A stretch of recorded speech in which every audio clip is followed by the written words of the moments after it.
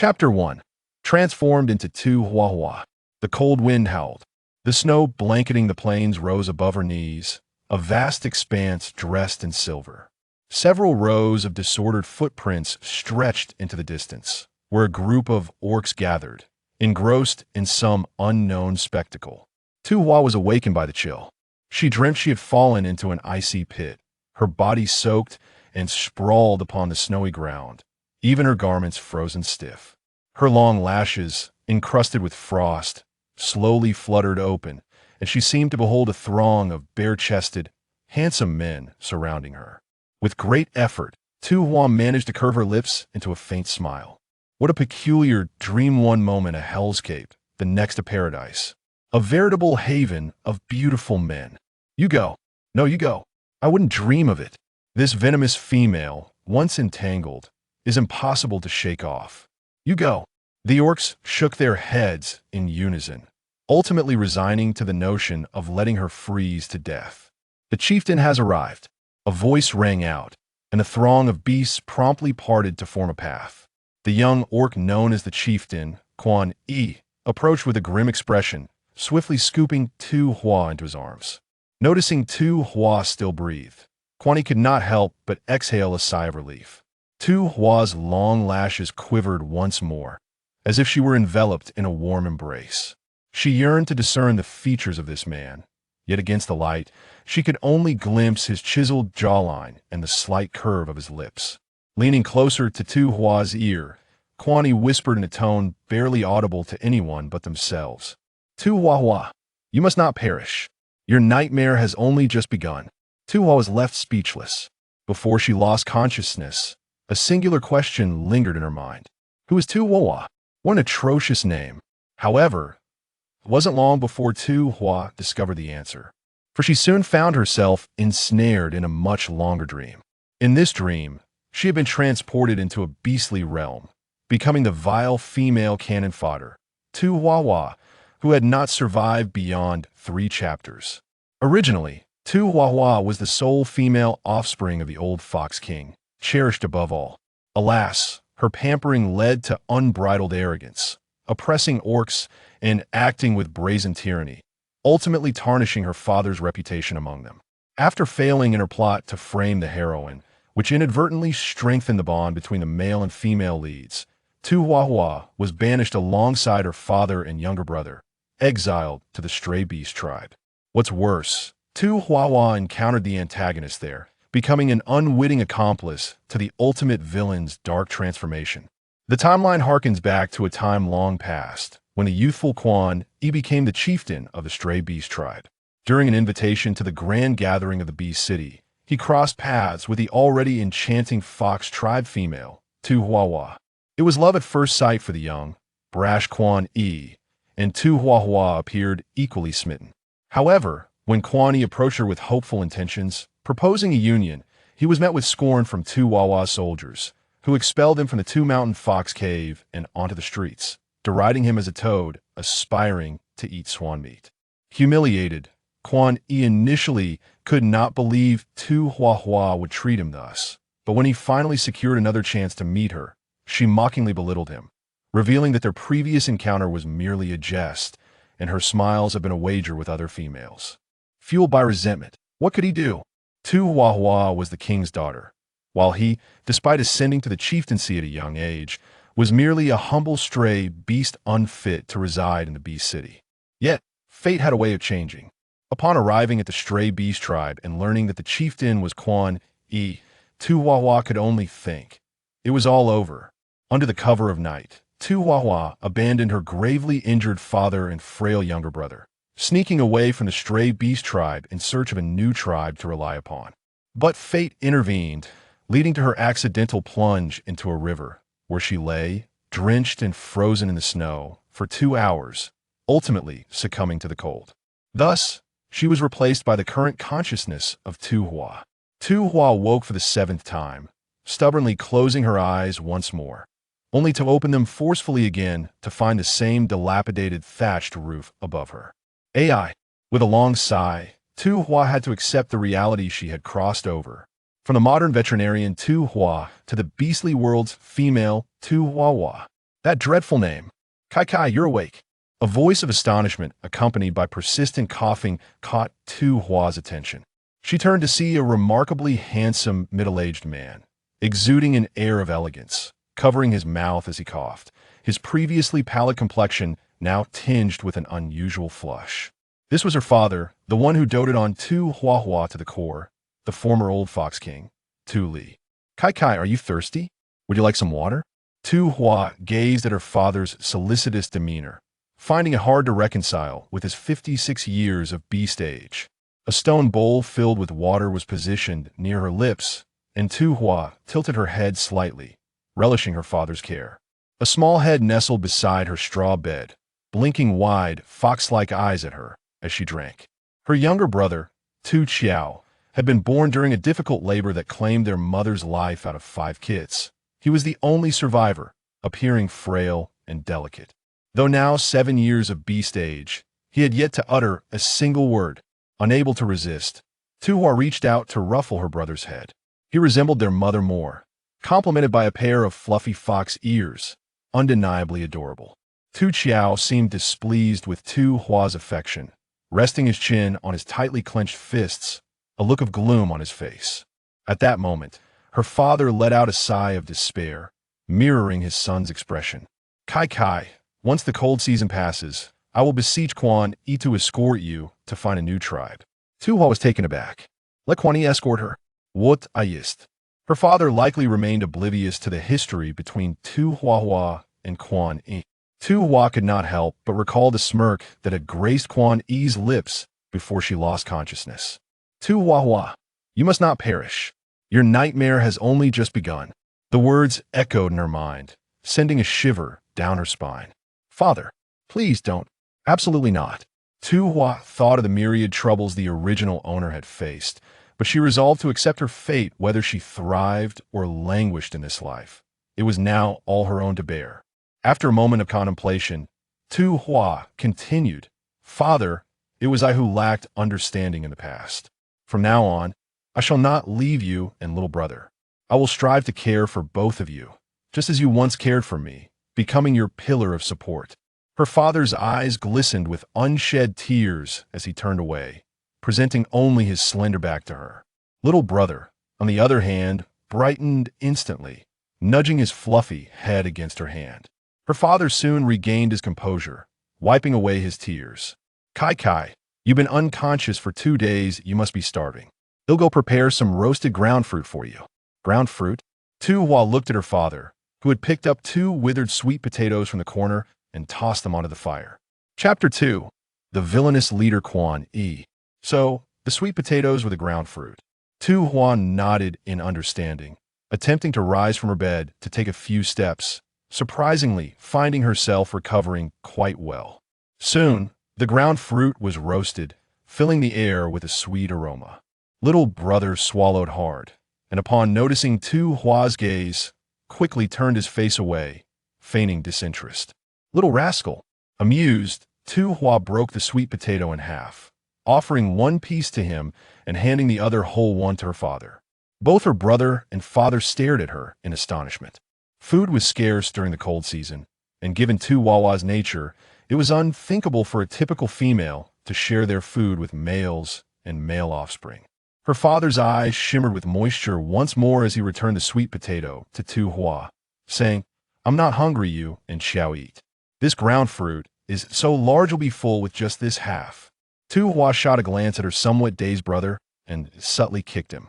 Realizing the cue, Tu Chiao quickly followed Tu Hua's lead, nodding vigorously, as if to say he would be full with just that half as well. Her father gazed affectionately at his 2 children. Well then, eating cold ground fruit will give you a stomachache. Let's roast it again. Roasting it a second time before it heats up will turn it to charcoal. Tu Hua effectively thwarted her father's attempts to find reasons to avoid eating. Father, if you don't eat, it will be a waste of food. At this, little brother learned quickly, mirroring Tu Hua's serious expression, intently staring at their father, as if indicating they would not relent until he ate. Tu Li chuckled, shaking his head in amusement since leaving the bee city. This had been his happiest day. Very well, let's celebrate with some ground fruit. However, Tuli could not help but cast a glance at the few remaining ground fruits in the corner. They would need to conserve them, and conserve them even more. Tu Hua, too, noticed the limited supply of ground fruits, and after finishing her portion, she lifted the animal skin curtain and peered outside. The snowstorm had ceased, and the sun shone warmly, dispelling much of the cold. Resolute, Tu Hua turned to Tu Li and declared, "Father, I'm going out to see if I can find some food nearby." What female goes out to forage for food during the cold season, especially one with such a notorious reputation as Tu Huahua? Tu Li's expression dimmed as he retrieved a large bundle from the straw bed, unwrapping the animal skin. Tu Hua was taken aback. Wasn't this her medicinal box? Had her medicinal box come along with her as well? This is your beloved little wooden box. On that day, you took it with you when you left, and later, you were rescued by Quan Yi, and the little box was returned as well. Now you may take it. Observing the pained expression on the handsome father's face, it was evident he was silently urging you to depart without hindrance. Father, I have no intention of leaving. If I were, I would take my little brother along. Tu Hua explained, desperately wanting to confirm whether this was indeed her beast medicine box. However, upon opening it, she found only an assortment of decorative necklaces accumulated over the years, exquisitely patterned beast skins, and some beast coins. Tu Hua felt a tinge of disappointment, as the resemblance between the little box and her beast medicine box was striking. Naturally, Tu Hua wouldn't carry the little box while foraging for food, and she wondered if the handsome father believed her words. Meanwhile, her little brother appeared quite exhilarated. Tu Hua led her brother around the vicinity, where the branches in the forest were bare and the ground still bore remnants of snow, revealing little in the way of food sources. Rubbing her somewhat numb fingers together, she tightened the thick beast skin draped over her, unable to resist glancing at her bare-chested little brother. It seemed that in the beast world, male beast men were all alike, clad in simple attire, with only a beast skin skirt throughout the seasons. Even in the bitter cold of winter, they appeared unfazed by the chill. Tu Hua, who was particularly sensitive to the cold, couldn't help but lament how enviable. Hey, there's a small river over there. Tu Hua's eyes lit up, and she suddenly tugged her little brother forward in excitement. In the cold season, edible plants were hard to come by, but beneath that icy surface, fish should be plentiful.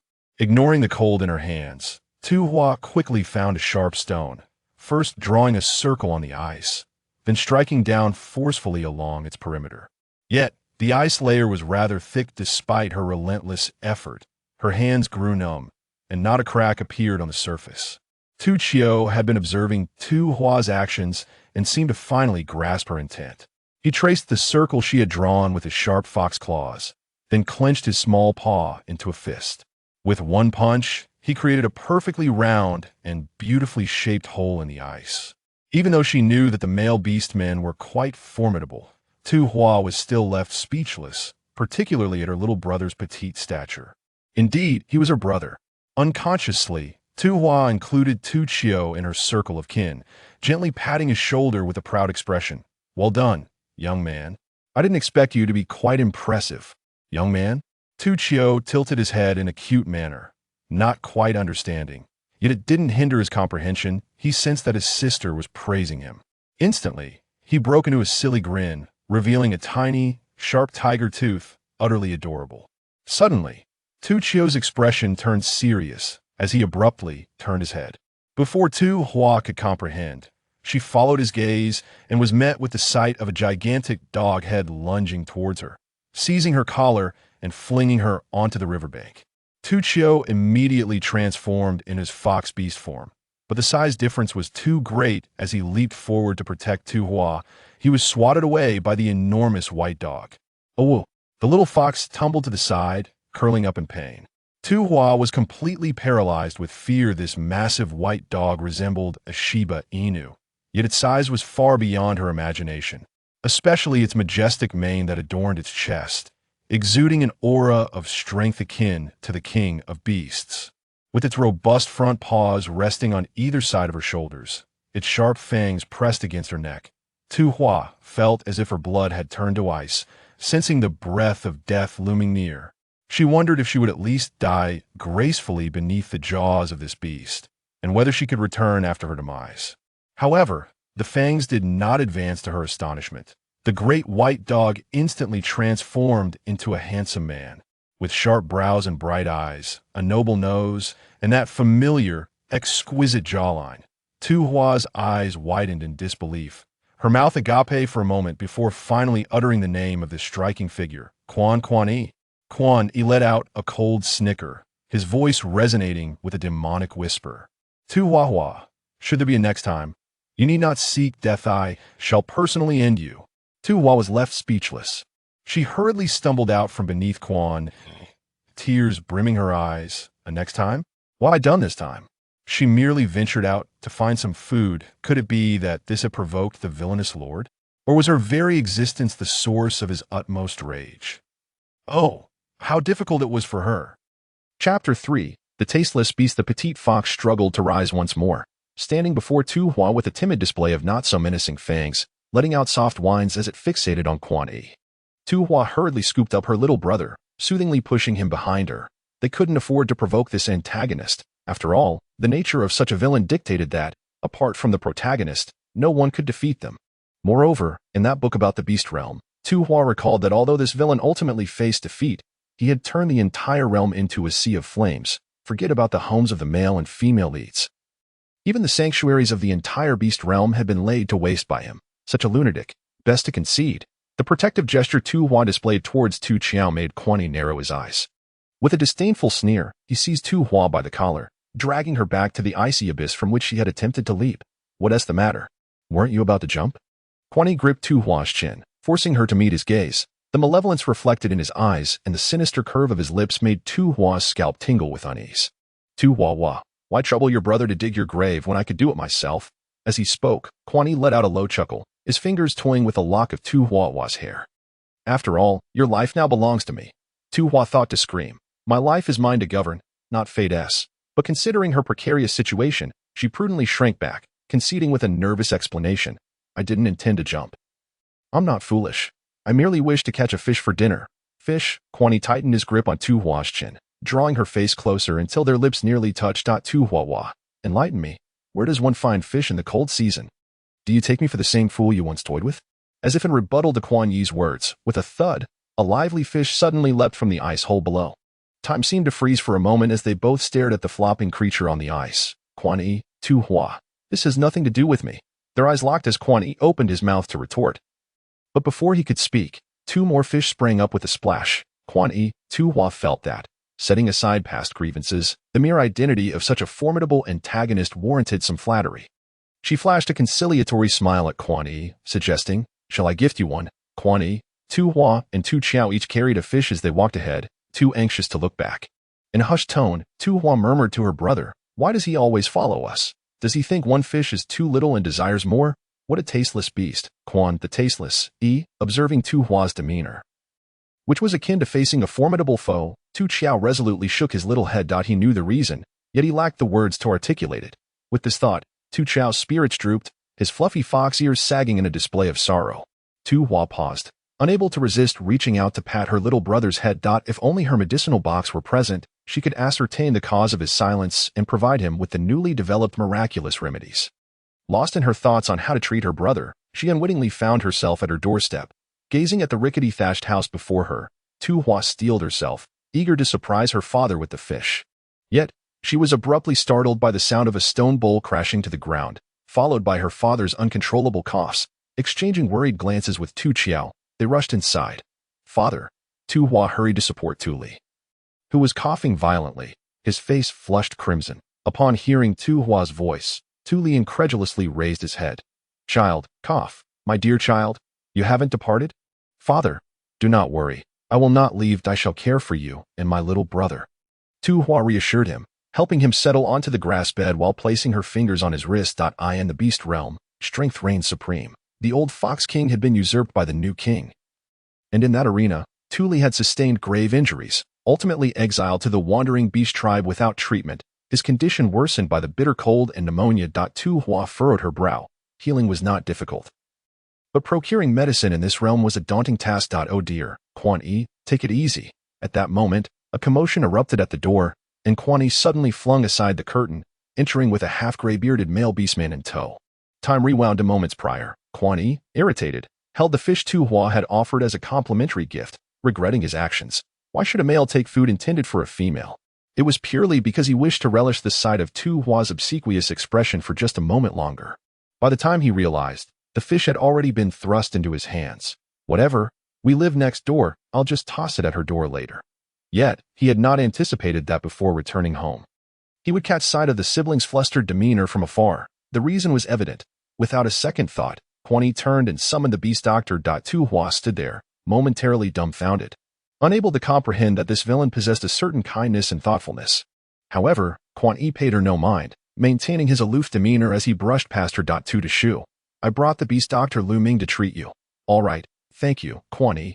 Tu Li, having seen enough of the beast realm's tribulations, felt a wave of gratitude. Lu Ming approached to examine Tu Li. Tu Hua noticed Quan Yi retreating to sit on a stone bench. With nothing to offer him, she poured a bowl of water. The small wooden box remained on the stone table, obstructing her view.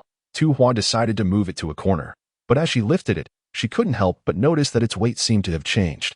Suppressing her curiosity, she discreetly set the box aside, now holding it with greater reverence. Before long, Lu Ming completed the examination, leaving behind a handful of medicinal herbs, instructing Tu Hua to prepare a concoction for Tu Li.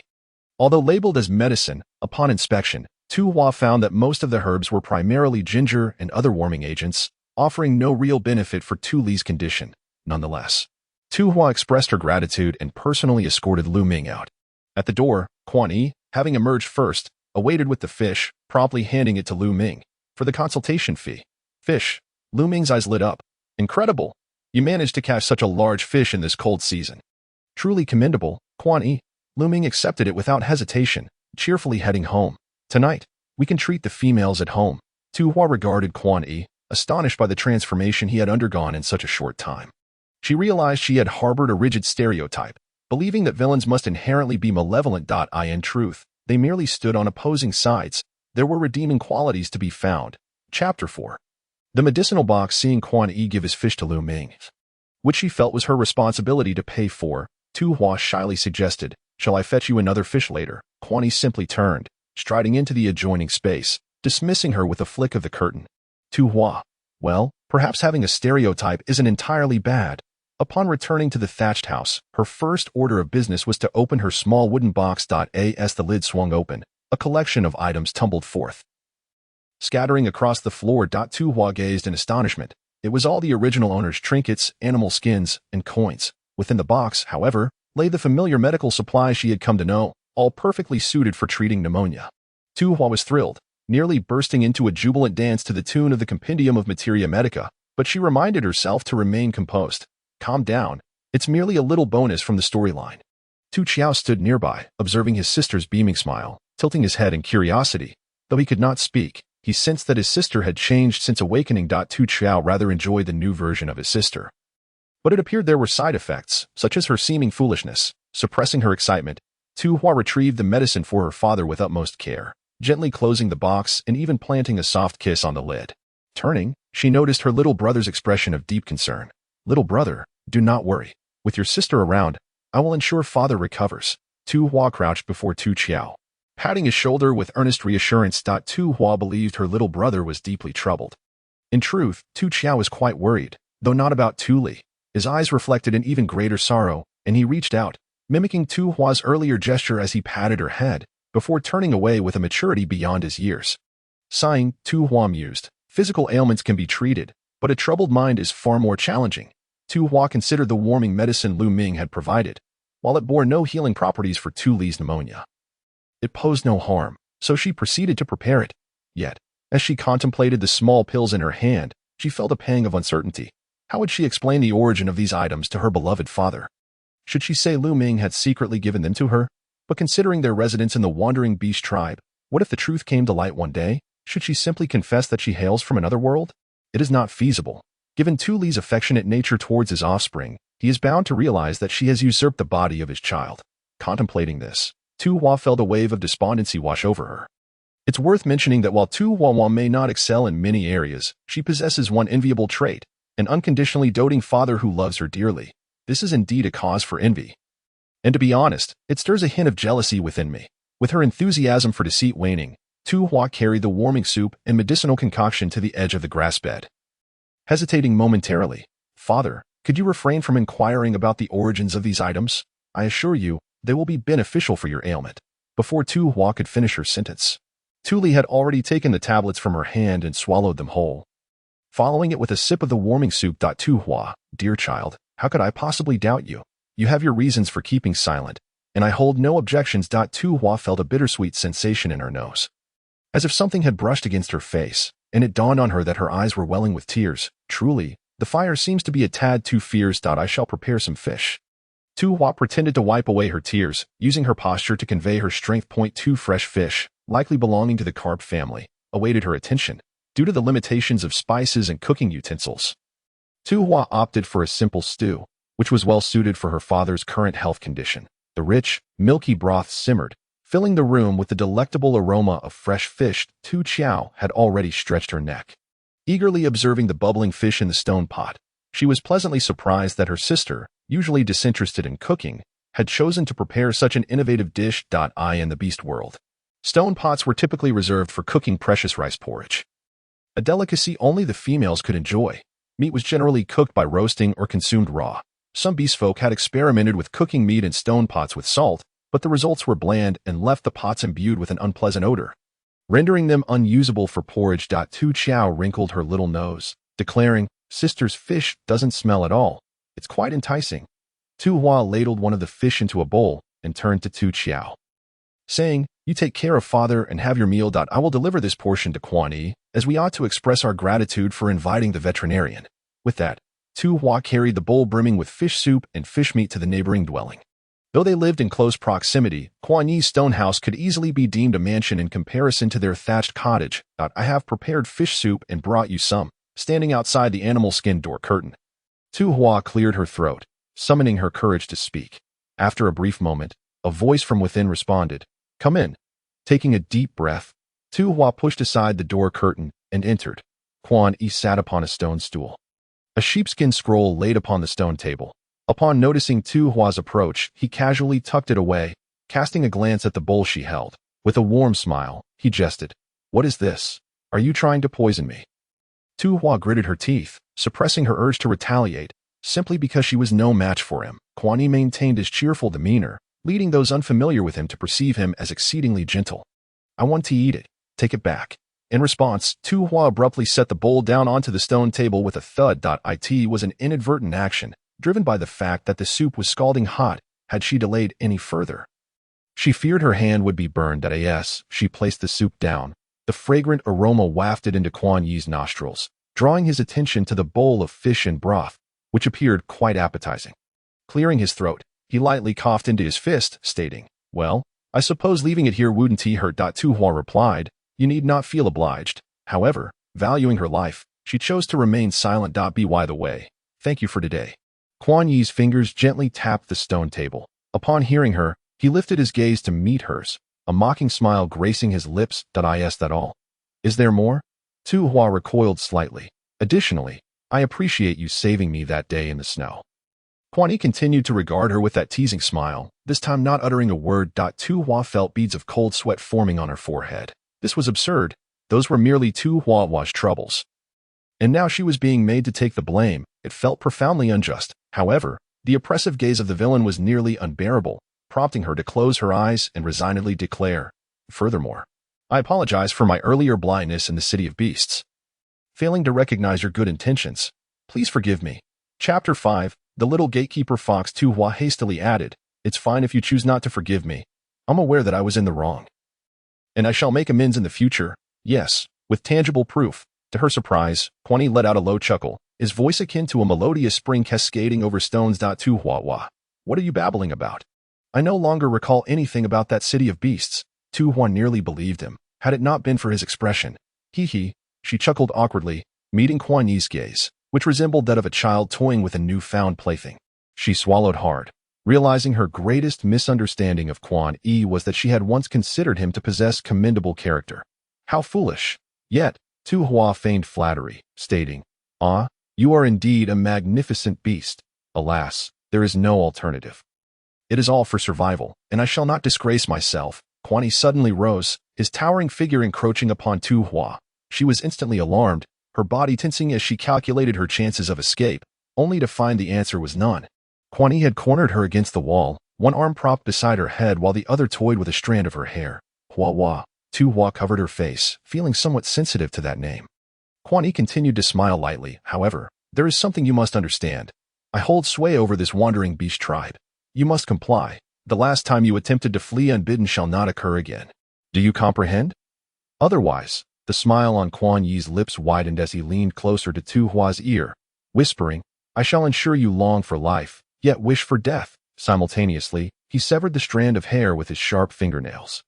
Tu Hua took a long moment before nodding dumbly. It was a while before she realized she had returned to the thatched cottage in a daze. As she lifted the animal skin door curtain, she saw Tu Chiao squatting at the entrance, her bright eyes glimmering with anticipation, while her fox tail wagged joyfully behind her. Unable to contain herself, Tu Hua burst into laughter, her earlier gloom dissipating. This little gatekeeper fox, oh no, this gatekeeper fox's demeanor was simply adorable. Tu Hua glanced at the untouched fish and broth in the stone pot. Why haven't you eaten yet? Tu Li chuckled. Explaining, we were waiting for you to return and share the meal. Just as he finished speaking, the little gatekeeper fox sprang up excitedly, serving fish meat and broth to Tu Li before filling a bowl for Tu Hua. And finally, she prepared one for herself, eagerly awaiting her siblings to begin their feast. Tu Li felt a wave of nostalgia as he witnessed Tu Chao's lively demeanor. It was the first time he had seen her so animated. Back in the city of beasts, Tu Chao had always been withdrawn, never quite fitting in with the other young beasts. Come, eat together. Tu Li beckoned. After tasting the dish, Tu Hua noted that with the dry ginger left by Lu Ming, she had eliminated any fishy odor, adding just a pinch of salt, making the fish soup extraordinarily delicious. The fish from this beast world was untainted, yielding tender and succulent flesh, truly delightful. Before long, Tu Chao had polished off an entire bowl of fish and broth, rubbing her round little fox belly as she lay back on the grass bed, emitting satisfied hums. The laughter of Tu Li and Tu Hua filled the humble thatched cottage with warmth. As Tu Hua gazed on, her vision began to blur. Though the modern world was splendid, it was within this beast world that she truly felt the essence of home for the first time. Perhaps due to the effects of the medicine after lunch, Tu Li fell into a deep slumber. Tu Hua sat by the fire, pondering for a while. It was unlikely that every day would bring foolish fish leaping from the icy hole.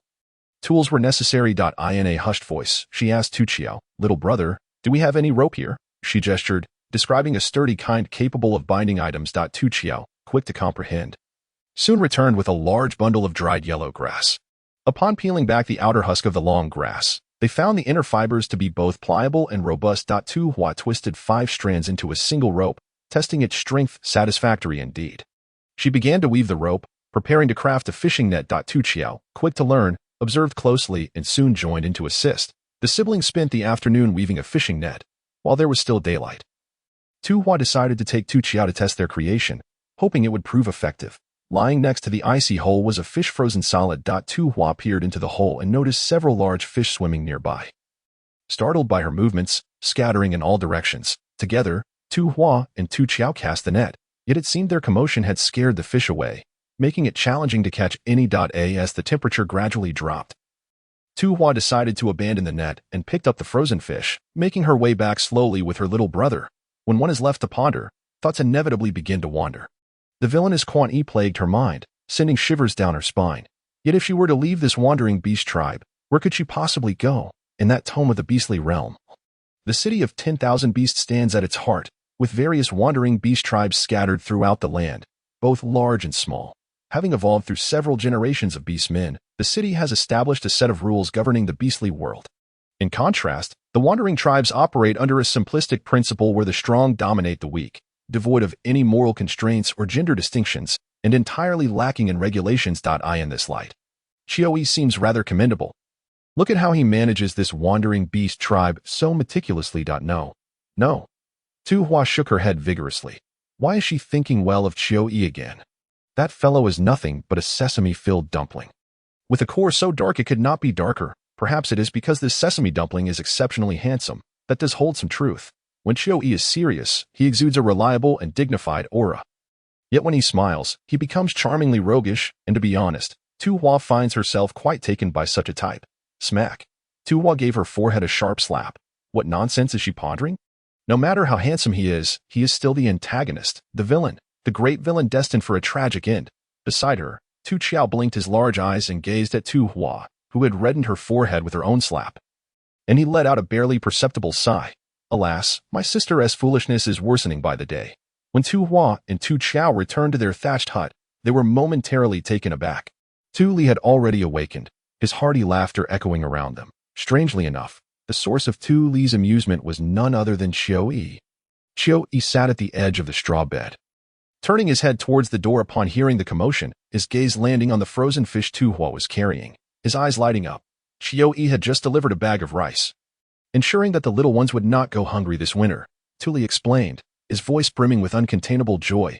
Chapter 6. Such clumsy acting. Rice. Tu Hua looked towards a beeskin pouch resting by the stone table, confirming that it indeed contained the same white rice she was accustomed to in her modern life. However, the grains were larger and appeared more plump. Tu Hua recalled that the beastly tome mentioned the scarcity of food that could be stored throughout the frigid season, making rice particularly precious. One could not deny that this bag of rice significantly alleviated her troubles. Tu Hua looked at Quan Yi awkwardly and said, "Thank you."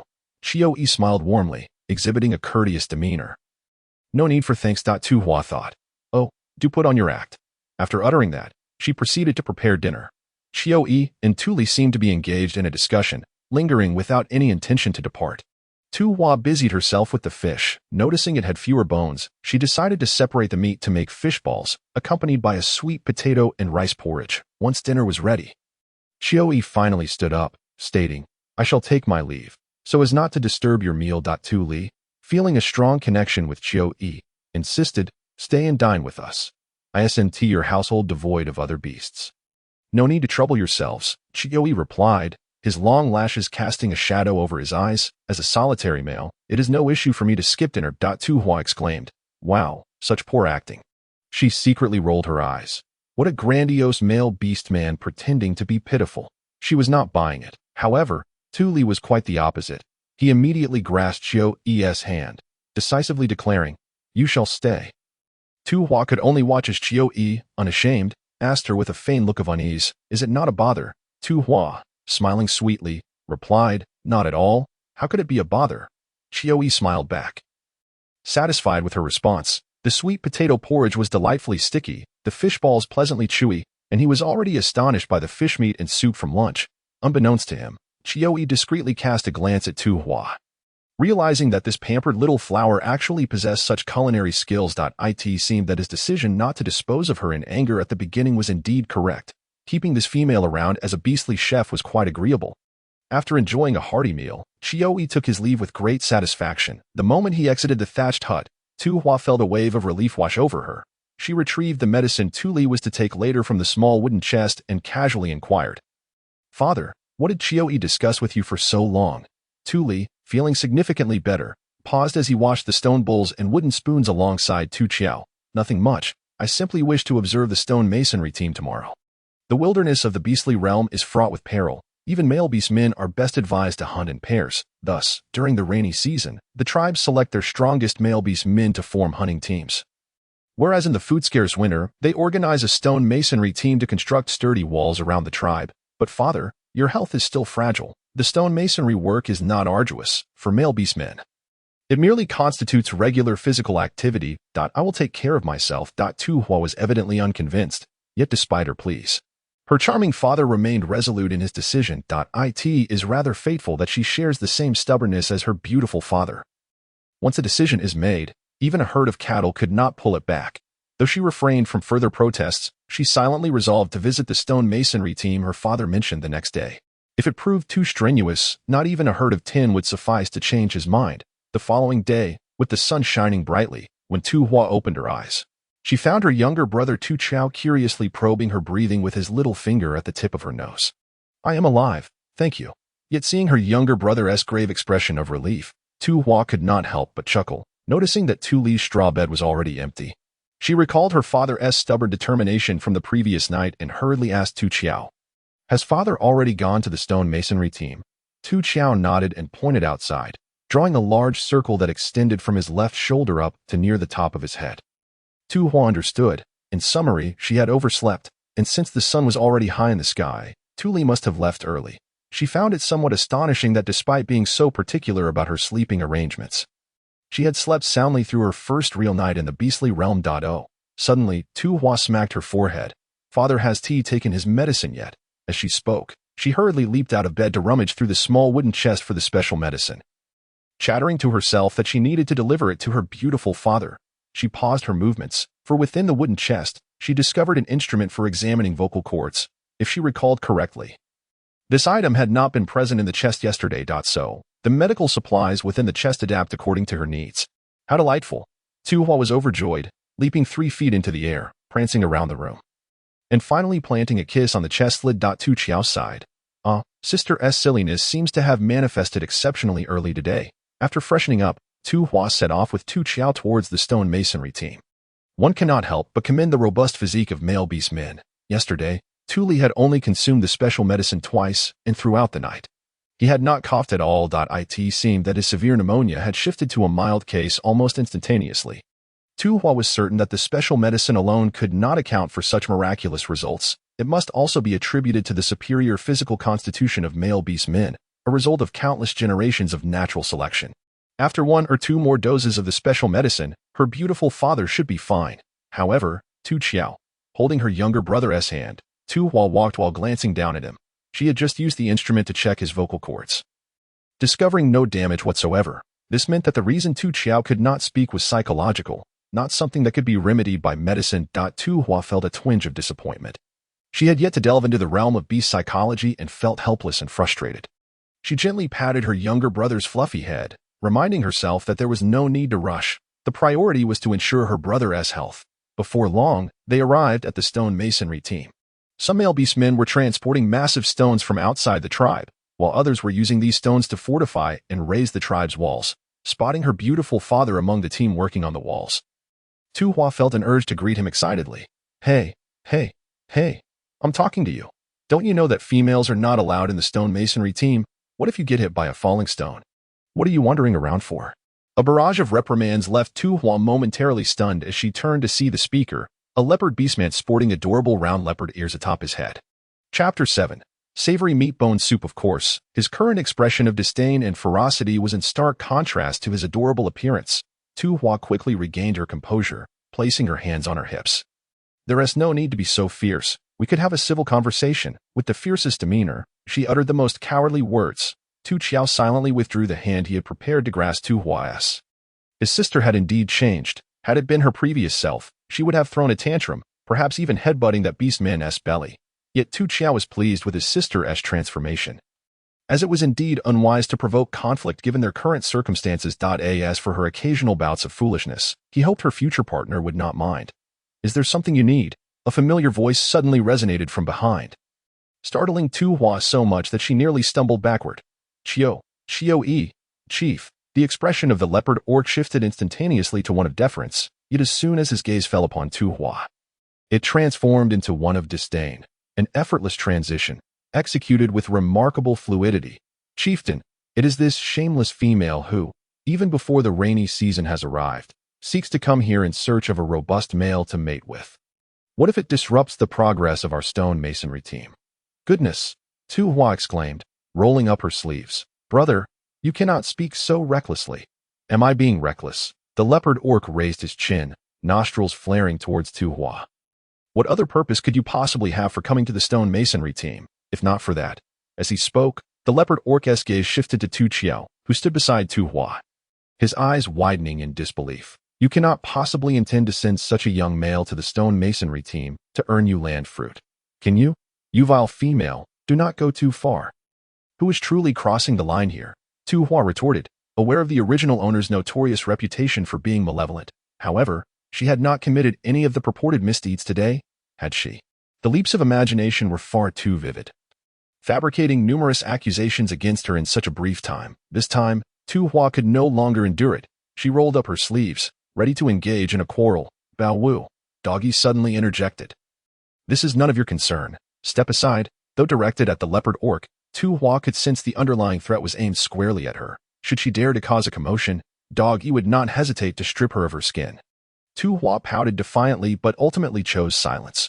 Rage was fleeting, dissipating almost as quickly as it had arisen. Lowering her long lashes, she recognized that her current predicament afforded her little leverage to contest with the orcs. Besides, mere words would not cost her flesh. "Are you here to find Uncle Tu?"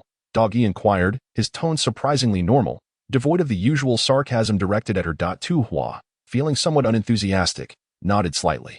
Doggy instructed her to wait a moment. And soon thereafter, Tuli was summoned. "Father, take your medicine," Tu Hua announced bluntly, handing the medication to Tuli while stealing a glance at his finger, which had lost its nail due to a rock's impact. Silently offering him the water pouch. Tuli, concerned that his two cubs might think him overworked, quickly ushered them to a sheltered spot, chuckling awkwardly. "I've been lying down lately, just came out today to stretch my limbs. My body feels much better now." Tu Chao hung his small head, his fluffy fox ears drooping. If only he could grow up quickly and join the stonemasonry team. Then his father would not have to endure such hardships. Without uttering a word, Tu Hua grasped Tuli's injured finger. Thankfully, she had brought a small wooden box today, and upon opening it, she found the bandages and red ointment within, meticulously tending to Tuli's wound. Tuli opened his mouth, intending to dismiss her concern, claiming that such wounds would heal on their own in time. However, sensing the strange atmosphere, he hesitated to voice his thoughts. "Father, how many land fruits does the stone masonry team earn in a day?" She had overheard the leopard orc named Bao Wu mention that male orcs joined the stone masonry team for the sake of earning land fruit. Huh. Tuli paused for a moment, and upon realizing he had missed the opportune moment to lie, he chuckled awkwardly. Father does not solely do it for those few land fruits. Under Tu Hua's penetrating gaze, Tuli sighed, conceding 2 land fruits a day. "But cubs, times have changed. If we wish to survive in this wandering beast tribe, we must adapt to this lifestyle. It is my inadequacy that forces you and Xiao to suffer alongside me." Tu Hua felt a pang of sorrow in her heart, unsure of how to respond. That moment, an orc beckoned Tuli to collect lunch. He sighed and rose, returning shortly with a bowl of salty meat bone soup. This had been the entirety of the rainy season. Prey captured by the orcs was shared amongst them, while the discarded bones, seasoned with a hint of salt, were stored in a cool cave for consumption during the cold season when the stone masonry team resumed work. Allowing the male orcs to replenish their strength, the taste was far from pleasant. The soup was replete with a fishy odor, compounded by an unsettling hint of decay that could induce nausea with a single sip. Yet, in the scarcity of food during the cold season, it represented a substantial source of energy for the male orcs. Tuli contemplated offering the bowl of soup to his children, but both Tu Hua and Tu Chao shook their heads. It was not that the soup tasted bad. They feared that without it, Tuli would struggle to sustain himself through the afternoon. After all, most of the male orcs working in the stone masonry team were robust adults. Rarely would one find a male orc in his 50s like Tuli. Observing Tuli finish the bowl of soup in silence, Tu Hua finally spoke. "Father, I understand your intentions, and I agree to your continued stay here. But I need you to promise me that your health comes first. If you ever feel unwell, you must return home at once." Tu Hua comprehended Tuli's current feelings. If he were to return home and find himself idle, it would likely cause him even greater distress. Tuli readily agreed, affectionately ruffling the heads of Tu Hua and Tu Chao, exclaiming, "My cubs have grown up." The male orcs resumed their work after a brief rest. Tu Hua chose not to intrude further and prepared to lead her younger brother away. However, the moment she turned, she collided with a flamboyant female orc toe, who lacks the foresight. The enchantress, clad in thick tiger-striped beast skin, stumbled slightly before recognizing Tu Hua's face. "No need to guess. It's certainly you, the female who was exiled from the city of beasts, named Tu Huahua." It seemed she was now entangled in this encounter. Tu Hua reluctantly surveyed the enchantress, who stood tall, with a mediocre appearance, yet her unkempt hair and disheveled appearance suggested that life had not treated her kindly. Chapter 8. The first orc to take the plunge. Tu Hua found the enchantress's flippant tone quite displeasing. She wore no semblance of a smile. "I am, and do you have business with me?" The enchantress circled around Tu Hua, clicking her tongue. "It seems life in this wandering beast tribe is quite harsh. Even a female as lovely as you must come early to seek a strong male. How has it been? Are there no males vying for your attention?" Tu Hua paused for a moment, amused yet speechless. No wonder Bao Wu had spoken so earlier. It turned out there indeed existed such a female. The enchantress continued, "I must offer you some advice. The males of the wandering beast tribe differ significantly from those in other regions. Very few of them cherish females. If you wish to find a male to rely on, you must set aside your pride as a female The enchantress leaned closer to Tu Hua, whispering something in her ear, prompting Tu Hua to push her away instantly. Even the courtesans of brothels acted out of necessity. This was clearly self-degradation. The enchantress scoffed, tossing her tangled hair back. TSK, what are you trying to portray? How long do you think you can maintain this pretense? With that, the enchantress sauntered past Tu Hua, her movements exaggeratedly alluring. Tu Chiao, his small head filled with confusion, blinked his fox-like eyes at Tu Hua. Curious about what the female had said to provoke such a reaction from his sister. Tu Hua felt the weight of his innocent gaze upon her. Thankfully, the enchantress had whispered, lest her pure little brother overhear such words. She would have torn the enchantress apart. The fishing nets are still by the river. Shall we go catch some fish? Tu Hua suggested, gently ruffling her little brother's head, relishing the soft, fluffy texture. Tu Chiao's attention was indeed diverted. His eyes sparkled with enthusiasm as he nodded repeatedly. Let us go catch fish. I'm still thinking about the fish balls from last night. That guy next door took so many, and I didn't have enough. Achoo. In the stone masonry site. Doggy rubbed his mysteriously itchy nose, puzzled. Turning, he spotted the enchantress approaching him with a sultry sway. Doggy frowned, but as the enchantress drew nearer, his expression transformed into a gentle smile. Who allowed you to enter? The enchantress gazed intently at Dog Yi's handsome visage, her eyes glimmering. That's not important. Do you have free time tonight? I won't ask for anything in return. Bao Wu hurried over, panting and visibly anxious. Explaining to Dog Yi, Chieftain, she said if I didn't move aside, she would embrace me. He had nearly lost his innocence. Bao Wu clutched his larger self protectively. Females in the beast world were rare treasures. Yet those exiled to the wandering beast tribe often bore flaws, like the enchantress before him, who could not bear offspring, or those with malicious hearts, such as Tu Huahua. Male orcs had but one chance in a lifetime to choose a mate. Naturally being selective about the females they would accept, capable male orcs cherished their reputations, fearing that if they encountered an exceptional female later, they might be rejected due to mere rumors. Dog Yi maintained his pleasant demeanor. I recall that the hut where the enchantress resides is quite distant from here. Bao Wu, puzzled by Dog Yi's inquiry, nevertheless grasped the implication of such a smile. Whenever Dog Yi smiled like that, misfortune was sure to befall someone. The enchantress nodded shyly. I braved the cold wind for quite some time just to see you. What do you say? Why not come? She added enticingly. After all, it's just once. As long as no one knows, it won't affect your future pairing. You're not young anymore. Surely you must be curious. Unable to restrain himself, Dog Yi let out a cold laugh, turning to Bao Wu. Arrange for her to stay in the hut closest to here. Bao Wu glanced at the nearest hut, a drafty straw structure. Was that truly a dwelling? Bao Wu gazed into the smiling eyes of Quan Yi and thought to himself. Yes, indeed. Hu Meier left with a satisfied heart, striding confidently as she walked. Her prolonged efforts to curry favor with Quan Yi would not be in vain. Barring any unforeseen circumstances, she would surely win him over tonight. Bao Wu silently swallowed, wishing to advise the clan leader to refrain from smiling so much, as it seemed rather unsettling, yet he dared not speak. Then shall I take her to the new house? Quan Yi nodded, adding, have Quan Jie guard the perimeter with you. If any female wishes to embrace a beast, let him intervene. In the stray beast tribe, there was no shortage of older, single male beast men, who, lacking the capital to be chosen by exceptional females, had little hope of forming bonds. For instance, Quan Jie would resort to seeking out frivolous females to relieve his desires, disregarding his reputation. Hu Meier? Quan Yi's eyes narrowed dangerously. How audacious for any female to flaunt herself before him. 3, 2. The siblings stealthily approached the icy pit, and Tu Hua counted down with her fingers as the final number fell. Tu Hua and Tu Chiao exerted their strength to pull up the fishing net.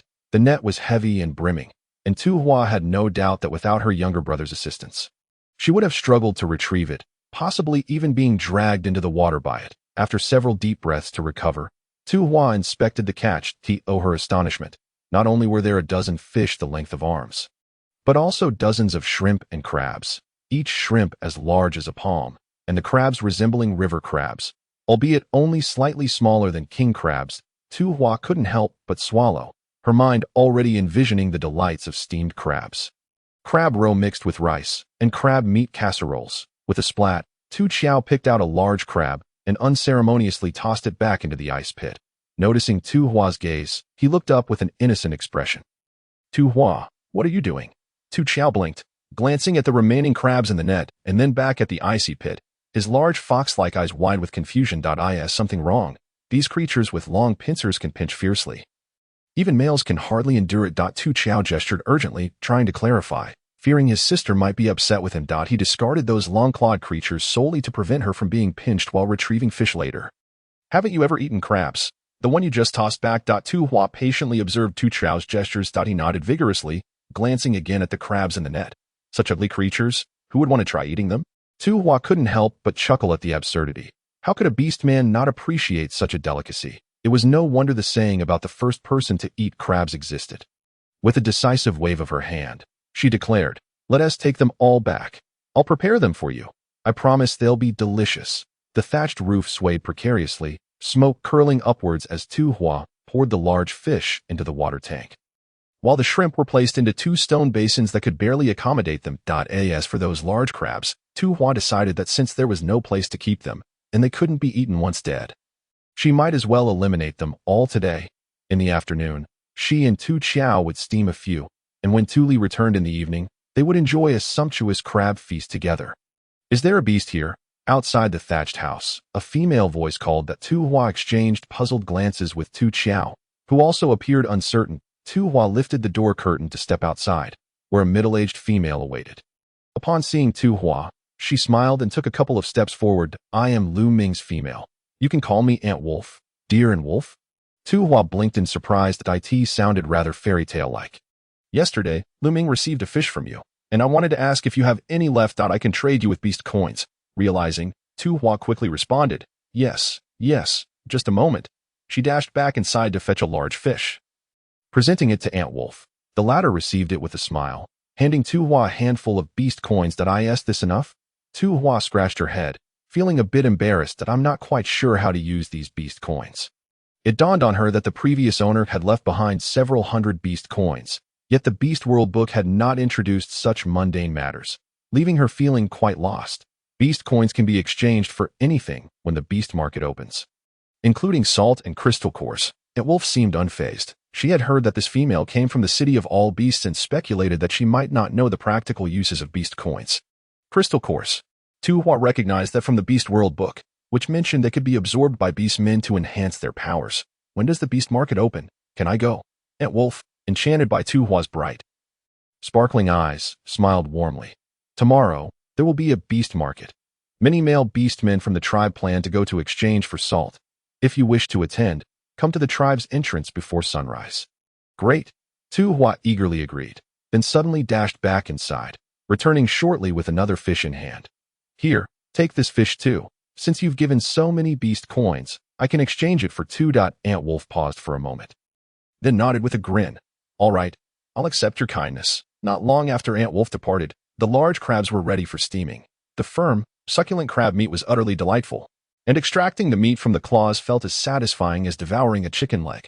Initially, Tu Hua had been disdainful of their unappealing appearance, yet he ultimately succumbed to the irresistible allure of the food, eating until he could no longer manage another bite. The siblings, with their round, full bellies, rested for a while before rushing back to the river to cast their nets once more. Throughout the afternoon, they returned 3 more times, netting dozens of fish and over 100 shrimp.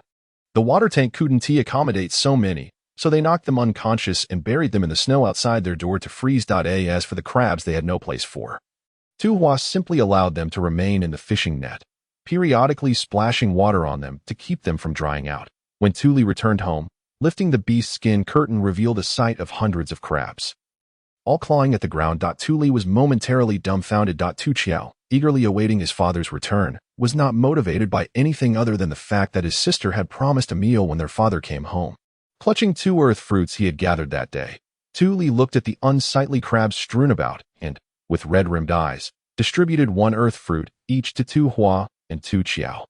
"Kids, don't touch those long-clawed creatures. Eat the earth fruits instead. Yes, you both eat the earth fruits, and I'll handle these crabs." Tu Hua and Tu Hua exchanged glances, realizing their father had misunderstood. Tu Hua chuckled softly, returning the earth fruit to him. "All right, once the crabs are ready, you can taste them, and then you can decide whether we should eat the earth fruits." Tu Hua pouted, looking at Tu Li with a sense of grievance. He had worked hard all afternoon to make room in his belly, not to stuff it with these earth fruits. The pot of crabs was finally ready, and the delicious aroma filled the thatched house. Tu couldn't recall how he overcame his apprehensions, but after tasting the first morsel of crab meat, he was captivated by the flavor that reshaped his perception of the world, leading him to indulge bite after bite. With so many crabs, Tu and Tu Qiao felt free to enjoy their meal, competing with each other to devour as much as they could. Eventually, it was Tu Hua who intervened, suggesting they each finish with a bowl of crab meat porridge. By the way, Father, Aunt Wolf mentioned there will be a beast market tomorrow, and I'd like to go take a look. Tu had no objections, recalling that there had been beast markets in the city of all beasts as well, where his children had always enjoyed wandering about. Now that we've found a source of food, we should be fine through this cold season. Do you think we still need to go to that stone masonry team? Tu Hua cautiously inquired. Tu paused, his hand holding the wooden spoon, hesitating momentarily. Go ahead. Otherwise, I'll have nothing to do. Besides, the things in the river won't always be available. It started out because there were no beasts catching them. But once the tribe's beastmen discover the method to catch them, we should gather more earth fruits to ensure our supply. Tu Hua didn't dare argue further, sensing the atmosphere grow a bit heavy. She pondered for a moment and changed the subject. By the way, Father, I've always been curious. Why do other beasts have names starting with dog, deer, tiger, and so on, while we are just two? Why not call ourselves fox? Tu Qiao blinked his large fox eyes, equally curious. That's because our branch of the fox clan descends from the great deity Tu Shan. Tu reminisced, his expression filled with pride. Ordinary beastmen are of common beast bloodlines. But we are different. We carry the blood of the beast god Tu Shan. It sounded exhilarating to both Tu Hua and Tu Qiao, who rested their chins on their hands, attentively listening to Tu continue. The fox clan is not known for combat. Ordinary foxes hold a low status among beastmen. However, our lineage from Tu Shan is not only revered among all beasts, but also admired by countless fellow fox clansmen, because we possess the ability to practice illusionary arts. As Tu Hua's bright, sparkling eyes reflected her evident excitement, Tu poured cold water on her enthusiasm, bluntly stating, "Females cannot do that." "How disappointing," Tu Hua retorted. Tu then turned to Tu Qiao, saying, "All I ask of you is to grow up happily and healthily." "Aside from our Tu Shan lineage, are there other beast clans?" Tu Qiao inquired. Tu nodded. "Have you forgotten? In the city of beasts, the king of sheep governs the western district, his surname being Bai, a lineage that traces back to the beast deity Bai Zhe. The Bai clan is not particularly adept in combat. However, they possess a long-standing heritage of shamanic healing. Unlike veterinarians, shamans employ talismans and spiritual energy to cure the ailments of beastmen, boasting an exceptionally high success rate. At this juncture, Tu couldn't help but feel nostalgic, recalling his desire to unite Tu Huahua with the offspring of the king of sheep, only for Tu Huahua to be ensnared by the charms of Hu Shao. Chapter 10. The Gathering of Beast Shaman. Tu Huan glanced at her small wooden box, curious about how this so-called shaman, her peer, treated ailments and rescued beasts. It truly is mystical in this beastly world. Suddenly, a groan echoed from outside. The three individuals within the room turned their gazes toward the entrance as the curtain was lifted, revealing the slightly haggard visage of Quan Yi. "I apologize for the intrusion. I am suddenly afflicted with a severe abdominal pain. As the only beast in my household, could you please assist me in summoning a veterinarian?" With each word, Quan Yi's voice grew weaker, and his pitiful demeanor evoked sympathy from the beastmen. Tu promptly rose to help Quan Yi into the house, allowing him to recline on his straw bed. Tu Qiao was sent by Tu to fetch Lu Ming. Tu Huan brought a bowl of warm water and inquired, "How could one suddenly experience such abdominal pain?" Observing Quan Yi's complexion, she noted, "To be honest, it appeared rosy, delicate, and glossy, far healthier than her own, hardly resembling a sick individual. Indeed, his face had seemed somewhat pale upon entering. Yet it could also be attributed to the chill outside." Quan Yi's sensitive nose twitched slightly, inadvertently scanning the pot of steaming rice porridge, which seemed to contain ingredients he had never tasted before. Exuding an enticing aroma, cough. "Perhaps it is due to my having consumed the meat and bone salty soup from the stone mason team for the first time in a while. I had a bowl at noon and could not quite adjust." Tu Huan immediately inquired anxiously of Tu "Father, how do you feel after your first taste? Is there still abdominal pain?" Tu shook his head, just as Lu Ming arrived. Previously, it was known that beastmen from the tribe occasionally experienced stomach troubles after their initial consumption of meat and bone salty soup. A bowl of hot porridge would suffice to alleviate the discomfort after a couple of days. Once Lu Ming departed, Quan Yi struggled to rise, expressing his desire to return to his stone house to prepare porridge. But Tu Li firmly held him down. Given your current condition, how can you possibly prepare porridge? We have ready-made here, and besides, the rice is the very one you gifted us. You shall eat it here. With that, Tu Li intended to serve the pot of crab porridge to Quan Yi, who lowered his head, slightly curling the corners of his mouth in protest. Absolutely not. Tu Huan interjected, successfully intercepting the pot of crab porridge midway. Quan Yi's expression darkened considerably. Tu Huan explained, his abdominal pain may worsen with the crab meat in this porridge. Allow me to prepare a new, plain rice porridge for him. Ah, I see. Tu Li nodded in understanding, and thus began assisting Tu Huan in preparing a fresh pot of pure rice porridge for Quan Yi. Tu Huan initially intended to find some medicine for Quan Yi's stomach pain but found her small wooden box empty. How peculiar. She scratched her head, momentarily bewildered. After finishing a stone bowl of tasteless rice porridge, Quan Yi set down his bowl and spoon.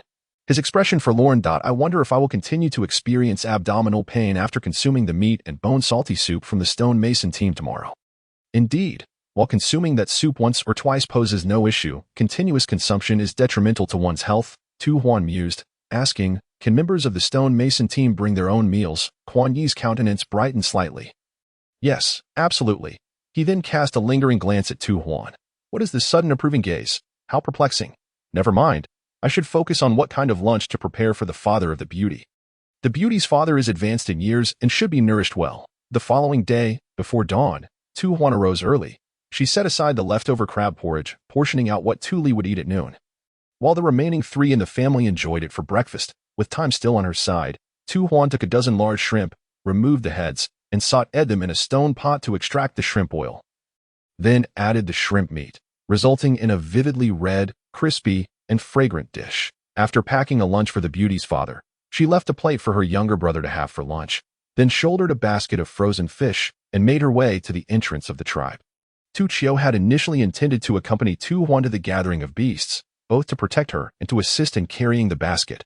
However, she was informed by her sister that he had a more important task.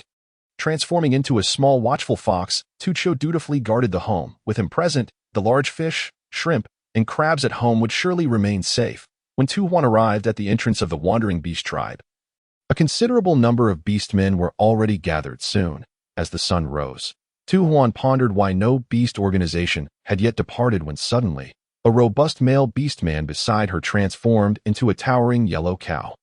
Not far off, another beastman also shifted into bovine form. As the two large yellow cows lowered their forelegs, their imposing bodies straining to descend, the command rang out. Hurry on to the cows. We are departing. Those who are slow shall be left behind. The surrounding female beastmen, seasoned in the routine, swiftly climbed onto the backs of the cows. Observing this, Tu Huan hurriedly seized a spot. However, lacking experience, she was uncertain where to place her feet and nearly slipped off, only to be saved at the last moment by a pair of strong arms supporting her from behind. Once Tu Huan settled, she turned to flash a smile in gratitude, only to be met with a pair of eyes brimming with disdain for her. Bao Wu wiped his hands on his beast-skin skirt, exclaiming, how utterly vexing. One cannot escape the clutches of this venomous female. What are you staring at? You must not reveal what just transpired. Do not mention that my hand ever touched you. With that, Bao Wu strode to the front of the line, rallying his two companions, and declared, onward. Tu Huan rolled her eyes dramatically at the back of Bao Wu's head. What a splendid beast he is. Yet he has a mouth on him. The bovine beastmen walked steadily, with 4 or 5 females on each back, making it far from cramped. Tu Huan pulled her thick beast skin closer, seeking a sheltered angle, and drifted into a light slumber.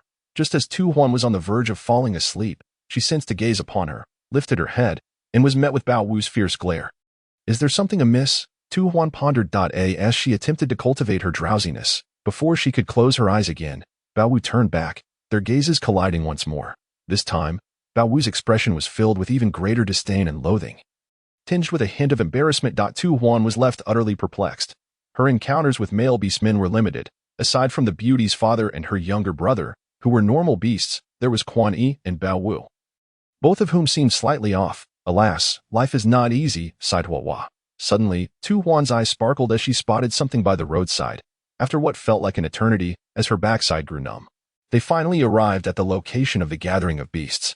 The gathering took place in a tribe known as Quan Yi City, a hub connecting the city of beasts with all wandering beast tribes. Therefore, it was not surprising to encounter beastmen from the city of beasts in Quan Yi City, where the wandering beast resided with a sense of superiority over the ordinary wandering beastmen. At the gates of Quan Yi City, two yellow cow beastmen transformed back into their humanoid forms.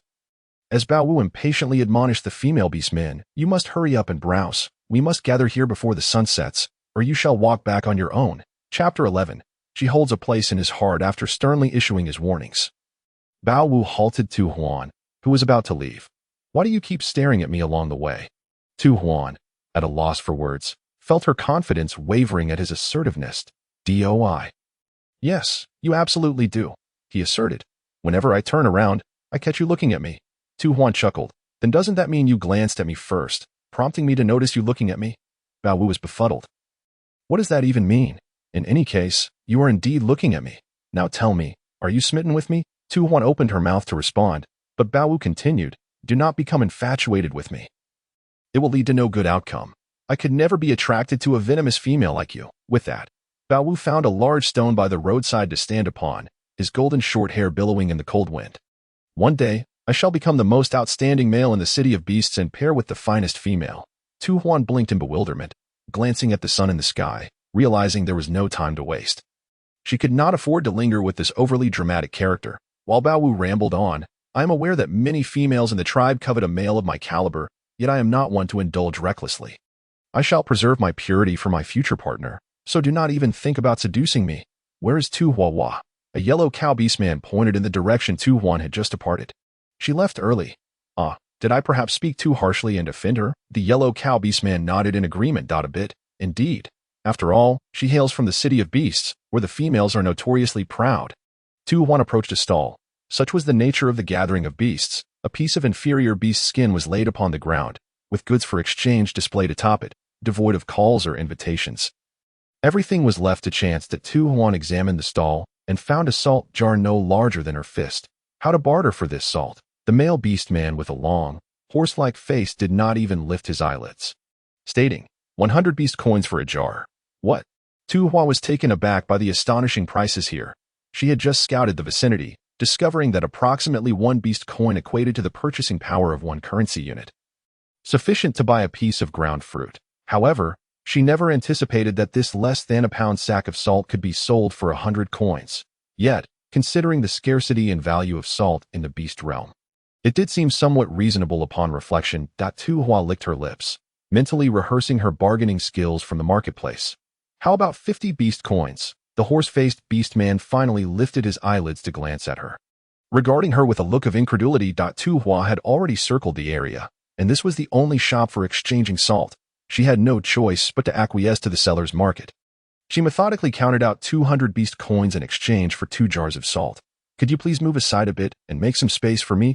Tu Hua grinned widely, revealing an array of 8 gleaming teeth. The horse-faced beastman glanced at the large basket on her back but said nothing, merely shifting the salt jars to make room.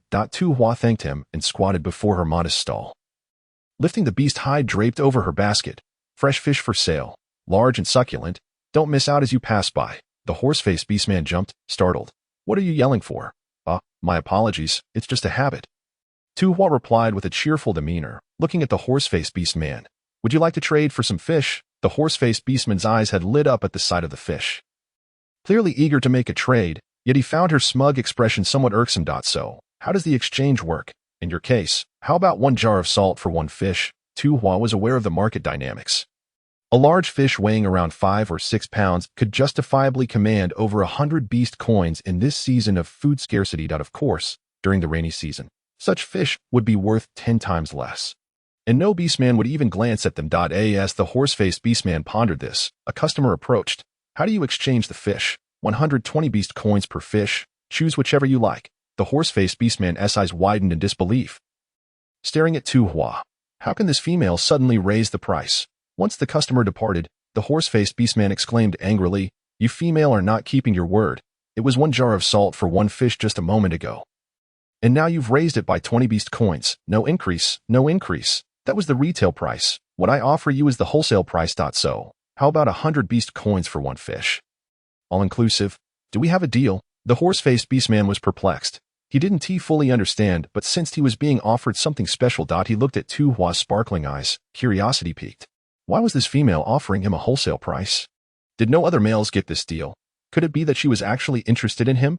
Gazing at Tu Hua's lovely features, the horse-faced beastman felt a bloom of happiness within. Hey, what are you dawdling for? Can we make a deal or not? Having observed the market, Tu Hua realized that among the entire beast gathering, this male was the only one capable of providing such a valuable salt supply, indicating a robust supply chain. A fitting partner. I'll take one fish. I'll take one too. More customers arrived, and Tu Hua's supply of frozen fish dwindled to just 5 as she nudged the horse-faced beastman's arm. Hey, are you still lost in thought? The longer you hesitate, the more beast coins you lose. The horse-faced beastman's face flushed crimson. This female's touch ignited a spark of desire.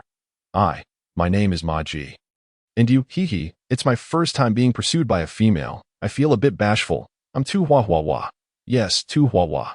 Tu Hua repeated her name in her mind thrice, wishing to become familiar with this rather unappealing moniker. Huahua. What a lovely name. Ma Ji covered his long face with his large hand. Shifting awkwardly, Tu Hua glanced at the setting sun, noting, I have matters to attend to. Here, I'll leave 5 fish with you, and take 5 jars of salt. If you decide to accept my wholesale price for the fish, seek me out at the Wandering Beast Tribe, 30 miles east of here. I have plenty of fish, but you do best to bring something scarce in exchange. Like rice. Did she just reveal her home location? Ma Ji bashfully nodded. Tu Hua waved goodbye and turned to leave, needing to hurry with her procurement of supplies. A commotion erupted at the opposite end of the beast gathering. Word had it that a hunting team had captured a wild boar. Chapter 12. She was trapped to successfully hunt in such harsh, frigid conditions. It was evident that the wild boar meat would be a hot commodity. By the time Tu Hua arrived, indeed, a boar the size of a small mountain had been partially distributed among the beastmen of the hunting team to sustain them through the winter. While the remainder was up for trade in beast coins, after a flurry of purchases, only a few scraps were left scattered on the ground. Tu Hua felt a twinge of disappointment. She had been craving braised pork for ages. However, upon spotting a pile of pig intestines, she noticed the hunting team's males preparing to pack up. Typically, no beastman wished to trade for such parts, finding the bones too plentiful and the skin excessively thick, with an unpleasant odor when roasted. Alas, they would have to take these back for their own consumption. How can I trade for those? The males looked up in surprise at the brightness in Tu Hua's fox-like eyes, then glanced at the pile of pig intestines with incredulity. No one wanted the trotters, let alone those. One male beastman confirmed, You want to trade for that pile of waste? Seeing Tu Hua nod resolutely, he suspected she might be lacking sound judgment. How about 4 trotters for 10 beast coins? The intestines are yours for free. We were going to toss them anyway, so take as much as you want. Seeing the small female cheerfully scamper towards the pile of pig intestines, the males sighed in unison. What a pretty female. Why would she choose to eat that? They kindly gathered some pliable dry leaves to line her basket, and in the end, charged her only 9 beast coins, suggesting she save the last coin for a ground fruit. Tu Hua, bewildered yet touched by their unexpected kindness, bid farewell to the pork stall and continued her perusal. Trading for a dozen bone needles, a bone knife, several wooden boxes for carrying food, and 2 baskets for miscellaneous items. During this cold season, prices for goods other than food were not significantly different from those in modern times. Before sunset, Tu Hua arrived promptly at the city gate of Moonlight. As the temperature dropped sharply, the leopard warrior counted the number of beastmen without saying much, simply ordering the team to return. On the way back, the sun disappeared completely, and the cold wind seemed to intensify. Tu Hua huddled beneath thick beast pelts, peeking out occasionally to glance at the roadside. She was still thinking about the sugarcane grove she had discovered on her way to the beast gathering. Today was clearly not the day for that. She noted the location to visit another time. At the entrance of the Wandering Beast Tribe, the group dispersed. Tu Hua, burdened with her heavy basket and holding full baskets in both hands, trudged toward home, one foot sinking deeper than the other. Suddenly, she felt an inexplicable sensation and abruptly raised her head. Quan Yi stood directly in front of her, facing her with a slight smirk, a mischievous glint in his eyes, staring intently. The dim light cast a shadow, yet his eyes shone brightly, appearing like a specter in the night. A tingling sensation surged from Tu Hua's feet to the crown of her head. The cold wind whistled, making her feel less cold, as a deeper chill of fear radiated from within. Had she offended Quan Yi recently? This thought flashed in her mind, and suddenly, she recalled the empty wooden box from last night. Quan Yi merely wished to avoid consuming that foul-smelling, moldy meat bone soup, and had been subtly hinting for her to offer him a proper meal to make amends. Tu Hua shut her eyes in frustration. She despised her own mind. Was she clever? In many instances, she failed to grasp the underlying meanings at the moment. Was she foolish? Yet, at some point afterward, she would experience an epiphany, akin to gaining the perspective of a deity. She loathed her own slow-witted yet insightful brain. Perhaps it would be better to feign ignorance. Tu Hua attempted to salvage the situation, her tongue tripping over itself at the critical moment. Quan Yi gazed at her with a bemused smile. Suddenly stepping forward, slowly closing the distance between them. Hey, stay calm, she stammered.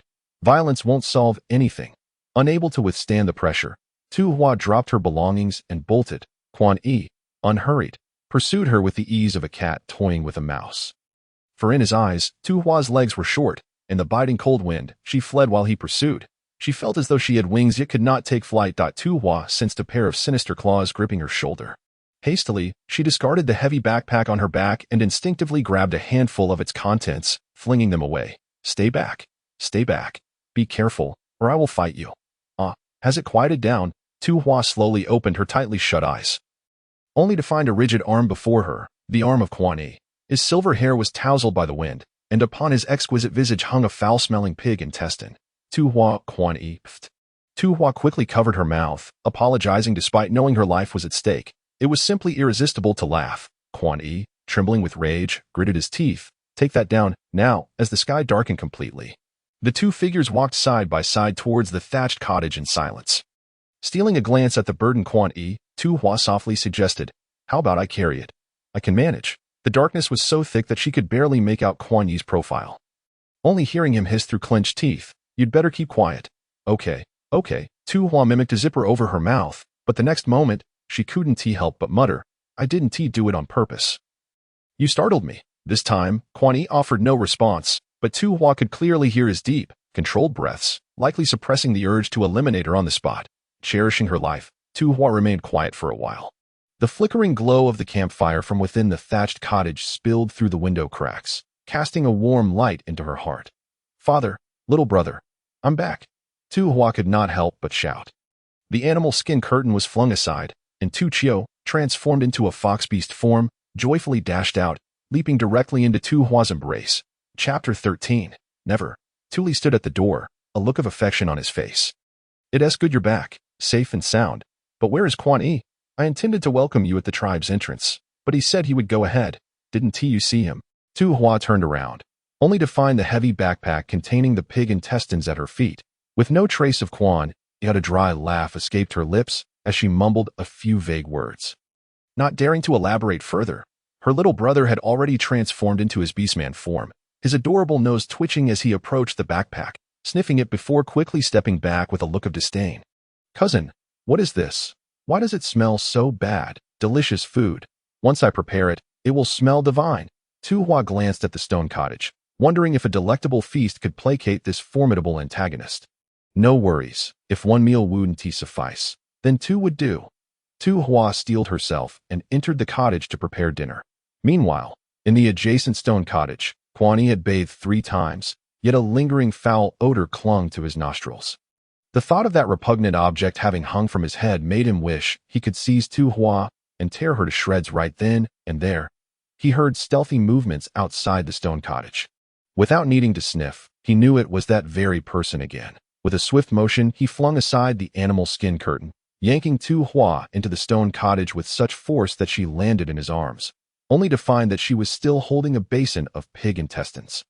Quan Yi promptly pushed her away, frowning. What are you doing with that? I'm carrying it everywhere as a talisman. He cursed silently in frustration. Tu Hua, eager to appease this villainous figure, smiled brightly. I specifically came to invite you to dinner with us.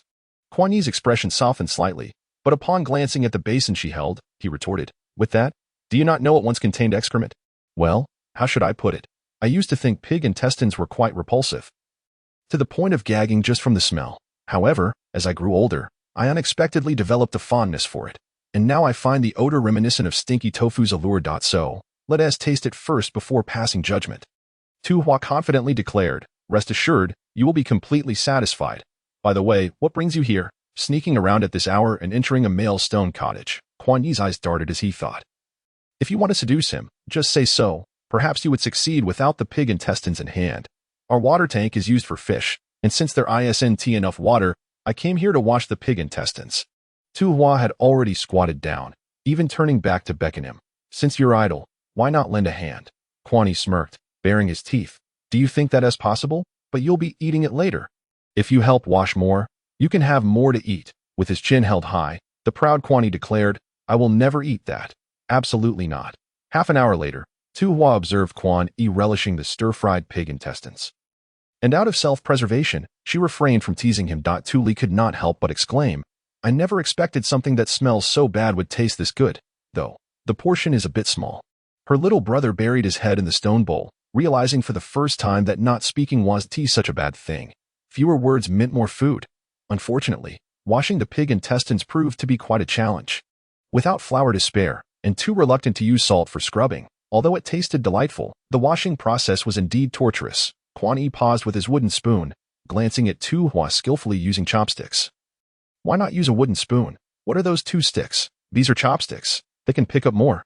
With that, Tu Hua scooped a generous portion of fatty intestines into her bowl. I worked hard to wash these, so I'll eat more. The next morning, Tu Hua nestled under her warm animal skin blanket, rolling around like a little caterpillar. She was reluctant to rise, especially from such a chilly bed in the cold season. Tu Li had already gone to reinforce the stone wall early in the morning, while young Tu Chiu, despite his tender age, had busily crafted a new stone water tank and filled it from the spring halfway up the mountain. Feeling a pang of guilt, Tu Hua pushed herself to get out of bed, her soul seeming to linger on the grassy mattress while her body barely managed to rise. She prepared to wash her face. She spotted a large basin of pristine white pig intestines beside the wash basin, instantly waking her up. This was delivered first thing by Quan Yi, who then went with father to the stone masonry team. Tu Chiu explained, recalling the amusing scene from last night and Quan Yi's confident proclamation of never. Tu Hua burst into laughter, clutching her stomach as she doubled over with mirth. The charmingly wicked antagonist was, at heart, merely a glutton easily swayed by food. Ha! How amusing! Unfazed by the laughter, Tu Chiu gazed at his silly elder sister with a cold expression. Sigh. It seemed she had her daily dose of madness. He would have to try to get used to it. On the western side of the tribe, the walls had been reinforced to 5 meters high, yet the stone masons continued to haul stones, striving to make their home even safer and sturdier. Changjia cast a curious glance at Bao Wu. Hey, what is wrong with you? You've been distracted all day, staring into the tribe. Who are you looking at? Which female? Bao Wu's eyes widened in surprise. How did you know it was a female? Changjia smirked but remained silent. After a while, he paused in mixing the clay. You're not waiting for Hu Meier, are you? Have you developed feelings? Impossible. Bao Wu quickly denied. Changjia nodded in relief. That's good. Stay away from Hu Meier. Once you get involved with her, it's hard to break free. She may say she won't linger, but once you have a female you fancy, she'll be the first to meddle and ruin your bond. But weren't you with Hu Meier last night? Bao Wu hastily covered his mouth. Changjia chuckled lightly. I mentioned last night that Hu Meier and I were mating in that drafty thatched cottage, and it felt as if someone was watching me. Turns out it was you. Heh. Bao Wu sheepishly scratched his head. Although mating among beastmen was something to be shunned, secretly observing was a bit inappropriate. Changjia looked up at the rare clear sky during the cold season, a hint of self-mockery flashing in his naturally gloomy eyes. Regardless, I'm already stuck in the mud. It's merely a release of physiological needs. You, on the other hand, are different. The leopard tribe beastmen are born warriors. Unlike me, a toad beastman who has lived in mud since birth, ugly and exuding a toxin that instills fear in females. That is how my life has been. Chapter 14. Too outstanding too. Tu Huahua. Bao Wu, who had been conversing with Changjia, suddenly stood up, his body stiffening with a mix of nervousness and fear that oh no, Tu Huahua has indeed caught up with him. He had thought she was upset yesterday and had taken a moment to feel guilty for her. But now it was clear she had not given up on pursuing him. Alas, being too outstanding as a beastman was also a burden. Bao Wu approached with a conflicted expression. Tu Huahua, I've told you before. I intend to bond with the most outstanding female. You should just give up. Tu Hua, who merely intended to deliver lunch, looked utterly bewildered. Is there no one to manage this delusional, overly ambitious individual? Changjia paused in his work, leaning against the stone wall, a bemused expression gracing his face as he observed the unfolding scene. Why did you bring something with you? Even if you offer me food, I shall not accept it. Take it back. Tu Hua raised her hand to signal him to be silent, taking a deep breath. That I have told you I am not interested in you. Do you absolutely refuse to believe that? Bao Wu pursed his lips, stating the obvious. Well, it is the truth. The little female is quite evasive. Run quickly. Huh? Bao Wu blinked his golden eyes. That aren't you going to run? Be careful, or I might just pursue you right now. Tu Hua narrowed her sparkling fox eyes, a sly smile playing on her lips. Bao Wu, realizing the situation, immediately turned to flee, even transforming into his beast form in his haste, his 4 leopard paws slipping in the air due to the rapid movement. It was as if a great beast was at his heels, as he darted behind Quan Yi, peeking out with his round leopard ears, watching Tu Hua warily. Perfectly resolved, Tu Hua chuckled, glancing at Quan Yi, who wore a similarly amused expression, and pointed to the lunchbox in her hand. I am looking for my father. Quan Yi smiled and gestured for her to do as she pleased. The food was wrapped in thick beast skins. Still warm. Tu Hua handed one portion to Tu Li, intending to find Quan Yi. To her surprise, Quan Yi had already approached within 3 meters, engrossed in his task, seemingly indifferent to the food package. Tu Hua silently rolled her eyes, bringing the meal in front of him. Here, Quan Yi straightened, a puzzled smile in his eyes. The surrounding male beastmen turned to look. Tu Hua, just pretend. Tu Hua took a deep breath, donning a flattering smile. Since arriving at this wandering beast tribe under your management, I am deeply grateful for your care. This is a small token of my appreciation. Quan Yi's gentle laughter rang out like a mountain spring striking stone, exceedingly pleasant to the ears. He always maintained this gentle demeanor in public, and honestly, Tu Hua worried he might one day fracture under the pressure. Taking care of the tribe is my duty as the chieftain. Quan Yi still declined, looking troubled. Isn't this inappropriate? Tu Hua directly shoved the food package into his arms, whispering through gritted teeth. That's enough. Are you still acting? Quan Yi, however, prudently refrained from pressing further as soon as Tu Hua walked away. Several onlooking males eagerly converged. Chieftain, is Tu Hua pursuing you? I heard Tu Hua is a wicked female, but she seems fine. Is she truly as malicious as rumored? Chieftain, open it, and see what Tu Hua prepared for you. Quan Yi merely smiled and nodded, offering no responses, yet his demeanor seemed to answer everything. But it's about time for a break. Everyone, go collect your meat and bone soup. Quan Yi dismissed the gossiping males, and then took the food to find Tu Li. The 2 beasts found a sheltered spot and began to enjoy their delicious lunch. Not far away, the foolish leopard, still hiding behind Quan Yi, resumed his beastman form, rising with a hint of dejection. Females are indeed fickle. One moment they say they will cling to you, the next they run off to pursue other males. The rainy season changes faster than this. Let us go. Time to grab some hot soup. Quan Yi nudged Bao Wu's shoulder. You didn't really think Tu Hua wanted to pursue you, did you? Bao Wu's eyes widened. She just said it herself, warning me to be careful of her clinging to me. Quan Yi chuckled. All right, if that thought makes you happy. What's so funny? I have no interest in Tu Hua. I merely find this wicked female rather unpleasant. Those ordinary females do not appeal to you. Your heart is set on finding a female from the city of beasts. Quan Yi nodded dismissively. By the way, it's not easy to reside in the city of beasts. How many crystal cores have you saved?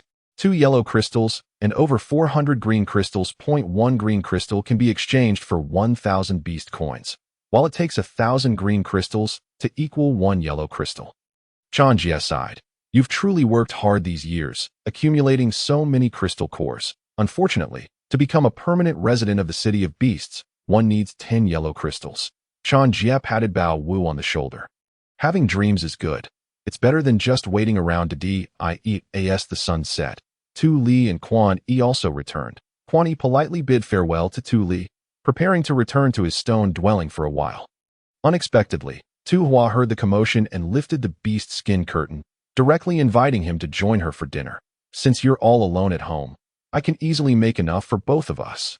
Quan Yi, realizing this was the first time he noticed how accommodating she could be, found himself entangled in a series of refusals until Tu Hua and Tu Li persuaded him to reluctantly agree to join. This dogman is so particular. Tu Hua had prepared braised pig trotters, simmering them all afternoon. The trotters were tender, with the broth rich in collagen. Quan Yi was thoroughly satisfied with the meal that he couldn't help but admire Tu Hua's culinary skills. It seemed she could transform any ingredient into a delicacy of the beast world. Are you full? Quan Yi nodded, pondering how to mooch off the next meal, only to find Tu Hua's mischievous fox eyes fixed on him. It has been proven, not one meal from Tu Hua is free. Under the moonlight, a massive white dog carried a female, tightly wrapped in beast skins, racing through the wandering beast tribe against the biting wind. The mane on its chest danced in the breeze. Quan Yi chuckled, initially perplexed by Tu Hua's sudden compliance that in the past, she had always cowered under his threats, and even when she acted ingratiatingly. Her reluctance was evident. It turned out she had been waiting here, intending to utilize him as free labor. Chapter 15. A dark and windy night. Tu Hua reflected on the past, when the dogman first heard her request for assistance in moving sugarcane. The look in his eyes suggested he would devour her whole. Yet, once he learned the sugarcane was edible, his enthusiasm surpassed hers. Tu Hua fiercely tugged at the white fur beneath her, realizing the villainous nature of her companion was that of a glutton. The white dog halted, and Tu Hua peeked out from the beast's skin, spotting a cluster of long purple-red stalks, each towering 3 meters high. "Yes, this is the place," she exclaimed excitedly, patting the dog's back to signal him to let her down. Quan Yi immediately transformed back into his beastman form and stepped away without a word. Tu Hua felt a sudden emptiness beneath her, landing squarely in the snow with a thud. Ouch, she rubbed her sore bottom, grimacing as she stood up. Thankfully, the snow cushioned her fall. Otherwise, given Quan Yi's height and beast form, she could have ended up severely injured. That dogman did that on purpose, she thought. Can this be eaten? Quan Yi had already approached, effortlessly uprooting a stalk of sugarcane. Tu Hua rolled her eyes, limping closer while pulling out her bone knife to chop off a section. Fortunately, the sugarcane was still white and unblemished, albeit frozen. She handed the bone knife to Quan Yi, tilting her chin to direct him. Cut the sugarcane down to this height and bring it back. You really are something. Quan Yi shot her a disdainful glance, filled with implied threats. If the sugarcane turns out to be unpalatable, you'll be in trouble. Quan Yi did not take Tu Hua's knife, but instead manifested long beastly claws, slicing through the sugarcane with precision. Soon, a large patch of sugarcane lay on the ground. Tu Hua estimated there were around 50 or 60 stalks. Any more, and Quan Yi might struggle to carry them. That I should have brought your father and Tu Chao along. Quan Yi clearly was dissatisfied with leaving such a potential feast behind. Tu Hua began bundling the sugarcane, immediately countering. That won't do. My father has been busy with the stone masonry team all day. He must be exhausted. Isn't he as well? And what about Tu Chao? Surely he can come. More than that isn't feasible. 10 or so stalks can surely be carried back. What are you saying? My little brother is still growing. Working too hard at night will hinder his growth. So, all the males in your family are precious, while he has to endure. Quan Yi chuckled in disbelief, squatting in front of Tu Hua, his ice-blue eyes shimmering with a bluish-green glow under the moonlight. Tu Hua, still busy tying the ropes, paused, lifting her neck to meet his gaze. Heh, flattering smile. Is it too late now? Tu Hua, I've noticed you seem bolder lately. Not afraid of me at all. Quan Yi leaned in closer, pressing forward. Tu Hua tilted her head back, inadvertently glancing at the moon above. On this dark and windy night, when one could commit murder and arson. Tu Hua swallowed hard. Following her gaze, Quan Yi looked up, a soft laugh escaping him, and Tu Hua could see his Adam's apple moving, just like that night under the moonlight. The crescent moon was partially obscured by clouds. Which night are you referring to? Tu Hua's scalp tingled with an electric sensation. Yes, the night when Quan Yi and Tu Huahua first met was under the moonlit sky, a night steeped in unpleasant memories. A harbinger of doom. This moonlight, while not the most beautiful, held a peculiar charm that I adored. Quan Yi lowered his head, cloaked in shadows, skillfully evading detection by other beastmen. That he moved closer, their noses nearly touching. A radiant smile gracing his lips. Tu Huahua, he mused. If a pack of wild wolves were to suddenly appear and devour you, and I rushed in to save you, getting injured in the process yet still failing, do you think your father would believe it? Had he already crafted a cause for her demise? Tu Hua glanced around, abruptly shoving Quan Yi's encroaching chest aside and sprinting in a determined direction. Quan Yi, unfazed, leisurely followed in her wake. Tu Hua's target was a crooked tree, and perhaps spurred by fear, she swiftly climbed to a considerable height. Oh, Quan Yi was astonished, praising her physical prowess. Not bad. Keep climbing. Higher, Tu Hua retorted. Ugh, you dogman. She clung to the tree trunk, gritting her teeth as she felt her strength waning. A glance downward revealed she was a good 2.5 meters above the ground. At this height, Quan Yi could easily reach her feet. Beneath the tree, Quan Yi crossed his arms, chuckling at Tu Hua's turtle-like ascent. Tu Huahua, come down. The bold woman would not yield easily. No sooner had he spoken than Tu Hua could no longer hold on and tumbled down from the tree. Quan Yi, initially expecting her to last longer, was momentarily caught off guard and instinctively opened his arms to catch her. As the wind stilled and the clouds parted, Tu Hua landed squarely on Quan Yi. Their lips meeting fully, their gazes locking. Flustered, Tu Hua scrambled off him, stumbling and inadvertently leaving a long scratch on his chest with her fingers. Every cell in Tu Hua's body struggled to comprehend the current predicament. It was no longer a matter of life or death, but rather how she might perish. Please let this be dignified. Quan Yi turned his back, his tall figure appearing somewhat aggrieved under the dark moonlight. After a long pause, he transformed into his beast form, grasped a bundle of sugarcane, and tossed it onto his back. Glancing back, his icy blue beastly eyes reflected her silhouette. Tu Hua climbed onto his back in silence. Wishing that no one would speak of this incident, as if it had never happened, they returned home in silence. The thatched cottage was warm, and Tu Hua quickly gathered her composure, peeling the sugar cane. She took the first bite. Wow, it was deliciously sweet, sweeter than any sugar cane she had tasted in the modern world. Its sugar content was undoubtedly high. Seeing this, Tu Li, Tu Qiao, and Quan Yi followed suit. Peeling their own pieces of sugar cane, Quan Yi, believing he had toiled the hardest that day, naturally indulged more. He chewed. This is indeed quite good. It wasn't the same delectable taste as meat, but it held a novel flavor. Yet, as Quan Yi swallowed, he found it difficult to go down. Spitting it out, he exclaimed, "Ugh, I need to get rid of this." Tu Hua patiently instructed her younger siblings, like this, take a few bites to suck out the juice. And you can spit out the remnants. Tu Li and Tu Qiao nodded in understanding, while Quan Yi, who had already swallowed some, pondered the aftermath. Chapter 16. Revenge. Noticing Quan Yi's gaze fixed upon her, Tu Hua, who had long since turned the page, blinked in confusion. You can go now. It's late. Aren't you tired? We all need to sleep. You really are something, using me and then discarding me. Quan Yi gritted his teeth. But with Tu Li present, he refrained from exploding. He shot Tu Hua an intense look before bidding Tu Li farewell and returning to his own dwelling. Inside the stone house, the dying embers of the fire flickered weakly, and Quan Yi chose not to add more wood. Unlike the lively thatched cottage next door, this place felt desolate. Lying on the grass bed with his arms beneath his head, Quan Yi gazed at the stone ceiling. Recalling the crescent moon partially obscured by clouds, the sight of someone's turtle-like posture on the crooked tree, and the soft sensation of their lips, his fingers brushed against his lips, realizing a smile had crept onto his face. Had he actually been smiling, without a hint of reservation? Startled, Quan Yi shot upright, a frown deepening on his brow. Was he truly being bewitched by that female?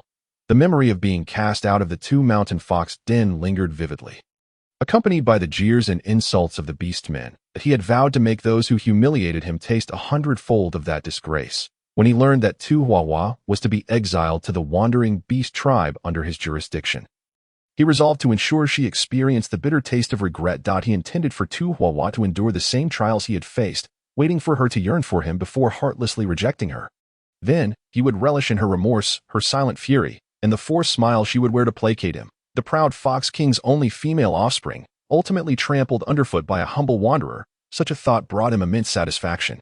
Indeed, he harbored no affection for that female, and would not come to like her. Everything was proceeding according to plan, that he despised her.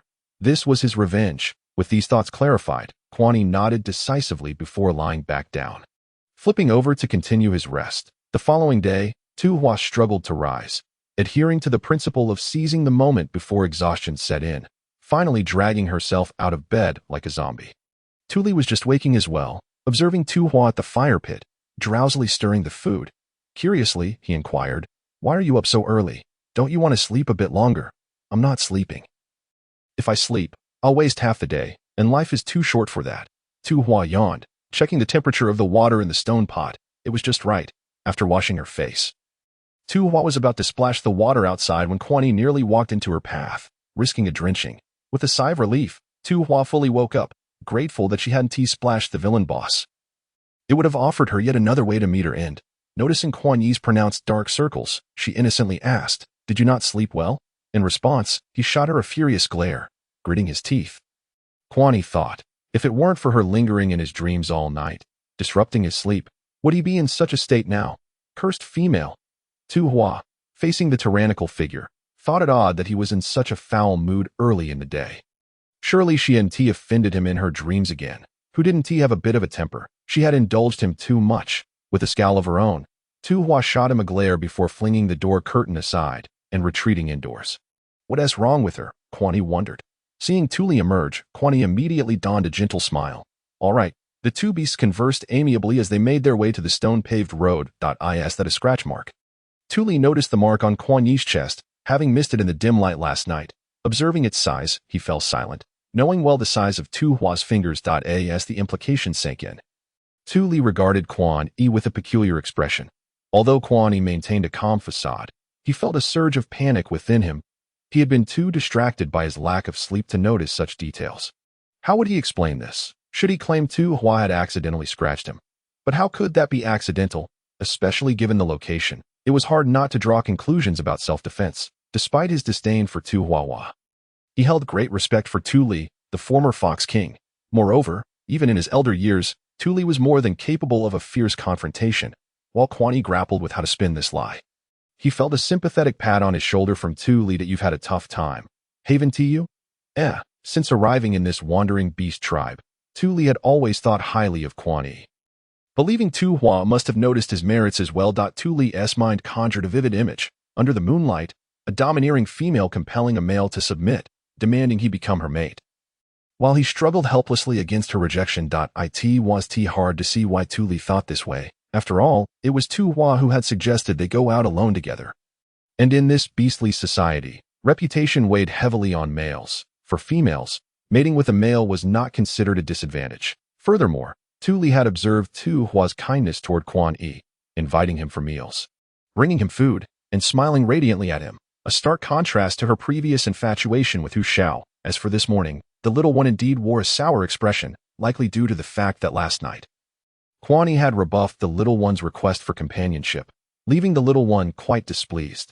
The more she pondered, the more convinced she became of her assumption, and her gaze towards Quan Yi grew increasingly sympathetic. Quan Yi, I suddenly don't understand it. Tu Li comfortingly patted his shoulder, reassuring him. Do not worry. I am not the kind of beast man who forces others to accept the affections of my little one. The matter of companionship is of great importance among beast men. If either party is unwilling, coercion benefits no one. In truth, Tu Li had long been troubled by her little one's disposition, overbearing and stubborn. She scorned mediocre males while simultaneously rejecting those who excelled.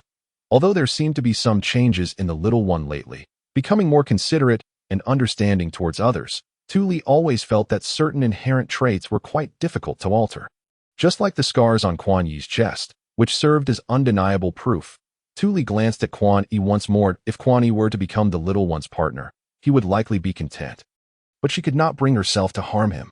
Tu Li patted Quan Yi's shoulder again, her expression filled with melancholy as she departed. Chapter 17. Beware of being choked. Tu Hua and Tu Chiao busied themselves for the entire morning, finally peeling and juicing the pile of sugarcane. The sugarcane juice was continuously simmered and stirred in the stone pot until it condensed into a thick syrup.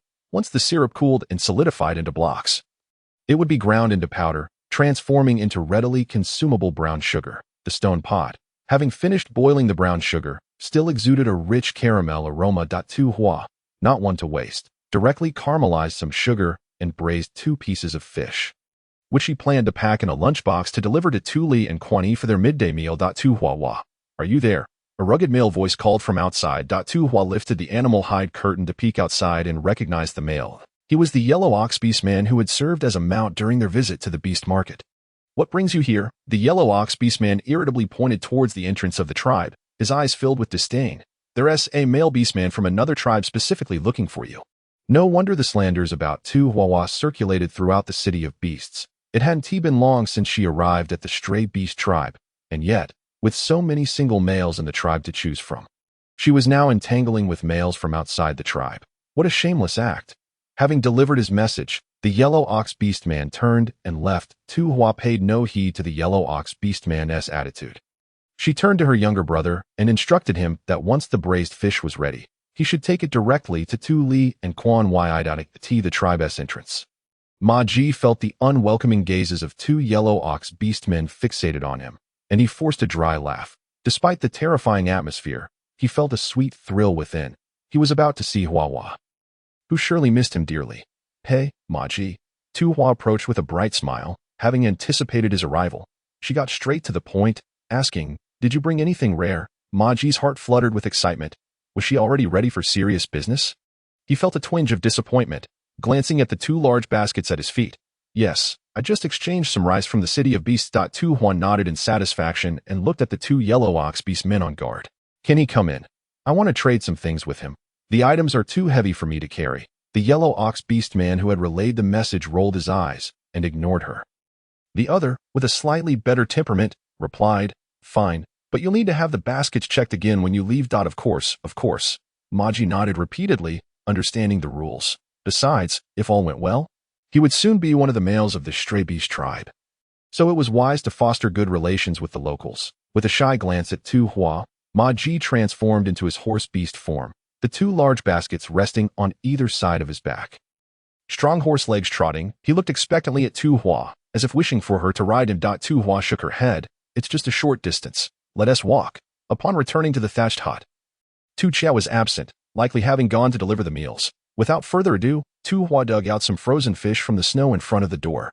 Over the past few days, she and Tu Chiao had taken the opportunity to fish by the river, and now, aside from the live fish in the water tank inside, they had over 40 frozen fish. Mag stared in astonishment at the sheer quantity, beginning to wonder how the little female managed to catch so many. The river water was freezing during the cold season, and females typically feared the chill, making it impossible for her to have personally gone into the water to fish. Could it be that there were other males beside her who were unbothered by the cold? Unable to contain his curiosity, Ma Ji peeked into the thatched hut, but saw nothing of note. Strangely, he felt a chill on his neck. Accidentally turning around, he met Quan Yi's piercing gaze, nearly startling him into a nay. "Who are you?" Quan Yi lifted his eyelids, displeased, casting a glance at Tu Hua before his gaze settled on Ma Ji. "You're not as tall as me, nor as robust, and certainly not as good-looking." A hint of a smile finally appeared on Quan Yi's face. "I am the tribe leader. I heard from the guards that an outsider had entered, so I came to take a look." Mag let out a sigh of relief. He had thought that Quan Yi was the little female's partner after seeing his earlier expression. "Why have you returned now?" "Tu Chiao took your lunch. Didn't you run into him?" Tu Hua, meanwhile, carried over 2 large frozen fish, counting them, 44 in total. Quan Yi squinted, observing Tu Hua's demeanor, and noticed she didn't exhibit the bashfulness he had anticipated when interacting with Ma Ji. Unbeknownst to himself, he felt a sense of relief. "No, I returned early upon hearing from the guards that an outsider had come in." Tu Hua had already begun rummaging through Ma Ji's large baskets for what she desired. Pausing momentarily to glance curiously at Quan Yi, why had this fellow suddenly become so gentle in his speech? Must be a trick of the light. Shaking her head, she resumed her selection, unbeknownst to her. Ma Ji had edged closer to Quan Yi, quietly inquiring, "So, how many partners does Huahua have?" In truth, he had intended to ask Tu Hua this question originally, but felt too shy. Quan Yi's previously fair complexion grew dark again. Raising an eyebrow at Ma Ji, "As of now, none."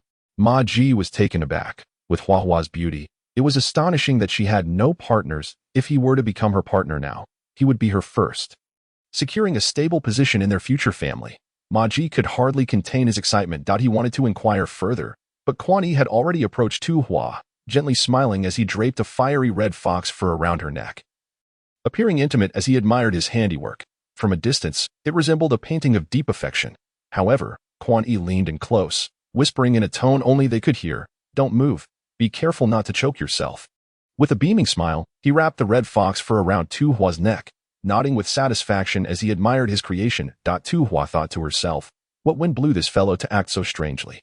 I must admit, the color of this scarf is quite well chosen. Blood would hardly show on it. After fastening the scarf, Quan Yi turned his head to look at Ma Ji with a smug expression. Ma Ji thought to himself, well, he had initially wanted to inquire who in the tribe was pursuing Huahua, but now he knew. Aware that he could not compete with his tribe leader, he chose to ignore the provocation. If he couldn't be the first partner, then he would settle for being the second. What was the big deal? Ma Ji was quite open-minded and immediately sidled up to Tu Hua to help her select popular items. I brought back 10 bags of rice from the city of beasts. All for you. These furs are both lightweight and warm. You should take some. And these necklaces, females in the city of beasts adore them. Huahua, why don't you pick a few? Tu Hua was quite pleased with the items Ma Ji had selected, though she found the necklaces somewhat uninteresting. Chapter 18. siblings facing punishment too, Hua picked up a necklace and held it up to the sunlight. Realizing it was merely a string of shells and colored stones. How much is this worth? Ma Ji thought she would like it. 200 beast coins each. If you want it, I can let you have it for 150. That expensive? Tu Hua exclaimed, recalling that the original owner had left behind a necklace, which she had unknowingly discarded somewhere obscured. I don't want these trinkets. Do you have anything edible, something useful? Ma Ji shook his head. During the cold season, aside from the hunting team occasionally catching something, the only food available is rice and tubers. But there are some mung beans, though only those desperate for food would choose them as they are quite unpalatable. Unlike rice, which can be cooked endlessly without becoming mushy. Tu Hua's eyes lit up at the mention of mung beans. Mung beans? Are you serious? Hurry, show me. Ma Ji hurriedly fished out a leather pouch from the bottom of his basket, containing about 7 or 8 pounds of plump mung beans, similar to those Tu Hua had seen in modern times, but slightly larger and tougher. How much for the mung beans? 10 beast coins a bag. If Hua wants it, you can have this one as a gift. Before Ma Ji could finish, a large hand reached out, holding 10 beast coins. Looking up, he was met with Quan Yi's face, adorned with a smug smile. Ma Ji received the items begrudgingly, exclaiming that he wasn't even afforded a chance to demonstrate his abilities. Tu Hua did not intervene. After all, it was only reasonable for him to contribute a few beast coins since Quan Yi was always mooching off her. After assessing the value of the goods that Tu Hua had exchanged, Ma Ji handed her 2 green crystal cores and transformed into his beast form, departing from the stray beast tribe with 44 frozen fish in tow. Tu Hua held one of the green crystal cores in her hand, scrutinizing its structure under the sunlight. They resembled 2 translucent, angular jade stones, lacking any remarkable features. Unable to contain her curiosity, she inquired of Quan Yi, "Can this truly enhance an orc's strength?" The green crystal is the most inferior type of dragon crystal, which allows orcs to quickly recover stamina during battle. To truly enhance one's abilities, one would require higher-grade dragon crystals, such as the yellow or orange crystals. Tu Hua blinked her large eyes and turned to look at Quan Yi, anticipating further explanation. Suddenly, he fell silent. Tu Hua waved her hand in front of his face, and he abruptly turned serious, asking, "Did you just say Tu Qiao brought me lunch?" Tu Hua replied, "Ah," and nodded uncertainly. "Just now? That was ages ago." She then noticed Quan Yi's darkened expression as he swiftly dashed towards the stone-paved team's direction. Tu Hua. After waiting for 2 days, Tu Hua's long-desired mung beans had finally sprouted. In the basin, the tiny sprouts were still short, and she estimated that in another 2 or 3 days, she would be able to enjoy a refreshing bite of mung bean sprouts. Heaven knows how intense her craving for vegetables had become. Tu Hua carefully replaced the water for the little sprouts, diligently moving them to a suitably warm location before she felt at ease to venture out, intending to meet her younger brother by the riverbank. Ever since Tu Qiao realized that the fish could be exchanged for numerous beast coins, he would eagerly head to the river to catch fish whenever he had the chance. However, he had been gone for nearly half an hour this time without any sign of his return. Feeling uneasy, Tu Hua took the initiative to search for him. Upon reaching the riverbank, she was horrified to see Tu Qiao being pinned down and beaten by a burly female. Beside her stood a half-grown male sporting black barriers, cheering her on. How could she stand by and watch? Tu Hua rushed forward, grabbing the female by her hair and pulling her off. Tu Qiao. "Who the hell is pulling my hair?" Tu Hua exclaimed. "It's your auntie." With a swift kick, she sent the female flying and quickly pressed forward, unleashing a flurry of slaps across the female's face, for every way that the female had bullied her younger brother. Tu Hua would repay the same treatment. Tu Qiao shook his slightly dizzy head, staring incredulously at Tu Hua's figure. "Mom." The half-grown male with black barriers snapped back to reality and rushed towards Tu Hua to separate them. Seeing this, Tu Qiao, ignoring his pain, immediately embraced the black bear orc, and the 2 beasts rolled aside, engaging in a chaotic tussle. Although Tu Hua initially faced no interference from the half-grown male, the situation quickly reversed, and she found herself pinned down by the burly female, who unleashed her massive fists upon her. "Damn it." Tu Hua winced, nearly shedding tears from the pain. Wasn't it said that females in the beast world were as weak as chickens? How could this female possess more strength than a male? Had she known, she would have called for backup sooner. In this predicament, Tu Qiao was being beaten on one side, while Tu Hua was suffering on the other. It had escalated from Tu Qiao being a victim to both siblings enduring the same fate. However, the 2 exhibited remarkable teamwork, despite their size disadvantage. They did their utmost to protect one another and seized every opportunity to deliver a punishing blow to their adversaries. "Quick!" Separate them, quickly. The commotion finally caught the attention of the tribe's orcs, and several males rushed to intervene. Seizing the moment while the orcs were breaking up the fight, Tu Hua aimed a punch at the female SI. Ah, the burly female howled, hopping in pain. You vicious female, do you not inquire who I, Xiong Chui Gua, am? How dare you bully me?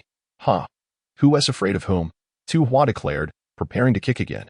Only for the intervening orcs to swiftly separate the two females. Enough brawling. The chief is coming. The crowd of onlookers parted to make way as Quan Yi approached with a stormy expression. His gaze immediately fell upon Tu Hua, whose mouth was bruised and even oozing blood. A surge of fury coursed through him as he glared at Xiong Chui Gua. Who allowed you to strike her? The latter part of his sentence was swallowed back down as he took in Xiong Chui Gua's battered state. One of her eyes swollen shut, looking far worse than Tu Hua. What happened? Quan Yi reined in his anger and adopted an authoritative tone. Tu Hua caught her breath before responding. I just arrived at the riverbank when I saw that female. Xiong Chui Gua, beating Tu Chiao. What kind of beast would attack a 7-year-old male? Who was the shameless one? Xiong Chui Gua retorted, hands on her hips. That little brat stole the fish from my son. Xiong Tai. He deserves a beating. Chapter 19. ISNT family supposed to be like this. Stole fish? Tu Hua squinted, glancing at the obviously guilty Xiong Tai, who was attempting to slip away. She would not let him escape. Xiong Tai. Tell them, did Tu Chiao steal your fish? Xiong Tai, trying to sneak away, was abruptly caught by his mother, who dragged him before the assembly. Xiong Tai? Tell them, Xiong Tai stammered. That little brat is so scrawny. How could he possibly catch any fish? He must have seen my Xiong Tai catch one and tried to steal it. Xiong Chui Gua shoved Xiong Tai, exclaiming, Speak up. Xiong Tai's eyes darted nervously. And upon meeting Quan Yi's stern gaze, he shivered and mumbled, WL, not exactly, did you hear that? Xiong Chui Gua exclaimed triumphantly, only to realize something and stare incredulously at her own cub. But you just said differently. Damn it, you little brat. WL, it's because Tu Chiao used some strange object and threw it into the river, catching a lot of fish. I wanted to eat fish too. So I thought about stealing. Oh no, borrowing it. Upon hearing this, the gathered orcs shifted their gazes to the fishing net in Tu Chiao's hands. Surely that's the thing. One orc murmured, with it. We could catch many fish. Some were skeptical, but others began to murmur among themselves. No wonder Tu Hua was able to exchange so many fish for rice with the outsiders the other day. It turns out it was thanks to that, exactly. I saw that too. If only we had that, we wouldn't have to starve during the cold season. The whispers among the orcs reached Quan Yi's ears. And he cast a concerned glance at Tu Hua, furrowing his brows as he decided to first resolve the immediate matter. With an air of authority, Quan Yi turned to Xiong Chui Gua and Xiong Tai. You both will remain at home this cold season. You are not permitted to emerge. Xiong Chui Gua protested. Survival of the fittest. The strong take precedence. If Tu Chiao cannot defeat my Xiong Tai, it is his own incompetence. Why should we be punished? Is that so? Quan Yi's icy blue eyes narrowed dangerously, devoid of their usual gentleness. If I am stronger than Xiong Tai, does that mean I can kill him without consequence? His gaze swept over the crowd of beasts. I in my territory. We abide by my rules. Anyone who wishes to leave may do so at any time. At his words, the gathered beasts instinctively shrank back. And Xiong Chui Gua, realizing the gravity of the situation, fell silent and obediently took Xiong Tai home for confinement. As the crowd dispersed, Tu Hua held Tu Chiao's hand and began to walk home slowly, with Quan Yi trailing behind, maintaining a respectful distance. Deep in thought, Tu Hua suddenly heard an unrestrained sob, abruptly halting in her tracks. She squatted in front of Tu Chiao, meeting his tear-filled gaze. Does it hurt much? Just hang in there. When we get home, I'll tend to your wounds, and it won't hurt anymore. Tu Chiao shook his head, his eyes filled with guilt as tears rolled down his cheeks. Don't cry, don't cry, it's not that bad. Tu Hua quickly reassured him. ISNT that what family is for. We share in the joys and endure the hardships together. She patted Tu Chiao's small shoulder, reminding him, but remember that next time, fish ISNT important, and neither is the fishing net. When faced with danger, all of these can be discarded. There are countless ways to make up for it afterward. Do not let yourself suffer, because you are the most important. At this, Tu Chiao's tears flowed even more freely, and he began to cry silently. Tu Hua thought to herself, clearly, I am not adept at comforting little ones.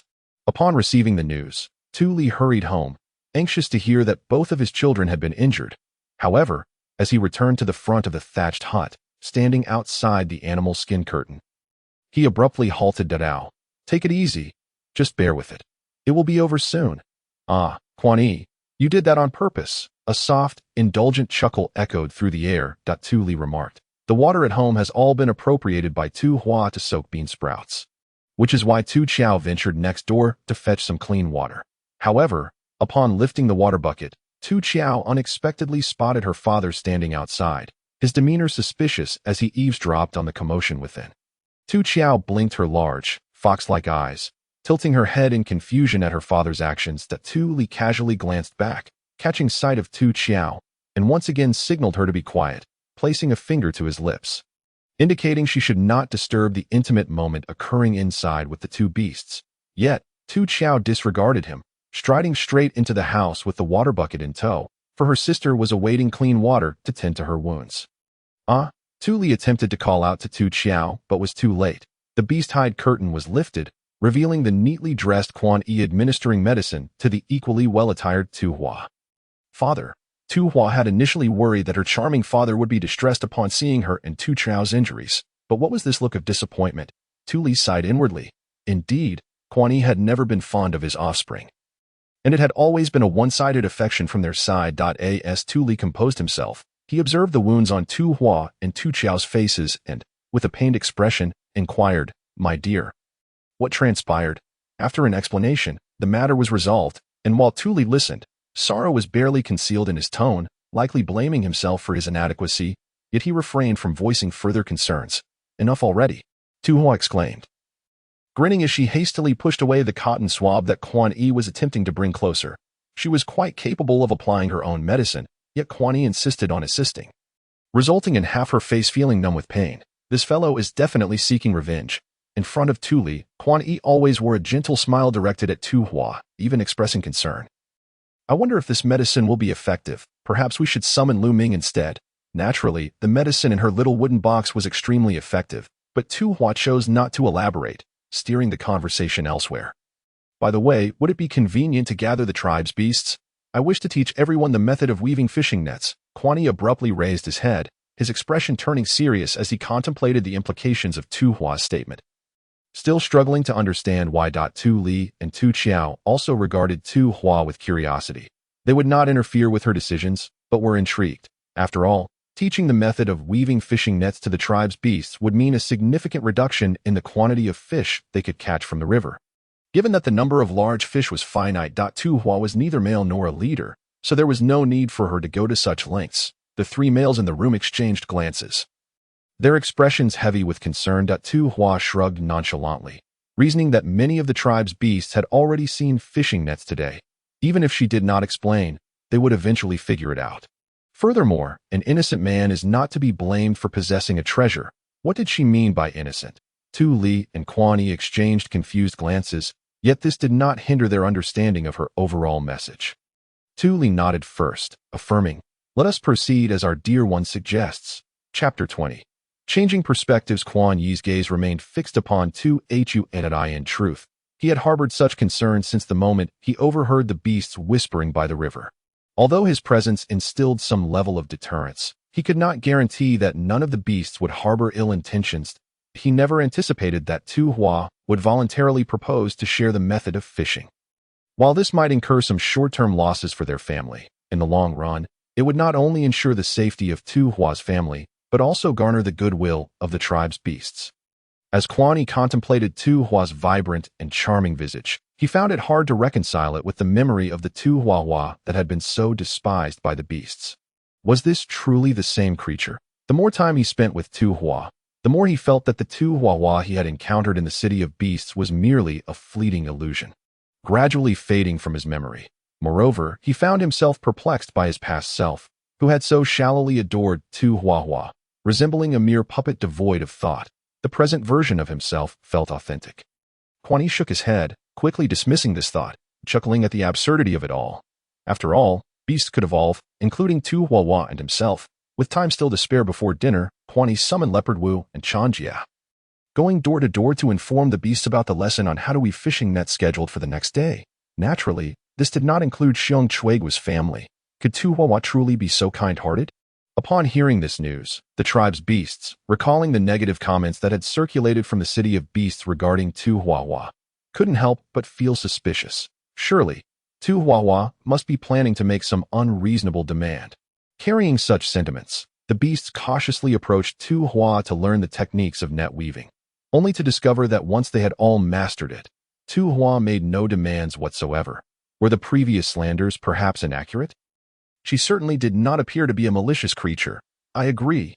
Did not the old priest say that rumors should not be fully trusted? Indeed.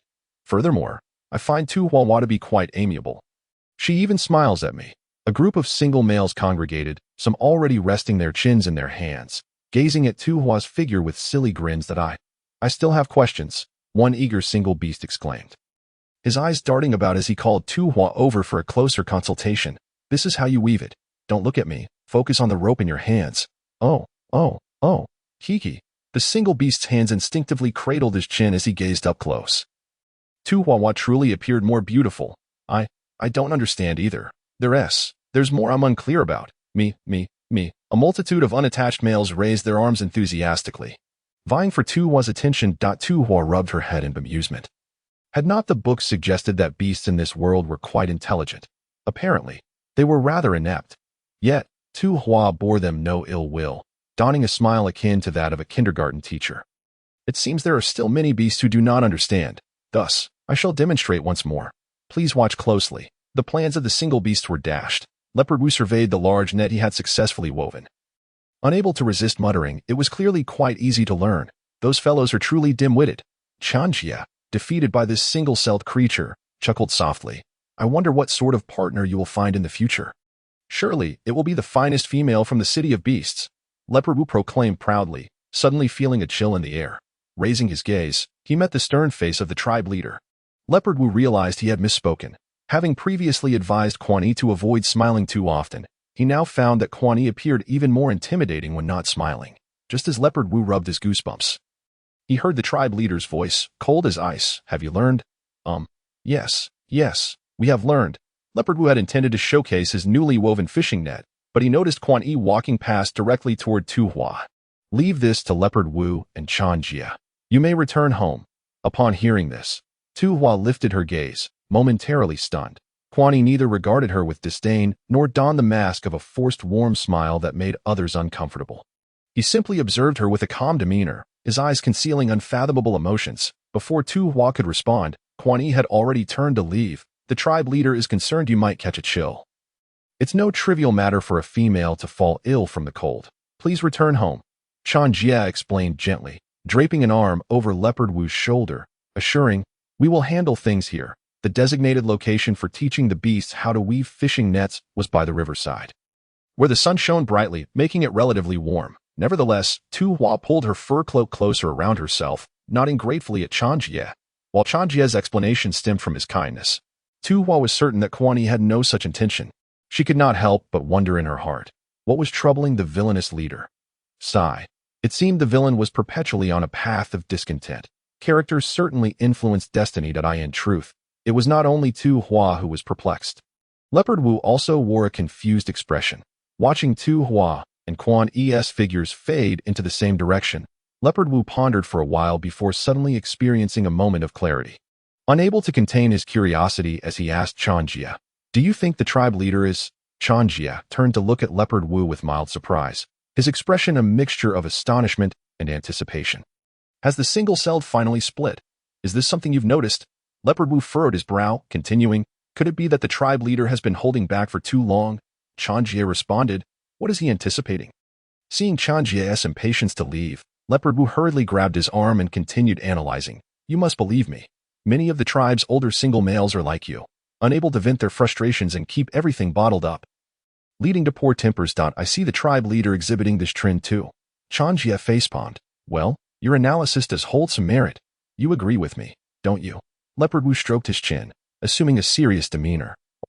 Do you think we should arrange a female for the tribe leader to prevent him from bottling things up any further? How about Hu Mei'er? You must be joking. Chanjia felt foolish for even entertaining Leopard Wu's words. Is it because you have mated with Hu Mei'er that you are reluctant to see her with the tribe leader? Leopard Wu fixed him with a knowing look. Chanjia pushed Leopard Wu's head away, letting out a long sigh. I, for one, do not require your concern, and neither does the tribe leader. The chieftain has already chosen a mate.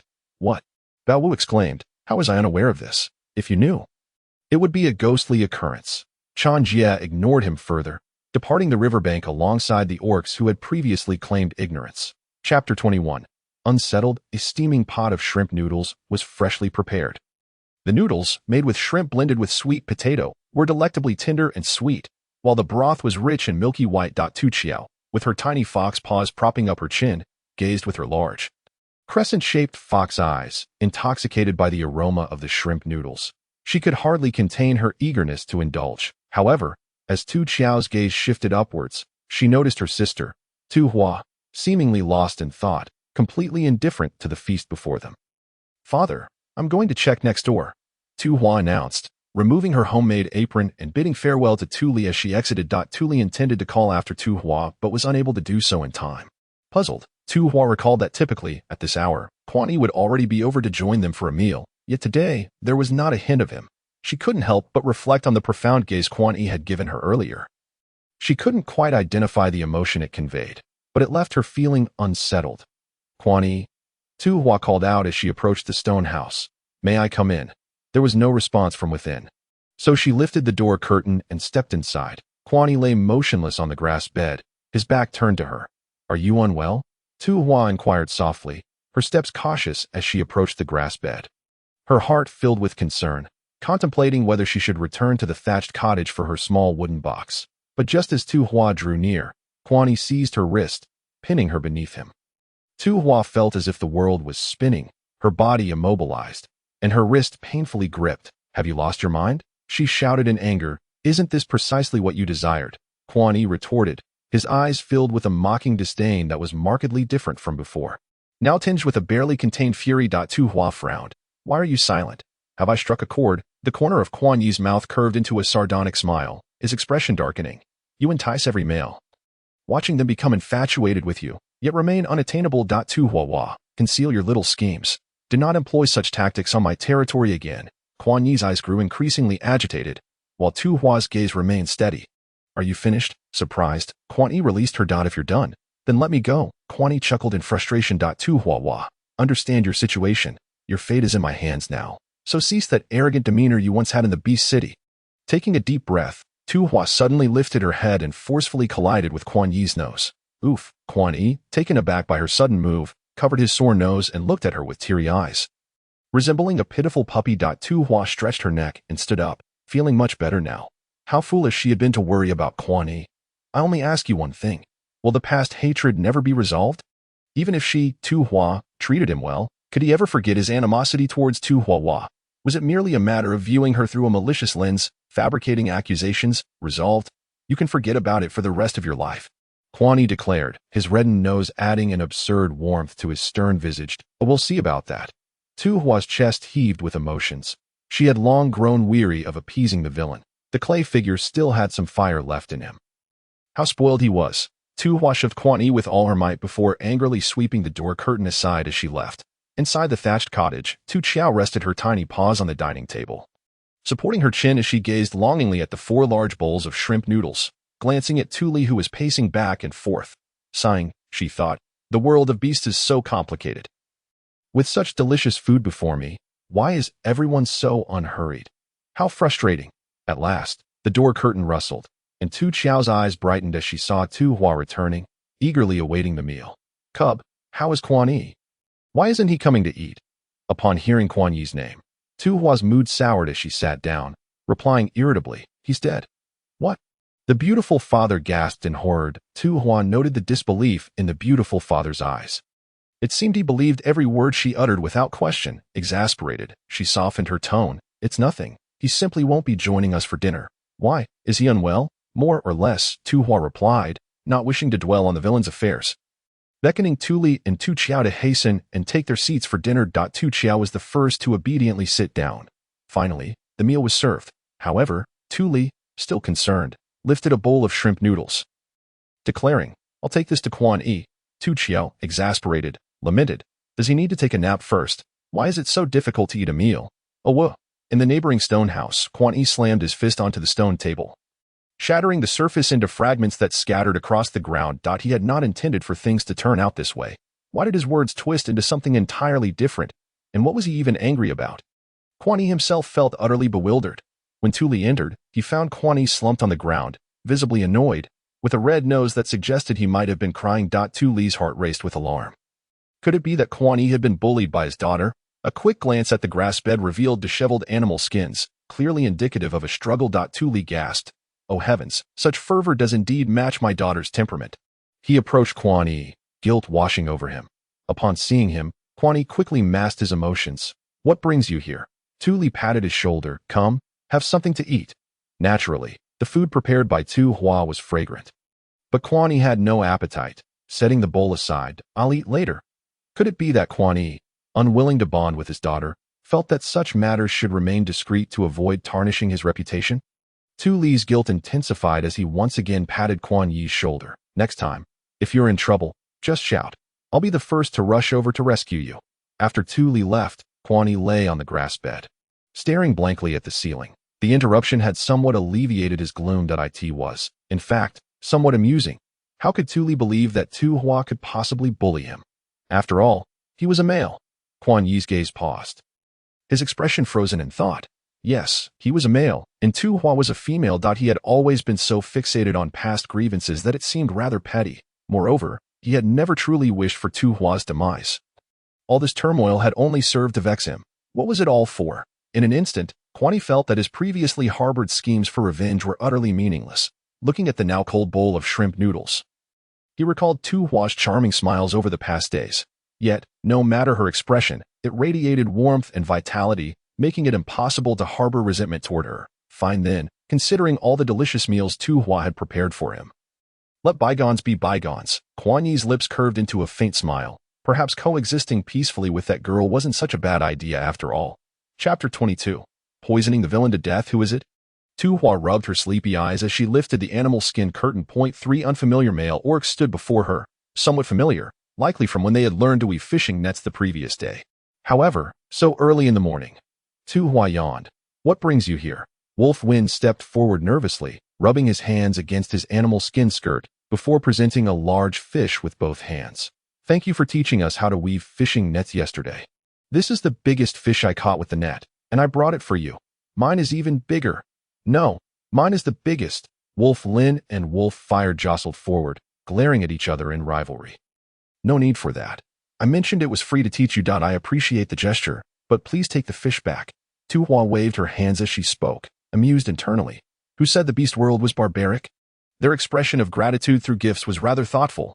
Hey, the little female is smiling. The little female smiled at me. She has feelings for me. Nonsense. She was clearly smiling at me. The 3 wolf brothers, Wolf Wind, Wolf Lin, and Wolf Fire, whispered loudly amongst themselves. Tu Hua's smile faltered, feeling awkward. Was her smile inappropriate, as she wrestled with her feelings of laughter and restraint? The 3 wolf brothers simultaneously thrust the fish into her hands, leaving her no room for refusal. Tu Hua attempted to return it, but the 3 wolf males retreated in unison, running off a considerable distance. Having apparently remembered something, they dashed back clumsily. Ahem. Wolf Wind cleared his throat, glancing at Wolf Lin and Wolf Fire beside him, before all 3 proclaimed in unison, Little female, we 3 brothers have decided to pursue you. With that, they didn't wait for her response and, with flushed faces, dashed away completely. After a moment, Tu Hua finally processed what had just happened. Had she just been confessed to by, oh no, by beasts? Tu Hua couldn't help but shake her head and chuckle softly. As the sun rose, the golden rays mingled with the frost and snow in the forest, merging seamlessly with the playful antics of the 3 wolf brothers. It was pure, genuine, and beautiful, evoking in Tu Hua a nostalgic sense of returning to her school days. After admiring the breathtaking sunrise for a while longer and taking a deep breath of the crisp morning air, she was about to turn back toward the house when, suddenly, she froze. Unbeknownst to her, Quan Yi had also emerged. Though he stood just outside his own dwelling, his gaze was fixated intently on her, scrutinizing her face before descending to the 3 large fish she held in her hands. His eyes narrowing slightly, with arms crossed lazily against the stone wall of his house, Quan Yi's lips curled into a familiar yet unsettling smile directed at Tu Hua. Even now, his smile grew more radiant. It's impossible to even the score. It will never be equal in this lifetime. Last night, he had been out of his mind to entertain such thoughts. Petty, he had never been one to harbor small grievances. He was known for his penchant for revenge, however slight the offense. After she had subjected him to such humiliation, did she truly think she could happily bond with another male? Dream on. Quan Yi's gaze lingered boldly and unabashedly on Tu Hua's face. His smile wicked and his eyebrows slightly raised. He had warned her from the very beginning. Her nightmares were only just beginning. Tu Hua could distinctly hear the sound of her own swallowing. How should she put it? Having already torn apart her facade with the antagonist and proclaimed her grandiose declarations, she could not afford to back down now without losing respect for herself. Tu Hua steadied her trembling legs, lifted her chin defiantly, and with a haughty twist, strode back to the house. Her steps synchronized in determination. Dying could wait until tomorrow. Quan Yi's gaze followed Tu Hua closely until she hastily retreated into her home. At which point he scoffed lightly and casually made his way toward the stone-paved area. As for those still eager to pursue Tu Hua, his fists clenched tightly at his sides, making a cracking sound. It seemed the stone-paved area was rather idle. Perhaps it was time to provide them with a proper meal. Listen up, little brother. In the open space before the thatched cottage, Tu Hua looked at Tu Qiao with a serious expression. Adopting an educational tone. If you wish to avoid being bullied by beasts, you must first possess formidable strength. With a slender stick that could not be any thinner, Tu Hua ferociously snapped it in two. Her demeanor fierce and imposing. Tu Qiao, noticing his sister's furtive glance toward the sky, quickly discarded the thin stick and cleared his throat. There's no other choice. After all, this place only respects strength. As your teacher, oh no. As your sister, I shall now impart a set of boxing techniques to you that I hope you will practice diligently so that one day you can protect your sister and allow me to walk with confidence. Tu Qiao scratched his head in confusion. Sister, why do you want to walk with confidence? Crabs walk sideways, perhaps due to some tacit understanding. Tu Hua could always decipher Tu Qiao's little expressions. She helplessly explained. I mean to protect me. Upon hearing he could protect his sister, Tu Qiao immediately puffed out his little chest and nodded earnestly. Tu Hua was quite moved, sniffing with emotion as she gazed up at the clear blue sky. Her heart shrouded in gloomy clouds. She wondered if she would ever live to see the day when her little brother could protect her. Sighing heavily, she patted Tu Qiao's shoulder. In truth, she did not think too much. She merely wanted her little brother to strengthen his frail physique, and that would suffice for her satisfaction. Come, learn from me. Tu Hua invigorated herself and began to demonstrate the long boxing techniques she had learned in college. After working up a light sweat, she turned to her little brother. Have you learned it? Tu Qiao, with his excellent memory, nodded and immediately began to mimic Tu Hua's earlier movements. Wait, why are your legs bent? Why can your arms never be straight? In this hunched posture, your punches are so weak they barely strike the air. No, no, no. Tu Hua quickly called a halt. Your movements are not standard. Tu Qiao blinked his large fox-like eyes in confusion. They're not right, but I perfectly replicated my sister's moves. Damn it, Tu Hua thought. She understood again, remembering the PE teacher who had nearly failed her. Tu Hua decided to focus on theory instead. She corrected Tu Qiao's movements through verbal instruction and then told him to practice on his own while she went back inside to brood for a bit. Tu Hua gazed at the basin of well-grown mung bean sprouts, but her earlier joy had been dashed by the wretched antagonist. Slumped over the stone table, she stared at her little wooden box, pondering ways to ensure her survival. Survival was too difficult.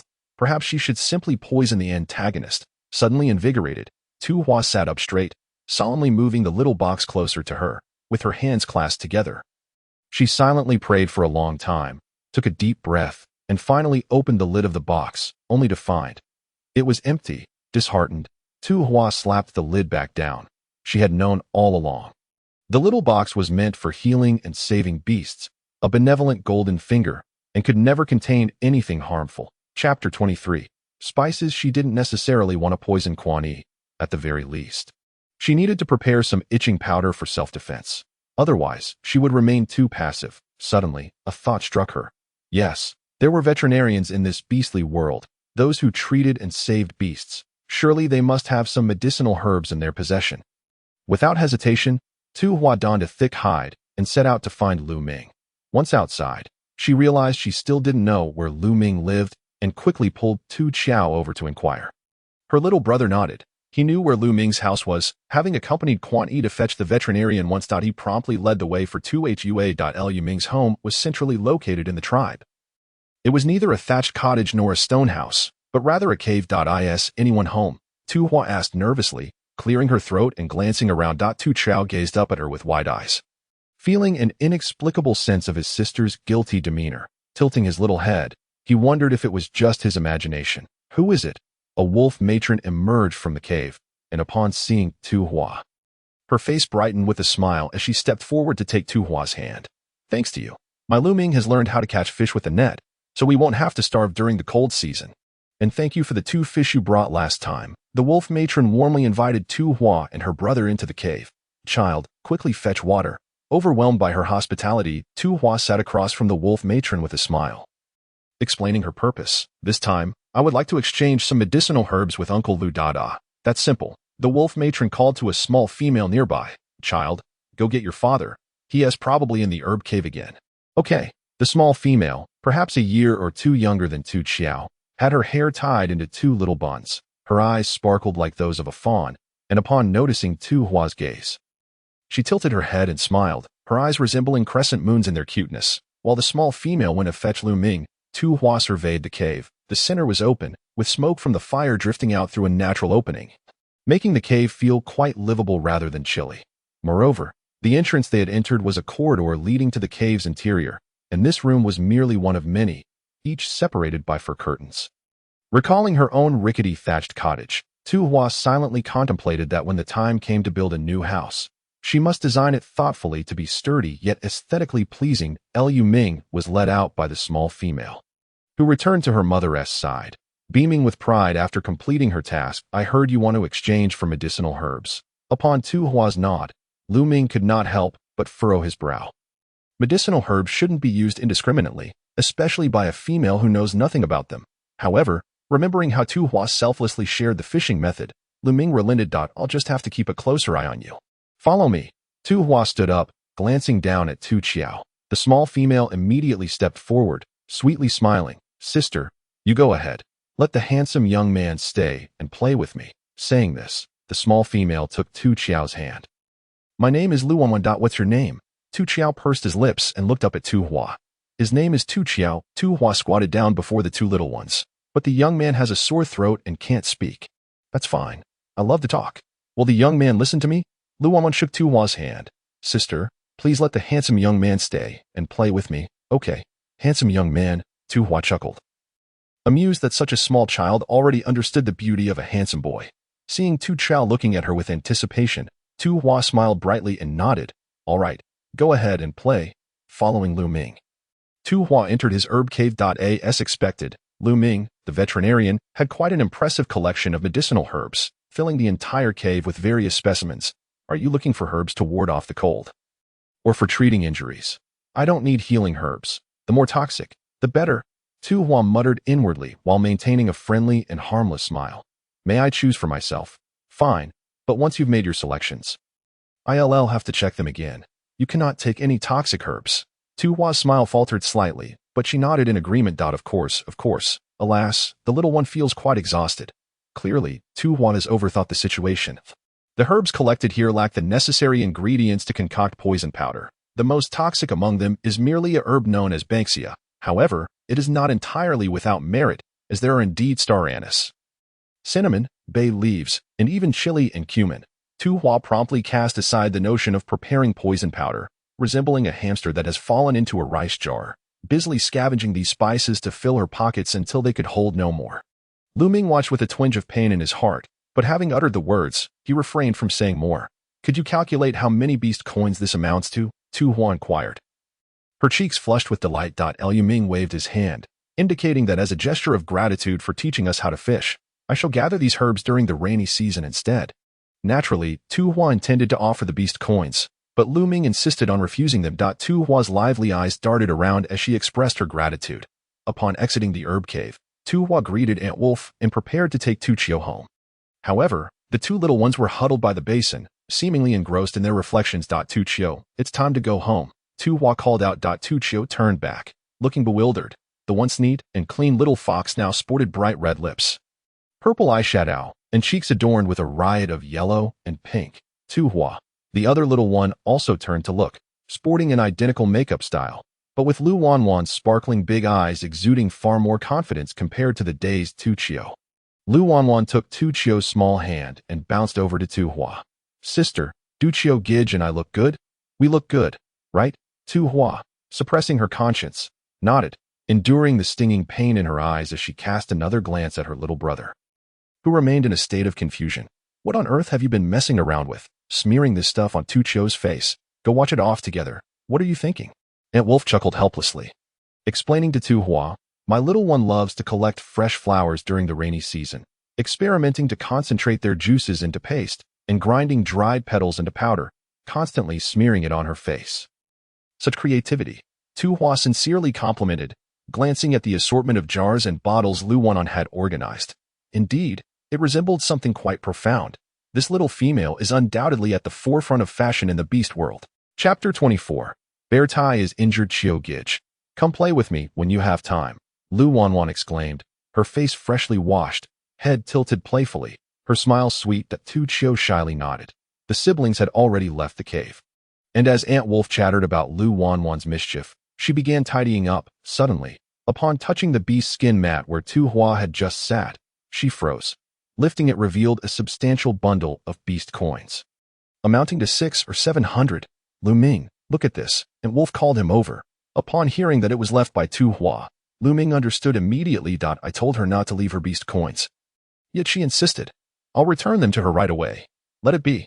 Aunt Wolf grasped Lu Ming's arm. You're as stubborn as a beast. Tu Hua's insistence on leaving the beast coins indicates she is a good female. Since we all reside in the same tribe, let's coexist harmoniously without squabbling over these coins. Aunt Wolf was efficient in her actions, while Lu Ming was slow and obstinate, their contrasting personalities complementing each other well. Indeed, Lu Wanwan interjected proudly, I made a pact with the handsome elder brother that when we grow up, he shall be my partner. What difference does it make whose things belong to whom in our families? Fighting over them is such a hassle. Aunt Wolf playfully swatted Lu Wanwan on the back of her neck. You little rascal, always speaking nonsense. Lu Wanwan stuck out her tongue in defiance. Lu Ming chuckled. All right, I'll heed your words and take good care of Tu Hua and her family from now on. On the way home, Tu Hua felt a sense of satisfaction, cradling a hefty bundle of spices. Yet, her mind couldn't help but wander to the potential threat posed by Quan Yi. Little brother, who do you think is stronger, father or Quan Yi? Tu Chio pondered deeply, raising two fingers of equal height. Tu Hua felt a bit reassured and nodded slightly. Although Quan Yi was formidable, her beautiful father was the former Fox King, and his strength should not be underestimated. Surely, her life would not be so easily forfeited at the hands of Quan Yi. Right? Suddenly, a figure rushed towards her at high speed. Tu Hua, momentarily distracted, was unable to evade in time and was knocked to the ground by a burly beast man. Ouch! Tu Hua groaned, rubbing her aching back. Who doesn't watch where they're going? Xiong Chuegua. Hadn't she been grounded? Looking around, she noticed no other beast shadows. If Xiong Chuegua had come seeking revenge, she and her little brother might not stand a chance. The wound on her lip, just healed, began to throb once more. However, it was evident that Tu Hua was overthinking. Xiong Chuegua, in her haste, had not seen ahead, failing to recognize who she had collided with, and hurriedly muttered an apology before dashing off. Tu Hua and Tu Chio exchanged glances. Veterinarian, veterinarian, Xiong Chuegua shouted as she approached. Lu Ming, please, quickly save my bear Tai. Xiong Chuegua's loud cries were quite effective, prompting Lu Ming to rush out with his medicine box. What happened? My bear Tai is in a critical condition. Xiong Chuegua burst into tears, unable to articulate her distress, then lead the way. Lu Ming, anxious, began to pace. I need to assess the situation first. Xiong Chuegua promptly regained her composure and followed Lu Ming back along the path they'd come. Bear Tai lay on an open patch, barely alive, a large gaping wound in his chest, oozing blood. The onlookers could not help but shake their heads, fearing such severe injuries would be fatal. Tu Hua and Tu Chio mingled among the crowd, having overheard the earlier conversation about Xiong Chuegua's family being grounded. However, Bear Tai had sneaked off to play and was struck by an icicle from a tree, piercing his chest. Seeing Bear Tai on the verge of losing consciousness, Tu Hua clenched her fists, preparing to step forward. The veterinarian has arrived. Clear the way. Tu Hua withdrew her foot as the crowd of beastmen hurriedly created a path. Lu Ming crouched before Bear Tai, his face paling as he assessed the sizable wound. How could this happen? Veterinarian, I implore you to save Bear Tai. I beg you. Xiong Chuegua, drenched in sweat from running in the cold season, collapsed at Lu Ming's feet, repeatedly bowing in desperation. He's my only child. He cannot meet with misfortune. If anything happens to Bear Tai, how shall I live? Lu Ming's expression grew grim. With such a wound, even an adult male beast might not survive, let alone a juvenile. He wished to apply medicine, but what could staunch the blood from such a large wound? Lu Ming helplessly shook his head. Seeing this, Xiong Chuegua could no longer contain herself, bursting into heart-wrenching sobs. Among the gathered beasts, Tu Hua could not afford to delay any longer. She placed a hand on Tu Chio's shoulder and bent down. Looking intently into his eyes, go back and fetch my small wooden box quickly. You must hurry. Tu Chio nodded and swiftly transformed. Racing toward their thatched hut, Tu Hua approached, directly applying pressure to the artery to stop the bleeding.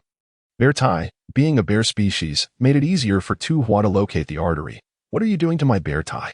Xiong Chuegua initially froze, then glared fiercely at Tu Hua. This female must be taking the opportunity to retaliate. Her child was on the brink of death, and now she sought to inflict further pain. Xiong Chuegua raised her fist, ready to strike Tu Hua. If you don't want your child to die, get lost. Tu Hua was too focused to free her hands, concentrating on Bear Tai's wound. Fortunately, Xiong Chuegua's punch halted just an inch from Tu Hua's cheek. Lu Ming, caught off guard, suddenly exclaimed in surprise. It's working. The blood flow has indeed lessened. Xiong Chuegua's eyes rekindled with hope as she staggered over to Tu Hua. Oh, you truly have a way to save my child. Without answering Xiong Chuegua, Tu Hua remained fixated on Bear Tai's injury, tilting her head towards Lu Ming. Do you have clean beast skin? Wipe away the dirt around the wound. Yes, yes. Lu Ming responded eagerly. At that moment, Tu Chio finally returned with the small wooden box. Tu Hua swiftly retrieved a needle and thread for suturing from the box. The surrounding beasts gasped collectively as they witnessed the composed Tu Hua pierce the special needle through Bear Tai's skin. A chilling silence enveloping them. It was akin to sewing beast skins. How painful must that be? Just days prior, Tu Hua and her brother had clashed with Xiong Chuegua and her cub, fueling suspicions that Tu Hua was not acting out of goodwill. Xiong Chuegua was evidently heartbroken and wished to intervene, yet upon encountering Lu Ming's shaking head, she clenched her cold palm tightly. Suppressing her urge. It was primarily Tu Hua's composed demeanor that inexplicably instilled in her a sense of trust. Indeed, she had no alternative but to believe that Tu Hua could revive her beloved cub. Chapter 25. Low-key Beastmaster. Each stitch felt as though it pierced Xiong Chuegua's heart. At long last, Tu Hua completed the final stitch, snipped the thread, and wiped the thin sheen of sweat from her brow. After kneeling for an extended period, she finally registered the numbing and itching pain in her knees. Xiong Chuegua gazed at the still unresponsive Xiong Tai, hesitating to touch him. Instead, she gently grasped his wrist. Her expression filled with trepidation as she looked towards Tu Hua. The bleeding has ceased. Does that mean my cub will not perish, right? Tears brimmed in her eyes, as if Tu Hua dared to utter otherwise. She would immediately dissolve into weeping. There should be no significant harm. The icicle had pierced Xiong Tai's chest, creating a grievous wound, yet fortunately it had not damaged any vital organs. With timely rescue and the inherently robust physique of male beasts, survival was not a major concern. Tu Hua retrieved several pills from a small wooden box and handed them to Xiong Chuegua. Carefully carry him back. If he develops a fever tonight, administer this to him. Fever. Xiong Chuegua's face bore the remnants of the bruises from her recent altercation with Tu Hua, compounded by her tear-streaked visage, rendering her a tragic yet somewhat comical sight. He feels hot to the touch, Tu Hua explained before preparing to depart. Unexpectedly, Lu Ming pursued her, his excitement palpable as he inquired, "Are you also a veterinarian?" Although Lu Ming's medical skills were modest, he was an ardent enthusiast of medicine. Gazing at Tu Hua as one might at a rare national treasure, the surrounding beast folk, having learned that Xiong Tai was out of danger, naturally shifted their attention to Tu Hua, marveling at her capabilities. It was astonishing to discover that not only could she skillfully catch fish, but she was also a healer who could save beasts, a female, truly remarkable. Tu Hua sensed the multitude of gazes upon her and instinctively tightened her grip on the small wooden box. Her face adorned with an innocent smile. "Veterinarian? What veterinarian?" "Oh, you mean earlier? I witnessed a veterinarian saving beasts when I was in the City of Beasts, and I just improvised. The medications were also brought from there." "Ah, I see." The onlookers nodded in understanding, realizing that they had never encountered a female veterinarian in this beast realm. Liu Ming, uncertain of what to believe, refrained from pressing further in front of the gathered beasts. News of Tu Hua's prowess quickly spread to the stonemasonry team. Many beast folk had already developed a favorable impression of her due to the fishing incident, and now, hearing that she had also healed Xiong Tai. A group of single males gathered in hushed discussions. Is Tu Huahua really a veterinarian? My goodness, a female can be a veterinarian. How impressive. It seems not quite. I heard Tu Huahua learned the method of stitching up wounds from the city of beasts. Akin to sewing a beast-skin skirt to stop the bleeding. That is still quite remarkable. Just days ago, she was fighting with Xiong Tsuegua, and today she can extend a helping hand without hesitation. If only I could become Tu Huahua's partner, we would surely have a litter of intelligent and kind cubs. One male gently nudged another who was speaking, motioning with his chin to the three wolf brothers laboring nearby. Did you not see how severely the clan leader dealt with Fawned, Lin, and Hua today? They surely think the same.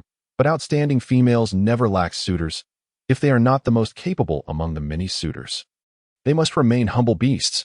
Otherwise, they may end up like those three. The single males exchanged glances, understanding that while pursuing exceptional females was essential for superior offspring, it must be done discreetly. This fellow is a monster. Indeed, and her small wooden box can produce all sorts of strange items. This is the treasure of that monster. Burn it. Burn this monster and her small wooden box. All the beast folk raised their torches and advanced towards her. Forcing Tu Hua into a corner, she stumbled, falling into a bottomless abyss. In the depths of the chasm, fierce winds howled, causing her descending form to sway uncontrollably. Tu Hua opened her eyes in confusion. Gazing at Tu Chio, who was shaking her arm, Tu Chio pointed towards the sun that had just risen. Sister said that from now on, we shall rise with the sun each day to exercise. And she sternly admonished me not to be lazy. Bewildered, Tu Hua sat up, staring at her beast skin. Believing her sister had awakened, Tu Chio went outside to wait. However, after completing a full set of long punches, she still did not see Tu Hua. Confused, Tu Chio lifted the beast skin curtain only to find Tu Hua had returned to bed, sleeping soundly. Amused yet helpless, Tu Chio recalled her sister's imposing demeanor from the previous day when she had claimed she would supervise him. Well then, Tu Chio thought, stepping forward to carefully cover Tu Hua with the blanket. Sister, sleep comfortably. I shall take care of the task of exercising to protect our family. In the afternoon, Ma Ji arrived at the stray beast tribe. His back laden with rice and salt jars. To his surprise, every household was offering frozen fish in exchange for supplies. After inquiring, he learned that Tu Hua had taught them fishing techniques, free of charge. Tu Huahua is truly kind. Ma Ji blushed, covering his face, utterly captivated by the remarkable female who had boldly pursued him. Determined, he planned to clarify his feelings to her and, if all went smoothly, to remain in the tribe permanently. When the rainy season arrived, he would replenish his energy with ample food, and then he could frolic with Tu Hua, that Ma Ji, always swaying about. If I didn't know better, I would think he was a serpent beast. Leopard Wu organized the tribe's beast folk in a queue for the material exchange and caught sight of Ma Ji, unable to resist teasing his companion. Quan Yi snorted disdainfully, fully aware of Ma Ji's thoughts. As for the idle single males in the tribe, they were well aware that Tu Hua was his target. Anyone who dared to partner with Tu Hua would become his enemy. Feeling justified, Quan Yi puffed out his chest, bolstered by his newfound confidence.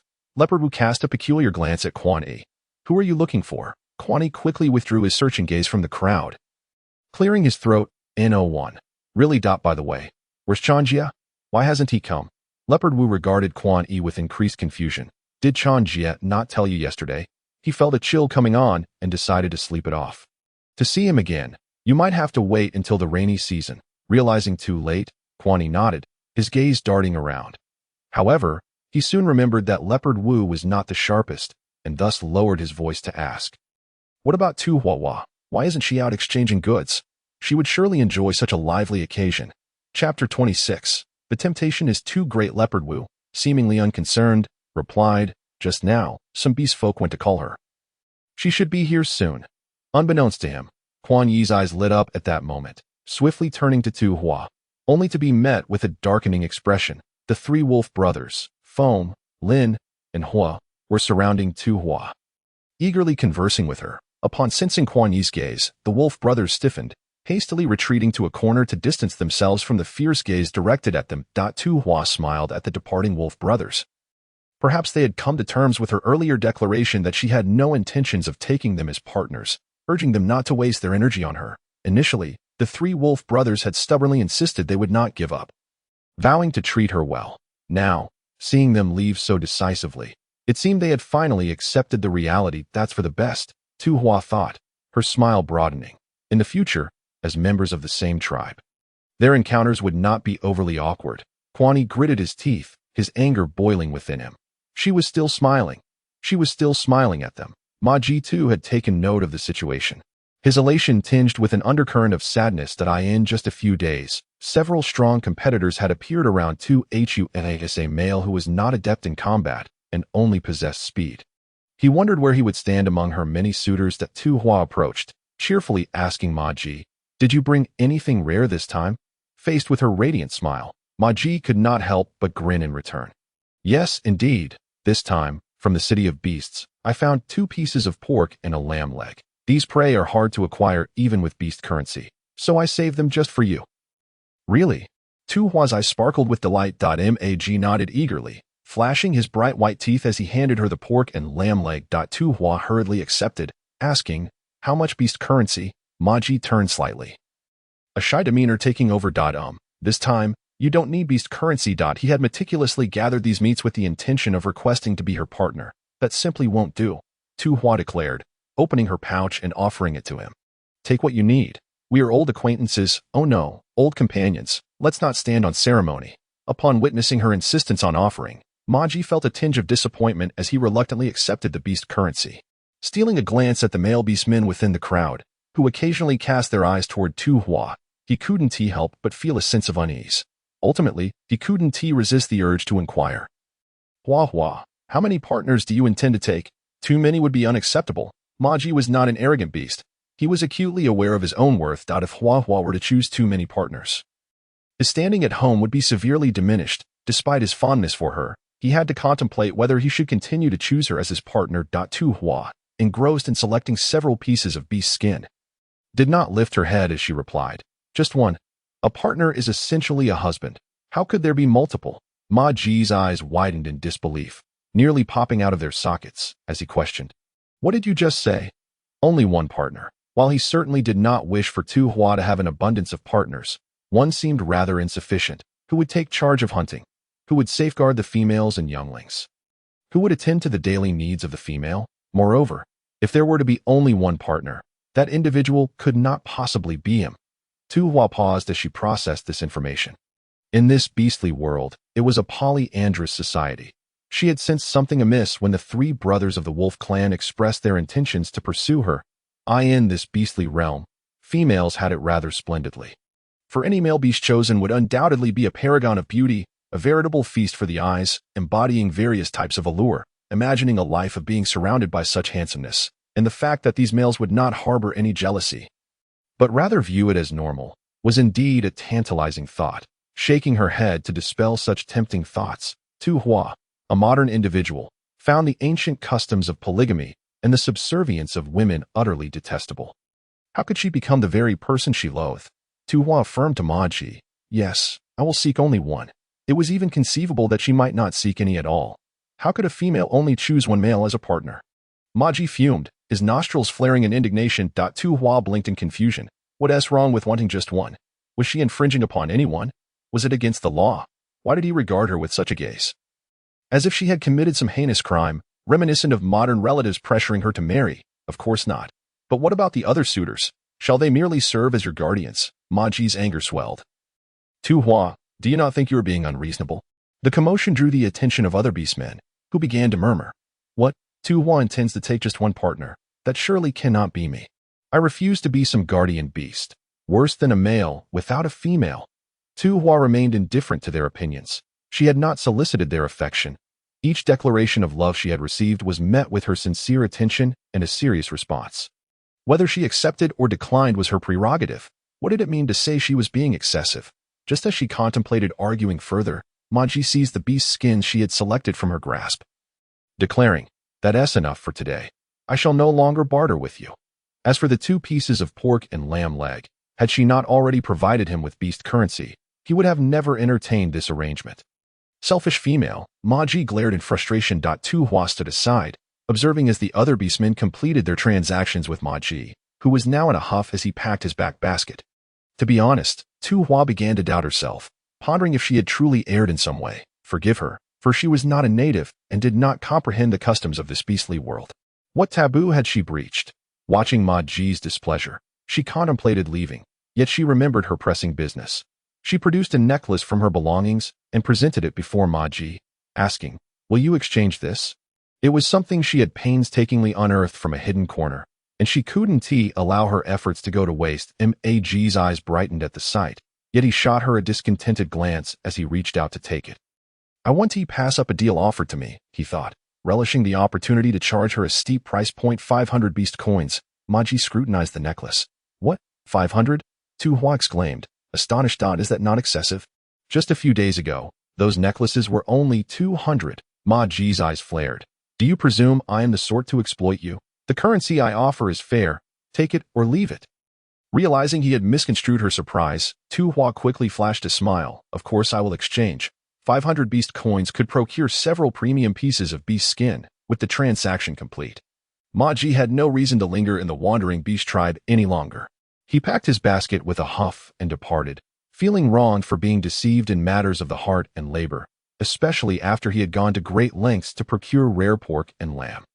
However, he reflected that perhaps he had not suffered much in the fish exchange, as his travels between the city of beasts and various wandering tribes had garnered him a significant accumulation of crystal cores. As his mood softened, he began to objectively evaluate whether he should continue collaborating with Tu Hua in the future. Tu Hua, meanwhile, prepared to return home with a hefty stack of beast skins when a familiar voice broke through her thoughts. "Tu Hua, Tu Hua," a boisterous female voice called out, sounding as if she were seeking a confrontation. Tentatively, Tu Hua peered through the opening of the beast skin curtain, recognizing it was Xiong Chuegua. Her voice trembled slightly as she asked, "What do you want?" Tu Qiao, having heard the commotion, scurried over, placing herself protectively in front of Tu Hua. Xiong Chuegua clapped her hands, pushing her bear cub forward. Seemingly aware that her demeanor might be misinterpreted, she forced a smile, though it looked more like a grimace. "Tu Hua, my bear tie has been healed by you. I've brought him here today for you to punish him. Feel free to hit me instead." Tu Hua glanced at the wound on Xiong Tai's chest. The stitches remained, but the injury had scabbed over, and the sutures were nearly absorbed. Once again, she marveled at the impressive resilience of the beast men. "There is no need for punishment. You all may return," Tu Hua replied, relaxing as she began to grasp Xiong Chuegua's temperament, chuckling lightly. "It was my bear tie's fault that day, and I was even more at fault. You saved his life, and I, Xiong Chuegua, am at a loss for how to express my gratitude. How about this? Just like that day, you can hit me, and Tu Qiao can hit Xiong Tai. We want to retaliate, allowing you to vent your frustrations," Xiong Tsugua, with a grand gesture of her hand, proclaimed with immense bravado. Tu Hua, supporting her forehead, observed Xiong Tsugua's demeanor, realizing that if she did not strike her, Xiong would indeed not relent. Reluctantly, Tu Hua approached. Xiong Tsugua and Xiong Tai stood side by side, facing the advancing Tu Hua. The mother and son swallowed nervously but did not retreat an inch. As Tu Hua raised her hand, Xiong Suegua and Xiong Tai simultaneously shut their eyes, bracing for imagined pain, yet only felt a light tap on their foreheads. Upon opening their eyes, they exchanged astonished glances. "Well then, since we've fought, let us consider it even," Xiong Suegua exclaimed, touched, her fist clenched like a sandbag as she tearfully expressed, "Tu Huahua, you are truly too kind. Rest assured, I will protect you in the wandering beast tribe. Any female who dares to bully you, I shall pummel her. After all, among females, I, Xiong Suegua, am invincible in the tribe." Tu Hua laughed heartily. "Deal." Xiong Tai, thumping his chest with confidence, declared, "Then I shall protect Tu Qiao," ensuring no beast dares to bully him. As he spoke, Xiong Tai eagerly stepped forward to Tu Qiao, stating, "From now on, we are brothers. I've been so bored these past few days. Let us go have some fun." Tu Qiao, though quiet by nature, delighted in having companionship and looked expectantly at Tu Hua. Upon receiving consent, the two young males dashed into the forest. Xiong Tihua shouted anxiously from behind, "Be careful not to get hit by the ice hangings." "Got it." Xiong Tai responded from a distance, leading Tu Qiao through a sparse thicket until they finally stopped behind a stone wall, concealing themselves. Tu Qiao peeked out, recognizing the place as the home of the veterinarian. looming. However, he wondered why they needed to hide. It seemed someone had emerged from the cave, prompting Xiong Tai to urgently pull Tu Hua down lower. After a moment, the alert was lifted, and Xiong Tai, patting his chest, explained to Tu Hua, "We mustn't let Aunt Wolf find out I'm here spying on Wan. Do you know Lu Wan? She is the most beautiful female in this tribe. Once I grow up, I will pursue her and become her mate." Chapter 28. The more you coax, the angrier she becomes upon hearing this. Tu Hua suddenly turned to Xiong Tai, his sharp fox-like eyes scrutinizing him from top to bottom. "Why are you looking at me with such a gaze?" Xiong Tai felt an inexplicable unease. "Don't be misled by my appearance. Although I may not be striking, strong males like me are quite favored by females. One will surely like me." Tu Hua lowered his gaze. The surface of the water reflected their two small faces, radiant in hues of purple and pink. Lu Wan, with her large eyes, smiled like a crescent moon. Leaning in to whisper into his ear, "Little brother, you are so handsome, more so than any boy I've ever seen. When we grow up, will you be my mate?" He gazed up in confusion. Yet before he could respond, his sister appeared behind him, calling his name. Tu Hua shook off his thoughts and scrutinized Xiong Tai once more with a critical eye. While other females might be oblivious, Lu Wan would likely not fancy him. With a sudden cry of an eagle, both Tu Hua and Xiong Tai looked up at the sky. In haste, Xiong Tai placed a finger to his lips, signaling for the eagle to be quiet. The black eagle glided down before them, transforming into a small male of similar age to Tu Hua. "Ink Song, keep your voice down." Xiong Tai rushed over, attempting to cover the young male's mouth, only to be deftly evaded. "Xiong Tai, it seems you have forgotten about your brother. The first thing you do after recovering us and to come play with me. But to sneak back here to spy on Lu Wan." Ink Song cast a disdainful glance at Xiong Tai before his gaze landed on Tu Hua. "Who is he?" Xiong Tai, quick to respond, dashed back to Tu Hua, casually draping an arm over his shoulder. "This is Tu Hua, and he is now my brother too. From now on, the three of us are brothers." Ink Song, feeling at ease, immediately embraced Tu Hua, exclaiming, "That's wonderful. By the way, I just flew a bit higher and discovered a steaming spring halfway up the mountain, surrounded by flowers. Shall we go play there?" The three young ones instantly agreed and set off towards the mountainside. Tu Hua retrieved a piece of white snake skin, slightly patterned, and pondered for a while before ultimately deciding to use it. Although the thought of crafting undergarments from snake skin made her uneasy, it was indeed impractical to go without such garments every day. The snake skin was elastic and breathable, making it an excellent choice for underclothing in this beastly world. After cutting the fabric to size, Tu Hua began to sew.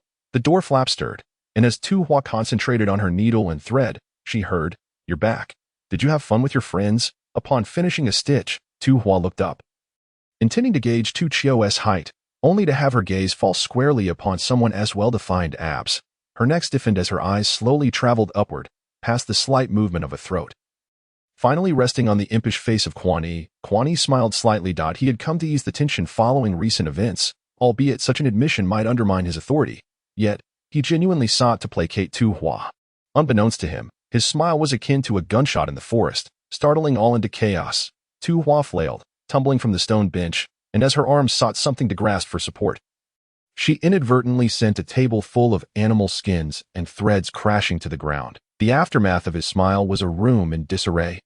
Tu Hua, disregarding the pain in her backside, scrambled to her feet, positioning herself behind the stone table, eyeing Quan Yi warily. "I must inform you that my father and Tu Hua can smell your scent, so your plan to erase evidence won't work." Quan Yi pursed his lips. Am I truly that terrifying? Although he was displeased with Tu Hua's attitude towards him, he remembered the purpose of his visit and turned his gaze to the animal skins on the floor. "You're resewing animal skins. This is typically a male's forte. Let me assist you." As he bent down to retrieve the small garment, Tu Hua's eyes widened, realizing his intent. She rushed over to snatch it back. But Quan Yi, swift in his movements, intercepted her. "I told you I would help. Help? You're a nuisance. Give it back." Such a temper. Females are indeed hard to please. But observing Tu Hua's puffed cheeks, Quan Yi felt inexplicably cheerful. "Are you afraid I'll see your sewing skills? Don't worry, there aren't many females who sew well. I won't mock you." Tu Hua leaped to reclaim her work. Yet Quan Yi raised his arm high, rendering her helpless. A male, with a pose reminiscent of the Statue of Liberty, held her garment aloft. "What are you sewing? Such a small piece of animal skin. Wouldn't wearing this freeze you?" Tu Hua lowered her head, expression hidden, but her clenched fists trembled with frustration. Get lost. Just as Tu Hua arrived outside the thatched hut, clutching a bouquet of wildflowers. He was met with a roar akin to a lioness. Following this, a barrage of items was hurled forth: stone bowls, animal skins, pillows, and even a freshly caught fish from the water tank. Ultimately, amidst this chaos, Quan Yi was also expelled from the hut. Get out. Don't let me see you again. Tu Hua's final furious shout extinguished the flickering embers of Quan Yi's anger, leaving him bewildered at the entrance. Glancing back, he looked at Tu Hua with a hint of innocence, perplexed as to why his attempt to placate Tu Hua only seemed to infuriate her further. Tu Hua hesitated for a second before casually entering the hut, choosing to remain uninvolved. Upon seeing Tu Hua, Tu Hua reigned in her fury, and as Tu Hua, resembling a little prince, presented her with the bouquet. Her heart melted entirely. I adore this so much. Thank you, little brother. Tu Hua tilted his head, offering a faint smile. Quan Yi reflected, the world is a tapestry of contrast. It was merely a matter of flowers. Later, Quan Yi scoured the mountainside and finally located the hot spring, only to find the surrounding area stripped bare, all the beautiful flowers plucked by the trio. Feeling drained, Quan Yi sought alternative means to appease Tu Hua. In the dead of night, the temperature plummeted as the blizzard, as predicted by Chan Jiao, arrived on cue. After pondering all night, Quan Yi suddenly had an epiphany, gazing at the accumulating white snow outside with a smile.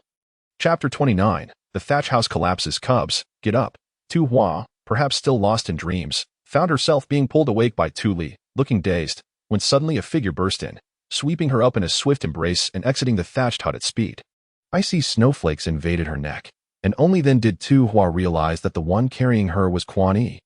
Inside the hut, Tu Li and Tu Hua hurriedly dashed out, clutching several valuable items, including Tu Hua's small wooden box. In the next instant, the thatched hut could no longer bear the weight and collapsed with a thunderous crash, burying the entire area under thick layers of snow.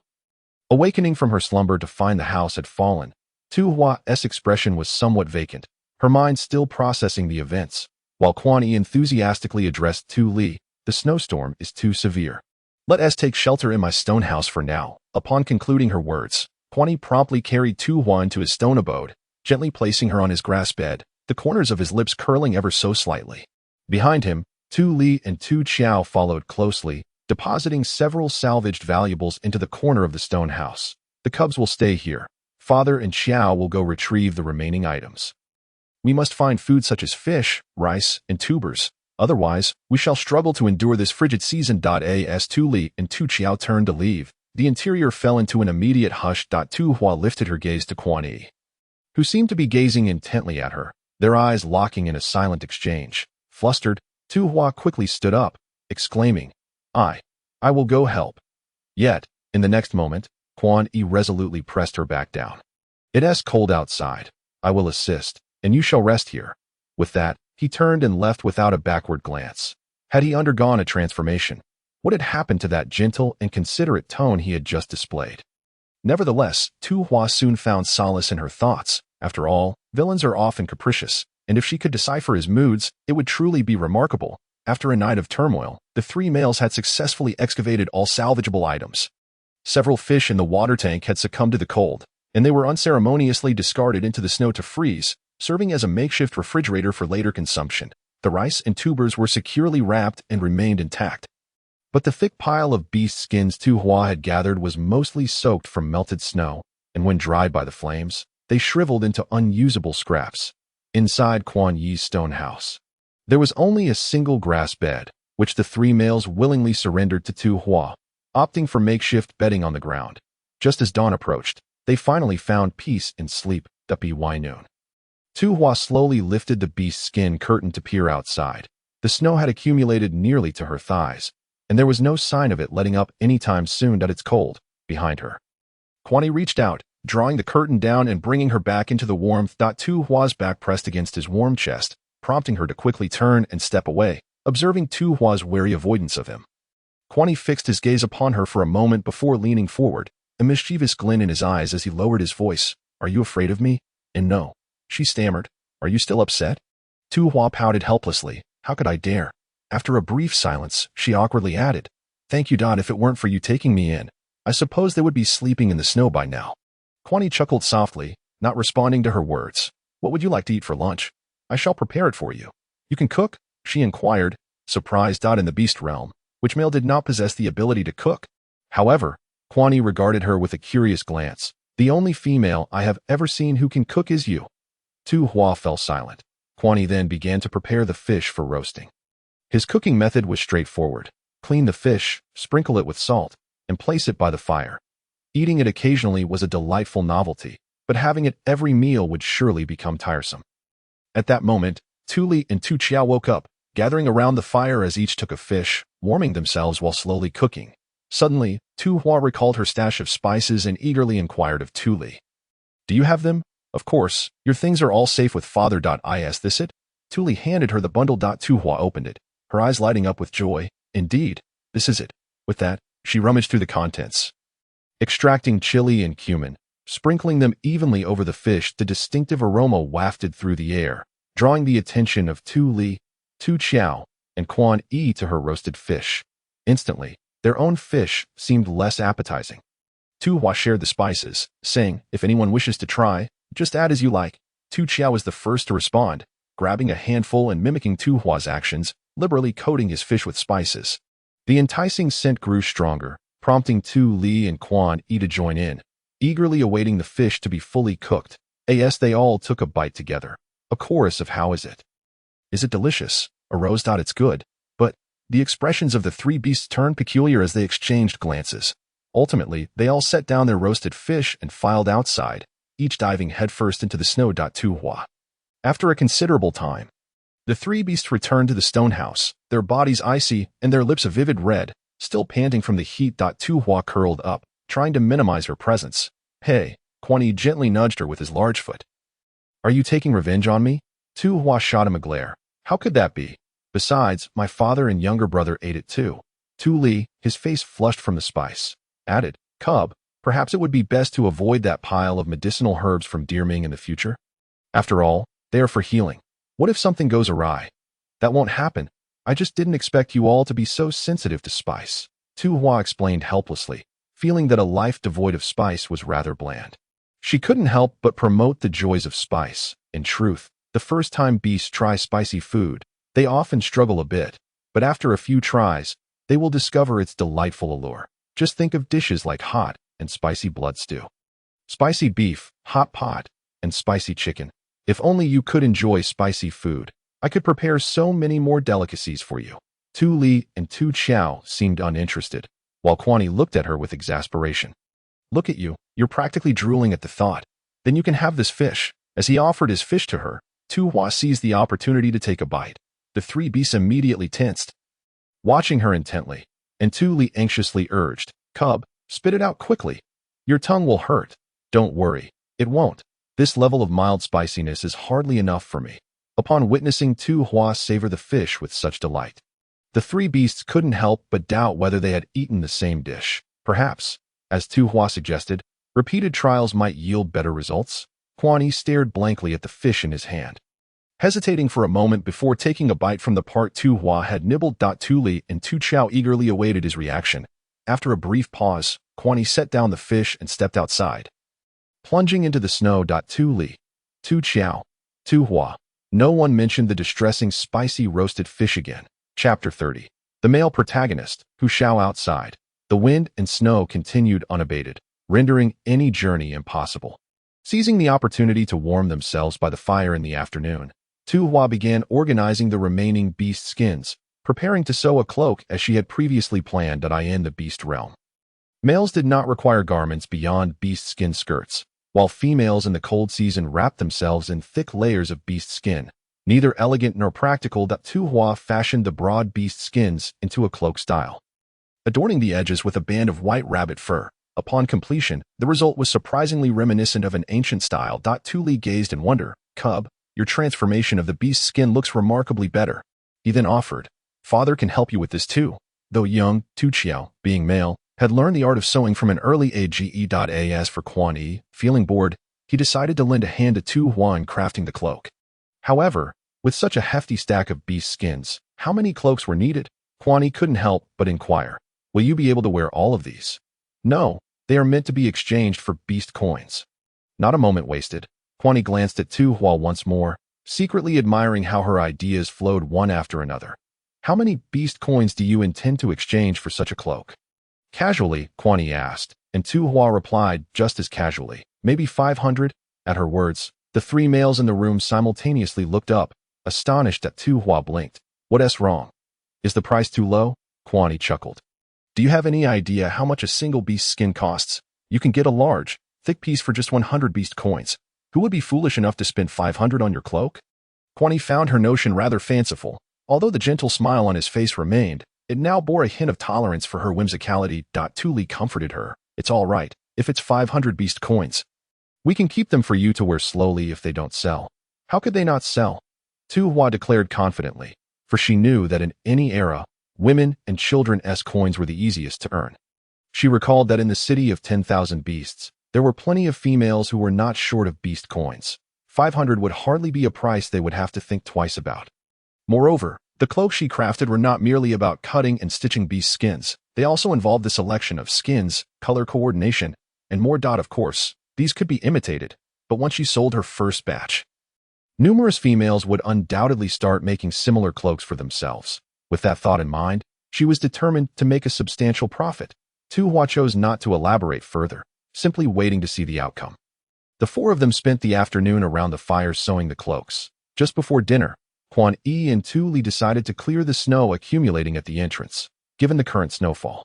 If left unattended, they might find a thick wall of snow blocking their way the next day upon lifting the beast skin curtain. While Quan Yi and Tu Li worked outside, Tu Hua and Tu Chao neatly stacked the finished beast skins.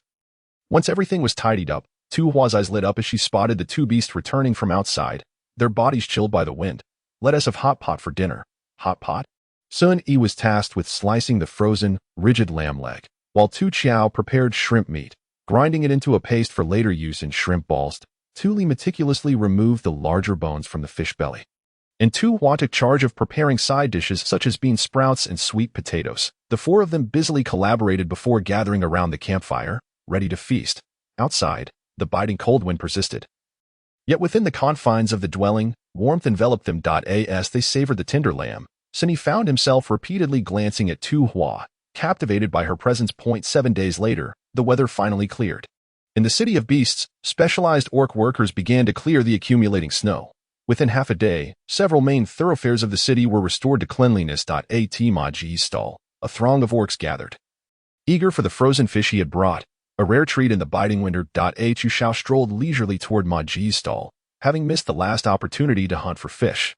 Hearing of the new stock, he ventured forth to try his luck for the sake of his resident, who feied out. A few orcs hurried past him, and Hu Shao merely cast a casual glance their way. By the time he reached Ma Ji's stall, the last frozen fish had already been purchased by another orc ahead of him. Not wishing to linger, he was about to depart when he spotted a female orc bargaining with Ma Ji over a necklace displayed at the stall. Hu Zhao's gaze sharpened, and he swiftly seized the necklace from her hands. Under the sunlight, the coral gems shimmered brilliantly, and the shell decorations glimmered with a radiant sheen, alongside the familiar sight of newborn tusks. The female orc's initial displeasure transformed into respect upon recognizing Hu Shao. Ah, it's you, Hu Shao. Are you interested in this necklace for Fei? Then it's yours. Hu Shao tossed a piece of green crystal to Ma Ji, expressed his gratitude to the female orc, and departed with an air of cool detachment. Oh, it truly is Hu Shao. I've heard he has to be the next Tiger King of the southern district of the City of Beasts. The female orc mused as she resumed selecting necklaces, clearly intrigued by the gossip. As Ma Ji displayed curiosity, she smirked slyly, raising the necklace in her hand. If you give me a discount, I might share a juicy secret with you. Hu Shao had no intention of returning home just yet. He found a large rock warmed by sunlight and seated himself with one knee bent. The cold wind brushed against his face, his golden hair dancing around his temples. Clutching the necklace, he gently traced the two newborn tusks with his fingertips, his own tusks. Hearing a familiar voice, Hu Shao discreetly tucked the necklace away and turned to face Hu Fei, his normally frosty demeanor softening into a faint smile. What brings you out here? I was worried about you since you've been gone for so long. Hu Fei affectionately tidied his slightly disheveled hair. Upon noticing his empty hands, she expressed disappointment. Did you not manage to get any fish? Hu Shao pressed his lips together, apologetic. There is no need to apologize for such things. We can always eat next time. I just thought that if I brought back some grilled fish, you might enjoy it more. His gaze lingered on Hu Fei, a hint of emotion flickering beneath the surface. He wrapped an arm around her waist, urging, "Let us head back. It's cold outside, be careful not to catch a chill." Hu Fei leaned shyly against his chest. "Once the cold season ends, shall we, mate? By then, food will be plentiful. And we can have a healthy litter of tiger cubs." Imagining the scene Hu Fei described, Hu Xiao's brow relaxed, and he nodded. All right. Chapter 31. The athletic underachiever. The bamboo bow, though somewhat flexible, barely met the standards, primarily due to the inadequacy of the bowstring. During her enforced confinement, Tu Hua diligently worked to craft a semblance of a bow and arrow, but the cowhide string lacked sufficient elasticity. Nevertheless, it was time to test its effectiveness. She called to her younger brother, Tu Chiao, who was still practicing his stances. "Come, brother, let me show you something impressive." With her posture aligned, she drew back the bowstring and aimed at the tree trunk. With a swift whoosh, the bamboo arrow sailed in a perfect arc, landing precisely 1 meter ahead of her feet. Tu Chiao tilted his head, puzzled. "Impressive. Where? It's certainly a flaw with the bowstring. If only I had tendons." Tu Hua handed the bow to Tu Chiao, resolute that it could not possibly be her fault. Tu Chiao accepted it, curiosity lighting his eyes as he recalled Tu Hua's earlier stance. Suddenly, he raised his arm, his gaze sharp, and released an arrow with a whoosh that sliced through the air. Tu Hua barely had time to react before the arrow embedded itself firmly into the tree trunk. With delight in his eyes, Tu Chiao exclaimed, "This bow and arrow truly are remarkable." Tu Hua initially intended to claim the credit for the bow's prowess, but decided against mentioning it, feeling slightly disheartened. She retrieved the bow and spoke earnestly. "Brother, although males possess great strength and can hunt without weapons, it's wise to learn skills. Who knows when they might come in handy? If you wish to learn archery, you should make your own bow. For now, you should return." She felt a pang of inadequacy, realizing she couldn't even outdo a mere cub. Tu Chiao obediently nodded, but just as he took a few steps, he heard Tu Hua calling him back. With a look of confusion, he turned to see Tu Hua, who sighed and crouched in front of him. "Brother, do you think I'm a bit foolish? Humans are worse than beasts." It's infuriating. She had to confront the truth. Her athletic abilities were sorely lacking in this beastly realm, rendering her a total underachiever. "No, you're not foolish. Absolutely not," Tu Chiao declared earnestly, sincerity shining in his eyes. Tu Hua felt a wave of emotion wash over her. "Thank you, dear brother. Now, go on back." Regaining her confidence, she resolved to practice diligently, convinced she could master this troublesome bow. Tu Chiao, seeing he was no longer needed, quietly made his way back. "Sister isn't foolish. She is just a bit silly." After an afternoon of archery practice, Tu Hua had managed to progress from short-range shots to longer arcs, estimating her distance to be around 5 to 9 meters from the tree trunk. Progress, however small, is still better than regression, she reassured herself, glancing at the evening sky before returning to the stone house. Exhausted, she thought to treat herself with a delicious meal. Upon returning to the stone house, Tu Li and Sun Yi were greeted by an unprecedented aroma of meat. Peering into the stone pot, they beheld a vibrant, glistening square of pork belly, causing them to swallow in unison. What an intriguing method of cooking meat. The sight alone made their mouths watered. Tu Hua had already set the table. With fragrant rice and braised pork, a match made in heaven. "Quickly wash your hands and come to eat," she called out. In no time, the four of them gathered around the dining table. As they picked up pieces of the seemingly dancing braised pork, they found it tender, sweet, and decadently rich, delicious enough to make their tongues yearn for more. The three males wasted no time in devouring their meal, engrossed in their feast. Tu Li and Tu Chiao still used wooden spoons, while Tu Hua cast a glance at Sun Yi, who skillfully wielded chopsticks more adeptly than she, a modern dweller. Since the last incident involving the pig intestines, she had mentioned the benefits of using chopsticks, and he had indeed learned to use them. The heart of a foodie truly is immeasurable. Noticing Tu Hua's gaze fixed upon him, Sun Yi slowed his eating pace, forcing himself to suppress a slight smile that threatened to break through. "Why the sudden decorum? Sun Yi, you were just devouring your food heartily," Tu Hua teased, shaking her head. Turning to Tu Li, she inquired, "Father, where did you all go this afternoon? Still with the stone construction team?" Tu Li and Tu Chiao had both reached for the same piece of braised pork, their fatherly camaraderie evident as they offered it to each other, unoccupied by her questions. "Little one, you're young. You should have the last piece of meat," Tu Li remarked, yet his wooden spoon slyly pushed the pork closer to himself. "Was Tia promised that you'd spoil your child?" Tu Hua exclaimed, feigning disappointment. Just then, Tu Chiao nimbly scooped the pork onto his spoon and, Meeting Tu Li's gaze, generously placed it in front of him. Tu Hua felt a swell of pride for her younger brother. However, just as Tu Li was about to indulge in his prize, Tu Chiao's wooden spoon firmly held the piece in place, rendering it unattainable. Chaos indeed, Tu Hua sighed, turning her attention back to the decorous Sun Yi. What did you and my father do this afternoon? Clearing his throat, Sun Yi replied. The snow was too heavy, halting the stone construction work. This afternoon, we cleared a space next to the low pine forest on the east side of the tribe, providing a play area for the females and cubs. Every time heavy snowfall blanketed the land, they followed this practice. Moreover, the site boasted picturesque scenery, with the surrounding low pines adorned with shimmering frost, complemented by the smooth slopes of a natural hill, serving as a playground for the cubs. And Sun Yi couldn't help but steal a glance at Tu Hua before quickly averting his gaze. Also a lovely spot for couples to rendezvous. He maintained an air of nonchalance, as though oblivious. In his heart, Quan Yi silently repeated the question twice before speaking. I have nothing to do tomorrow. Are you planning to go there to play? He noticed Tu Hua stroking her chin thoughtfully, nodding in agreement. Since your stone brigade has nothing to occupy yourselves with, Quan Yi felt his heart racing. Tu Hua continued, tomorrow, I can have my father and younger brother clear away the collapsed parts of our thatched house. Why bother clearing that? Quan Yi retorted that of course, we need to clear it first to build a new house. Tu Hua shot him a look that suggested he was rather dim-witted. Although she was grateful for the villain's shelter, living under someone else's roof, especially one as unpredictable as Quan Yi's, often left her feeling suffocated. Now that the blizzard had ceased, it was time to return to her own home. With a loud clap, Quan Yi slammed his chopsticks onto the stone table, prompting the father-son duo nearby to glance over. He paused, quickly suppressing his irritation. You just don't understand, do you? In winter, the ground is frozen solid, making it impossible to drive wooden stakes into the ground. The house won't be sturdy. Tu Hua had certainly considered this. Replying, I am well aware of that. Therefore, I have decided to first set up a tent, and when the rainy season arrives, I will build a proper stone house. A tent? Yes, it's simply a framework made of wooden sticks, covered with wind-resistant animal hides. That Tu Hua illustrated a simple design for the tent, and Tu Li immediately agreed, saying, that's a good idea.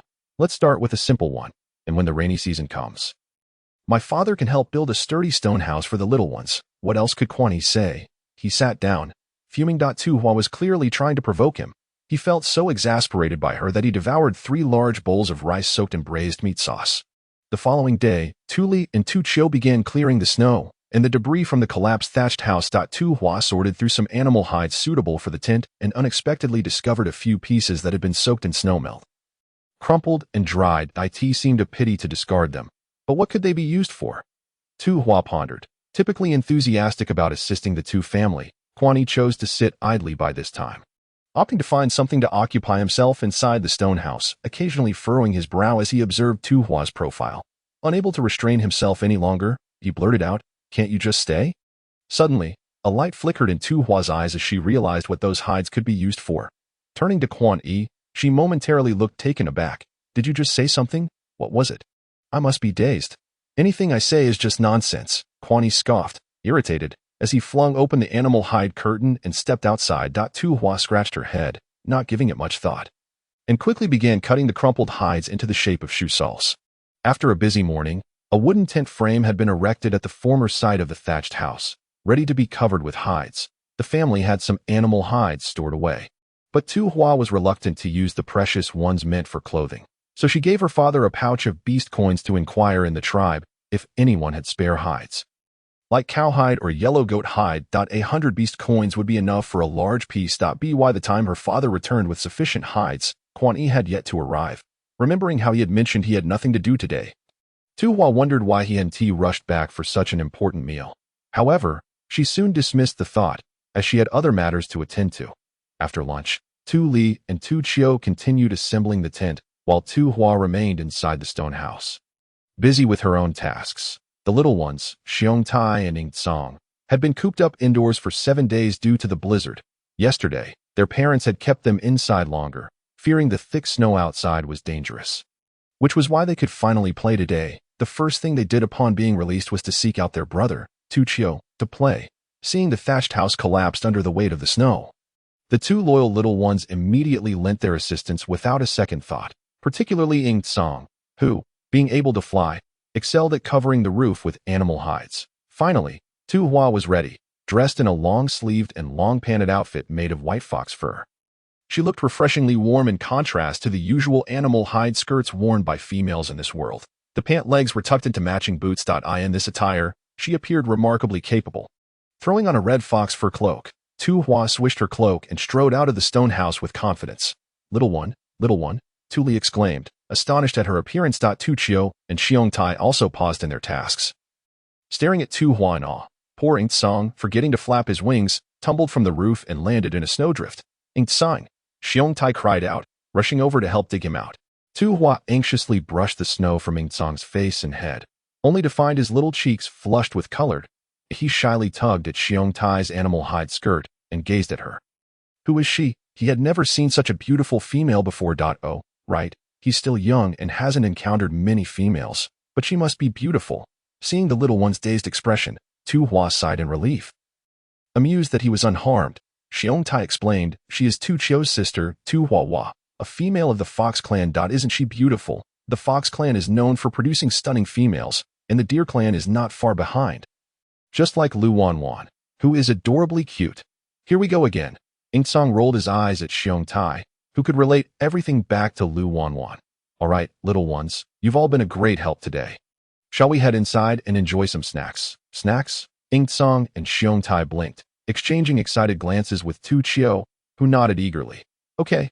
Tu Hua first brewed a bowl of brown sugar water for each little one, then pulled out a bag of light snacks. Is this rice? Xiong Tai asked curiously, grabbing a handful and stuffing it into his mouth. Delicious. This is rice popcorn. If you like it, eat as much as you want. Tu Hua noticed Ing Song hesitating and proactively handed him a handful. Ing Song's face turned even redder as he shyly muttered a thank you. How is it? Is it good? After tasting a piece, Ing Song chirped joyfully. This flavor is delightful. We Eagle Clan beastmen love this. So delicious. This sweet water is good to drink too. Relieved, Tu Hua thought to herself that she had heard there was a frosty forest to the east of the tribe, where females and young ones played. She planned to take this and trade for beast coins there, hoping there would be beastmen willing to exchange. The three little ones nodded in unison, with Ing Song enthusiastically declaring, Sister, I'll help you carry things. Xiong Tai chimed in, I'll help too. Just let me eat more of that rice popcorn. Ing Song playfully slapped Xiong Tai on the back of the head. Greedy beast. Xiong Tai pouted in protest. Tu Hua quickly reassured the three little ones, there is plenty of rice popcorn. I made a lot. With the help of the three little ones, Tu Hua soon set up her stall in the spot Quan Yi had mentioned. Even more astonishingly, as she prepared to conduct business, she spotted Quan Yi himself. Why was he here? Avoiding home-cooked meals to stand outside in the cold. Chapter 33. The fate of the villain. How heartless of him to not come back for lunch. He had clearly hinted last night that he would be here. Quan Yi thought to himself. Even if Tu Hua were to flatter him today, he had resolved to be angry with her for the entire afternoon. Well, only for the afternoon, as he still needed to eat dinner. He intended to casually glance at Tu Hua, turning his head haughtily when suddenly his eyes were drawn to her uniquely styled attire. And he found himself unable to look away. The beautiful white fox fur was stunning, yet it paled in comparison to her radiant skin, while the vibrant red fox cloak accentuated her exquisite features. She resembled a goddess from the realm of beast deities, one who should never descend into their rough and untamed world. In that moment, the goddess approached him step by step, and Quan Yi felt as though he were paralyzed. Unable to tear his gaze away as she drew nearer, standing right before him, still unable to look away. Why didn't you come home for lunch? For a fleeting moment, Quan Yi's mind went blank.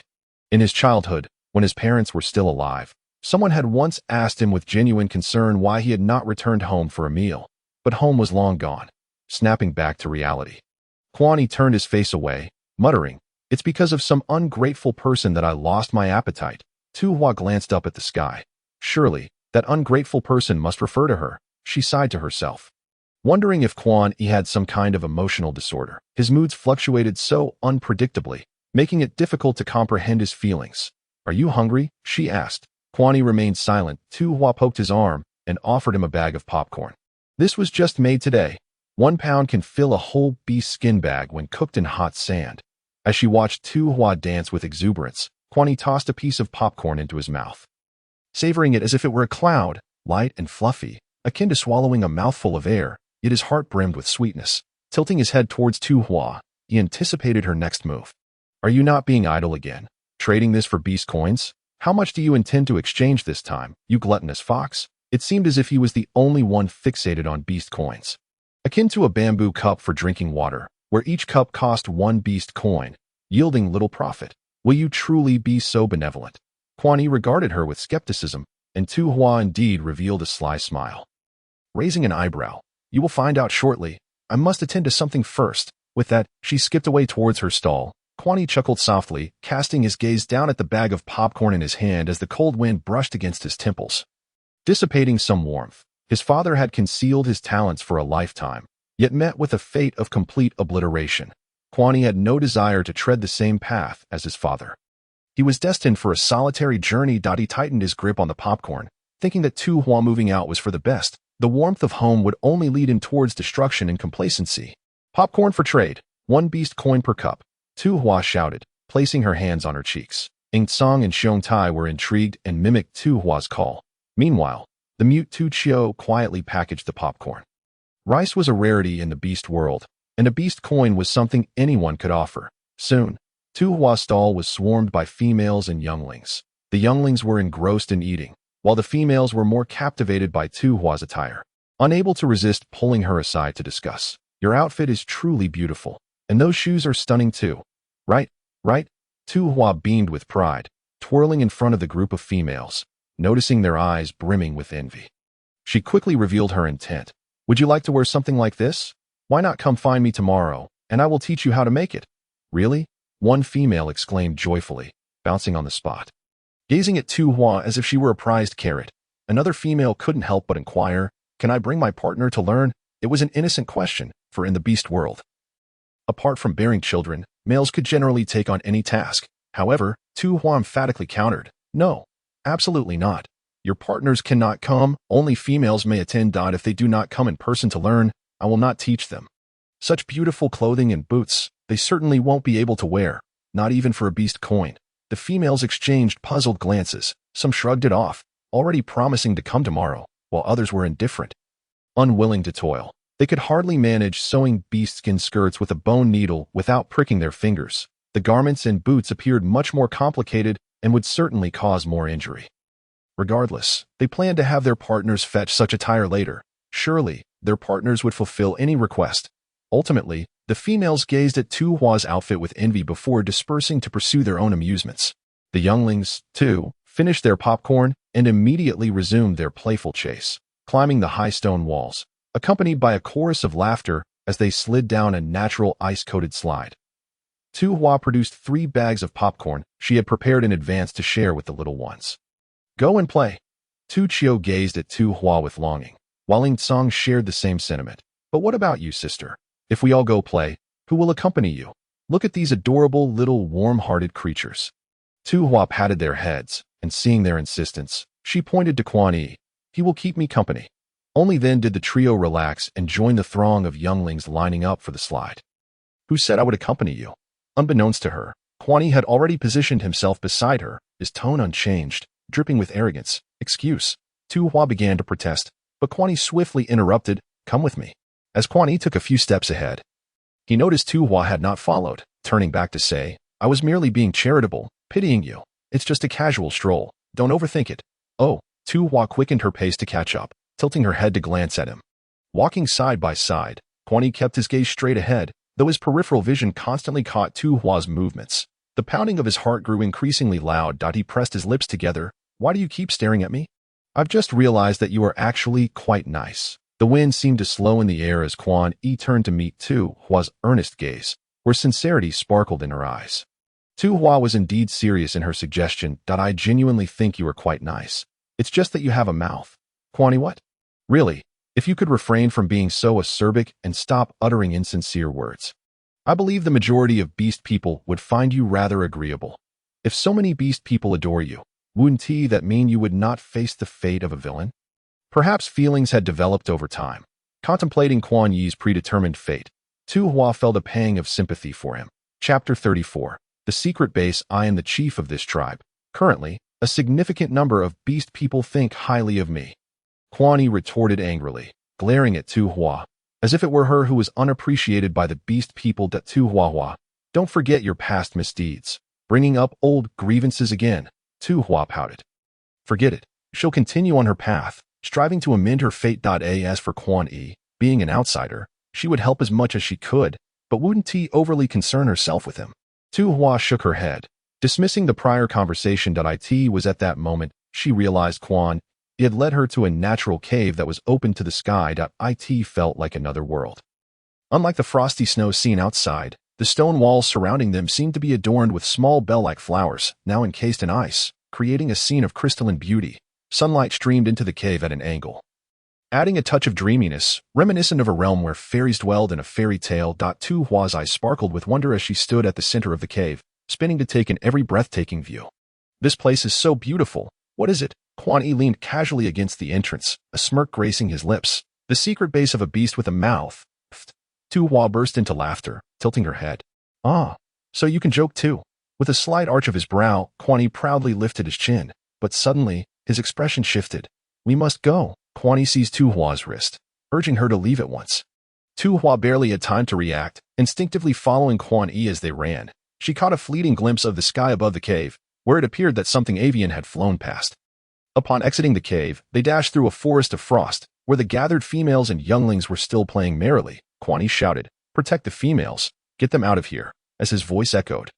The birds from earlier soared overhead, and it was only then that they realized they were a few imposing eagles. "Father!" Ingsong called out to the leading eagle. The eagle let out a piercing cry. And Ingsong's expression changed drastically. We must go. A beast has invaded. Hurry. The males guarding the area had already gathered to shield the females as they prepared to flee. Just then, dozens of fierce wolves sprang from the accumulated snow. Quan Yi yanked Tu Hua's wrist and thrust her towards Bao Wu. Protect her. Before he finished speaking, Quan Yi had transformed into a massive white dog, charging towards the pack of wolves. Tu Hua was passively shielded by a group of males. Gradually retreating with the other females, the wolves were no match for the beastly Quan Yi. The enormous white dog swatted them aside effortlessly, frequently bringing the trapped females over to join their companions. Some males shielded them while others fought valiantly, rescuing the females and younglings hidden in various corners. Yet, the sheer number of wolves was overwhelming, seemingly emerging endlessly from the snow. One wolf broke through the encirclement, lunging directly at a youngling. Before Tu Hua could even hesitate, she instinctively leaped onto the youngling, narrowly avoiding the wolf's attack. However, the wolf, agile and relentless, charged at her, and the youngling once more. Tu Hua instinctively shut her eyes. And in the next moment, she felt herself lifted off the ground. With a screech, the leading eagle had grasped her and the youngling, placing them safely atop a high stone wall. That you've lost your mind. Bao Wu leaped up beside her, angrily shouting in Tu Hua's ear, "He's just a male youngling. What if something happens to you?" Quan Yi had instructed him to protect Tu Hua. If anything befell her, he might very well perish 8 times over. The youngling beside her seemed frightened, wailing loudly.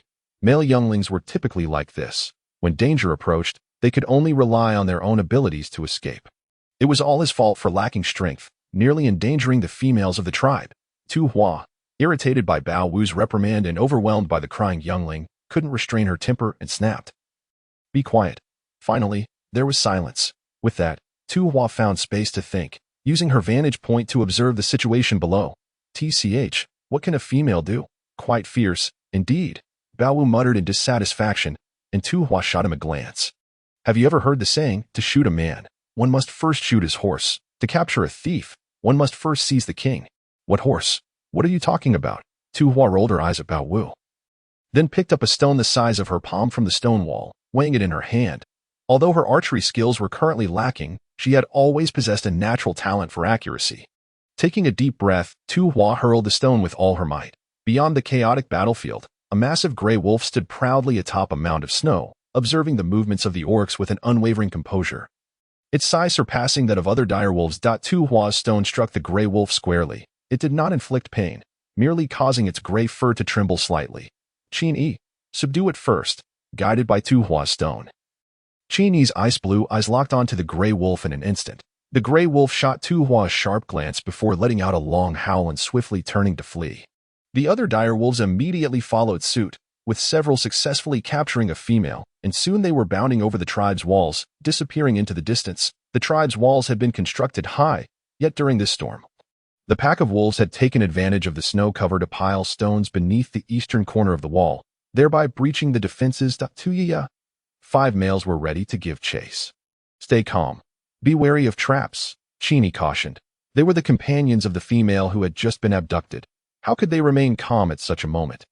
Quan Yi glanced back at Tu Hua, then surveyed the other females in the tribe. There couldn't be too many males leaving the tribe.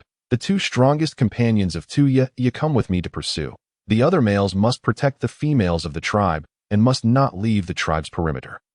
Yi, assist me in scouting the terrain. The rest of the Eagle clan orcs remain vigilant.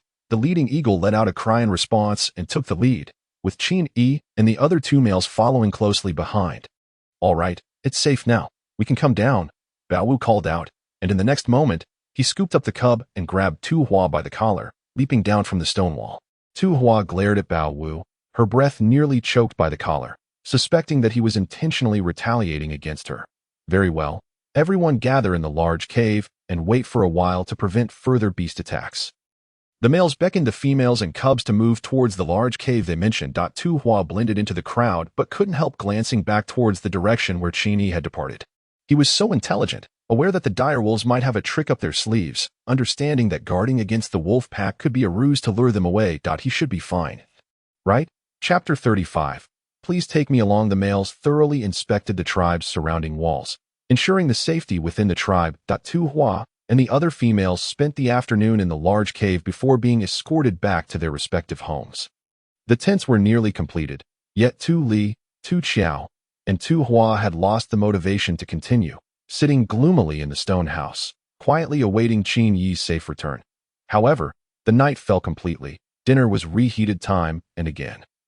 Yet still, Quan Yi's figure did not appear. Feeling stifled in the stone house, Tu Hua greeted Tu Li and stepped outside for some fresh air. That moment, as she gazed up at the moon, she clearly spotted the silhouette of an eagle soaring across the night sky. It was Yi. Tu Hua's excitement surged, noticing that Yi had no intention of stopping and was heading straight for the center of the tribe. She hurriedly ran in that direction. What? You say the chief is buried in the snow? Bao Wu grasped Yi's shoulder. Incredulous, Tu Hua arrived breathlessly at the cave where the males had gathered. Just in time to hear those words, momentarily frozen in place, her mind blanked. It was those gray wolves. They used the females as bait to lure us to the bottom of the cliff. The chief, in order to save Tu Hua and her 2 males, had. The chief's beast form is so large, he should have easily been able to break free. Yi shook his head. That pack of gray wolves had already set a trap. The snow cascading from the entire mountain has buried the foot of the mountain so thickly that no orc could break through such a dense layer of snow. I have returned to gather the strongest males of the tribe to help dig out the chief. Upon hearing this, Bao Wu immediately composed himself, calling out the names of several males, and the group of orcs hurried out of the cave. Spotting Tu Hua still leaning against the entrance, panting, Bao Wu did not pause, but, baffled, Bao Wu turned back to look at the small hand tightly gripping his arm, raising his gaze to find Tu Hua's eyes shining with an unusual determination. She said, "Please take me along." Under the inky black night sky, the eagle led the way, with a group of transformed orcs sprinting closely behind. The female riding on the leopard covered her head with a cloak. Trying to keep her body low, the biting cold wind sliced through the gaps, piercing to the bone. Yet Tu Hua remained silent, tightly clutching the fur of the leopard beneath her, gritting her teeth to endure the jolting. Fearful that her presence might slow the group down, Bao Wu thought to himself how foolish he had been to bring Tu Hua along. Was it her gaze at that moment? Or perhaps her significance in Quan Yi's heart? Regardless, he couldn't abandon her now. Bao Wu maintained his speed but subtly adjusted his running posture to make it as steady as possible. At last, the group of orcs arrived at the foot of the mountains, where the snow had buried the area. For a moment, everyone stood frozen in shock, unsure how to begin digging. The once low-lying cliff base was now filled in by the snow to nearly half its original depth. The surrounding cliffs only revealing their peaks, no longer towering. The 2 males accompanying Tu Hua had remained there digging since the incident. Seeing this, Bao Wu hurriedly led the group forward, urgently asking, "Is the chief buried in this spot?" Ho Rui nodded with a guilty expression. That's right. Before the snow from the mountaintop came rushing down continuously, I specifically looked back at the chief. He was standing right here.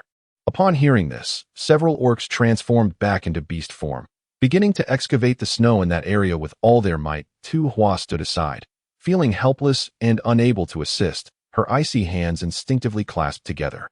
Silently praying, Quan Yi, you must not come to harm. He cannot be harmed. He is the villain. Suddenly, this thought struck her, and her eyes brightened.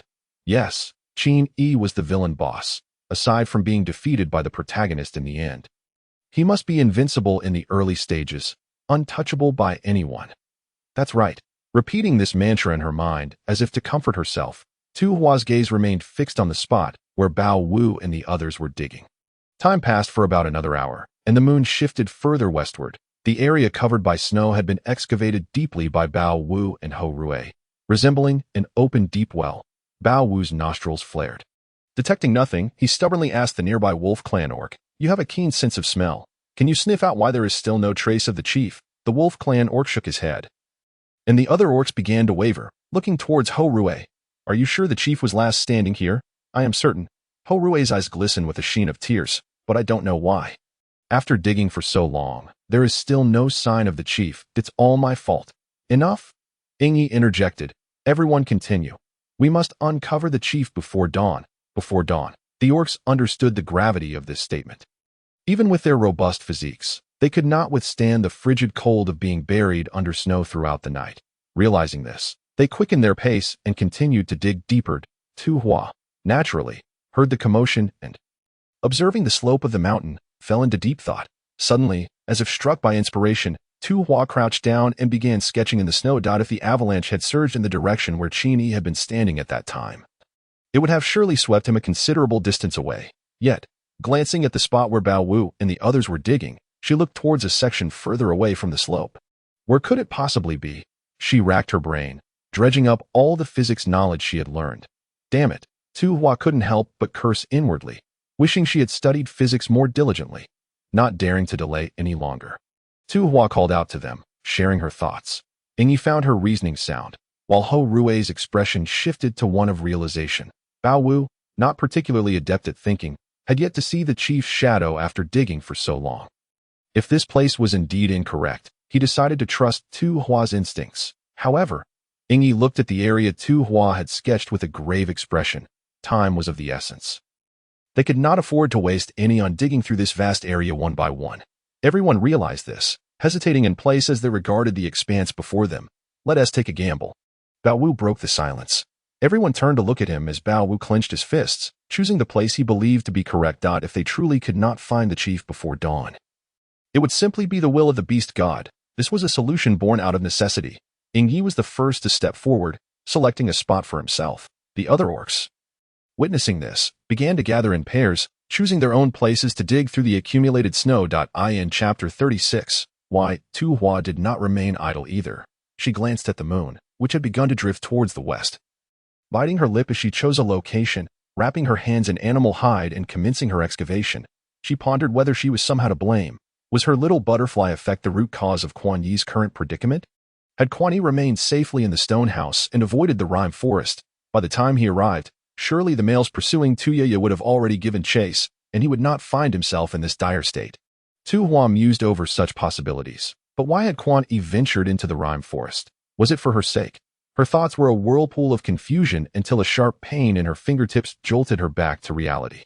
The animal hide encasing her hands had long since become soaked with melting snow, and her hands beneath were reddened and frostbitten, with stiff joints and cracked fingertips that oozed faint traces of blood. Yet, upon examining the snow she had been digging through, she found it only 2 or 3 meters deep, far less than the speed at which Leopard Wu and the other males were working. Tu Hua rose and scanned the area, suddenly dashing towards a particular direction. Leopard Wu and Yi observed her, assuming that Tu Hua, being a female, could no longer endure the strain. Females were inherently delicate, and they did not hold it against her. It was commendable that she had persevered for as long as she had. However, they were taken aback when Tu Hua returned with a wooden stake in her arms. "Help me," Tu Hua panted, grasping Leopard Wu's arm. "Help me carve it into planks." This task was trivial for the males, but if she were to attempt it alone, she would likely not succeed before dawn. Thus, Tu Hua had no choice but to disturb the equally troubled Leopard Wu. Leopard Wu lowered his gaze and nodded that in no time. He had shaped the requested planks with his sharp beast armor, seemingly aware of Tu Hua's intention as he kindly carved a handle on one side. Thank you, Tu Hua exclaimed, seizing the useful tool and racing back to her chosen spot, digging into the snow without pausing to lift her head. No one paid her any mind, for they were all similarly gripped by fear. The moon gradually slipped from view, and the daylight began to brighten, yet their hopes dimmed slowly.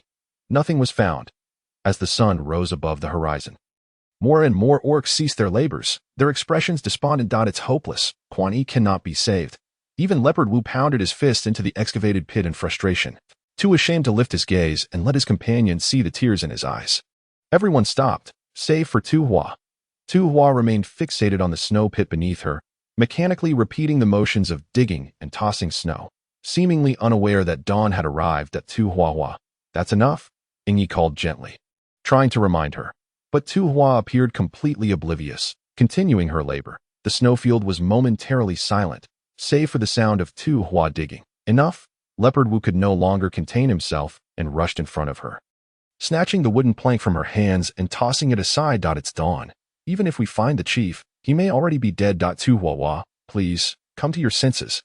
Tu Hua still ignored him, with the tool cast aside.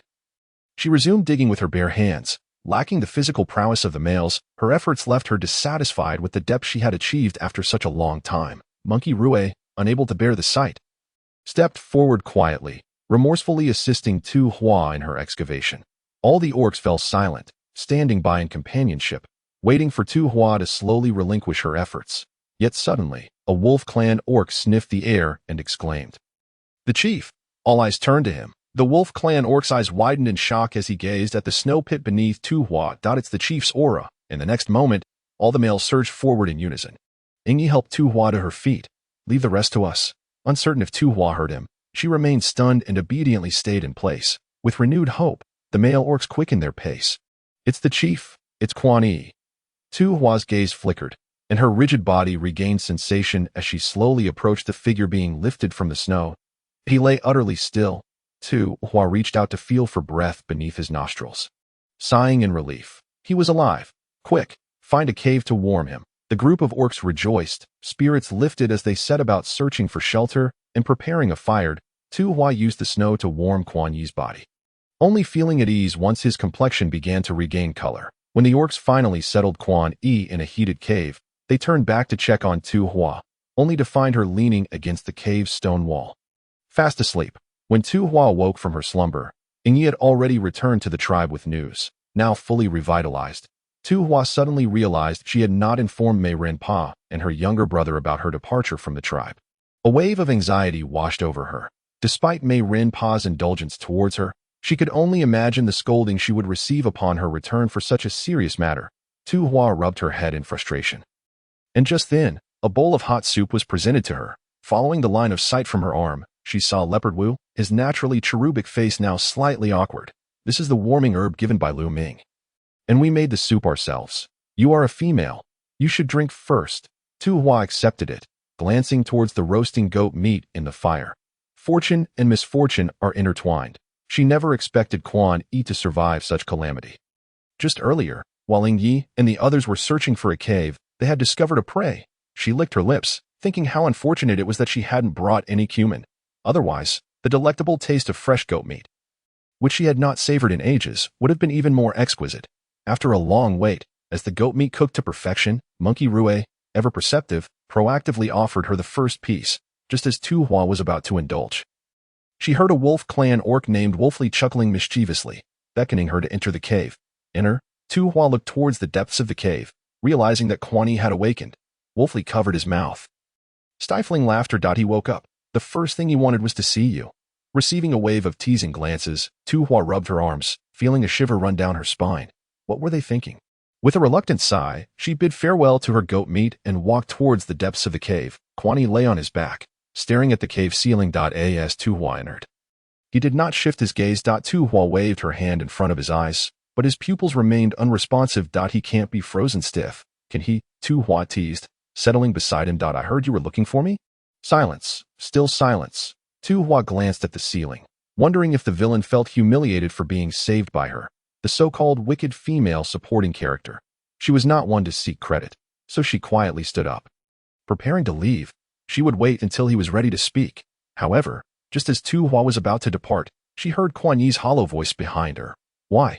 In chapter 37, why is the disparity so great? Why had he issued her a nightmare ultimatum from the very beginning? If he died, would it not be a boon for Tu Hua? Why did she persist when everyone else had given up? Willing to go to such lengths for a humble, wandering beast like him? Why, even in the face of death, did he think not of vengeance, but instead of wanting to see Tu Hua once more? Tu Hua turned back, speaking earnestly. To kill someone may require a reason, but saving someone does not. At last, Quan Yi's gaze shifted from the ceiling to meters, his ice-blue eyes reflecting Tu Hua's face. Is it just because of this? What was this dissatisfied tone? Tu Hua pouted, having grown weary of Quan Yi's mercurial temperament. She extended her right hand towards him, saying, "Let us shake hands and make amends." Quan Yi stared at Tu Hua's obviously frostbitten fingertips, remaining silent. "After all this time together, I've come to realize that you are all bark and no bite. You claim to want revenge. Yet you never intended to harm me." With her newfound identity as a savior, Tu Hua stood tall, her voice brimming with confidence as she smiled brightly. "Let us forget the past and be good neighbors who help each other out in this tribe." "What do you say?" Quan Yi reached out and grasped Tu Hua's right hand. Tu Hua beamed, shaking their joined hands with delight, feeling as though her life had been thoroughly spared from the clutches of the villain. Yet, just as she prepared to withdraw her hand, Quan Yi unexpectedly tightened his grip, holding her hand firmly. Tu Hua's eyes widened in alarm, her mind racing to comprehend the sudden change. Before she could react, the force yanked her forward, causing her to tumble against Quan Yi's solid chest, the warmth radiating beneath her palm, and the rapid beat of his heart resonating in her ears. Tu Huahua. Quan Yi's gaze burned into hers with intensity, his lips curling into a possessive smirk. "You cannot escape my grasp," Tu Hua exclaimed. "What the heck? Quan Yi, do you have no heart? I just saved your life, and now you want to settle scores with me? Insane? Crazy? You deserve to be a short-lived villain." Fuming, Tu Hua struggled to rise, pointing an accusatory finger at Quan Yi while cursing him, her temper flaring as she turned to leave. Quan Yi merely watched her retreating silhouette, his eyes gleaming with determination. But what was a villain, anyway? Could they be consumed? Tu Hua begrudgingly consumed 2 more pieces of yellow goat meat, now gently rubbing her round belly to aid digestion. Quan Yi emerged from the depths of the cave and naturally settled beside her. Ho Rui poked Leopard Wu's arm, and the 2 male beings leaned in conspiratorially, stifling laughter. However, Tu Hua remained oblivious, having turned her back to Quan Yi the moment he appeared, resolutely refusing to engage with the neurotic. She was quite irked. Saving a dog was far more dependable than rescuing Quan Yi. Oh right, Quan Yi was indeed a dog, a true dog man. Once everyone had finished eating, they would return to the tribe together. Quan Yi, having regained his spirits, bellowed commands to the other males within the cave. Then turned, his tone softening. "I will carry you back later." Tu Hua rolled her eyes, thinking to herself, "Who needs your help?" She mused on Quan Yi's unpredictable nature. Just moments before, he had threatened her, and now he was attempting to be amiable. Oh, he must be afraid his companions would learn of his ingratitude. Truly a duplicitous schemer. Before long, the departing group was ready. Tu Hua strode directly to Leopard Wu, saying, "Brother, I must trouble you. I'll treat you to a meal when we return." She patted the thick, spotted fur of the leopard and attempted to climb onto his back. However, the tall leopard took 2 serious steps aside, causing Tu Hua to lose her balance and tumble into the snow, nearly performing a split. "What do you mean by that?" In his beast form, Leopard Wu couldn't explain, casting a glance at the dark expression of another beast behind Tu Hua before swiftly retreating. The other beastmen, witnessing this, immediately followed Leopard Wu's lead and made their way back. Quan Yi helped Tu Hua up, kindly brushing off the snow from her clothes. However, the force of his pat on her rear made Tu Hua's mouth twitch as she turned to glare at him. Quan Yi, noticing her irritation, finally ceased his actions but offered her an innocent expression, even winking. Tu Hua sighed, conceding that perhaps beastmen lacked awareness in such matters.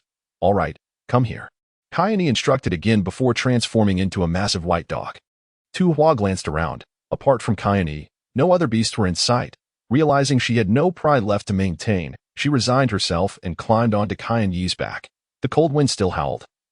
Yet Tu Hua felt considerably warmer. Perhaps it was due to Quan Yi's thick and dense mane. Her cheeks sank into the plushness of his fur. Unable to resist, she leaned in to nuzzle against him. Reminiscent of the little demon, Xiejian. In the past, Xiejian would similarly cuddle against the fluffy tail of the formidable Shadian, reflecting on how powerful yet gentle Shadian was. Tu Hua couldn't help but ponder the stark contrast with Quan Yi. who was also a dog.as. She mentally cataloged 1,000 of Quan Yi's shortcomings. Preparing to think of the 1,001st, the wandering beast tribe arrived. Tu Hua jumped down from Quan Yi's back and immediately spotted her father and younger brother waiting at the tribe's entrance. Father? Tu Hua felt a lump in her throat as she opened her arms to greet him. Tu Li, however, bypassed Tu Hua and walked straight towards Quan Yi. Towards Quan Yi? The sound of Tu Hua's heart shattering echoed in her ears as she turned to see Tu Li patting Quan Yi's shoulder with a hint of tears in his voice. Thank goodness, I'm so relieved you're safe. Tu Hua thought, who is the real family here? Under the gaze filled with resentment from Tu Hua, Tu Li finally noticed her, only to then deliver a playful smack to her forehead. How dare you be so bold? You left the tribe without even a word. The outside is fraught with danger, and Ing Yi and the others are busy rescuing Quan Yi. What would happen if you got into trouble? Tu Hua pouted, her hands pinching her ears in a mock display of sorrow. It was her misfortune that invisibility had not been a blessing at that moment. She cast a pleading glance towards Tu Chio, only to find her younger brother shaking his head with a sigh, looking at her as if she were an ignorant child. Huahua did this to save me, and it was thanks to her. Uncle Tu, please don't blame her anymore. Quan Yi interjected, it's quite cold outside. Let us head back and discuss this later. Tu Li readily agreed, walking alongside Quan Yi. Although you're a male, you should still see Lu Ming for an examination. Quan Yi nodded, lowering his gaze to conceal the emotions swelling within him. Chapter 38. Most likely an act. With a swift whoosh, a bamboo arrow struck the tree trunk with precision. Tu Chio stood in awe, wondering when her sister's archery skills had improved so remarkably. Tu Hua, with a haughty lift of her chin, commanded her younger brother, go, retrieve my arrow. Tu Chio nodded eagerly and scampered over. Just as he was about to pull out the arrow, he noticed a peculiar drawing on the tree trunk. The outline, though not realistic, vaguely reminded him of a dog. The drawing also featured strange totems, prompting Tu Chio to tilt his head in curiosity. Why is it taking so long? Tu Hua approached and yanked the arrow from the tree herself. Pointing at the two totems, Tu Chio looked at Tu Hua with confusion. Tu Hua merely smiled slyly, revealing her secret to her rapid improvement in archery. By inscribing Quan Yi's name on the arrows, she was not claiming perfection, but she could certainly boast a near-perfect success rate. Noticing her younger brother's inquisitive gaze, Tu Hua ruffled his fluffy hair. You don't need to understand everything. Let us go home. I'll make you stir-fried intestines with mung bean sprouts. Upon hearing the promise of food, Tu Chio promptly discarded all other thoughts and cheerfully followed Tu Hua home. Their tent was now completed, and all of their belongings had long been moved from Quan Yi's stone house. No longer having to face Quan Yi's mercurial demeanor every day, Tu Hua felt so elated that she could afford to eat an extra bowl of rice at every meal. The crispy stir-fried mung bean sprouts with intestines was ready, and Tu Li dutifully served a portion to Quan Yi, bringing it to the next room. After eagerly awaiting the return of her beautiful father to share a meal, Tu Li, however, wore a troubled expression and sighed repeatedly. I can't help but notice that Quan Yi seems unwell. He has been coughing persistently. Tu Hua had just taken a bite of rice and casually remarked without looking up, Quan Yi's cough is most likely an act. A good thrashing would sort him out. Tisk. Tu Li shot her a glare. What nonsense are you speaking? Tu Hua shrugged. Males are generally robust, and after being dug out from a snowdrift, he recovered quickly. It has been quite some time since then. Tu Hua had ample reason to suspect he was feigning illness, likely concocting some sinister plot. Tu Li sighed again. That may be true, but I can't help but feel that Quan Yi appears genuinely ill. Tu Hua paused, her hand halting mid-motion as she picked up her vegetables. Didn't the veterinarian, Lu Ming, see him? He claimed there was nothing wrong, but it feels off. It's been days, and Quan Yi has remained holed up in the stone house without stepping outside. It seemed Tu Hua had entirely set down her chopsticks, recalling that she hadn't seen Quan Yi at all over the past few days. Little one. Tu Hua snapped back to reality, looking at Tu Li with a resolute expression of, I wasn't daydreaming.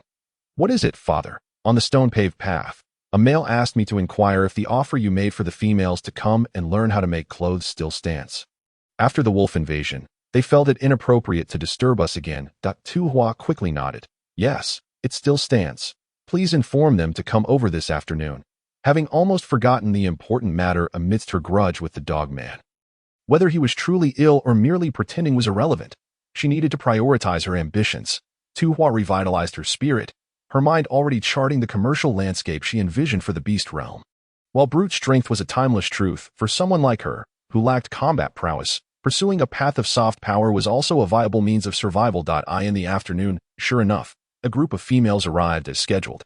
16 females had come, each carrying bone needles and animal hides, all appearing quite eager. Tu Hua wasted no time and immediately began instructing them on how to sew cloaks. The dense fur of animal hides was perfect for this purpose. And of course, color coordination was also essential. As Tu Hua explained, she personally guided them, but some of the females were handling bone needles for the first time, resulting in their fingers being pricked repeatedly. Ouch! Tu Yi was the first to lose her composure, tossing aside the partially sewn hide. Tu Huahua. Sewing animal hides is really difficult. Can't I just have my partner help me? She tugged at Tu Hua's arm. Pouting adorably, the other females looked at Tu Hua with hopeful expressions, hoping she might relent. However, Tu Hua shook her head sternly. No. If you call in the males for assistance, then don't bother coming here to learn. Of course, if you do it secretly, I want to know, but once I find out, I will never teach you anything again. I mean what I say. The previously mischievous glances of the females immediately fell, shoulders slumping in disappointment. Huahua, why is that? Males are naturally better at sewing animal hides than we are. They should just do it. Tu Yi looked at the red pricks on her fingers. Feeling wronged and exhausted. Tu Hua chuckled, playfully tapping Tu Yi's nose. There is no inherent right to any task. Skills acquired through learning are the only true abilities, though it may be tough now. It could very well become our means of survival in the future. Tu Yi, pouting her lips, blinked with a semblance of understanding. Unable to restrain herself, Housenly spoke up. After all, we have partners to protect us. They provide us with food and furs, and whatever we desire, they must furnish. But what if your partner happens to lack what you yearn for, while the male you loathe possesses it? Would you endure the anguish of relinquishing your desires? Or would you accept that loathsome male as your partner? Housenly fell silent, and the other females also lapsed into a bewildered quietude. Tu Hua continued her instruction, and throughout the afternoon, these females persevered. After bidding them farewell, Tu Hua rubbed her sore shoulders and cast a wistful glance at Tu Chio, who was still engaged in physical training in the yard. Her gaze inadvertently flickered toward the neighboring dwelling, only to be swiftly withdrawn. Finally, with a sense of irritation, Tu Hua massaged her temples and returned indoors to retrieve a small wooden box. Heading to the adjacent stone hut, Quan Yi seemed deeply asleep. Oblivious to Tu Hua's entrance, curled up on the grass bed, his tranquil visage exuding an almost unnatural innocence, Tu Hua instinctively softened her breath, quietly standing by his side, observing him. Unlike his usual pretentious demeanor or forced smiles, he now appeared imbued with a more genuine essence, one that tugged at her heartstrings. Heartstrings? Tu Hua was perplexed by her own conflicting and peculiar thoughts lately. Did she truly feel compassion for Quan Yi? Did he even warrant such concern? Hey, wake up, she said brusquely, shaking his arm to rouse him. Quan Yi blinked awake, startled at first, but visibly relaxed upon recognizing Tu Hua by his bedside. Yet, in that moment of shock and relief, a wave of breath surged within him, leading to an uncontrollable cough. Tu Hua's expression turned frantic as she hurriedly approached, patting his back, but his coughing escalated, culminating in a spurt of crimson blood upon the floor. Chapter 39. Venom. Gazing at the dark crimson pool, Tu Hua momentarily blanked, hastily grasping Quan Yi's wrist to check his pulse. Have you been poisoned? Quan Yi managed to stifle his cough, turning to look at Tu Hua in surprise. She awaited his reply, clearly aware that he understood his condition, but ultimately he merely lowered his gaze, concealing his emotions. I'm fine. Silence enveloped them, both lost in their thoughts. Quan Yi sensed the emotional turmoil within Tu Hua. He realized she was angry, though he was somewhat perplexed about the cause. Not only Quan Yi, but even Tu Hua herself couldn't discern the source of her frustration. Was it merely that Quan Yi was wary of her and refused to divulge anything? That seemed entirely normal. After all, they had no significant relationship, so why should he share his secrets with her? She wasn't angry at all, Quan Yi observed as Tu Hua's fingers tightened, digging into the animal skin draped over the grass bed, creating 5 distinct impressions. He involuntarily swallowed hard, feeling an unsettling chill, a pressure that, while distinct from the might of a beastman, was nonetheless disconcerting. Tu Hua coldly chuckled as she opened the small wooden box, revealing instruments for analyzing chemical components, causing her eyes to flicker with interest. With another glance at Quan Yi, she drew out a bone knife. You're not actually considering taking my life while I'm ill, are you?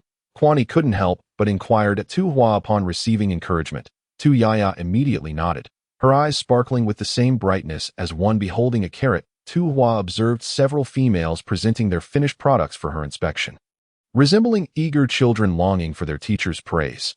Naturally, Tu Hua was generous with her compliments. However, when it came to the cloak crafted by Ho Senli, she couldn't help but admire the intricate stitching.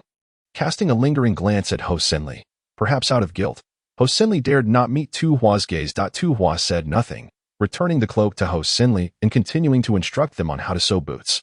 As time passed and the females departed, Tu Hua glanced toward the adjacent stone house. Just as she took a step forward, she abruptly withdrew her foot. Memories of what her father had said the previous night echoed in her mind. She, a female, was always lingering around the solitary male in the stone house. Since there was no serum in the small wooden box to counteract the snake venom afflicting Quan Yi, her approach would serve no purpose. With this thought, Tu Hua resolutely altered her course, determined not to cast another glance toward that stone house. To enter it once more would imply an affection for Quan Yi, despite her strong conviction. Tu Hua found herself increasingly agitated over the following days. She felt an inability to focus on anything. Consequently, she called upon Tu Qiao and his companions to engage in a snowball fight. A physical outlet was precisely what she needed to alleviate her restlessness. Tu Hua regarded the three diminutive figures before her, nodding with satisfaction. Let's divide into two teams, Tu Qiao and I against Ing Song and Xiong Tai. How does that sound? While Tu Qiao and Xiong Tai had no objections, Ing Song shyly tugged at Tu Hua's clothing, saying, "Sister, may I join your team?" Fearing Tu Hua's refusal, Ing Song nervously intertwined his small fingers. Of course, Tu Hua waved her hand grandly. So, Tu Qiao will team up with Xiong Tai. Just to clarify, in this snowball arena, there are no siblings. Everyone must give their utmost. Tu Qiao pursed his lips, hesitantly nodding.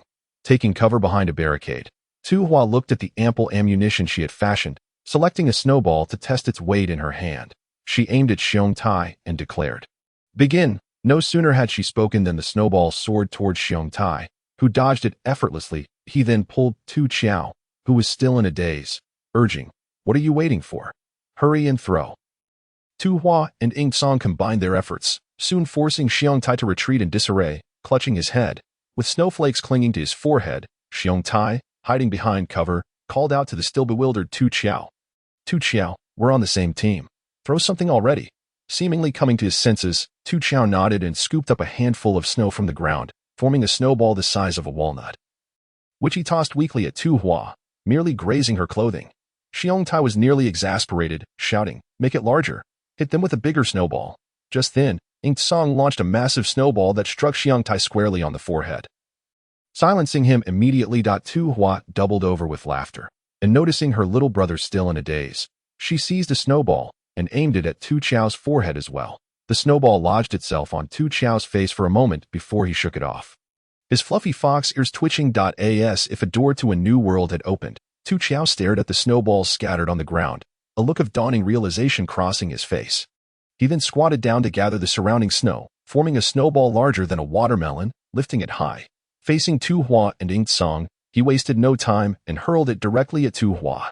With a resounding thud, it landed. Though it was not painful, Tu Hua felt a buzzing in her head.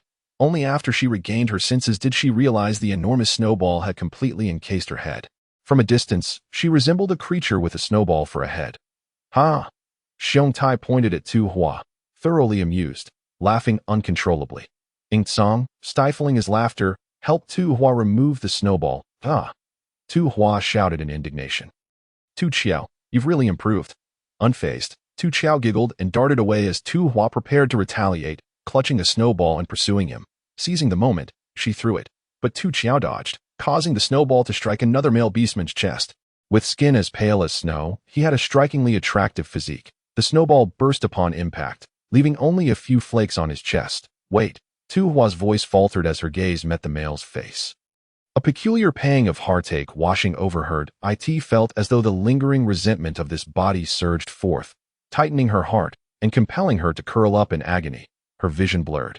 A buzzing sound enveloped her ears, yet she distinctly heard the emotionless voice of the male, Tu Huahua. "Long time no see." It was Hu Shao, the very Hu Shao who had captured the heart of the foolish female Tu Huahua. The pain in her heart intensified, tears welling up in Tu Hua's eyes. In that moment, she felt as if she had lost control over her own body, her soul detached, observing helplessly as this body endured a torment it could not escape. "Hey, Tu Huahua." What's wrong? The nearby Bao Wu and several other males, standing beside Hu Xiao, seemed to notice Tu Hua's distress and were about to approach. Before they could reach her, a pair of hands swiftly scooped Tu Hua up, holding her tightly.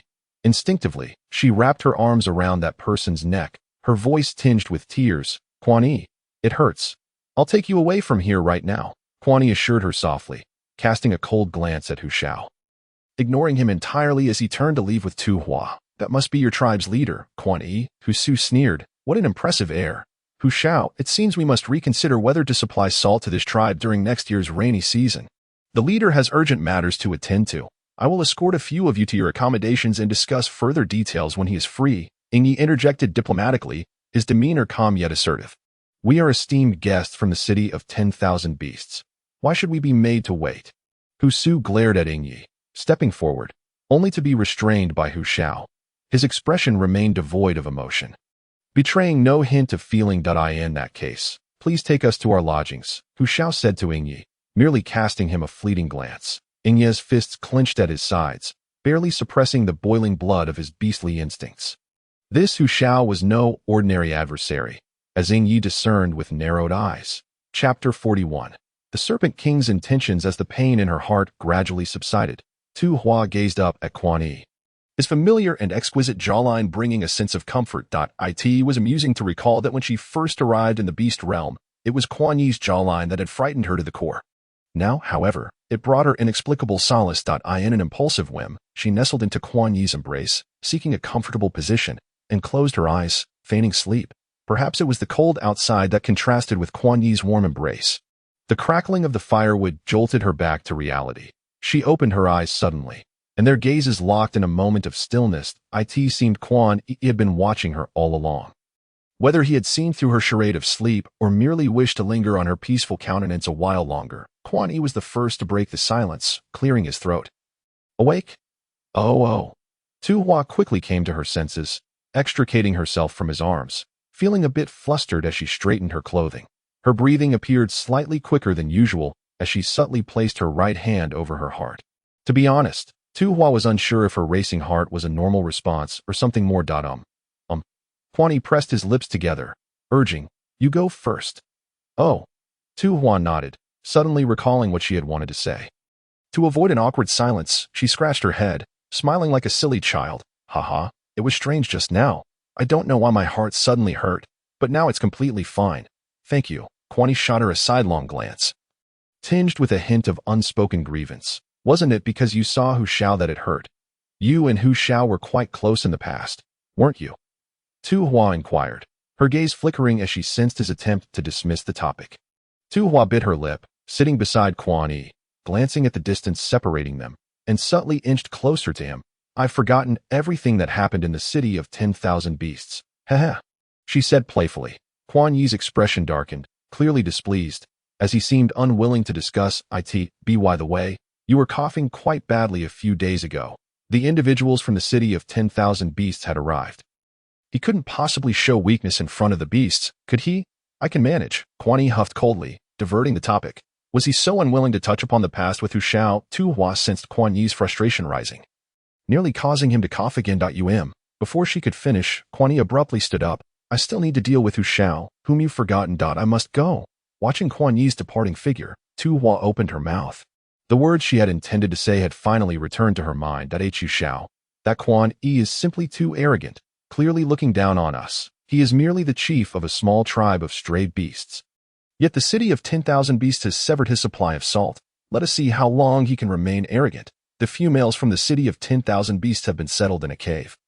And ever since the departure of the likes of Eagle Knight and Leopard Marshal, Tiger Su's curses directed at Dog E have been unceasing. At last, Tiger Xiao, unable to endure the incessant noise, opened his half-closed eyes, his gaze cutting like an icy blade, fixating on Tiger Su, commanding him to be silent.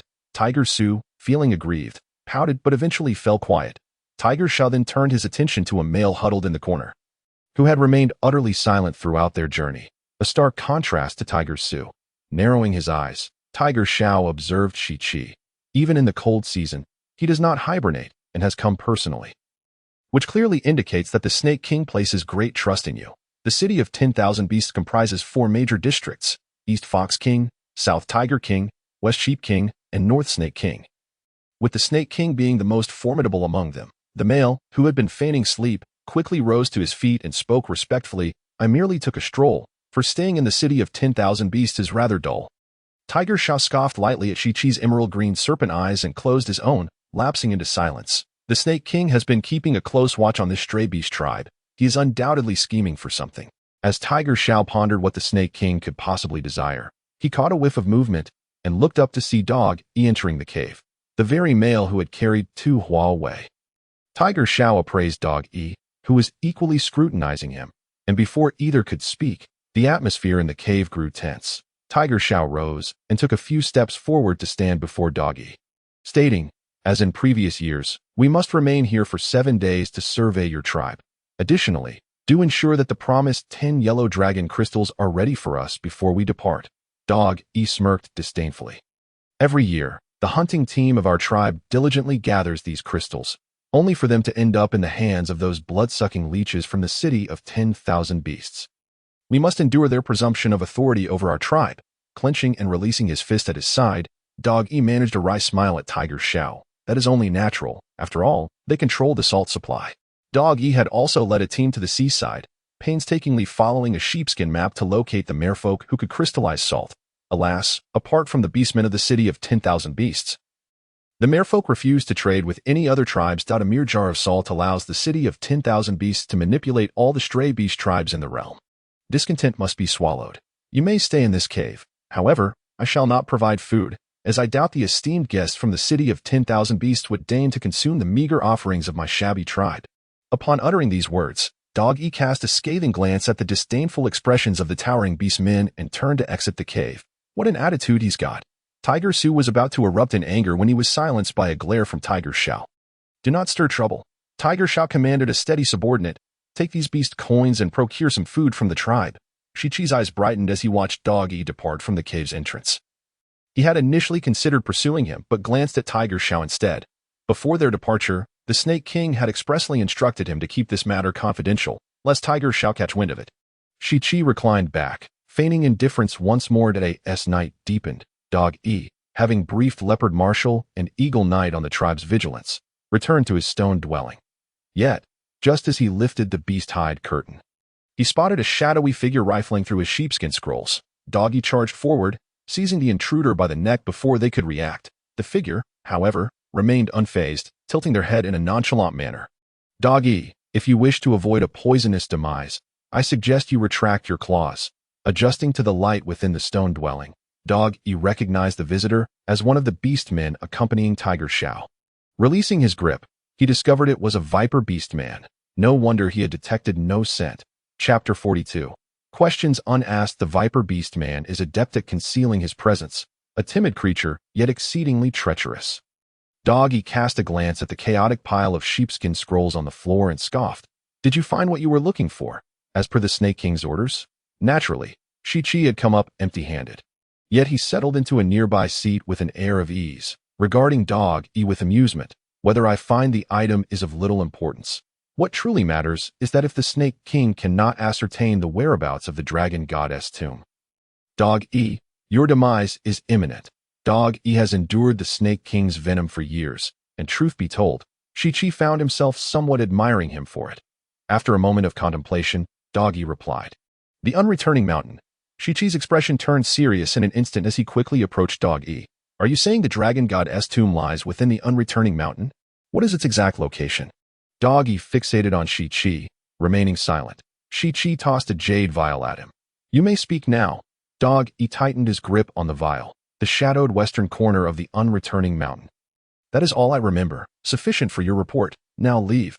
Having obtained the desired information, Shi-Chi made no effort to linger, casting a sympathetic glance at Dog Yi before swaggering out. I in the quiet stone dwelling. Dog Yi, after a prolonged silence, struck the wall with his fist. Opening his palm to reveal the vial, he closed his eyes. If this continues, he truly cannot endure for many more years. Dog Yi retrieved a sheepskin scroll from his pouch. Gazing at the key wrapped within, his eyes flickering with a secret resolution. It felt as though an eternity had passed since Tu Hua last entered Dog Yi's stone dwelling. However, this time, it was not her own volition that brought her here. Rather, it was Dog Yi who had summoned her. Dog E presented the vial to Tu Hua directly. Cutting to the chase, "Oh, you have a solution? Can you create more of this antidote that suppresses the snake venom within me?" As he spoke, Dog E's gaze remained fixed on Tu Hua's wooden box. He, too, found it incredulous, yet he instinctively believed in her capability. "I will give it a try." Tu Hua suppressed the urge to voice her doubts and began focusing on the task at hand. The constituents of the antidote this time were manageable and did not exceed her proficiency. However, it appeared that the flora of the beast realm possessed more potent medicinal properties, for she still could not find the desired ingredients in her wooden box, indicating she would have to wait for the rainy season to gather them. Tu Hua returned the remaining potion to Dog E, who stared at the vial in silence for a long moment before raising it to his lips and drinking it all in one go.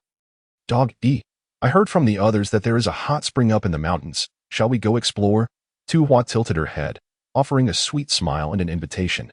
Dog E, momentarily entranced by her cheerful demeanor, found himself nodding in agreement before he realized it. The ascent of the mountain proved far more arduous than it appeared. Tu Hua, initially determined to climb on her own, soon succumbed to fatigue halfway up, resorting to lying on the ground in defiance. "Carry me," she declared, her tone a mix of stubbornness and playfulness, her gaze fixed intently on Dog E, eager to catch his slightest reaction.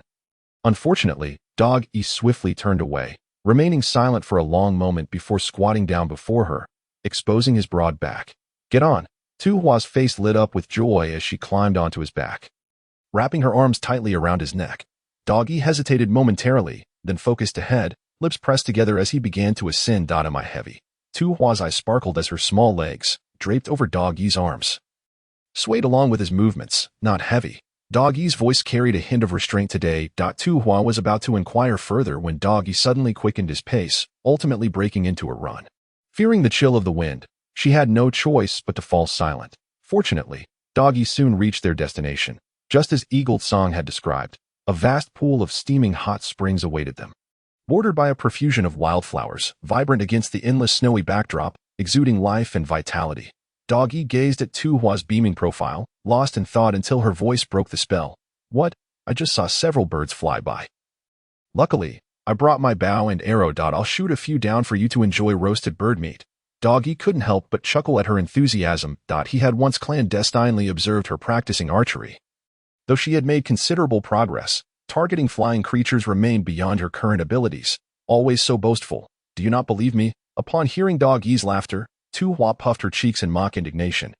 Resembling a pufferfish, Dog E smiled gently, recalling the last time he had inadvertently upset Tu Hua. With the new wildflowers blooming nearby, he thought to gather a bouquet as an apology. As he reached out, he abruptly halted, the smile fading from his face. "Hey, what's wrong? You're acting strangely today." Tu Hua approached, feeling somewhat vexed. In truth, she had questions she wished to ask Dog E, inquiries she had wanted to make that day. She was uncertain if this moment was the right time. Dog E's gaze shifted from the wildflowers to Tu Hua's muddy boots, and he instinctively furrowed his brow. Tu Hua followed his gaze downwards, dismissing it casually. "Oh, I just stepped in some snow while climbing up. It's merely wet. I'll change once we return." In the next moment, Tu Hua felt herself hoisted up and placed on the warm stone by the hot spring. "Change? Do you, a female, not realize how frail your body is? Falling ill from a mere chill is all too easy."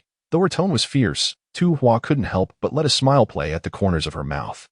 Quan Yi personally removed her damp boots, gently drying her icy feet and finally wrapping them in clean animal hide, securing them with careful knots. Her heart raced noticeably, and without even pressing a hand to her chest, she could hear the rhythmic thump, thump, thump. "Quan Yi, do you perhaps have feelings for me?" The words slipped from her lips uncontrollably, but Tu Hua felt no regret as she met Quan Yi's gaze with calm resolve.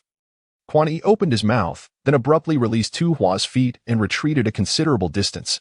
His lips moved several times, seemingly at a loss for words when faced with the clarity in Tu Hua's eyes. Before he turned away, Tu Hua felt a twinge of anticipation but was met only with a scoff from Quan Yi. "Tu Huahua, do you truly believe that could be the case?" Tu Hua replied. "Tu Huahua, how long has it been since I liked you? Don't forget how much I detested you when you first arrived here." Quan Yi fell silent, for Tu Hua had already risen quietly and was making her way down the mountain alone. Quan Yi crouched by the hot spring, covering his face. What was there to be upset about? Females are merely a burden, hindering his path to vengeance. Chapter 43. The mad serpent Chi. What is so remarkable about that? Tu Hua grumbled, kicking a stone by the roadside. Fortunately, she had asked one more question. Otherwise, if she had confessed directly, Quan Yi would have undoubtedly uttered something utterly distasteful. Strictly speaking, this was her first love. Tu Hua pouted in grievance, wishing to cry, but alas, after brewing for so long, not a single tear fell. Unable to shed tears, Tu Hua glanced at a slender tree nearby and lifted her foot to kick it. The next moment, the snow atop the branches cascaded down, drenching Tu Hua in icy cold. She hurriedly stepped aside, shaking off the snow. Honestly, when misfortune strikes, even drinking cold water feels like a hindrance. Suddenly, she halted. Glancing back over her shoulder, the tranquil forest appeared as it always did, unremarkable. Yet, she had distinctly heard the faint sound of a branch snapping, albeit very subtle. Was it Quan Yi? Did he not wish to show himself due to earlier events and was now secretly following her? Tu Hua cast a suspicious glance behind and continued her descent down the mountain. Her heart raced, and she abruptly turned around, finding nothing but emptiness. Tu Hua exhaled in relief, preparing to move on, only to face a pair of eerie green eyes. The pupils were like vertical slits, terrifying and venomous. Instinctively, Tu Hua took 2 steps back, glancing around at in response to her search for help. The serpent Chi merely smiled with a hint of indifference. Purposefully inching closer. Tu Huahua, you've become quite beautiful. Tu Hua frowned, nearly stumbling over a stone beneath her feet, but thankfully managed to keep her balance. You know Tu Huahua, another unfamiliar face. Likely a male from the Beast City. In her current state, Tu Hua struggled to think calmly and sternly commanded, "Stop, don't come any closer." Serpent Chi did halt his advance, but his smile turned even more sinister. Indeed, you've become prettier. Yet your temper remains unchanged. Back in the Beast City, you always spoke to me in such a tone, looking at me as if I were a loathsome, lowly insect. Tu Hua swallowed nervously, recalling the previous owner's grievances. Noticing Tu Hua's face had paled, Serpent Chi offered a soothing smile. No need to be so tense. After all, you know I have only ever pursued you, a single female. How could I bear to harm you? Tu Huahua, be my female, and I will take you back to the Beast City. Serpent Chi's eyes gleamed with a determined light. Tu Hua's mind raced, and she forced a smile. How about I think it over? Think it over. Serpent Chi's voice turned icy, laced with mockery. Still pining after Hu Shao, are you? That day, seeing your pained expression, you may not know, but the day after you were exiled from the Beast City, Hu Feifei moved into Hu Zhao's stone house. Or perhaps, as he spoke, Serpent Chi stepped forward and seized Tu Hua's wrist. You wouldn't have developed feelings for Quan Yi, would you? Seeing you nestled in that male's embrace truly saddened me. And no, that is not the case. Tu Hua forced a smile. You're hurting me. Could you let go, please? I'll talk to my father when we get back, and then I'll go with you to the Beast City. All right, really? A delay tactic. Tu Hua reluctantly nodded. Why, yes. Really? Then let me have a kiss. Tu Hua exclaimed. How shameless. Serpent Chi's breath quickened, his demeanor becoming somewhat frenzied as he pulled Tu Hua closer to him. Tu Huahua. Let me kiss you. Quickly, let me kiss you. In the next moment, Serpent Chi felt a sharp pain in his arm, instinctively releasing his grip on Tu Hua. The little female had seized the opportunity to draw her concealed bone knife and wound him? So she still harbored such disdain for him. A glimmer of malevolence crossed Serpent Chi's eyes as he pursued the direction Tu Hua fled. Tu Hua was already running for her life. But Serpent Chi easily caught up to her as she noticed him closing in. Tu Hua suddenly remembered the bow and arrows on her back. Trembling, she knocked a bamboo arrow onto the bowstring. Don't come any closer. If you do, I'll shoot you. Having never encountered such a peculiar weapon, Serpent Chi found her naivety amusing and continued to approach her without concern. Tu Huahua, don't refuse a toast only to be forced to drink a forfeit. The sound of the bamboo arrow piercing flesh. Serpent Chi looked down in astonishment at the arrowhead embedded half an inch into his chest. It is known that a male's skin is akin to natural armor. A mere female's strength could not inflict any damage. Serpent Chi gazed at the bow in Tu Hua's hands, astonished. He hadn't anticipated that in just a few months, the little female would undergo such a transformation. However, no matter how much she had changed, she could never overpower a male. Serpent Chi reached out to pull out the bamboo arrow and tossed it aside. The pain was negligible for a male beast, not even warranting a furrowed brow. Tu Hua, trembling in fear, attempted to shoot again, but in the moment she drew her bow, Serpent Chi had firmly seized her hand. Looking up, she met Serpent Chi's malicious grin. He effortlessly discarded the bow and pinned Tu Hua's hands above her head. He pressed her down, tearing at her clothing. Tu Huahua, you've always looked down on me. How dare you continue to do so? Fine, since you disdain being my proper mate, I shall regard you as one of those wandering females who would shamelessly couple with any male. Tu Huahua, I want you to beg me. I want you to remain at my feet, forever gazing up at me. As Serpent Chi's lips descended toward her, Tu Hua, suppressing her disgust, turned her head and bit his ear. Serpent Chi recoiled, clutching his ear, blood staining his palm. His gaze turned venomous as he glared at Tu Hua, who was retreating while clutching her torn clothing. Unable to contain his fury, he stepped forward, raising his hand. Tu Hua tightly shut her eyes, bracing for the anticipated sting of a slap, but when she opened them, she found Serpent Chi's hand firmly held by another, Quan Yi. For reasons unknown, though she hadn't cried when threatened by Serpent Chi or when forced by him, upon Quan Yi's arrival to rescue her. Tu Hua's voice quivered with the onset of tears, her nose inexplicably tinged with sadness. Quan Yi looked at Tu Hua, whose eyes were red-rimmed, his lips pressed tightly together, and when he turned to face Serpent Chi, the murderous intent was unmistakable. Serpent Chi instinctively felt fear in that moment but quickly scoffed. Having witnessed Quan Yi's anxious demeanor while holding Tu Hua that day, he held no doubt about Quan Yi's intentions. Yet he remained unperturbed. Quan Yi, I advise you to pretend you saw nothing.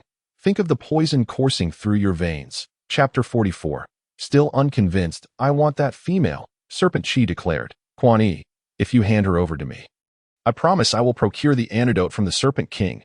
Tu Hua turned sharply to Serpent Chi, then glanced back at Quan Yi. Upon hearing the word antidote, a glimmer of desire flickered in Quan Yi's eyes. No one knew the torment he had endured over the years due to the serpent poison implanted within him. He had to conceal his innate talents from the watchful eyes of the Beast City while enduring the agony of repeated poison attacks, all while secretly cultivating his own power to break free from his shackles. Believing Quan Yi hesitated, Serpent Chi's smile widened further. Rest assured, I am a trusted subordinate of the Serpent King, and I am confident I can obtain the antidote for you. Though I am not a Tanger from the Serpent King's lineage, I know precisely which part of the Tanger's poison requires an antidote. I could even steal it for you. Serpent Chi's tongue flicked out, and he licked his lips with a predatory gleam, his voice dripping with seduction. How about it? Just hand this female over to me, and I guarantee I will provide you with the antidote. I swear by the Beast God, regardless of the Beast Man. Any oath taken in the name of the Beast God was never to be taken lightly. Tu Hua felt the weight of Serpent Chi's determined gaze upon her, and she cast another glance at Quan Yi, whose lips remained pursed tightly. Would he truly hand her over to Serpent Chi? After all, he does not like her. Tu Hua curled up her body, unable to suppress her fear. She had not anticipated that Chi would reach out once more to pull her, only to be stopped by Quan Yi, with tears glistening in her large eyes. Tu Hua looked longingly at Quan Yi, yet he did not meet her gaze, instead pulling Chi aside. Quan Yi, what do you mean? Chi questioned, but Quan Yi remained silent, soon making his intentions clear. He pressed Chi to the ground, raining down blows upon his head, one after another. Quan Yi, don't you want the antidote anymore? Stop. Quan Yi showed no signs of pausing, each punch more forceful than the last, each landing with a brutal impact that drew blood. Under the weight of his strength, Chi could not even muster a defense. In no time, Chi's face was a gruesome mess. Tu Hua stood frozen for a moment, and when she saw that Chi was nearly breathless, she rushed forward to pull Quan Yi away. Quan Yi, enough. If you keep this up, he will die. Quan Yi did not listen, even intensifying his assault. This antidote to suppress the poison was sent by him, right? If he dies, the Serpent King will surely cease sending any more antidotes. Quan Yi, calm down. Quan Yi disregarded any talk of antidotes or poisons, mechanically continuing his onslaught, the blood from Chi staining his fists, and a few droplets splattering onto his cheeks. Soon, Chi, devoid of breath, transformed back into his original snake form. A 2-foot-wide viper, his body intact except for his head, which had been utterly crushed by Quan Yi's fists. That mangled head was buried into the bloody, snow-muddied ground by Quan Yi's relentless strikes. Finally, Quan Yi ceased his assault, methodically cleaning his hands before extending a palm towards Tu Hua. Tu Hua hesitated for a moment before placing her pale fingertips upon his, using him for support to rise. Quan Yi lowered his gaze, blood marred the perfection of his fair features. Tu Hua lifted her sleeve, wanting to wipe it clean, but Quan Yi abruptly recoiled. Dirty, don't touch. With that, Quan Yi turned his broad back to Tu Hua. Let us go. I'll escort you back. Tu Hua felt an overwhelming urge to ask Quan Yi why he had not handed her over to Chi. After all, it seemed she had misinterpreted the situation. Quan Yi did not harbor feelings for her, and he had no reason to squander such a crucial opportunity for a female he did not like. However, as she lay on Quan Yi's back, gazing at his profile, Tu Hua suddenly found herself at peace. Perhaps he was simply a villain who understood where to draw the line. In truth, he was a rather remarkable beast man. Although they could not be mates, they could still be friends. Tu Hua pressed her lips together, silently resolving to assist Quan Yi in escaping his villainous fate. After escorting Tu Hua back to the tent, Quan Yi headed up the mountain without a backward glance. Likely to deal with the corpse of that viper beast, the males of the beast city would soon notice one less member in their ranks, and if they could not locate Shi-Chi, it would undoubtedly cause considerable trouble for the wandering beast tribe. Tu Hua anxiously twisted her fingers, her mind filled with worry. As night fell, Quan Yi returned with Tu Li, seemingly having worked alongside him from the stone-paved quarry. Tu Hua hurried to greet them, but when she stood before Tu Li and Quan Yi, she suddenly found herself at a loss for words. With her beautiful father present, it felt inappropriate to ask directly. Fortunately, Quan Yi offered her a reassuring glance, instantly brightening her spirits. Tu Li cast a skeptical glance between Tu Hua and Quan Yi, shaking his head with a sigh. "Let us go eat. I'll roast shrimp for you." Indeed, it had been quite some time since Quan Yi had dined at Tu Hua's home. He had not had much of an appetite lately due to his health, but now that the poison was under control, he licked his lips, feeling a pang of hunger. Just as he was about to nod in agreement, Tu Li abruptly shoved him back towards his own stone house. "Quan Yi, stay there. I'll bring you your meal shortly." Tu Li assumed a protective stance, leaving Quan Yi somewhat bewildered. Tu Hua was even more confused. "Father, what is this about? Shrimp is best eaten fresh off the grill. It'll get cold out here. Let us just invite Quan Yi to join us." Tu Li regarded her with an expression of utter disapproval and firmly pulled Tu Hua back into the tent. Kai, last time you told me you didn't tea like Quan Yi. To be honest, I never believed you." Tu Hua replied. "It seems that indeed, the truth has proven unreliable." She chuckled awkwardly, but those were merely past sentiments. She was still in the stage of confessing her feelings and had not yet reached the point of emotional attachment. From now on, she would manage her heart well, viewing Quan Yi solely as a friend who had saved her life. Kai, don't pursue Quan Yi anymore. He doesn't tea like you. Let us find you a new mate." Tu Li advised earnestly. To be honest, Tu Hua found herself somewhat admiring her beautiful father. In a wonder people say parents have keen insight. They can see things clearly from the outside. She had previously thought that Quan Yi liked her, but her unspoken confession earlier that day had proven her father right. Sigh. Whether there was a misunderstanding or not, I'll obediently nod and say, "Okay. Father, rest assured, I will no longer harbor feelings for Quan Yi, and as for pursuing him, that is out of the question." However, she noticed Tu Li's serious expression as he spoke again. Kai, to be honest, I still don't believe you."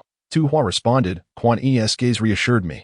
"I've also calmed down now. In the dead of night, while the beastmen slept soundly, the team led by Hu Xiao suddenly arrived."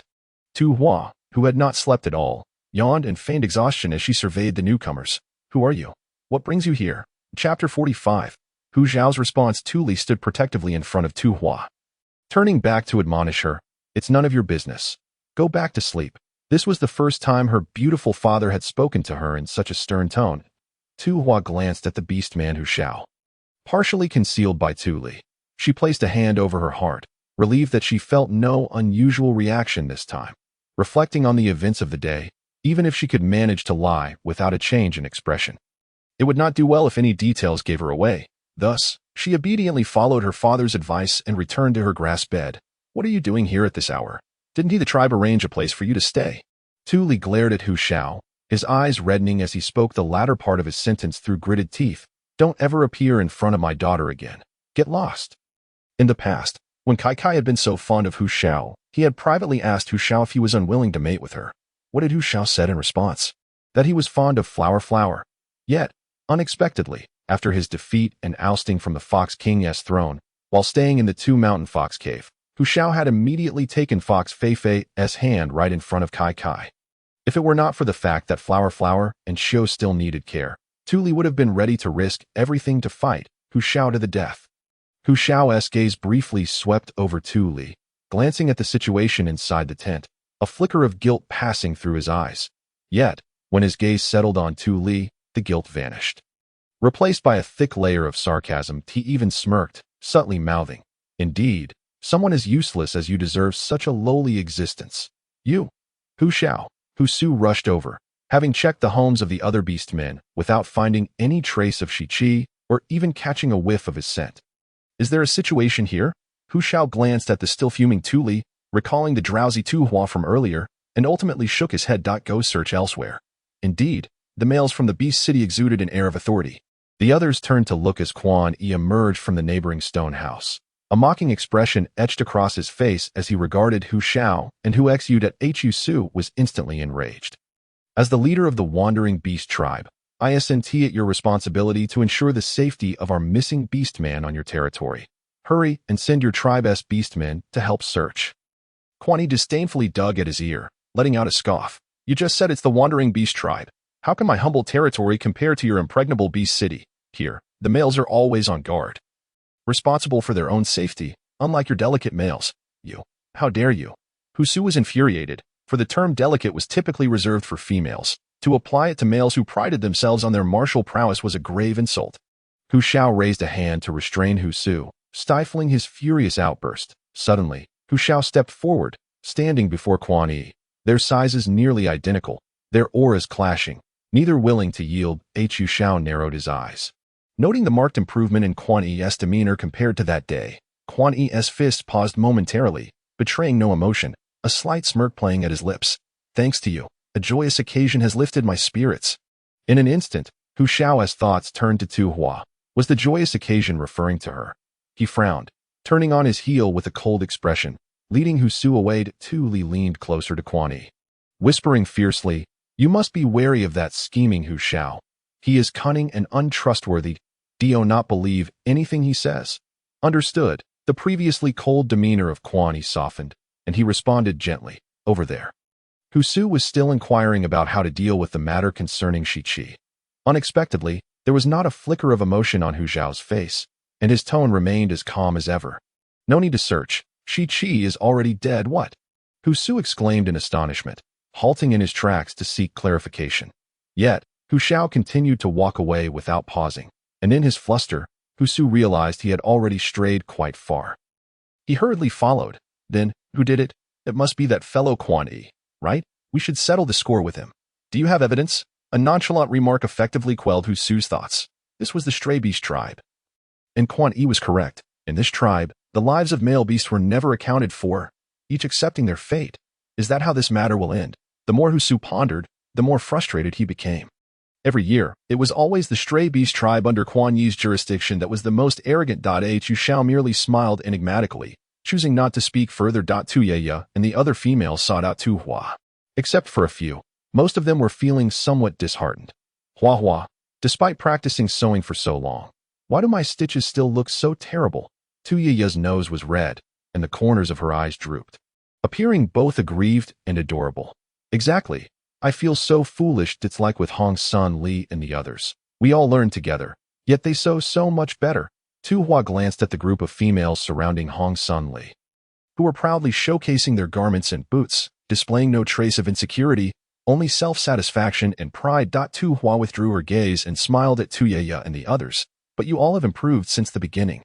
At the very least, you now have some semblance of skill, and you no longer prick your fingers while using bone needles, right? And wearing clothes you made yourself, doesn't that bring you a special sense of accomplishment? Well, that is true. The girls nodded, though they still felt somewhat uncheerful. After a moment's thought, Tu Hua suggested, How about we take a break from sewing today, and I teach you how to make popped rice? Tu Huahua's eyes instantly sparkled. Popped rice? Like the super fluffy one from last time? Exactly. Hong Sun Li and the others also gathered around, clearly excited. Noticing their enthusiasm, Tu Hua suppressed her smile and addressed all the females. Making popped rice isn't particularly difficult, but it does require effort and can be hazardous, so everyone should call their partners back home. If there are any single males, they should come and learn as well. Hooray! Tu Huahua jumped 3 feet high, quite literally. Tu Hua was taken aback. As expected of the rabbit tribe, even the females possess such talent. Tu Huahua was the first to dash out of the tent, shouting as she ran, Wonderful! I won't have to work hard this time, and there will be delicious food. The other females quickly followed suit, joyfully rushing outside like birds released from their cages. Tu Hua shook her head in amusement. It reminded her of her own days in elementary school, waiting for the bell to ring. Not that she was anything like them. She had always been an exemplary student, clever and diligent, unlike them. Indeed, not at all like them. Chapter 46. Tu Hua's ambition. Most of the males in the tribe had gathered in the open space before the tents and stone houses. Tu Hua had even specifically instructed a few to remain on the outskirts to keep watch, in case any of the beasts from the city of 10,000 beasts attempted to steal their knowledge. With a stone pot mixed with clean fine sand, evenly heated, she poured in a small cup of rice. And in no time, they would reap a bountiful pot of popped rice, though the actual satiety of a pot of popped rice may not surpass that of a small cup of rice. The expansion in volume and visual impact left the beastmen utterly fascinated. All the beastmen of our tribe who weren't present today, you can share this with one another when you return. Once the weather warms up and gatherings become more frequent, you can take the popped rice to sell at the market. I'll set a uniform price for everyone. For a cup of popped rice, 3 beast coins. For 2 cups, 5 beast coins. How does that sound? Tu Hua had carefully considered this. It was essential for the unity of the tribe, and by establishing a set price, she could prevent price wars. She expected the beastmen to agree immediately, but when she surveyed the nearly 300 males present, they all blinked in confusion, wearing blank expressions. What's wrong? One of the beastmen in front couldn't help but ask. Hua, why don't you keep it for yourself? Scarcity increases value, and perhaps you'd earn more beast coins that way. That was undoubtedly because her mind was brimming with ways to earn money, and she found such trivial gains beneath her notice. But could she speak the truth? Clearly not. Tu Hua placed her hands behind her back, puffed out her chest, and declared with righteous fervor, "That is precisely because I hope every beast in our tribe can lead a good life." Tu Hua's eyes sparkled as she suddenly found this topic engaging and continued. Every beast in the beast world yearns for the lifestyle of the city of 10,000 beasts. So why can't we build our tribe to resemble the city of 10,000 beasts? As long as we unite and work together to build our home, our collective strength will surely make our tribe prosper. Only when the tribe thrives will our lives improve.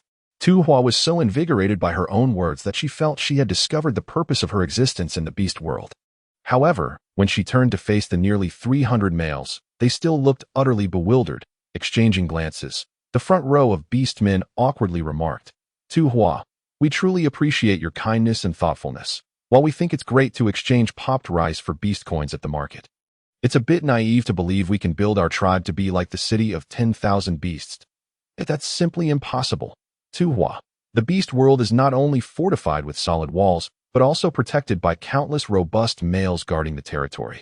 Not to mention the presence of salt. Some beastmen, not wishing to dampen Tu Hua's spirits, still felt compelled to share the harsh realities. They all longed for the city of 10,000 beasts.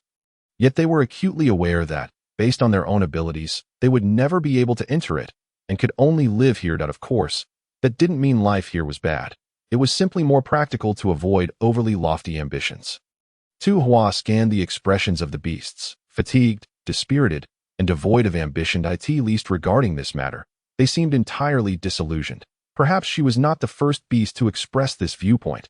Countless beasts from previous generations had attempted this endeavor. All met with failure, leading to a collective resignation to their fates. Tu Hua then glanced at Tu Yi and the other females, who were blissfully indulging in the popped rice. Perhaps being carefree at this moment was an advantage. Ignorance breeds fearlessness. After all, the beast world is centered around the female-led family unit. As long as one holds the hearts of the females, their partners will naturally comply. Having realized this, Tu Hua reignited her hope. In any case, whether or not they could build something was a discussion for later. For now, everyone should learn how to make popped rice and trade for beast coins at the market. That much was undoubtedly beneficial, but remember, be sure not to let the beasts from outside the tribe learn from you. And regarding fishing methods, everyone should be a bit more discreet these days to avoid drawing attention from those in the city of 10,000 beasts. This was indeed sound advice, and the beastmen readily agreed. As the learning session concluded, they coincidentally encountered a hunting party returning from the city of 10,000 beasts. A group, led by Hu Shao, exuding vigor and pride, strode into the tribe, with one male prominently carrying a deer on his shoulder. Wow! Indeed, it is the hunting team from the city of 10,000 beasts. They can catch prey even in the cold season. Truly impressive. That deer will surely taste delicious when roasted. I wish I could live in the city of 10,000 beasts. Such remarks reached Hu Su's ears, swelling his pride further, with his chin held high. He gazed at Quan Yi, Bao Wu, and Ying Yi, the patrolling beastmen nearby, and seized the opportunity to gloat. He dashed over, Oh, Leader Quan Yi, what a coincidence. I heard your tribe hasn't caught a single prey since the cold season began. We've only just arrived, and already we have a haul. How embarrassing. Quan Yi had no intention of engaging with him. What a childish beast. As the leader, he naturally had to consider the bigger picture. As Quan Yi prepared to leave, he caught sight of Tu Hua, who had somehow blended into the crowd of beast men, watching the deer with eager eyes. Quan Yi. At once, Quan Yi retracted his steps and shot a disdainful glare at Husu. What's so impressive about that? We can hunt even larger prey. Bao Wu. Yi. Suddenly, they felt embarrassed to be following such a childish leader. The competitive nature of the males could be quite peculiar. Quan Yi promptly organized the patrol arrangements for the tribe, leaving Yi behind while he took Bao Wu and several other males out of the tribe. Everything transpired before the beast men even realized it. As the gathering dispersed, Tu Hua returned to the tent, momentarily lost in thought as she gazed at the stone pot. Every day around meal times, she felt troubled. The same old few dishes had become tiresome. And with the scarcity of ingredients in the cold season, there were no better options. Wait, Tu Hua suddenly had an idea, opening her beast hide pouch to grab a handful of gleaming white rice. Perhaps she could make some rice flour to enjoy. Without hesitation, Tu Hua promptly grabbed a sack of rice and poured it into the stone basin to wash it clean, before soaking it. Since she was already utilizing rice to make rice noodles, Tu Hua decided to embrace a new idea and transform the pile of sweet potatoes in the corner into sweet potato flour as well. As she crouched in the corner, selecting suitable sweet potatoes, she sensed the curtain behind her rustle. Assuming it was her diligent little brother returning, she paid it no mind. Little did she expect, the presence behind her grew increasingly imposing, casting an ever-growing shadow before her. Recalling the terrifying experience with Sheki, a chill coursed through her body, prompting her to turn around abruptly. Chapter 47. Proximity to the male lead brings misfortune. Hu Shao held a piece of deer meat. His cold expression devoid of any superfluous emotion, silently observing the surprised yet wary Tu Hua. Wary of him. Hu Zhao's brows furrowed slightly, yet he extended the piece of deer meat towards her. Tu Hua thought. The male lead is offering deer meat to the malicious female supporting character? Is not Hu Shao, the male lead, supposed to harbor an extreme aversion towards the original protagonist? After going through great lengths to extricate himself from her clutches, why did he suddenly extend an olive branch? Could it be that he felt pity for her pitiful state? Tu Hua glanced down at her attire, pondering if she truly appeared to be in such a woeful condition. Or perhaps she was simply too close to the situation, and her circumstances were indeed quite dire. After a moment of introspection, she resolutely declined Hu Zhao's offering, shaking her head and taking a cautious step back. What a farce, aside from the female protagonist. Any female approaching the male lead is bound to meet with misfortune. However, in an unexpected turn of events, as Tu Hua stepped back, her foot landed on a sweet potato, causing her to lose her balance and tumble backward. Hu Shao, quick as lightning, caught her by the waist, stabilizing her stance. Tu Hua thought. A lone male and female, confined to the same space, and now standing so close together. Moreover, Hu Zhao's hand seemed overly attentive. According to the established narrative, he should have let her fall and then mocked her ruthlessly. Just as she was about to hurriedly push him away, the curtain stirred once more, and Tu Chio rushed in. Panting, immediately placing herself between the two and forcefully pushing Hu Shao aside. Though her little brother could not speak, his expression conveyed a clear message. If he could voice his thoughts, he would undoubtedly berate Hu Shao with great fervor. Tu Chio even picked up the piece of deer meat from the ground and threw it back at Hu Shao. Observing Tu Chio's heaving chest, Hu Zhao's gaze remained largely unchanged. He cast one last glance at Tu Hua before turning to leave the tent. Tu Hua mused. It feels as though the plot has deviated. The relationship between Hu Shao and the original protagonist seems far more complex than anticipated. Furthermore, considering the way her father treated Quan Yi. The original protagonist's one-sided obsession with Hu Shao, marked by domineering cruelty towards any female who dared to approach him, paints her in an unflattering light. From this perspective, the original protagonist is in the wrong. She has wronged Hu Shao, and her family should not condone such behavior. Tu Hua sought to clarify her thoughts, but when she turned to her little brother, she found him glaring at her with an expression of exasperation. Tu Chio was quite upset and, unwilling to engage with Tu Hua, transformed into her small fox beast form, sitting outside the tent to guard against any approaching beastmen. In the evening, Tu Li returned home. Upon entering the tent, without needing to ask, he could already smell Hu Zhao's scent. Furious, Tu Li stormed up to Tu Hua, raising a trembling hand, yet ultimately refrained from delivering the anticipated slap that Tu Li had completely unraveled. The proud old Fox King slumped, shoulders drooping, and began to weep uncontrollably. Feeling somewhat out of sorts throughout this entire ordeal, Tu Hua was now flustered as well, desperately attempting to comfort him. "Father, please don't cry. What is it you wish to say? I still don't understand where I went wrong. Please tell me, and I will punish myself if need be." Tu Li lowered his hand, tears streaking down his face, weariness evident as he began to speak. The sobs he had just managed to suppress resurfaced. Kai, do not go near Hu Shao again. He is not a good person." Yes, I won't go near him. I promise," Tu Hua assured, attempting to soothe her father, only to have him swat her hand away. Tu Li turned his back, refusing to look at her. Humph, always deceiving the family. Kai, why can't you distinguish right from wrong? The only information Tu Hua had received thus far was a summary of the initial plot points from the book. After a moment of contemplation, she approached Tu Li, crouching down to look up at him. "Father, I must confess that I have hesitated to tell you. After that incident in the snow, my memories of the Beast City have become hazy. And I can't recall much about Hu Shao. Could you please tell me what happened?" To be honest, she felt a bit anxious, wondering why it seemed that Hu Shao looked at her with a hint of affection. Tu Li shot a glance at Tu Hua, as though assessing the truth of her words, and after a long pause, he finally managed to utter, "Forgetting may be for the best." Tu Hua pondered for a moment. And then Tu Li added a few more disparaging remarks about Hu Shao. "He is a scoundrel, always eyeing other opportunities while feigning indifference towards you in front of others. Among the countless males in the beast world, there is none like Hu Shao. He pretends to be cold, yet simultaneously expresses affection for you, dangling you in limbo and preventing you from pursuing other suitors. The moment I fell from grace, he swiftly aligned himself with the new female offspring of the Fox King, and he has long been involved with Hu Feifei in secret." Tu Hua was utterly astounded. How did this differ so greatly from what was written in the original book? Though Hu Shao and the original protagonist Tu Huahua had grown up together, he only harbored disdain and hatred for her. In front of the other beasts, he had never shown Tu Huahua a hint of kindness. With each of her reckless attempts to bring them together, he instead found affection for the kind-hearted Hu Feifei. Why would he express intentions towards Tu Li? "Father, did Hu Shao truly say he likes me?" Upon hearing this, Tu Li felt a wave of dread. Why bring this up, only to stir unnecessary feelings in his daughter? Tu Li's expression darkened, unable to discern that Hu Shao was speaking falsehoods. "If he truly liked you, he would have bonded with you long ago. Go to bed." With Tu Li's words, the topic for the night was closed. Tu Hua lay upon the grass bed, her eyes wide open, the dark tint obscuring her vision, yet she could hear the rustling sounds of Tu Li and Tu Chiu tossing and turning in their own beds, reclining, one arm resting behind her head. She mused, first and foremost, her father could not possibly be lying. Thus, from her father's perspective, Hu Shao appeared to be a quintessential two-timing scoundrel, or rather, a scoundrel beast. Yet, considering Hu Zhao's demeanor during the day, he hardly seemed to fit such a description.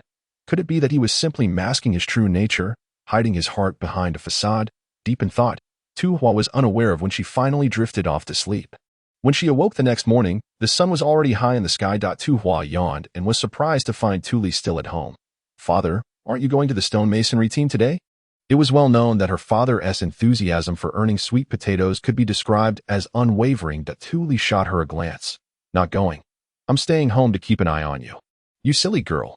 Tu Chiu also glared at her with the same intensity, as if adding an extra jab about her foolishness. Tu Hua thought, "Why are they still scolding me?" She ultimately refrained from retorting. Indeed, proximity to the male lead brings misfortune, and her current familial standing was plummeting. Chapter 48. Jealousy. Tu Hua was now completely grounded. According to her father's decree, her confinement would last until Hu Shao and the others departed from the nomadic beast tribe. While Tu Hua remained at home, unexpectedly, someone came knocking. Xiong Tsuegua's boisterous voice echoed from outside the tent. "Is Huahua home? The clan leader has returned from the hunt with Leopard Wu and the others, and they've brought back something extraordinary, far superior to the catches from the Beast City yesterday. Almost all the beast men have gathered to see it. How delightful. Huahua, are you coming?"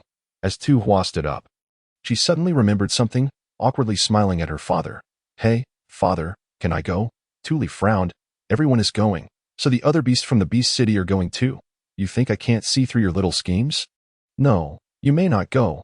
Tu Hua, dispirited, explained to Xiong Tsuegua and watched as she cheerfully prepared to join the fray. retreating back into her room, resting her chin on her hands and sighing. Tu Li pretended not to hear, snorting as he turned his back. Tu Chiao, seeing this, also turned away, leaving Tu Hua sandwiched between them. Tu Hua pursed her lips, her eyes darting.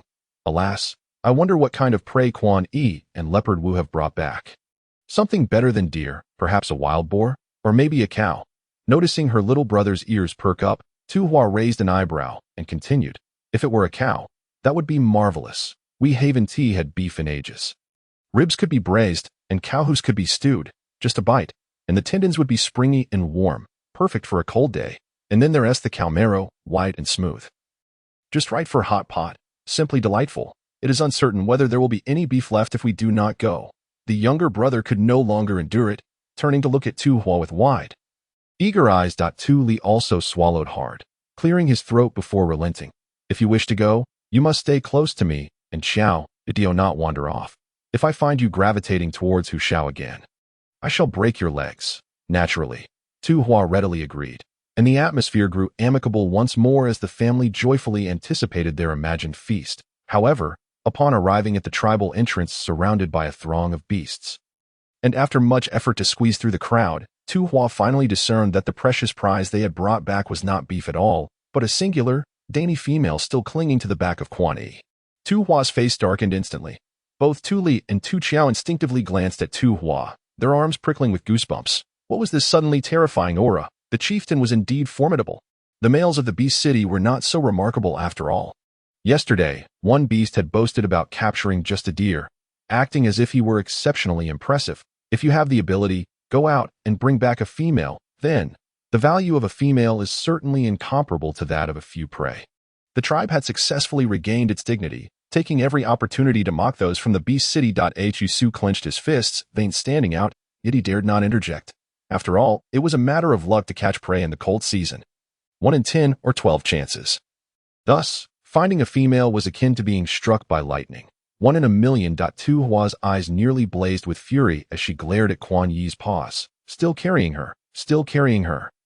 It seemed Quan Yi sensed something, and in an instant, he locked eyes with Tu Hua, releasing his grip the next moment. The female, who had been perched on his back, was caught off guard and fell to the ground with a thud. Hey, Quan Yi, why did you suddenly let go? My foot is still injured. The female complained pitifully, while a nearby male hurriedly helped her up, inquiring with concern if she was hurt. Tu Hua continued to glare at Quan Yi. He might not have noticed from afar, but Tu Li and Tu Chiao, who were closer, could hear Tu Hua's teeth grinding. Kai, should we take her back? Tu Li now felt less assertive, suddenly thinking that the Hu Xiao incident seemed trivial in comparison. As it appeared that the situation with Quan Yi was far more serious. Tu Chiao nodded in agreement. Return. Tu Hua barked sharply, turning to leave, and the two sons hurriedly followed, just as Quan Yi was about to pursue. He halted mid-step, his heart and reason clashing within him, causing his entire body to tremble slightly. Ultimately, Quan Yi turned away, no longer looking in Tu Hua's direction. Among the beastmen, Hu Zhao's gaze flickered between Tu Hua and Quan Yi.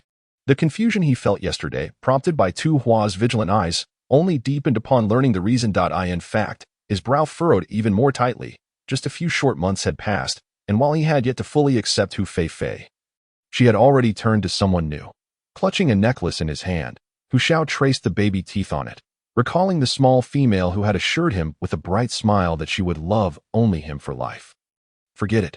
Hu Xiao forced a bitter smile, having long resolved to let Tu Hua go. Tu Hua felt as if her lungs were about to explode with rage, but upon returning home, she suddenly realized she had no right to be angry. How could she? Quan Yi had made it abundantly clear that he did not like her. Just yesterday, she had sworn to herself to treat Quan Yi as a friend, to hell with friendship. She had completely botched it. Quan Yi had undoubtedly seen her furious, self-righteous expression earlier. She wanted to escape to another tribe, sobbing. Behind her, Tu Li and Tu Chiao followed in, slightly intimidated by Tu Hua's earlier demeanor. Thus refraining from asking anything. Tu Hua covered her face, feeling utterly humiliated. Her earlier display had been truly pathetic. She dove into her blanket, feeling too ashamed to face anyone. Tu Li opened his mouth, exchanging a glance with Tu Chiao, hesitating for a long moment before tentatively saying, Kai, don't mind me. I want to be alone. Alone? Tu Li exchanged another glance with Tu Chiao, puzzled as to why the topic had suddenly shifted to solitude. But wasn't Jing still in the Beast City? Kai, when the rainy season comes, I will find a way to take you to see her, all right? Tu Hua. In any case, Tu Hua spent the entire day hidden under her blanket. Embarrassed, while simultaneously realizing that her feelings for Quan Yi were perhaps deeper than she had imagined. Moreover, the sentiment she was currently experiencing could only be described as jealousy and unjustifiable jealousy. Yet, more importantly, the carefree, splendid image she had hoped to project had been entirely sabotaged by her own actions. Tu Hua punched her chest a few times, urging herself to wake up, to be rational. After a night of self-reflection, Tu Hua emerged from her cocoon, finally ready to face the sunlight, leading her younger brother in their morning exercises. The exchanged glances between her handsome father and younger brother went unnoticed by Tu Hua. As long as she remained unembarrassed, it was others who would feel awkward. Holding on to this thought, Tu Hua brimmed with energy, grasping her bow and arrow. Her gaze inadvertently fell upon the neighboring stone house, where the door curtain swayed, revealing the female who had been perched on Quan Yi's back the previous day. With a thud, her bow and arrow fell to the ground. Chapter 49. In a state of emotion, the female stepped out of the stone house, stretching and inhaling the fresh morning air with a satisfied smile on her face. Her petite figure and clean, rosy complexion made her look even more appealing. Tu Hua was unsure of what she was thinking. Perhaps she had nothing in mind at all. Or perhaps too much. Regardless, she stood there, seemingly paralyzed, torturing herself by watching that female. The female noticed Tu Hua and approached her with a smile, cheerfully asking, "Hello, do you happen to know where the stone masonry team is?" It took Tu Hua a moment to snap back to reality, pointing in a direction after the female asked twice. The female smiled, tilting her head in an endearing manner. "Thank you. My name is Ji Qingjue. Yesterday, your chieftain Quan Yi rescued me from a group of vicious stray beasts, and I have decided to stay in this tribe from now on." As she spoke of her decision, Ji Qingjue's face lit up with a hint of shy delight. The implication's clear. "What is your name?" Ji Qingjue glanced at the tent adjacent to the stone house. "We may be neighbors from now on, and I would like to be friends." Tu Hua fell silent for 2 seconds before making a rather undignified choice. She turned on her heel and walked away. Ji Qingjue exclaimed, surprised, glancing at Tu Qiao, who could not speak and thus offered no response, merely picking up the fallen bow and arrow to chase after his sister. Ji Qingjue shrugged, not dwelling on it, and continued on her way toward the stone masonry team with a smile. Tu Hua hurriedly walked to the woods where she usually practiced archery, but as she prepared to draw her bow, she realized she was empty-handed. Just then, Tu Qiao tugged at her clothing, handing her the bow and arrow. Tu Hua was momentarily taken aback, slowly accepting the bow, but the desire to practice faded as she wandered, aimlessly leaning against a large tree. Wherever Tu Hua went, Tu Qiao followed like a little shadow. Now, even her handsome father had ceased to monitor her or impose restrictions, likely recognizing that Hu Shao could not stir any emotions within her. The one who truly had the power to evoke a storm of feelings was another beast altogether. Tu Hua chuckled at herself for her current state. Honestly, she had never imagined that one day she would feel so despondent over unrequited love and behave so poorly. Quan Yi had been clear, Ji Qingjue was gracious, and Tu Hua increasingly felt as if she had been cast into the role of a malicious female antagonist. Tu Hua affectionately ruffled Tu Qiao's hair. "Little brother, you go practice over there. I want to be alone for a while." After a pause, she quickly added with a laugh, "Not the Jing from the Beast City who befriended me, but quiet as in solitude." Tu Qiao looked at her with concern, biting his lip, but ultimately retreated to a nearby spot where he could hear her call if needed. Tu Hua let out a long sigh. She had always been one to smile when happy and cry when wronged. Perhaps her greatest strength was her ability to accept every phase and aspect of herself. After feeling down for a while, Tu Hua came to terms with it. Her poor performance was somewhat understandable. After all, the first love had been stillborn, lacking experience or comparison, and it was normal to struggle with that. She had never harbored ill intentions towards others, nor had she wished to harm anyone. She would never stoop to being malicious. Tu Hua recognized this about herself. While she was not truly malicious, she might indeed be somewhat petty, unable to graciously wish Quan Yi and Ji Qingjue well. Perhaps, with the passage of time, her resistance would gradually fade, but for now, that was simply not possible. No one is perfect. Everyone has their flaws. Thus, Tu Hua straightened up, no longer leaning against the tree, resolving to keep her distance from Quan Yi and Ji Qingjue. She would not allow herself to dampen their spirits. If she could not see them, she would feel less troubled. Placing her hands on her hips, she gazed at the tree that had quietly stood by her side for so long. Its crown heavy with snow, yet lacking icicles. An idea struck her. Little brother. Tu Hua hurriedly ran over at the sound, and Tu Hua pulled him to stand beneath the tree, under the watchful gaze of her little brother's innocent and wide-eyed expression. Tu Hua quickly kicked the tree trunk and dashed towards a safe area. As a result, he emerged unscathed, with only a few scattered snowflakes falling around him. Tu Hua. This is rather awkward. Coughing softly, Tu Hua approached, still unwilling to give up, and patted the tree trunk twice, justifying her actions with a nervous laugh, claiming she was merely testing its sturdiness. Seemingly, it held quite well, didn't it? Hee. Tu Hua blinked his large fox-like eyes, extended his small fist, and expressionlessly punched the tree trunk. In the next instant, the accumulated snow came crashing down, instantly burying the siblings. Tu Hua, Quan Yi, still laboriously moving stones. Oh no, bricks, on the stone-paved team.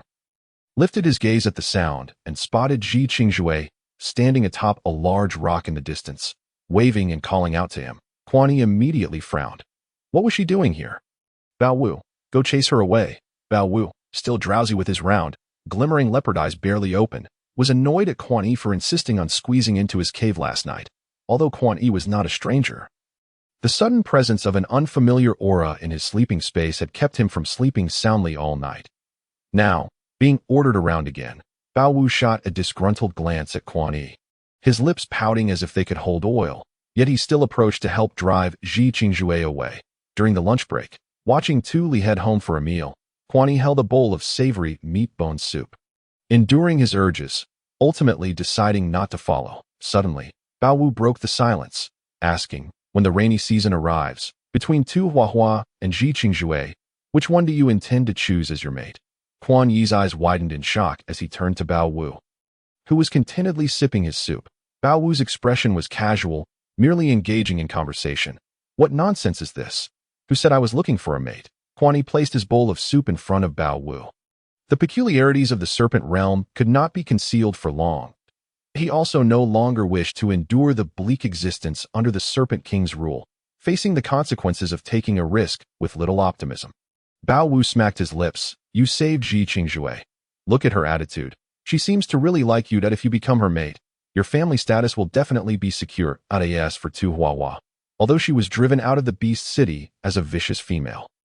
After understanding her over time, her character seems acceptable. Moreover, don't you have feelings for Tu Huahua, Quan Yi? Quan Yi stared wide-eyed at Bao Wu, who had so casually stated this fact. How could this fool know? In a reflexive response, he exclaimed, I didn't. Don't say such nonsense. He had resolved not to involve Tu Hua in his safety and happiness. Bao Wu paused in his soup drinking, glanced at Quan Yi, then averted his gaze. Oh, Quan Yi. Chapter 50. Hey, you little green tea. Quan Yi sat silently against a rock, while Bao Wu focused on his soup, not uttering another word. His heart was in turmoil. Quan Yi irritably ruffled his hair, wanting to emphasize once more, I do not like Tu Huahua. Who told you that? Changjia said so. Quan Yi. How would Changjia know? Changjia had been in hibernation for quite some time. And Quan Yi remembered that during Changjia's hibernation, he himself had been unaware. Bao Wu swallowed a mouthful of hot soup. Maintaining his calm demeanor, Changjia said, How could he not know? Almost all the males are aware that you like Tu Huahua. It's just you who thinks no one can see through it. It was at that moment that Bao Wu finally understood Tu Hua had no romantic intentions toward him, which allowed him to feel relieved to draw closer to her. Quan Yi. At first, he felt a twinge of apprehension, especially considering the serpent incident that had occurred on the mountain path leading to the hot springs. However, with Tu Hua having brought along Xiong Tai and Ying Tsang, the three little ones patted their chests, declaring they would protect her. Even if danger truly lurked, Ying Tsang's speed could swiftly alert the tribe's beastmen that in the beast realm, birds generally had larger physiques, some comparable to modern domesticated chickens. Having not consumed this type of poultry in quite some time, Tu Hua licked her lips, ultimately allowing her cravings to triumph over her fears, setting off to catch birds. She dismissed her plan to shoot birds with a bow and arrow, primarily due to the adoring looks from the three little ones. To maintain her glorious image, Tu Hua decisively opted for a more reliable trap plan. By the pleasantly temperate hot spring pool, on the snow-free ground, a mound of rice was enticingly scattered, easily overlooked by the birds beneath the large net overhead that a long rope was tied to a wooden stick supporting the net. Extending back to the rocks, the four of them lay low, and upon seeing birds descend to feast on the scattered rice, Xiongtai immediately whispered excitedly to Tu Hua, "Sister, pull the rope quickly. If you don't, they'll escape." Shh. Tu Hua crouched lower, unhurried. "Let us wait for more." Xiongtai was about to say something more when Sung covered his mouth and restrained him. I in the beast realm. The birds were also part of the beastman's diet, but capturing them proved challenging, and their return was significantly lower compared to larger prey. Gradually, the number of beastmen attempting to capture birds dwindled. As long as the birds were certain that the area they landed in was outside the range of beastmen attacks, they would not be overly vigilant. Before long, the pile of scattered rice attracted more and more foraging birds. Initially, they pecked cautiously, but soon they became bold, gorging themselves without care. Approximately 10 birds had gathered. Any more, and the net would be insufficient. Tu Hua exchanged glances with the three little ones, and without further hesitation, she pulled the rope. In the next moment, the net snapped down. The startled birds flapped their wings in unison, attempting to break free from the net. At that critical moment, the three little ones lunged forward together, firmly holding it down. "Sister, so many birds, so many birds." The trio worked together to subdue the captured birds in the net. Xiongtai felt relieved, licking his lips and secretly pondering how to fill his belly. Tu Hua, excitedly approaching to poke at the plump birds, was suddenly yanked back by Tu Chiao, who shook his head disapprovingly. Sung explained to Tu Hua, "These birds have powerful beaks. They can easily peck a female's flesh away. Sister, it's better not to touch them." Tu Hua recalled being chased by a mean rooster in her village during childhood, which had pecked her calf painfully. The birds in the beast realm surely had formidable survival skills. Tu Hua, still feeling apprehensive, nodded eagerly. The four of them descended the mountain, already devising plans for how to enjoy the birds. Joyfully, they reached their home, only to encounter Shi Qingjue head-on. Shi Qingjue approached them with a broad smile, her eyes fixed on the net of birds being carried by the three little ones. "Wow, you wandering beast tribe is indeed impressive. Even such small males can catch so many birds." Recalling her dismal performance that morning, Tu Hua managed a forced smile. "Well, it's okay." As she attempted to leave, Shi Qingjue blocked her path again. "By the way, you haven't told me your name yet. I want to be friends with you."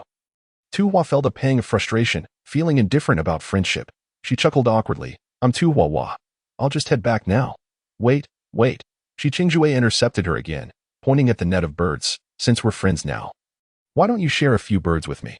I haven't eaten them in ages." "Huh?" Tu Hua was momentarily stunned by Shi Qingjue's directness and assertive tone. "You wouldn't be so stingy, would you? Back in our Ji tribe, I was the most beautiful female. All the females wanted to be friends with me. Just a few birds. You wouldn't refuse, right?" "Hee. Congratulations." Tu Hua smiled at her, and in Shi Qingjue's triumphant gaze, she correctly guessed, "I refuse. How dare she take my man?" "Oh no, not my man. But whatever, that is unimportant. However, taking my food is absolutely unacceptable." Tu Hua signaled for the three little ones to follow her as she circumvented Shi Qingjue and continued home.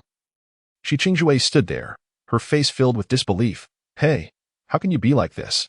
In her past experiences within the Ji tribe, all the females had tried to please her, as all the single males adored her. And many willingly served as her nameless guardians. If any other female desired a mate, unless she relinquished her claim on that male, they would never find their desired partner. Shi Qingjue, frustrated, stomped her foot, feeling that nothing was beyond her reach, and immediately rushed forward to seize the net of birds. The three little ones were momentarily caught off guard as Shi Qingjue's hand grasped the net's rope. The next second, Shi Qingjue screamed in agony, clutching her bloodied hand, which had been injured by the birds they had caught. The three little ones were suddenly alarmed, knowing how precious females were, especially since it was their net that had caused her injury. Xiongtai looked helplessly between Shi Qingjue and Tu Hua, his lips pouting in a way that seemed to plead. "This isn't my fault, right? Just wait," Tu Hua called out, quickly running back to the tent. Opening a small wooden box to retrieve a bottle of hemostatic powder, when Tu Hua emerged again, she noticed Shi Qingjue was now accompanied by someone. "Quan Yi, my hand hurts so much," Shi Qingjue cried, presenting her hand to him, her tears evoking sympathy. "It was Tu Huahua who made her birds bite me." Tu Hua. "Hey, you little green tea." With her sleeves rolled up, Tu Hua took out the medicine. But before she could unleash her combative aura, She noticed that Quan Yi was looking at her. How should I put it? The complexity of emotions in that glance was lost on Tu Hua. But she instinctively felt that he was blaming her. Chapter 51. Forgot to wipe my hands. Just as Tu Hua opened her mouth to explain, Quan Yi transformed into his beast form and rushed off with Ji Qingzhu towards the veterinarian.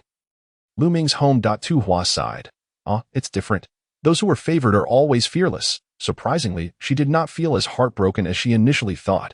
She accepted this grim reality with surprising ease, patting the heads of the three little ones. She declared, "Come on, I'll make you some beggar's chicken." In her net bag, there were 11 birds, 2 of which Tu Hua couldn't bring herself to kill, plump and resembling the chickens she had raised in the past. Thus, she decided to clip their feathers and try raising them for a while. The 3 little ones set up a small tent for the chubby birds outside and fashioned a pen with sticks as Tu Hua had described, delineating a play area for the little fat chickens. Once everything was prepared, they entered the house, only to hear Tu Hua announce that dinner was ready. But where was the food? The 3 little ones wrinkled their noses. Unable to smell anything, they looked around and found not even a bird bone in sight. Xiong Tai suspiciously whispered to Tu Jiao, "Did your sister eat all 9 birds? She doesn't even spit out the bones." Tu Jiao wanted to refute him, but was also puzzled as to where those 9 birds had gone. Where was the beggar's chicken she had promised? Just then, Tu Hua dug out several large clumps of earth from a mound. Pooh, hot, hot, hot. Tu Hua quickly touched her earlobe, picked up a nearby stone, and struck the large clump several times. The outer layer cracked, revealing snow-white bird meat inside. The 3 little ones' eyes lit up, and they hurried over to help. "Sister, this bird smells so good, even better than roasting it." Previously, when they roasted bird meat, they tried to pluck all the feathers clean, but there were always remnants left, and the burnt feather taste lingered, which was why they rarely caught birds to eat. Seeing Xiong Tai's greedy expression, Tu Hua chuckled. "If it smells that good, then eat up." As she spoke, the 3 little ones simultaneously devoured it with Tu Hua glared.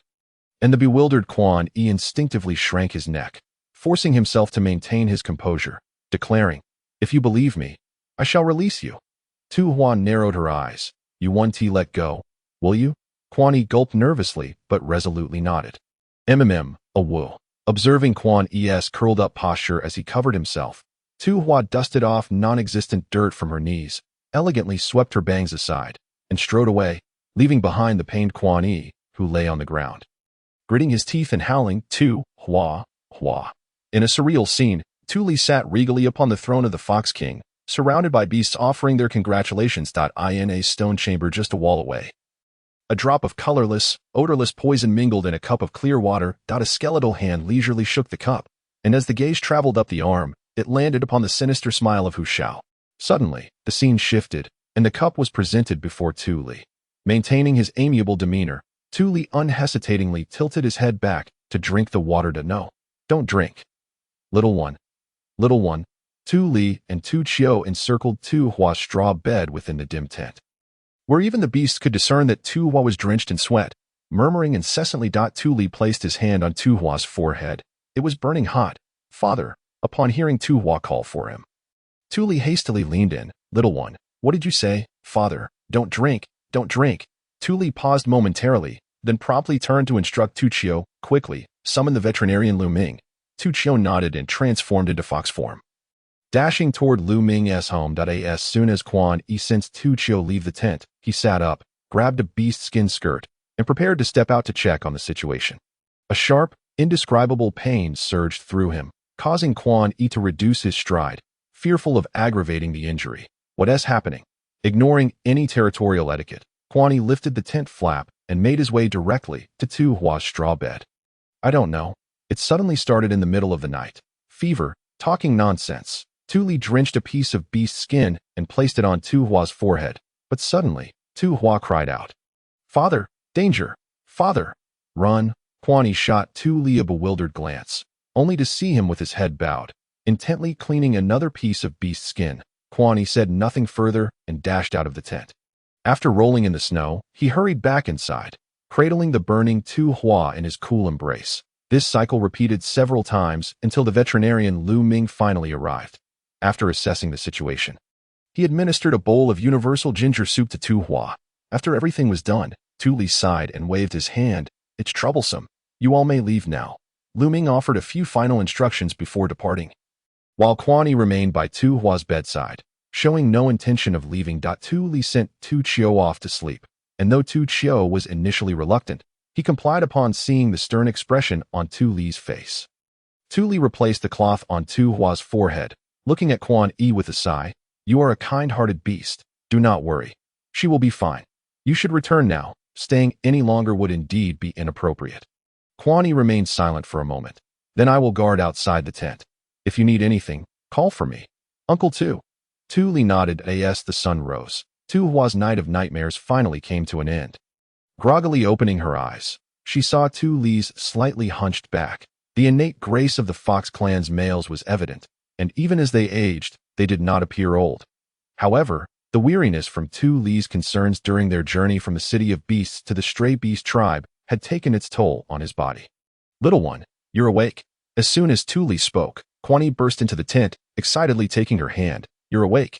You're okay now, right?" Tu Hua stared blankly at the concerned Quan Yi. Momentarily dazed, before recalling the events of the previous day and withdrawing her hand, Quan Yi remained perplexed, unable to comprehend what Tu Hua was upset about. It was she who had misunderstood him. She who had injured him, and now she was still angry with him. He had endured all sorts of grievances, yet she still treated him with such indifference. "Little one, take your medicine.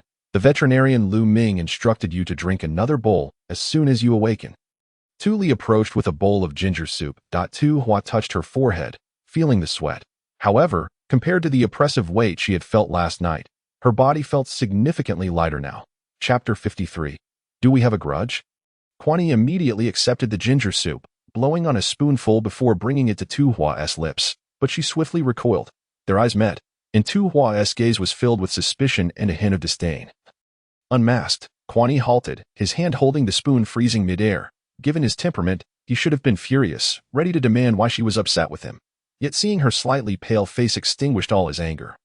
Fearing that she might grow resentful towards him, which would hinder her recovery, Quan Yi returned the ginger soup to Tu Li, his voice tinged with melancholy. "Uncle Tu, I have matters to attend to. I shall take my leave." Once Quan Yi departed, Tu Hua called for her younger brother to fetch a small wooden box, retrieving 2 calming pills to swallow with the ginger soup. The nightmares of the previous night could not be dismissed as mere illusions. Tu Hua understood that they were rooted in reality. Reflecting on this, she turned her gaze to Tu Li, who remained focused on his task, his eyes calmly fixed on the stone pot bubbling with porridge. "Father?" Tu Li turned at the sound, a gentle smile gracing his features, his demeanor unchanged from that in her dreams. "What is it, little one? Are you feeling unwell?" Tu Hua shook her head, pondering for a moment before speaking. "Father, aren't you going to the stone masonry team today? You are ill today. I cannot rest easy leaving you alone, so I will stay home and watch over you. I'm fine now." Tu Hua coughed lightly, lowering her voice. "What I mean is, I've taken my medicine and feel much better. My younger brother is here. He can look after me. You should go about your business with the stone masonry team. It's not a big deal if you don't go for a day." Tu Hua stifled a yawn, feeling inexplicably sleepy even after a full night's rest. "Father, why don't you go? Otherwise, you'll have to tiptoe around the house to avoid disturbing my sleep." Tu Li hesitated, ultimately nodding. "All right, I'll leave once you've fallen asleep." About 15 minutes later, Tu Li removed a couple of logs from the fire. Gently warming the porridge in the stone pot, he reminded Tu Chio to wake Tu Hua for lunch and cast one last glance at Tu Hua, who seemed to be sleeping soundly with her back turned. Before finally feeling assured enough to step outside and head to the stone masonry team, not long after Tu Li left, Tu Hua turned over and called her younger brother over. "Little brother, go outside and check if father has gone far." Though Tu Chio was puzzled, he followed his sister's instructions. Moments later, he returned and nodded at Tu Hua. Seeing this, Tu Hua immediately got out of bed, put on her boots, and grabbed the cloak hanging nearby. "Little brother," she squatted in front of Tu Chio, pressing her lips together seriously. "Sister has some matters to clarify. Can you help me keep it a secret?" Tu Chio grasped Tu Hua's sleeve, his eyes seemingly pleading to accompany her. However, recalling Tu Chio's reaction from that day, Tu Hua gritted her teeth and firmly refused. "Sister will ensure her safety. I'm counting on you." This was the first time Tu Hua looked at him with such earnestness, and after a long internal struggle, Tu Chio finally nodded, biting his lip. Within the cave they temporarily resided in, several males from the city of beasts finished the last remnants of deer meat. Packing their belongings, preparing to return to the city of beasts, Hu Su glanced at his companions. stealthily leaning towards Hu Shao and whispering, "Are we really just leaving like this?" Hu Shao kept his eyes closed. "What else can we do? We've been patrolling the tribe for days, and several caves have barred our entry. I suspect Quan Yi has been hoarding salt, and in considerable quantities." This was something Hu Su had seen through. And Hu Shao had long known. The stray beast tribe, under Quan Yi's management, was far from weak. Aside from the 10 yellow dragon crystals they contributed annually to the City of Beasts, it was entirely reasonable for them to save up in exchange for extra salt through other channels as a precaution. Hu Su continued, "Isn't the purpose of our patrol to uncover this? If they hoard salt, it means they're planning to break free from the control of the City of Beasts one day. Hu Shao, you need to intervene." Hu Shao merely curved his lips in a smirk, showing no interest in this matter. Thinking back to the deceased Shi Qi, he was now more curious about the secret hidden between Quan Yi and the Serpent King. Suddenly, Hu Shao opened his eyes. Sitting up straight, that Hu Su thought Hu Shao had taken his advice to heart, his excitement evident. "Are you planning to teach Quan Yi a lesson?" Yet Hu Shao ignored him, striding straight towards the cave entrance. "Hey!" Hu Su's outstretched hand paused, frowning. "It's that female scent." Hu Shao quickly exited the cave, and soon, he was running, finally spotting the familiar silhouette beneath an old locust tree not far away. Tu Hua turned, locking eyes with Hu Shao. The restlessness in Hu Shao's heart settled as he regarded Tu Hua, his expression growing as cold as it was when he looked at other beastmen. "What do you want?" "Yes." Tu Hua's gaze meticulously traced the contours of Hu Shao's features, from his brows to the corners of his lips, as she recalled the sinister smile from her dreams. Her fists clenched tightly by her side. A reflection of her turmoil, Hu Shao furrowed his brow, glancing around the tranquil surroundings, deeming it a suitable place for conversation that he stepped forward, halting a meter away from Tu Hua, and demanded, "Speak." Tu Hua had to tilt her head back to clearly see Hu Zhao's visage, which bore the expression of a stoic protagonist, neither sorrowful nor joyful, leaving her unable to discern his emotions. Taking a deep breath, she inquired, "Do we have a grudge?" Hu Zhao's pupils narrowed slightly. "What? I ask you, do we have enmity? Or is there some grievance between our families?" Hu Zhao's icy demeanor took on a hint of mockery as he countered. "Why do you ask?" Suddenly, Tu Hua reached out, gripping Hu Zhao's neck. Unfortunately, her feeble attempts were akin to a mere tickle to him. Her eyes reddened, and her lips curled with anger as she exerted all her strength.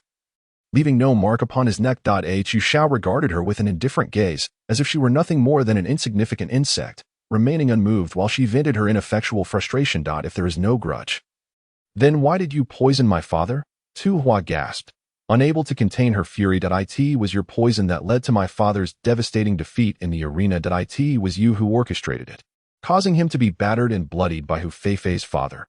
You deliberately designed it so that he couldn't receive timely treatment for his severe injuries and was expelled from the City of Beasts." Reflecting on the arduous journey, Tu Li had coughed through countless sleepless nights. Had she not come here with the miraculous medicine in the small wooden box, her father's condition, ravaged by injury, could have deteriorated to a perilous state. What kind of profound enmity could drive one to the brink of extinguishing an entire family? Chapter 54. The culprit. Clearly, Tu Huahua had harbored deep affections for Hu Shao, and they had shared a childhood of joyous memories. Yet, the remnants of the original owner's memories within Tu Hua seemed to stir restlessly. Her lips, pale as they were, betrayed the redness of her eyes. "Speak. Why don't you say anything?" Hu Zhao's silence felt like a slow torture to Tu Hua. Overwhelmed by despair, she finally lashed out, striking Hu Zhao's face, leaving 3 distinct red marks on his cheek. He merely touched the swollen area, and for the first time, he regarded Tu Hua with a different expression. "Tu Huahua, would it not be blissful to live a life of ignorance and carefreeness in this lowly wandering beast tribe?" Hu Zhao's smile twisted into something sinister as he closed the distance between them. Tu Hua sensed that his next words would be dreadful. "Tu Huahua, have you forgotten? You personally delivered that cup of poisoned water to that old man." With a thunderous realization, Tu Hua staggered back 2 steps. Everything becoming crystal clear. No wonder the perspectives in her dreams had been so peculiar, and her father's gentle smile seemed so out of place. Tu Li would only express such affection towards his deeply cherished Tu Huahua, who would have unquestioningly consumed the water delivered by her beloved child. Tu Hua shut her eyes, understanding why Tu Huahua had fled in desperation amidst the snowstorm. She did not merely wish to avoid Junyi. More significantly, she could not bear to confront her father, who loved her so dearly. Tu Huahua, how could you forget? You watched me pour that poison into the cup with your own eyes, but you claimed it was a tonic for health. The pain in her heart surged anew, and Tu Hua instinctively pressed her hand against her chest. The previous accusation tinged with a sob echoed the lingering resentment of Tu Huahua. Indeed, I have often wondered why you believe everything I say. Hu Zhao's smile turned bitter, mocking, as a complex array of emotions swirled in his gaze, fixed intently on Tu Hua. And I, in truth, you had already guessed, hadn't you? Tu Hua fell silent, contemplating that Tu Huahua had indeed suspected the truth. How absurd! How ludicrous! Suddenly, Tu Hua sprang forth from a distance, her sharp little fox claws aimed at Hu Zhao. Alas, her attack barely grazed him before Hu Zhao effortlessly swatted her away. Little brother, Tu Hua quickly rushed to support the now-human Tu Hua, who still attempted to advance, but she shook her head, urging him to desist. Hu Zhao resumed his frigid demeanor, warning the siblings, "You will live your lives wallowing in the filth of this lowly wandering beast tribe, mired in mud, so do not entertain thoughts of ever rising above it." Having said this, Hu Zhao cast one last deep look at Tu Hua before turning away. Once Hu Zhao departed, Tu Hua immediately broke free from Tu Hua's grasp. Glaring at her with a mix of anger and grievance, he had placed his trust in her, yet she continued to deceive him and consort with that despicable beast. Tears streamed uncontrollably from his eyes as Tu Hua embraced him, crying out, "I'm sorry, I'm so sorry." Tu Hua, who had once held a lofty status, could have enjoyed a life of ease and privilege in the city of beasts. This was all her fault. Tu Hua rose, wiping her tears in a pitiful manner, her sobs barely subsiding. That it was all the original owner's fault. Why was she crying so heartbreakingly? Tu Hua's anger dissipated upon witnessing Tu Hua's tears and her bewildered state. Transforming into a sense of helplessness, he reached out, mimicking the way Tu Hua usually patted his head, and gently touched her head. "Forget it, sister doesn't understand.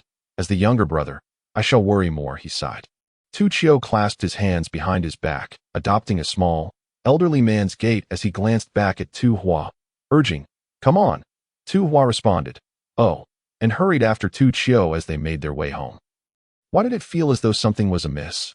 Meanwhile, outside the cave, Hu Zhao encountered Hu Xu. Hu Su seemed to have been waiting for him for quite some time. Upon noticing the red marks on his neck and face, he rushed forward, seizing Hu Zhao's arm. Hu Zhao, do not forget, you already have Fei Fei. She loves you dearly.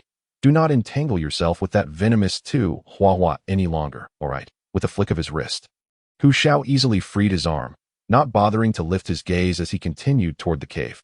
Yet, Hu Su pressed a hand on Hu Zhao's shoulder. "Have you forgotten how that vile Tu Huahua harmed Fei Fei? She is so kind, repeatedly choosing not to hold Tu Huahua accountable for her actions. Can you bear to let her down? Mind your own business." "What do you mean, mind my own business?" Hu Su grew increasingly agitated. "You have yet to bond with Fei Fei. Do not think I am unaware. You are still thinking of Tu Huahua.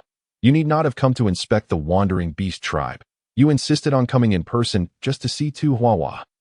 Hu Zhao, you promised me that Fei Fei would be your partner." Hu Zhao turned to him, the authority of his beastly presence causing Hu Su to retract his arm instantly. Hu Zhao shot him a dispassionate glance.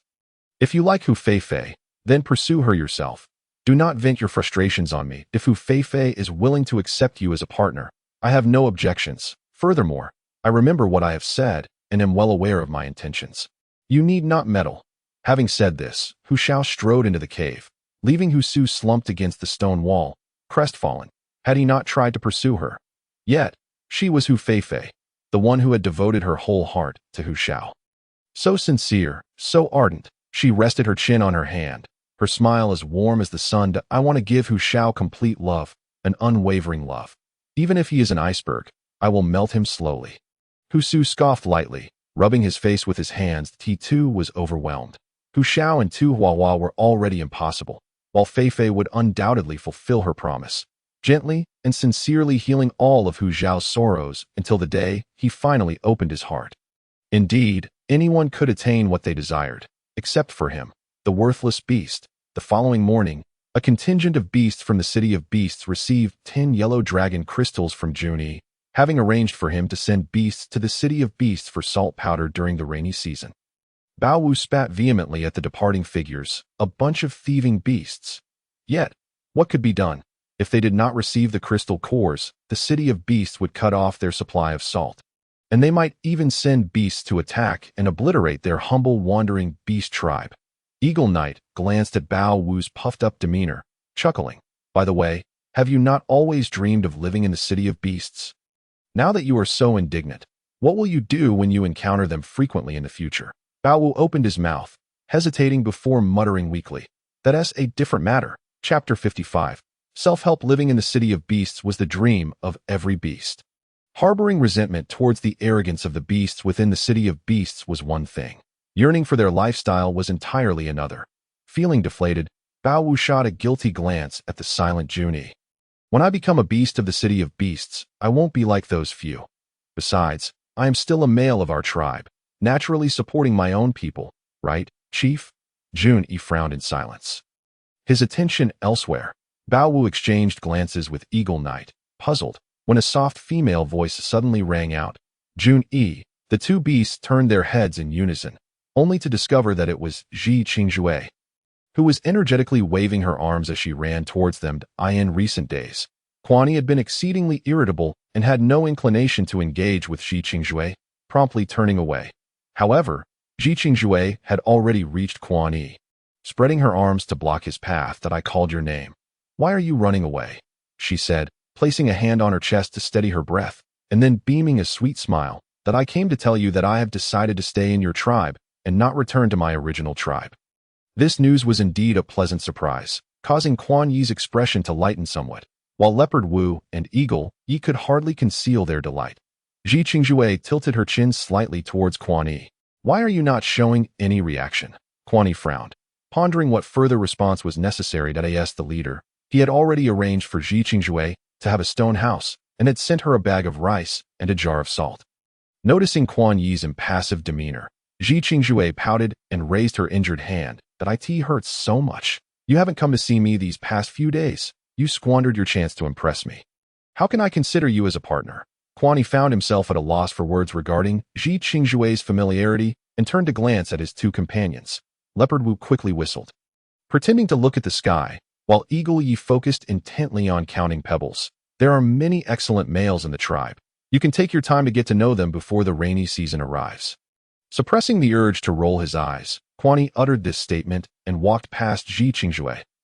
Hey, Ji Qingjue called out, intending to pursue him, but Leopard Wu hastily grabbed her arm. Upon seeing Ji Qingjue turn back to him, Leopard Wu quickly released her arm, raising his hands innocently at either side of his head and cautiously hiding behind Eagle Yi, hoping that Eagle Yi, who already had a partner, would serve as his shield. The tribe leader has someone in his heart. Though his circumstances differ, he must also preserve his integrity for his future partner and cut off these distractions in advance. He must not set his sights on someone as remarkable as him. Alas, being so exceptional is indeed a burden. There are plenty of outstanding single males in the tribe. You can take your time to get to know them. As for the tribe leader, he currently lacks the inclination for such matters. So please do not take it to heart. Eagle Yi explained gently, his voice as soothing as ever.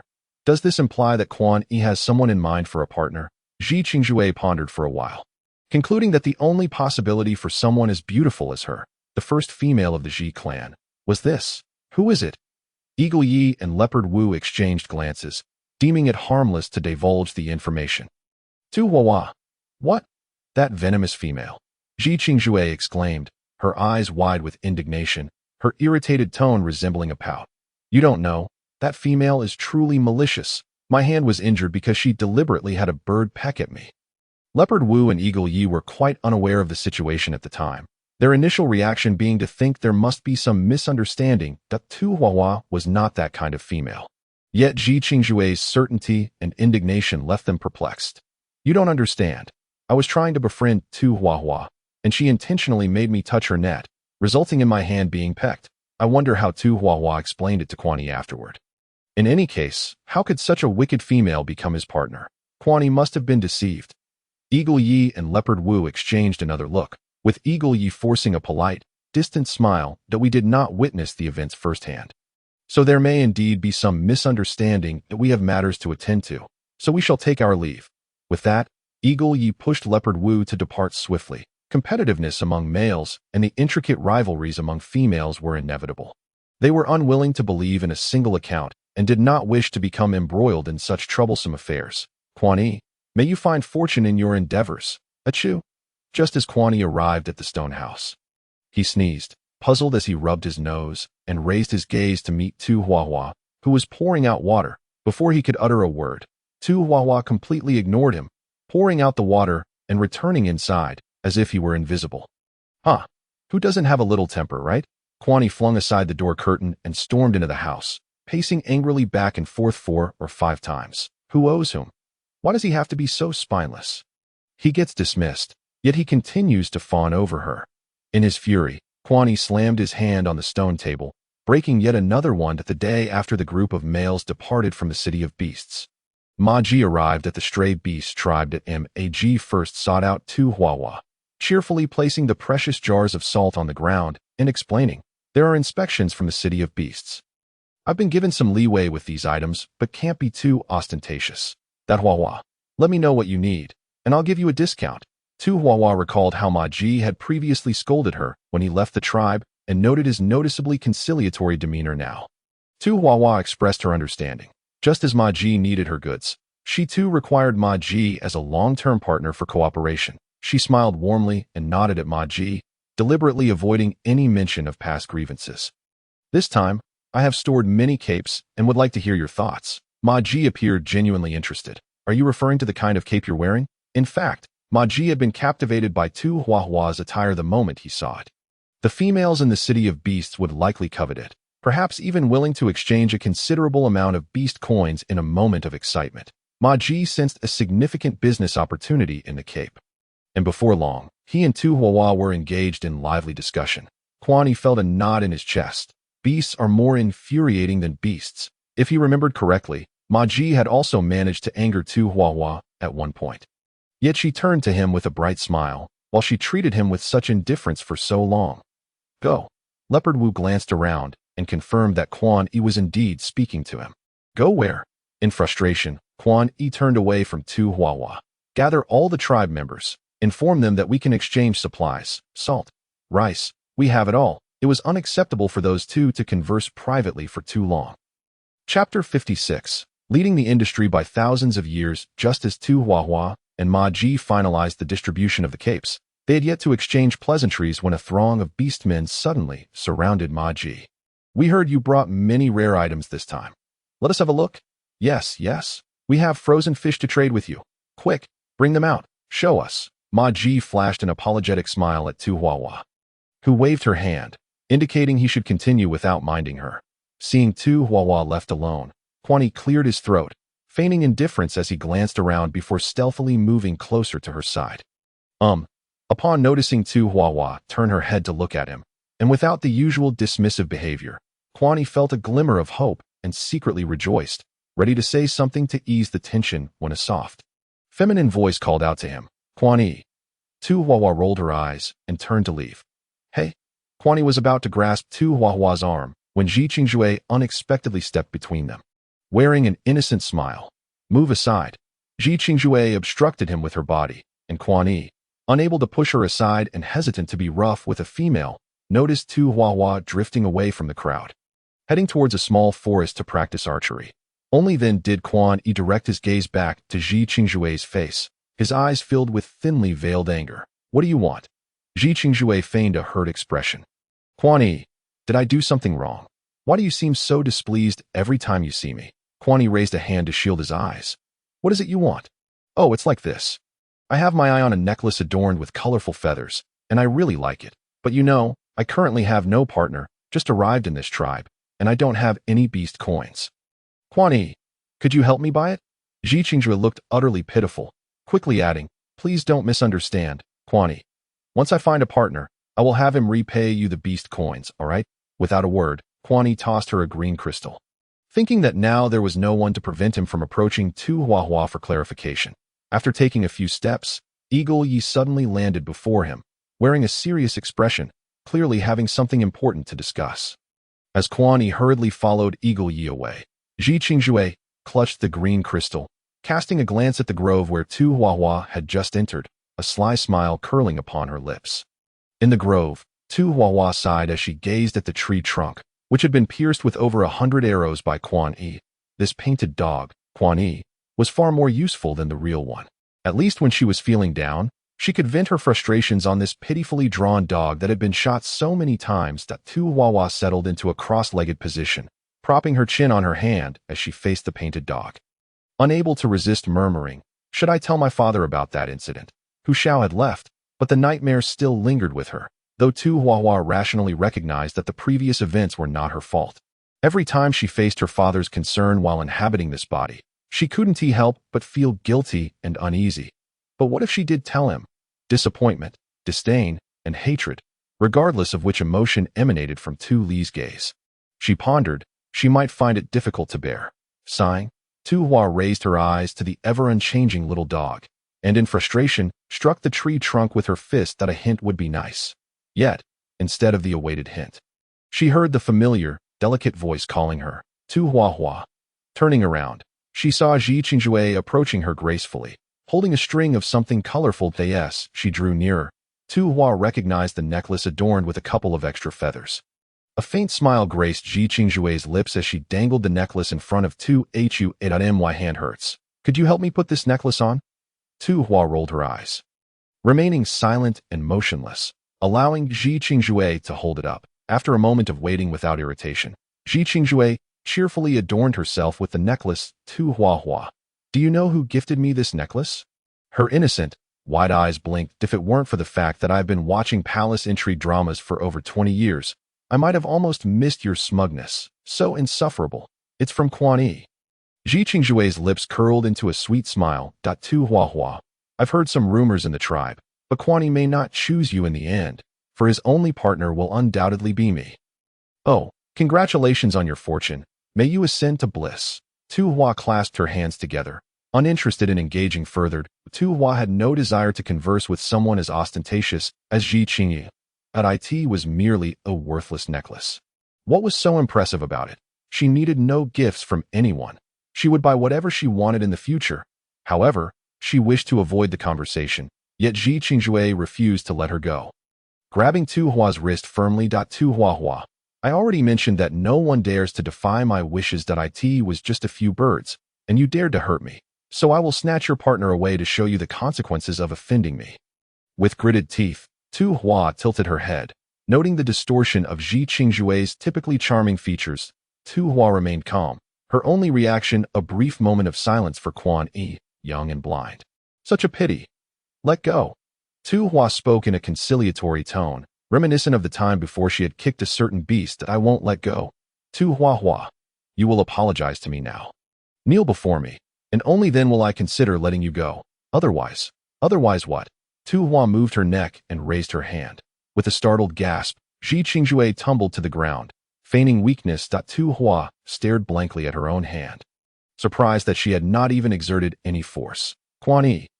Tu Hua turned to see Quan Yi striding purposefully towards them. Ji Qingjue began to whimper. Tu Huahua didn't mean it. It was all my clumsiness. Please don't blame her. Tu Hua, momentarily dazed by Quan Yi's sudden appearance, glanced back at Ji Qingjue's pleading expression, her mind spinning. How clever. She had not anticipated Ji Qingjue would employ such a tactic. She couldn't help but admire her. Ji Qingjue's move was leagues ahead of its time. Suddenly, Quan Yi seized Tu Hua's wrist, startling her. Hey, Quan Yi, could you not be so rash? She exclaimed. That it's not me. I can explain. However, Quan Yi was not interested in her explanations, which he deemed nonsensical. Without a word, he tugged her along, his determination unwavering. Come with me. He had held his breath for too long, and now could not afford to heed Tu Hua's struggles as he swept her up in his arms and sprinted up the back mountain. Chapter 57. Together by the hot spring's edge, vibrant wildflowers bloomed anew. Quan Yi continued to carry Tu Hua forward. The water droplet-shaped hot spring pool narrowed as they ventured deeper, surrounded by the gnarled branches of the forest. As they progressed, Tu Hua finally caught sight of a maple tree growing at the far end of the pool, though the maple was comparable in age to the towering trees surrounding it. It appeared both frail and helpless amid the towering giants. Yet, unlike the surrounding dead branches, the maple tree flourished with brilliant red leaves, bursting with life. Quan Yi came to a halt beneath the red maple, its fiery leaves cascading around them. Tu Hua tilted her head, Observing the tense line of Quan Yi's lips, she opened her mouth to speak, but then turned her head away, lost in thought. Quan Yi gently set Tu Hua down, and they stood facing each other. Tu Hua could distinctly see his brows furrowing tighter. I cannot bear this manner of interaction between us, nor your attitude towards me. His tone sounded fierce, yet his expression bore an increasing sense of grievance. Was he trying to take the initiative? Despite this, Tu Hua found herself softening her stance. How have I treated you? Isn't it quite normal? Where is it normal? Quan Yi growled. Recalling that this might frighten Tu Hua, he stepped back a couple of paces, running a hand through his hair in frustration. Tu Hua pressed her lips together. Her gaze fixated on the scattered red leaves at their feet. What else can I do? Do you wish for me to watch you and Ji Qingjue flaunt your affection? You know very well. Never mind. In short, I will keep my distance from you. Is that wrong? So, it is solely because of Ji Qingjue that you are upset with me? Quan Yi blinked, his eyes wide with innocence as he sought an answer from her. He suddenly recalled something and added urgently, I have nothing to do with Ji Qingjue. That day, her living arrangements were not settled, so I let her stay in my stone house, and I spent the night at Bao Wu's. Tu Hua looked up abruptly. I have nothing to do with her, nor will I in the future. I do not like her at all. Gazing into Quan Yi's steadfast eyes, Tu Hua opened her mouth but found herself voiceless. He did not harbor any feelings for Ji Qingjue, but did he truly like her? With Ji Qingjue's issue resolved, the fundamental problem between them remained. She did not wish to live in such a humble manner, nor did she want to be a mere lapdog. Why are you explaining anything to me? It is none of my business. You. Quan Yi choked on his words, nearly choking from frustration. Fine.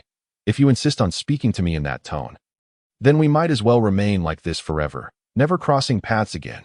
Angered, Quan Yi turned his back to leave, his pace slow, yet Tu Hua stared at his retreating figure, her vision blurring. Unable to contain herself any longer, she called out loudly, So, am I the one who has always misunderstood? Quan Yi's footsteps halted abruptly. I always thought you liked me, but when I asked you, what did you say? Upon hearing Tu Hua's quivering voice, Quan Yi rushed back, closing the distance between them in a few swift strides. He reached out, nervously attempting to dry her tears, but Tu Hua brushed him aside, wiping her own tears away, unable to suppress a few sobs. Quan Yi gazed at her intently, emotions swirling in his eyes. You say you always thought I liked you. What about you?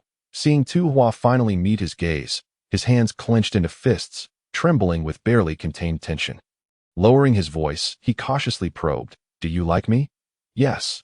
Tu Hua replied without hesitation. Liking was liking. There was nothing wrong with expressing it. Whatever she felt in her heart, she would speak it aloud. It was not her fault if her feelings went unanswered.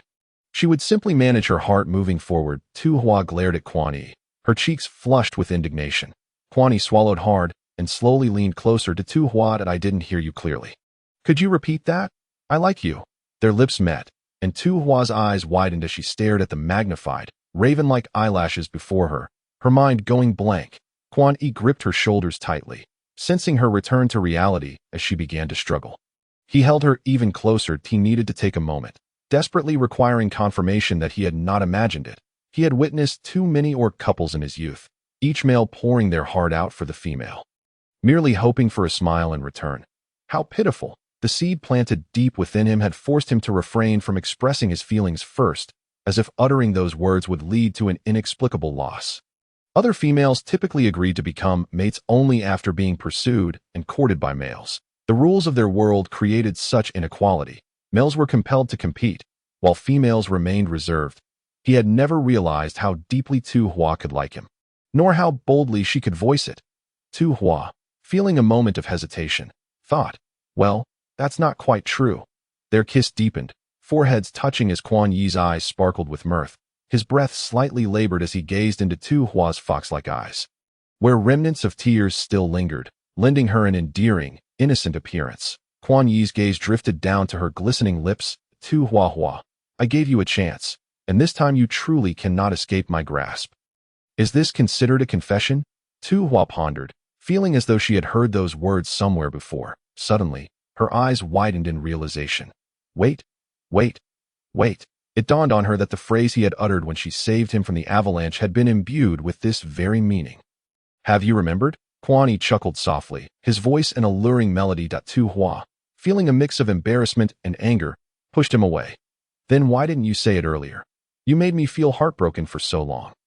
She had almost believed her first love was entirely over. Quan Yi lightly brushed his lips against hers, murmuring, I'll tell you slowly from now on. As he spoke, his gaze softened, tinged with sadness, and he lovingly brushed her hair aside. Huahua, I swear to the beast god that you will always come first in my life. You should never regret today's decisions, nor should you ever lament being with me. All right? He bears a heavy burden.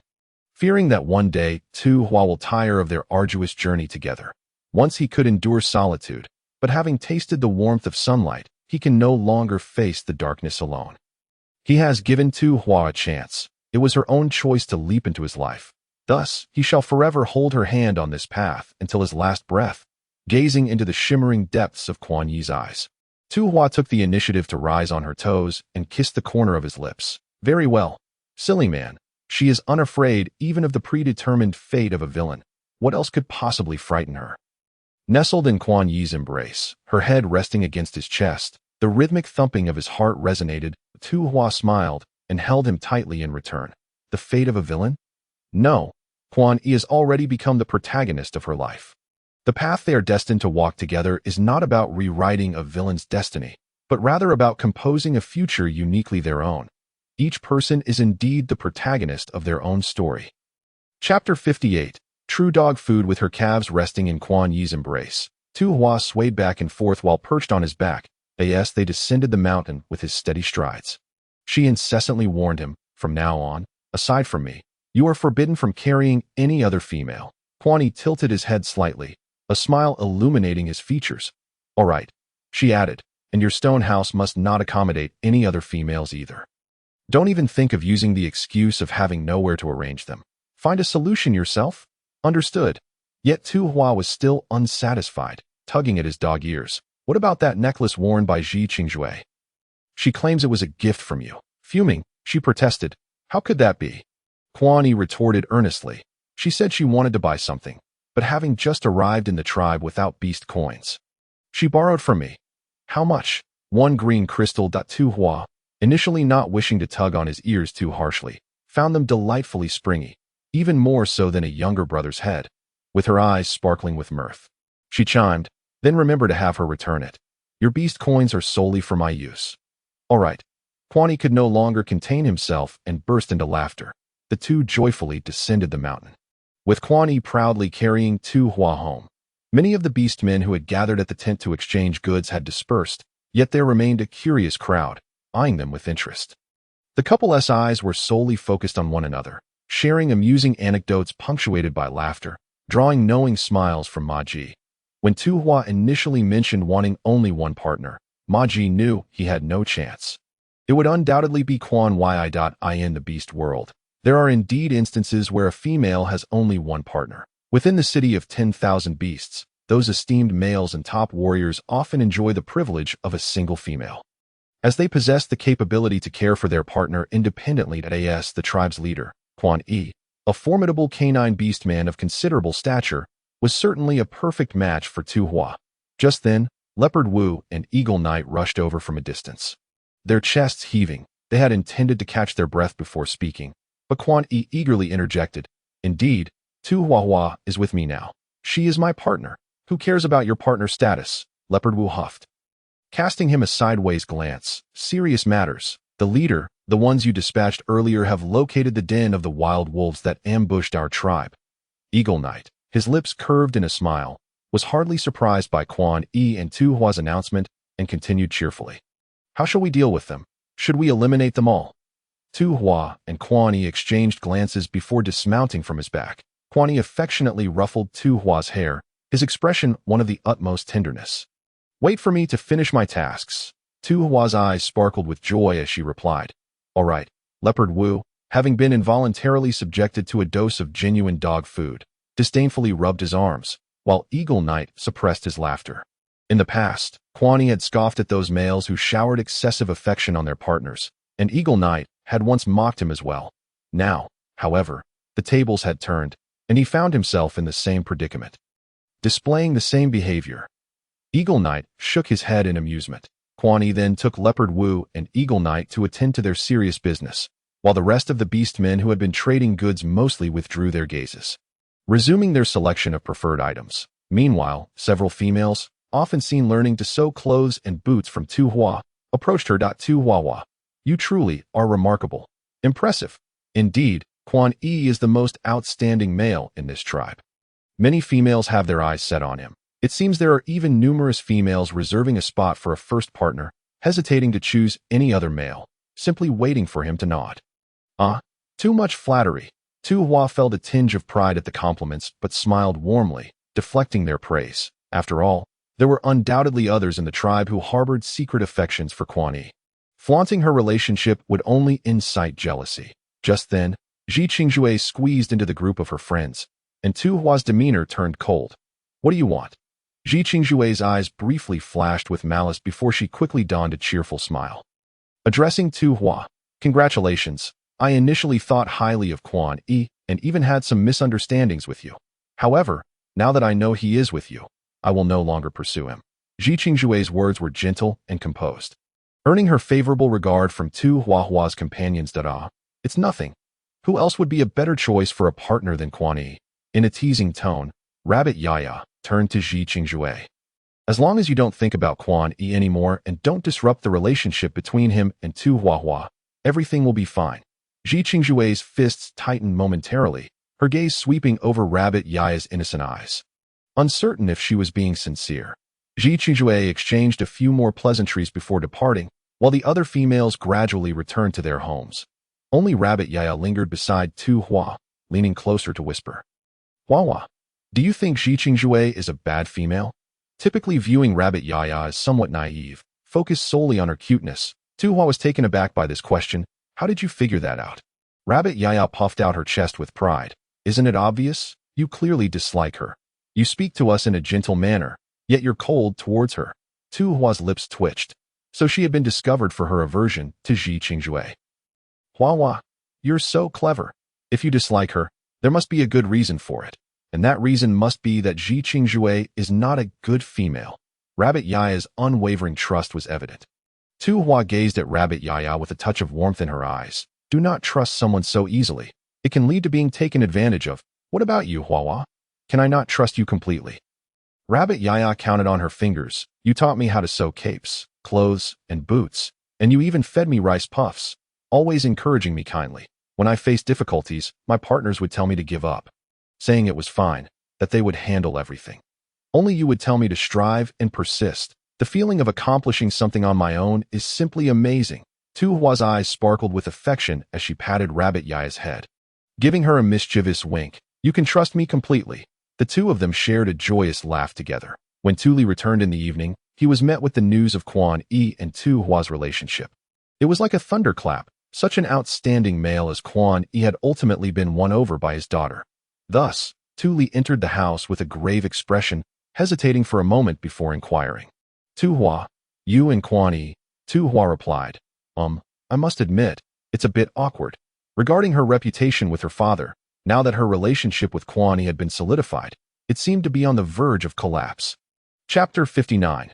The pig digging up cabbage. However, Tu Hua felt she could clarify the situation. She raised her hand to stop her father's forthcoming words, intending to take the initiative. Father, please don't misunderstand.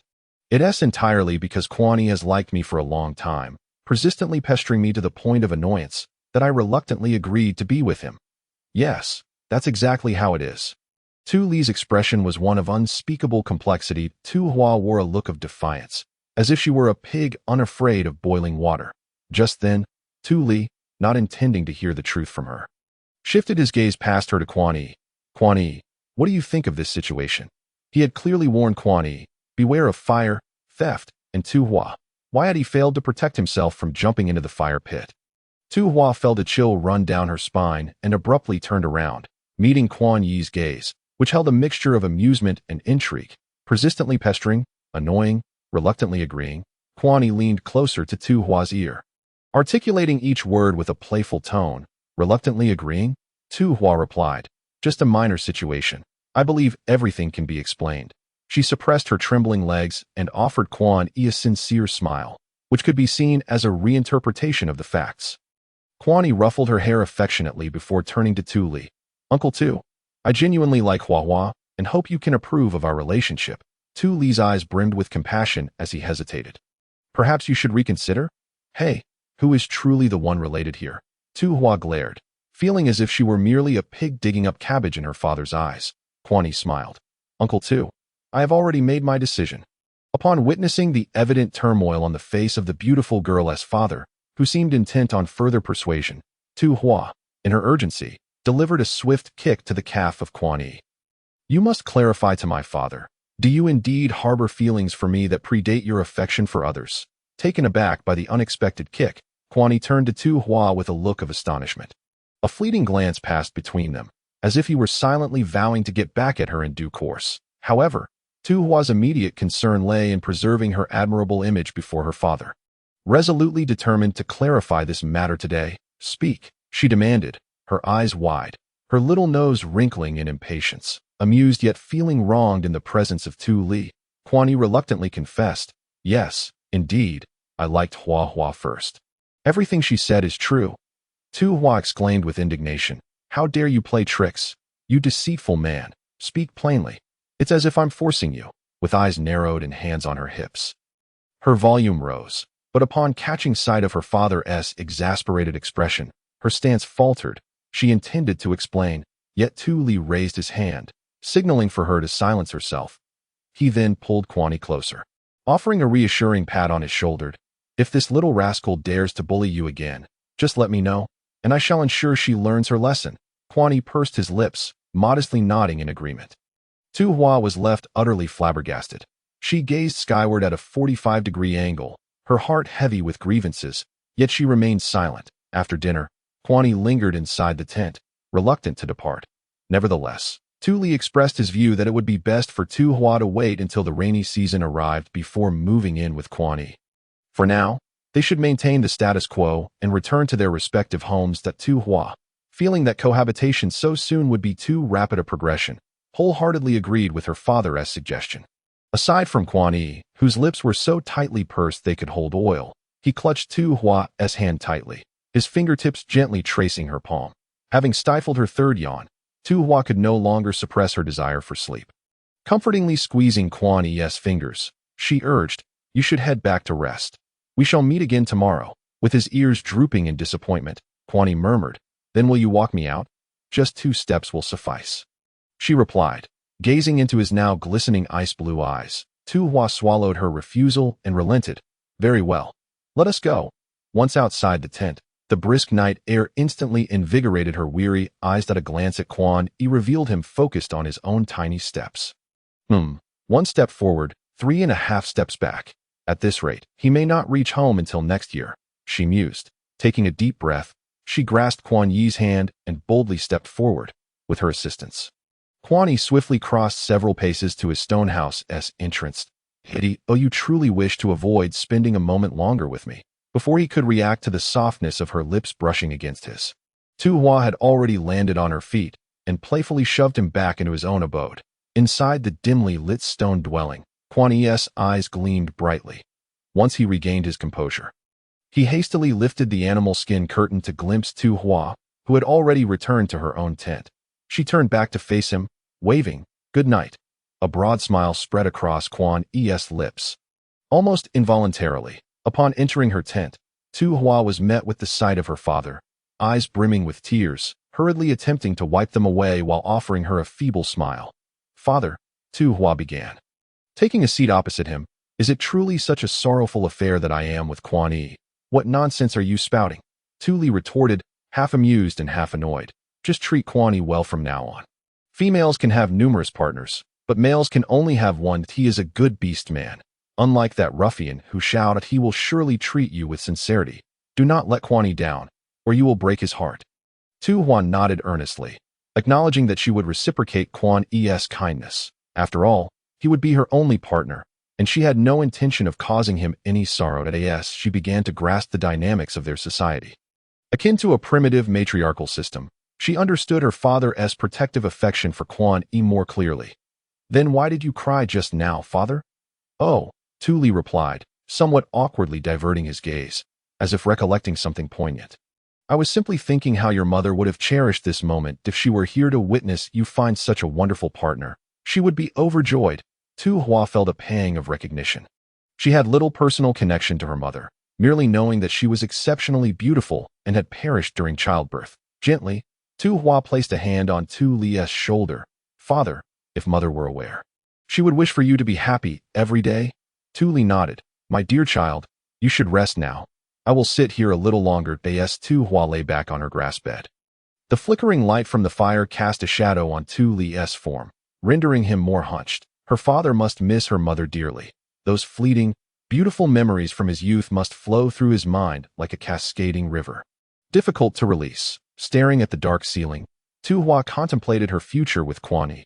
The following day, Ma Ji returned exuberantly to the stray beast tribe, immediately inquiring about the availability of cloaks. Upon seeing Ma Ji's sparkling eyes, Tu Hua surmised that the cloaks had sold well, yet she shook her head. Alas, they are all gone. Oh no, why didn't you prepare more? Ma Ji lamented. It was uncertain at first.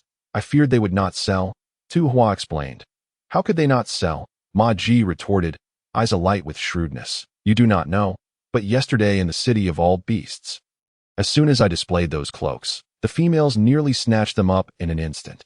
Many beastmen wanted to purchase them, but could not. With that, Ma Ji produced a small pouch from his belongings and handed it to Tu Hua. This is your share from the cloaks, 40 green crystals. Without counting, Tu Hua tucked the pouch away. I will purchase more animal hides in the coming days and hasten the production. Oh, you think there's still time? Given the abundance of skilled males adept at needlework, it would not be long before many beastmen could replicate the cloaks to Mag. However, appeared confident.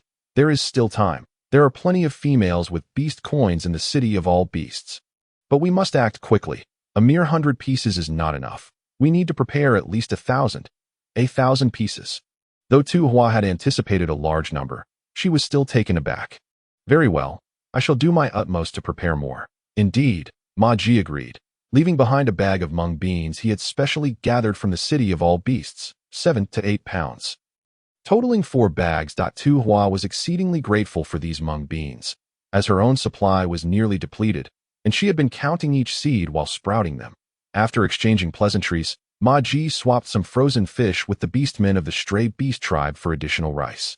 Then transformed into his horse form to expedite his journey. Tu Hua required a substantial amount of animal hides, which the stray beast tribe could not provide. Inquiring with Quan Yi, she learned he had connections. There is an occasional beast market in the outer city where the lion tribe beastmen specialize in producing animal hides. They should have a significant stock available. Really? Tu Hua's eyes sparkled with excitement.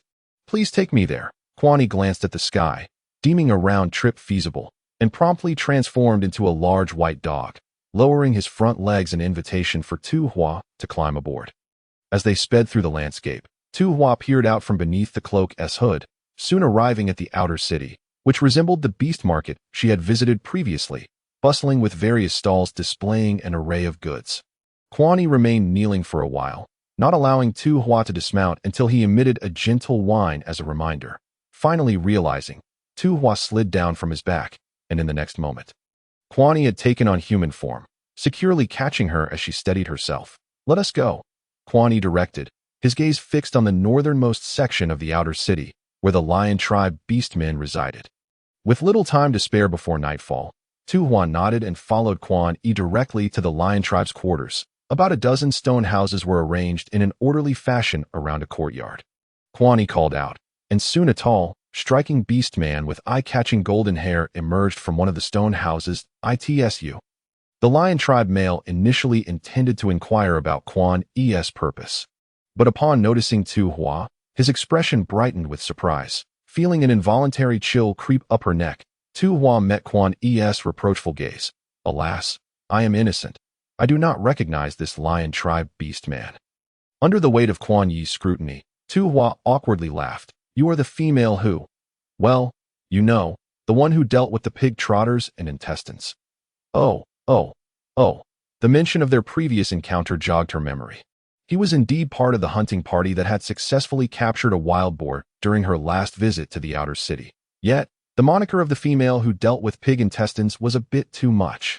Tu Hua struggled to maintain her composure, forcing a smile. I heard you have animal hides for trade. We need quite a substantial amount. At least 1,000 pieces. Come inside. I will take you to the storage to choose. The Lion Tribe Beastman responded, ushering them in. The orc from the Lion Clan actively opened the fence gate, leading them inside while saying, "By the way, my name is Shurjin, the female who eats dung. What is your name?" Tu Hua. Can you even hold a conversation? If not, then speak less, she chuckled dryly, thinking about the unexchanged animal skins that I am Tu Huahua, and this is my partner, Quan Yi. Quan Yi wrapped his arm around Tu Hua's shoulder, casting a provocative glance at Shurjin, his entire being radiating confidence. Shurjin paused momentarily, casting a puzzled glance at Quan Yi, and thought to himself, how rare, as if everyone has a partner. Oh right, he indeed did not have a partner. Sob, the single lion, has faced some hardships. Shurjin led them into a stone house, where animal skins were piled from the floor to the ceiling, stacked densely throughout the room, 100 beast coins for each skin. Pick at your leisure. Tu Hua shut her mouth, which could fit an egg, and turned to Quan Yi. I suddenly want to ask, can you carry 1,000 animal skins by yourself? She blinked her large fox eyes at him and added, and I'll help. How did that sound so much like a doubt in his capabilities? Quan Yi ruffled Tu Hua's hair, but based on reality, he indeed couldn't carry 1,000 skins at once. Let us pick some out first. We can take a batch back, and tomorrow I'll have the males from the tribe come and collect the rest. Tu Hua nodded, exchanging a glance with him before diving into the sea of animal skins to select. Shurjin watched for a while, estimating that with Quan Yi's full combat power and adding Tu Hua as a burden, they might not finish even by nightfall, so he took the initiative to pull Tu Hua aside. While he continued to help Quan Yi select the skins, reminding Tu Hua, the female who eats dung, you should step outside for a bit, otherwise there will be dust when we move the skins. Quan Yi, gripping a piece of animal skin, felt a wave of frustration. He didn't have a single attentive exterior beast. Tu Hua, with a black line on her forehead, chuckled awkwardly and emphasized, my name is Tu Huahua. Indeed, she felt that the name Huahua sounded much more pleasant now. Oh, Shurjin replied carelessly. Got it, the female who eats dung. Hurry outside. My partner and I are about to get to work. Tu Hua, get to work? Is that the meaning I think it is? All right, I'll just move to another spot. Chapter 61. Similar eyes watching Tu Hua cheerfully leave the stone house. Quan Yi lowered his head and continued selecting the animal skins, silently vowing to be more meticulous in the future. Which type of animal skin are you looking to select? Shurjin asked, his boisterous demeanor shining brightly when he smiled, despite his slightly wild hair. The emotionless tone of Quan Yi replied, the ones the females wrap around themselves. He pulled out one skin after another in a manner that felt almost like venting. Shurjin looked at Quan Yi in surprise, then suddenly realized something, chuckling. On our first meeting, you hold such hostility towards me. Are you worried that I might pursue your partner? Quan Yi paused in his actions, raising an eyebrow at Shurjin. Worried? Not at all. Huahua said, as long as there's one partner, you have no chance. Though he said this, Quan Yi couldn't shake off the wariness he felt while looking at Shurjin's handsome, sunny face. That I see. Shurjin exclaimed, realization dawning on him. No wonder such an exceptional beast as Quan Yi would be so misguided as to pursue a female who eats dung. It turns out he could possess her all to himself. The conditions were indeed tempting. However, remembering the gleam in Tu Hua's eyes when she saw pig intestines, Shurjin felt a wave of nausea and couldn't help but kindly remind him, Quan Yi, since you two are already partners, you must take good care of her and keep a close watch. You mustn't let her feel despondent and go back to eating dung. Understand? Quan Yi's mouth twitched. If he understood correctly, Shurjin must be referring to pig intestines, right? He had eaten them too and had even washed many himself. What the heck? Dung. You're the one eating dung. Quan Yi officially decided to refrain from further communication with Shurjin. Shurjin, the sociable one, repeatedly attempted to engage in conversation with no success, feeling puzzled and frustrated. How could someone as optimistic and cheerful as him be ignored? How could that be? In the yard, Tu Hua surveyed her surroundings, taking a few leisurely steps when she noticed a pile of slightly purplish-red soil behind a stone house. Curiously, she approached and pinched a bit between her fingers, realizing that this must be saltpeter. Saltpeter can tan leather, and it seemed the Lion Clan orcs used it to produce the animal skins, though Tu Hua wasn't clear on how saltpeter was used to make animal skins. She knew it was an essential ingredient for producing black powder. She had long been contemplating creating some defensive items, and gunpowder was an excellent choice. That a string of childlike laughter caught Tu Hua's attention. Turning around, she saw a small child running toward her, bare-bottomed and giggling. Perhaps in his haste, he tripped and fell to the ground. Tu Hua rushed over and scooped him up. Sister, the chubby little face had large, round eyes, and his fluffy tiger ears hadn't fully unfurled, brimming with innocence. That moment, Tu Hua felt her heart soften as she poked the little one's nose, asking, "What's your name?" Unner. Suddenly, a female voice called out, and both Tu Hua and the little one turned to see a stunning female anxiously searching for something. Upon spotting them, her face lit up, and she hurried over to Unner. "I told you to slow down," the beautiful female said, quickly draping an animal skin skirt over the little one. Once dressed, she turned her gaze to Tu Hua, and they both froze. Tu Hua had felt a sense of familiarity with this female, and upon closer inspection, she noticed that their eyes bore a striking resemblance. The female seemed to realize this as well, her face beaming with a smile. "You're also a Fox Clan female?" Tu Hua nodded. "I am Tu Huahua, here to exchange some animal skins." The expression of the female, Tu Huahua, changed noticeably as she suddenly raised her hands to her head, as if enduring some kind of pain. "Mother," the little tiger cub looked up, extending his chubby little hand, his bright eyes filled with concern. "Are you all right?" Tu Hua quickly stepped forward to support the female, feeling somewhat anxious. The female soon regained her composure, smiling and shaking her head. "It's just an old ailment. I get headaches whenever I think too much. My name is Tu Huahua, and this is my cub," who and before Tu Huahua could say anything else. A group of Lion Clan orcs approached, their footsteps heavy and voices serious. "Respectful female, please return quickly." Tu Huahua's previously warm smile instantly darkened as she glared at the group of guards. "What? You want to let me go out to meet the males outside? Now that a kindred female has finally come along, I can't even speak to her for a moment."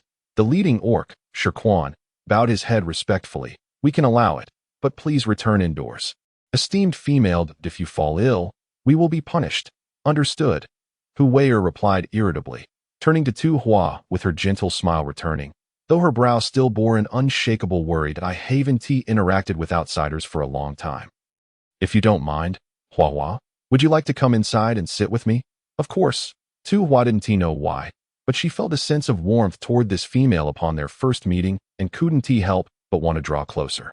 Tu Hua informed Quan Yi and followed Tu Huahua into her stone house. Upon entering the room, Tu Hua was nearly blinded by the opulence. The entire house was filled with coral ornaments, pearl bracelets, golden bricks as footstools, and a soft jade grass bed.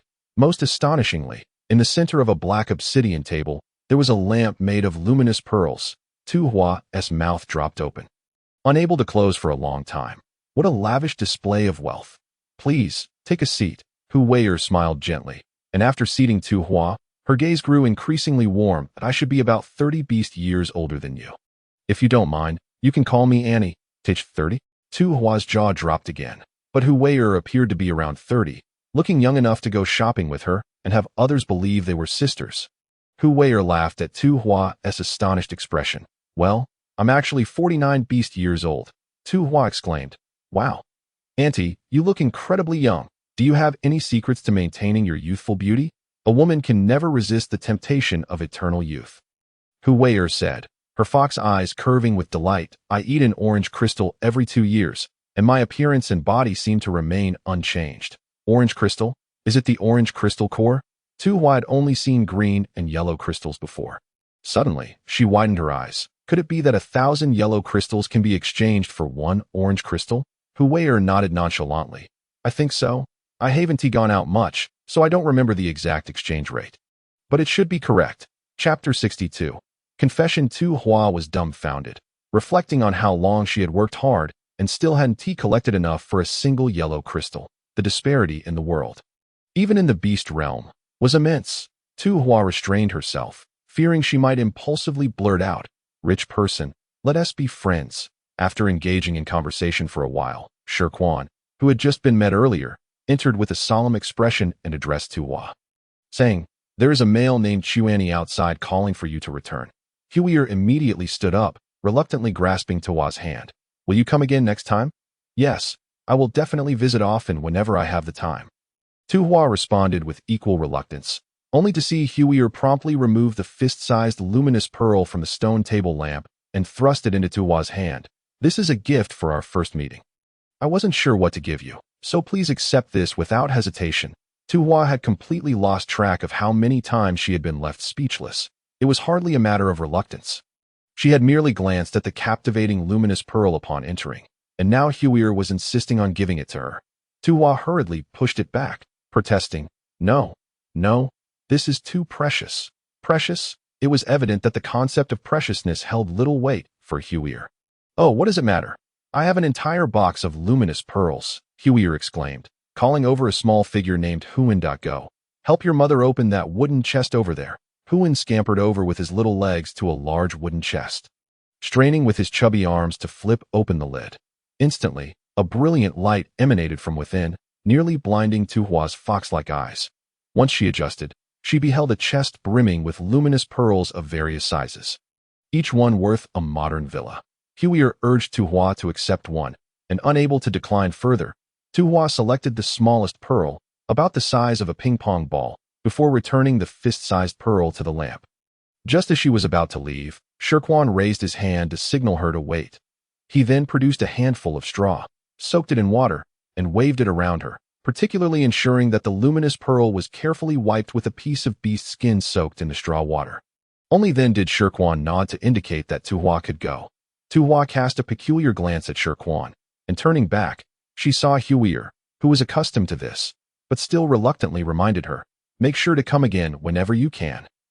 "Yes, yes," Tu Hua nodded and smiled at Huier before departing. Outside, Quan Yi was on the brink of losing his patience. If Tu Hua did not emerge soon, he would likely barge in. Upon seeing Tu Hua come out unscathed, Quan Yi seized her hand and pulled her into an embrace, exclaiming, "Where have you been for so long? I was so worried." Tu Hua promptly stood on her tiptoes, affectionately ruffling Quan Yi's fur as one might a dog's head. "It's nothing. I was just chatting with a remarkably beautiful female." It was a rare encounter with someone she connected with, and she couldn't help but talk a bit longer. "The beast skins have already been selected.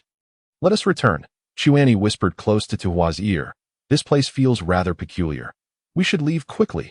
Peculiar. Upon reflection, she indeed found it to be so, though Fangwai City was wealthier than their wandering beast tribes. It paled in comparison to the city of 10,000 beasts. Tu Hua speculated about Huier's identity, who could so easily produce such treasures, but she felt no fear as she nodded to Quan Yi. Acknowledging that it was getting late, and they should head home, they sped back, with Quan Yi ensuring Tu Hua was settled before hastily arranging for a mail to retrieve the beast skins from Fangwai City the following day. Dinner consisted of roasted ground fruits prepared by Marin's father, a rare and delightful treat. Tu Hua, feeling genuinely hungry, soon devoured an entire roasted ground fruit nearly the size of her face. After satisfying her hunger and thirst, she suddenly realized how eerily quiet the tent had become, exchanging wide-eyed glances with Tu Jiao. "Where's father?" Tu Hua asked. "He was just here. How could he vanish so quickly?" Tu Jiao pointed outside the tent. Over the past few days, Marin's father had seemed noticeably more sullen. Tu Hua pursed her lips, gently patting Tu Jiao's little head, and suddenly thought of the little one named Huan, whose fluffy head was equally delightful to touch. "I will go speak with father," Tu Hua declared, as if she had finally made a firm decision, patting Tu Jiao's shoulder. "You should go to bed early." Tu Jiao felt as though her sister's back was tinged with melancholy and a hint of resolution. Tuli sat atop a large stone, gazing up at the starry sky. Sensing Tu Hua's approach, he hastily lowered his head, wiping away traces of tears from his face. "Kai, why have you come out?" Tu Hua sat beside Tuli on the stone, gazing up at the stars as well. "Father, I have heard a saying that when beasts pass away, they transform into stars in the sky, silently watching over their loved ones still in the beast realm." Upon hearing this, Tuli immediately looked up and after a moment's thought, smiled. "Then your mother must be the brightest and most beautiful one." Seeing Tuli smile, Tu Hua couldn't help but curve her lips upward as well. Yet, she hesitated, having opened the conversation but unsure how to continue. Tuli remained fixated on the star he had identified as the brightest and most beautiful, his eyes brimming with longing. Tu Hua lowered her gaze.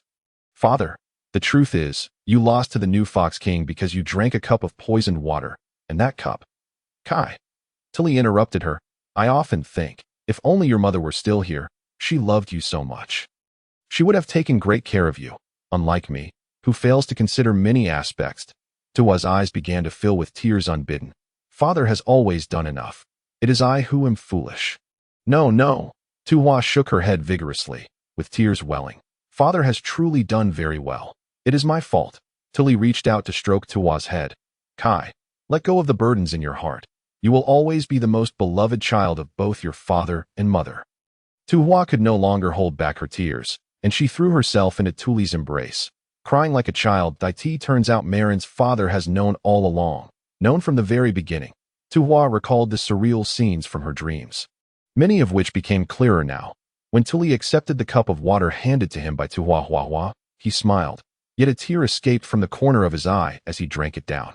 He had gambled, trusting that his daughter would not harm him, but it seemed he had lost that bet. Nevertheless, he only felt remorse, never disappointment towards his daughter. Tuli gently patted Tu Hua's back, murmuring, beasts can be foolish at times. Kai, please do not carry any more burdens. Let us be well together as a family from now on. After Tu Hua wept freely, she felt an unprecedented lightness in her being. Perhaps it was the unfulfilled wishes of Tu Huahua that had finally been laid to rest, as well as the guilt towards her father. The weight on her heart had truly been lifted. Tu Hua wiped her tears and exchanged a shy smile with Marin's father. But I still act like a little cub. Tuli chuckled, his eyes returning to the stars. You and Chuanyi should live happily together, and your father and mother will truly be at ease. That is assured. Tu Hua sniffled, and then asked, Father, I have always wanted to know. Do we have a grudge against the Hu family? To her surprise, Marin's father suddenly became agitated, striking a fist down. You just said you would live well with Chuanyi. Why are you suddenly thinking of that scoundrel Hu Xiao? Why are you so restless, my child? Your mother is watching from above. Tuli's excited demeanor prompted him to search around for something to occupy his hands. No, it's a misunderstanding. A misunderstanding. Tu Hua finally managed to calm Marin's father. Wiping the sweat from her forehead, Hu Xiaoxiao's impact on Marin's father was no trivial matter. Merely mentioning his name would send him into a frenzy. Tu Hua quickly adjusted her tone to a serious one, saying, It's like this, Father. I have always wondered about Hu Xiaoxiao's attitude toward me, as well as the harm he has caused you. Unless there is a grudge, there is no reason for him to act this way. We must uncover the truth. If it is our fault, we will make amends. If it is not our fault, and Hu Xiaoxiao continues to scheme against us, will you just accept this injustice? We must retaliate. We cannot let him off easily. Perhaps it was Tu Hua's final words that pleased Marin's father. He nodded but then furrowed his brows. But we seem to have no grudge against the Hu family. Tuli pondered quietly. Not only was there no grudge, but he had been friends with Hu Xiaoxiao's father, Hu Guan, since childhood. Your mother and Hu Xiaoxiao's mother were best friends. Back then, they even promised to matchmake you two after you were born. Oh, a childhood promise. Tu Hua scratched her head. Were those ties always so strong? Then why did they never come to our aid when we were exiled from the city of 10,000 beasts? Hu Xiaoxiao's mother passed away long ago, just 3 months after your mother died in childbirth. It was said to be an accident. After that, Hu Guan likely fell into sorrow and distanced himself from us. Tuli reflected. It seems that their feelings gradually faded from that point onward. However, even when their relationship was strong, there was no obligation for them to help. Indeed, Tu Hua nodded eagerly, understanding that help is a kindness, while not helping is simply a matter of principle. All right, Father is returning. Tuli abruptly stood up, glancing at Tu Hua with unspoken concern. You can come back later, but you must not forget to return. What do you mean? Tu Hua wished to clarify her thoughts, yet Tuli had already hastened away. In the next moment, Tu Hua felt herself lifted into the air, the world spinning chaotically around her as Quan Yi swept her up in his arms, twirling her several times. Just as Tu Hua felt dizzy and overwhelmed, he halted, wrapping her tightly in his embrace and murmuring with a hint of reprimand, I heard you mention his name. Tu Hua shook her head in confusion. Quan Yi, realizing what Quan Yi meant. Was it Hu Xiao? You mentioned him again. Quan Yi glared at her, the corners of his mouth turning down in a pitiful manner. Hastily, Tu Hua smoothed his fur and playfully tugged at his dog ears, reassuring him, I don't like Hu Xiao at all. I only like you. Under the gaze of Tu Hua's affectionate eyes, Quan Yi nearly succumbed to her charm but quickly turned away, letting out a soft huff. But you liked him before. What a cheeky little thing. yet so adorably dramatic. Tu Hua's eyes sparkled as she grasped Quan Yi's hand, intertwining their fingers and pressing them against her heart. This place is filled entirely with you. Not even a shadow of anyone else. I promise. Quan Yi bit his lip, a barely perceptible sigh escaping him. He adjusted his hold, allowing Tu Hua to sit on his lap, leaning against her chest. With his chin resting in the nook of her shoulder, he said softly, Hua, if you ever plan to find a new partner, please let me know in advance, all right? Tu Hua was momentarily taken aback, attempting to turn around, but Quan Yi held her shoulder firmly. What are you talking about? I already said I would only find one partner, and that partner is you. Tu Hua patted the back of his hand. Don't overthink it. Right now, just hearing you say that is enough, at least for this moment. Your heart and eyes are filled with me. Was it Tu Hua's imagination, or did Quan Yi's voice carry a hint of a sob? The lovesick villain transformed into a soft little puppy. Tu Hua felt a mix of amusement and exasperation. I've already said it. There will only be you, now and forever, no one else. Quan Yi rubbed his cheek against her shoulder. I understand, really, that it's unrealistic for a female to have just one partner. That I'm not angry, nor am I trying to restrain you. That I just hope you can tell me in advance, so I can prepare myself for the impact when the time comes. Tu Hua took a deep breath, struggling to get off Quan Yi. Initially, he wanted her to remain in place, but her reaction was so intense that he feared hurting her, so he allowed her to stand. Tu Hua cupped Quan Yi's face in her hands, examining it closely.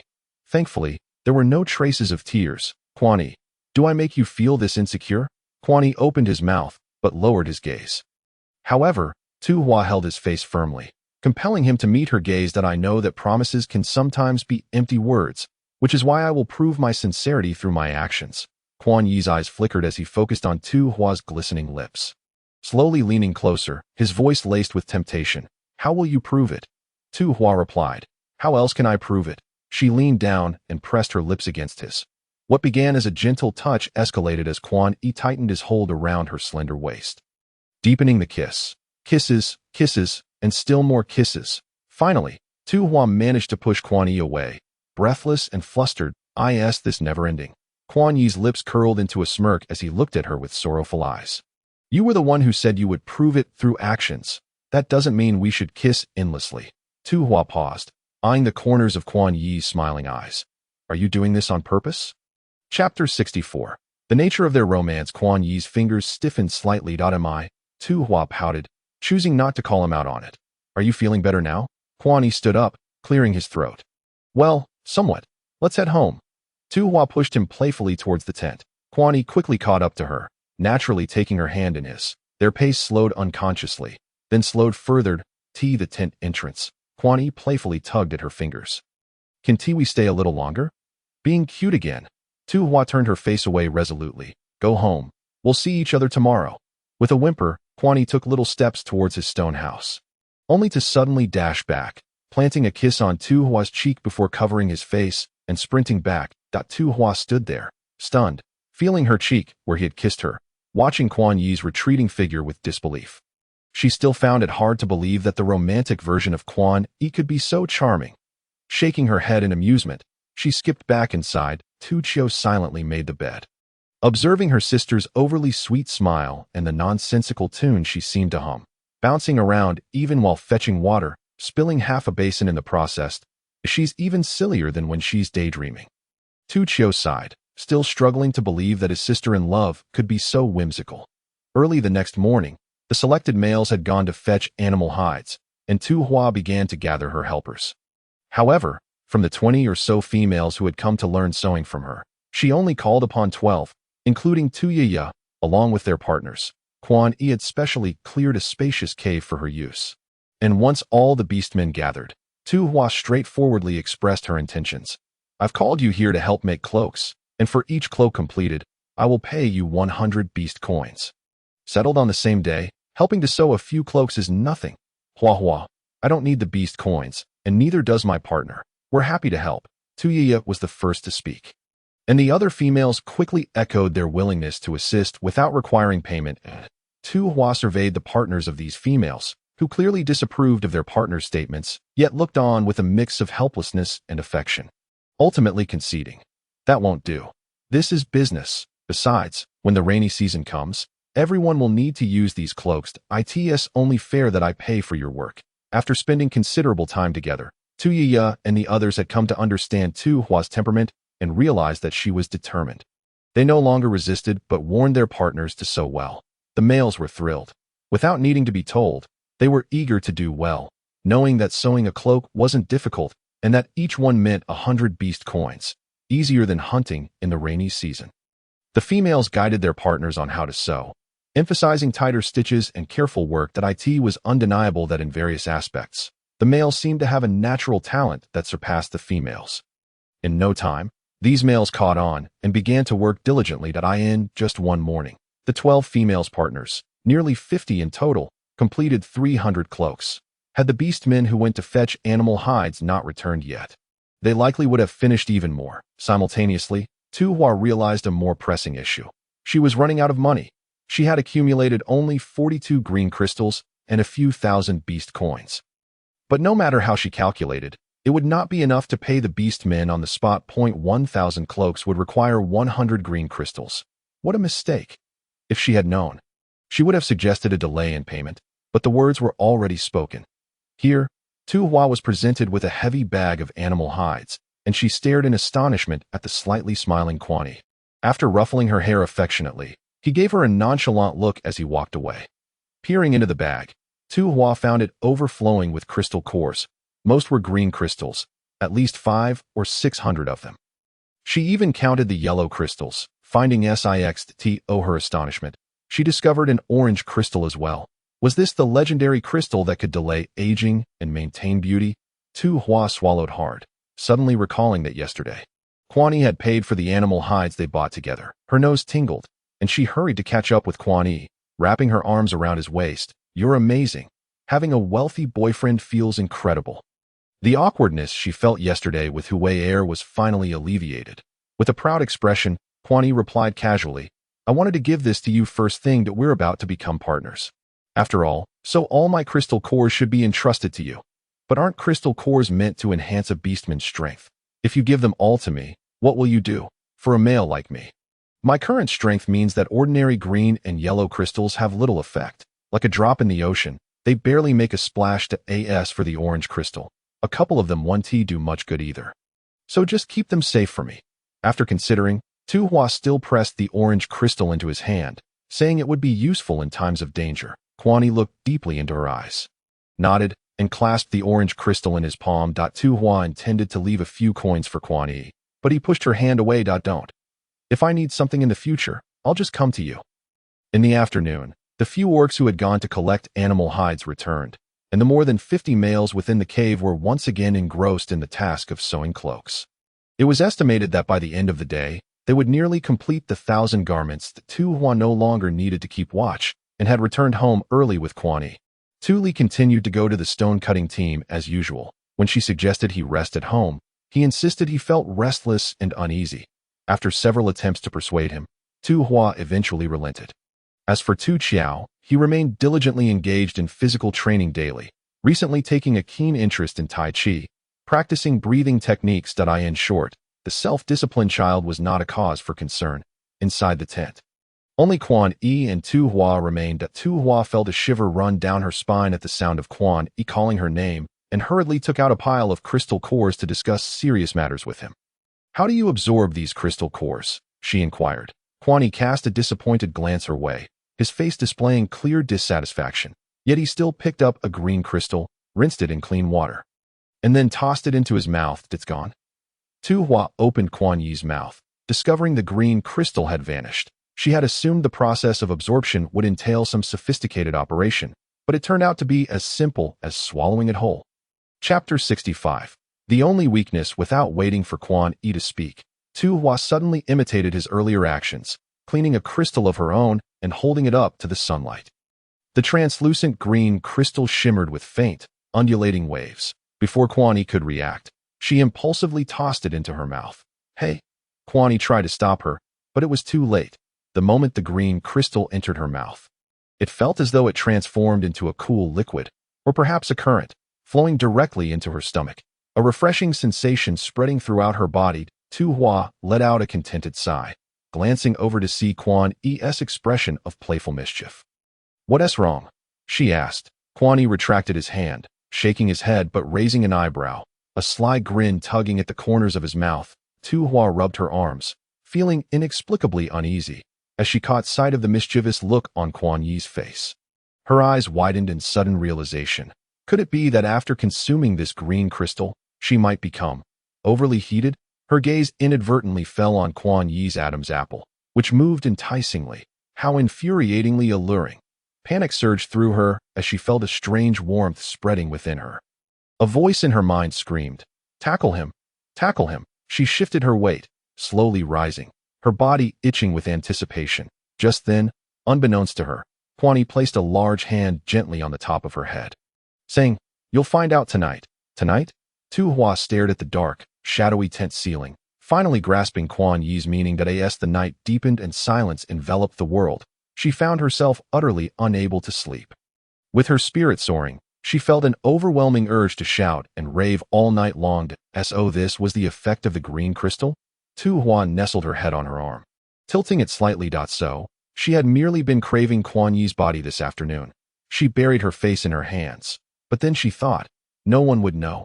He was her boyfriend, and craving him was nothing to be ashamed of. Her eyes darted around, and she carefully retrieved the luminous pearl from her beast skin pouch, clutching it in her palm, allowing only a hint of its glow to escape, peeking toward the direction where Tu Li and Tu Qiao were sleeping soundly. She held her breath, methodically dressing herself before stealthily slipping out of the tent. She had to move. Lying down was causing her back to ache, and it would be better to run a few laps outside. However, the moment she stepped outside, she caught sight of Quan Yi's playful grin. He swiftly pulled her into his embrace, leaning closer to whisper in her ear, "Come, let me take you somewhere." On this wintry night, the cold wind howled, especially atop the mountain where the chill was biting. Yet, Tu Hua felt no coldness. Cocooned in the thick animal hides and nestled in Quan Yi's arms, the stars twinkled above. So close it seemed she could reach out and touch them. Tu Hua suddenly recalled something and turned to look at the bare-chested Quan. "Don't you males feel cold at all?" He replied softly, his Adam's apple bobbing again. Tu Hua's gaze traveled down from his muscular chest to his abdomen, catching sight of his chiseled abs and the alluring V-line. She quickly averted her eyes to the stars, exclaiming, "Oh heavens, how could I not be tempted? Who could resist this?" Noticing her distraction, Quan Yi's warm breath brushed against her ear. "Are you feeling cold?" She shook her head vigorously. "No, not at all. I feel warm." "Flower," Quan Yi suddenly exclaimed, startling Tu Hua and causing her heart to skip a beat. Fearing her secret had been discovered, she huffed. "What are you yelling for? You're ruining the mood. You're bleeding," he pointed out, indicating her nose. Tu Hua pondered about her longing for her boyfriend's body to the point of nosebleeds. She felt she could rationalize it. Once they returned to the stone house, Quan Yi was using a soft animal hide to dab at her nosebleed. Surely after consuming the green crystal, many would experience a nosebleed? Quan Yi shot her a peculiar glance. "You're the first."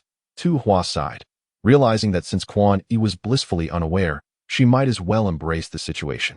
As he leaned over her, bending and twisting to tend to her nosebleed while cleaning the animal hide, his impressive abs and long legs swayed tantalizingly in front of her. Suddenly, Quan Yi exclaimed again, "Flower, your nosebleed is getting worse." He appeared genuinely alarmed by the sight of her nosebleed. Insisting on fetching a healer, Tu Hua hurriedly grabbed his arm. "Can we really go? The Beast World's healers might not be very skilled. But if they discover the reason behind my nosebleed, I might have to consider switching tribes tomorrow." Quan Yi insisted, only to be silenced by a fierce look from Tu Hua. For now, she would have to stem the flow of blood. And the atmosphere was becoming awkward. Tu Hua swiftly racked her brain for a topic to ease the tension. By the way, are there only green, yellow, and orange crystals?"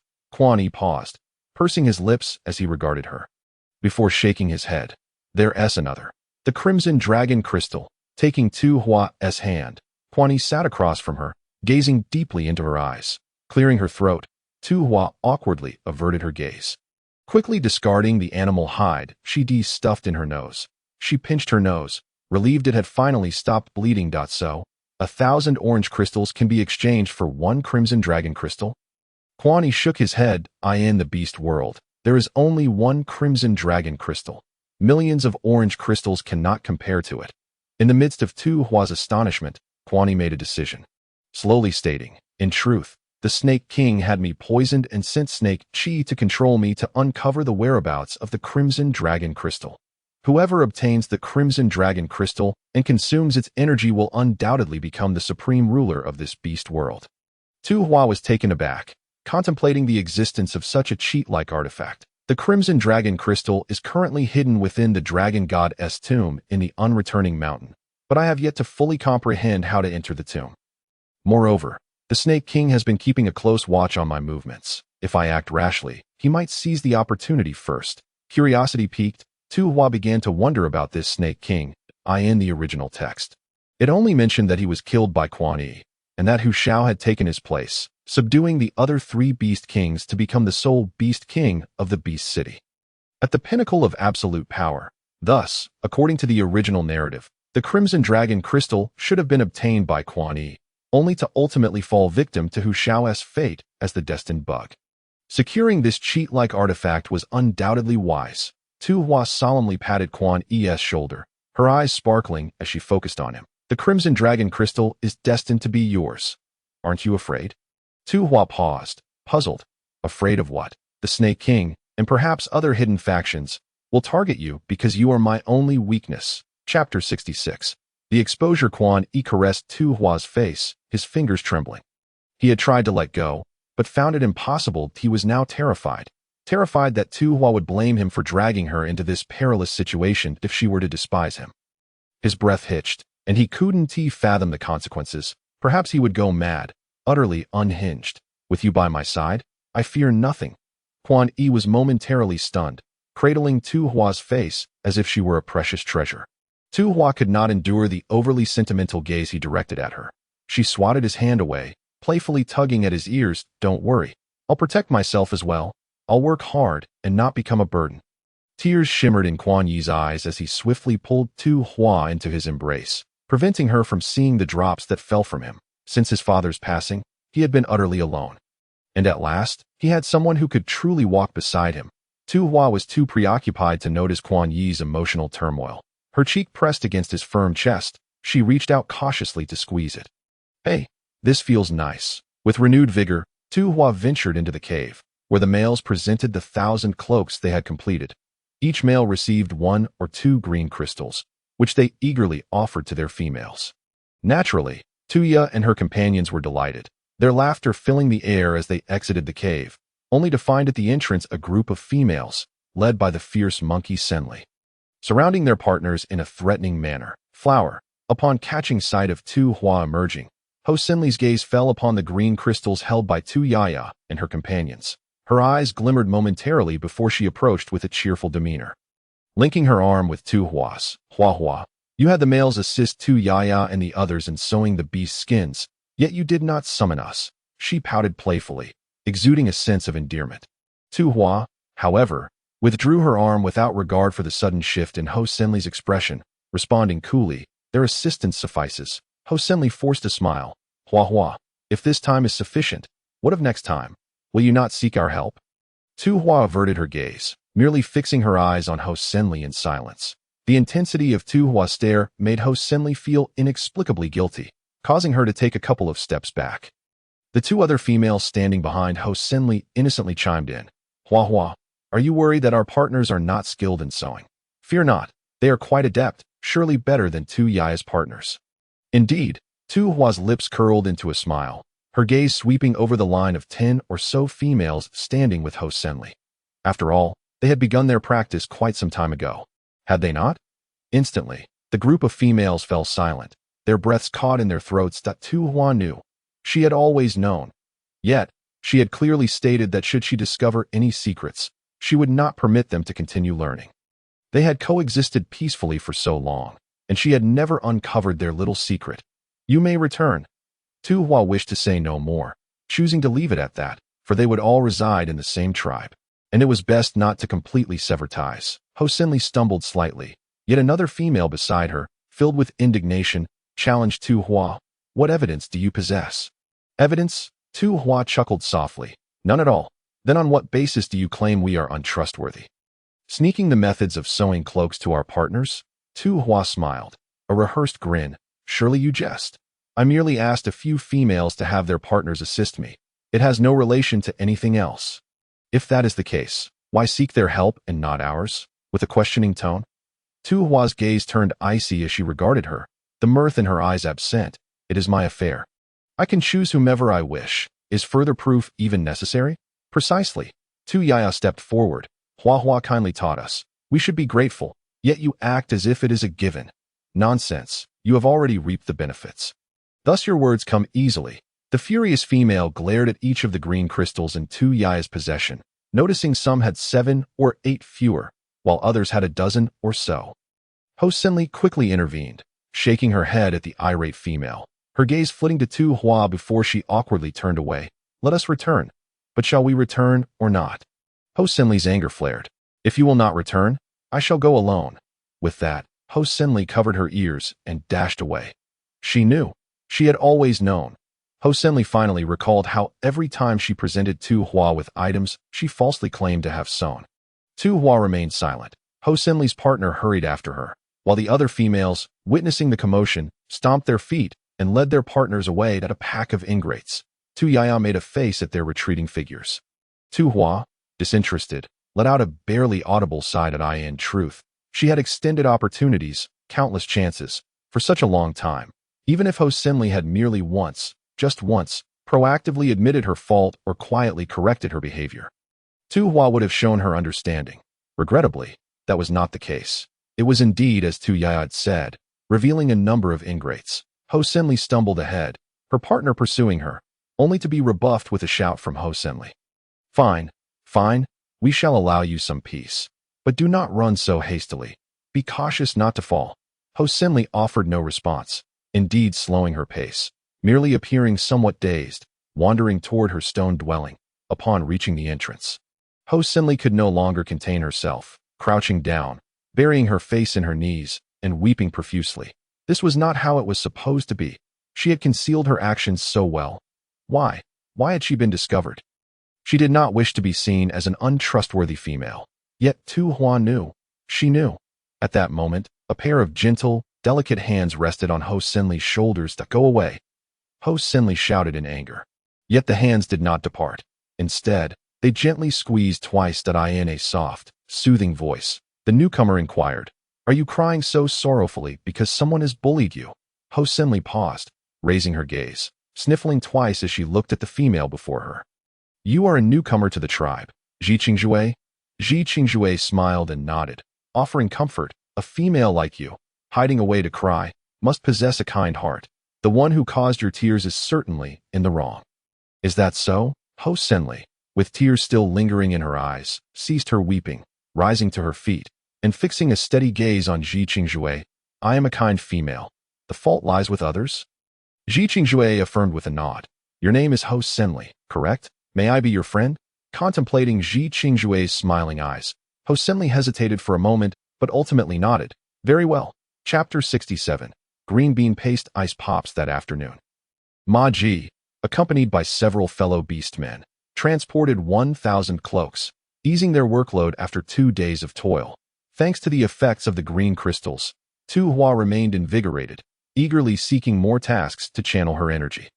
Xuanyi mentioned that her vitality was particularly pronounced due to her first experience with the green crystals, allowing her to go for 3 days without sleep. But Tu Hua's gaze landed upon the bags of mung beans Ma Ji had previously delivered.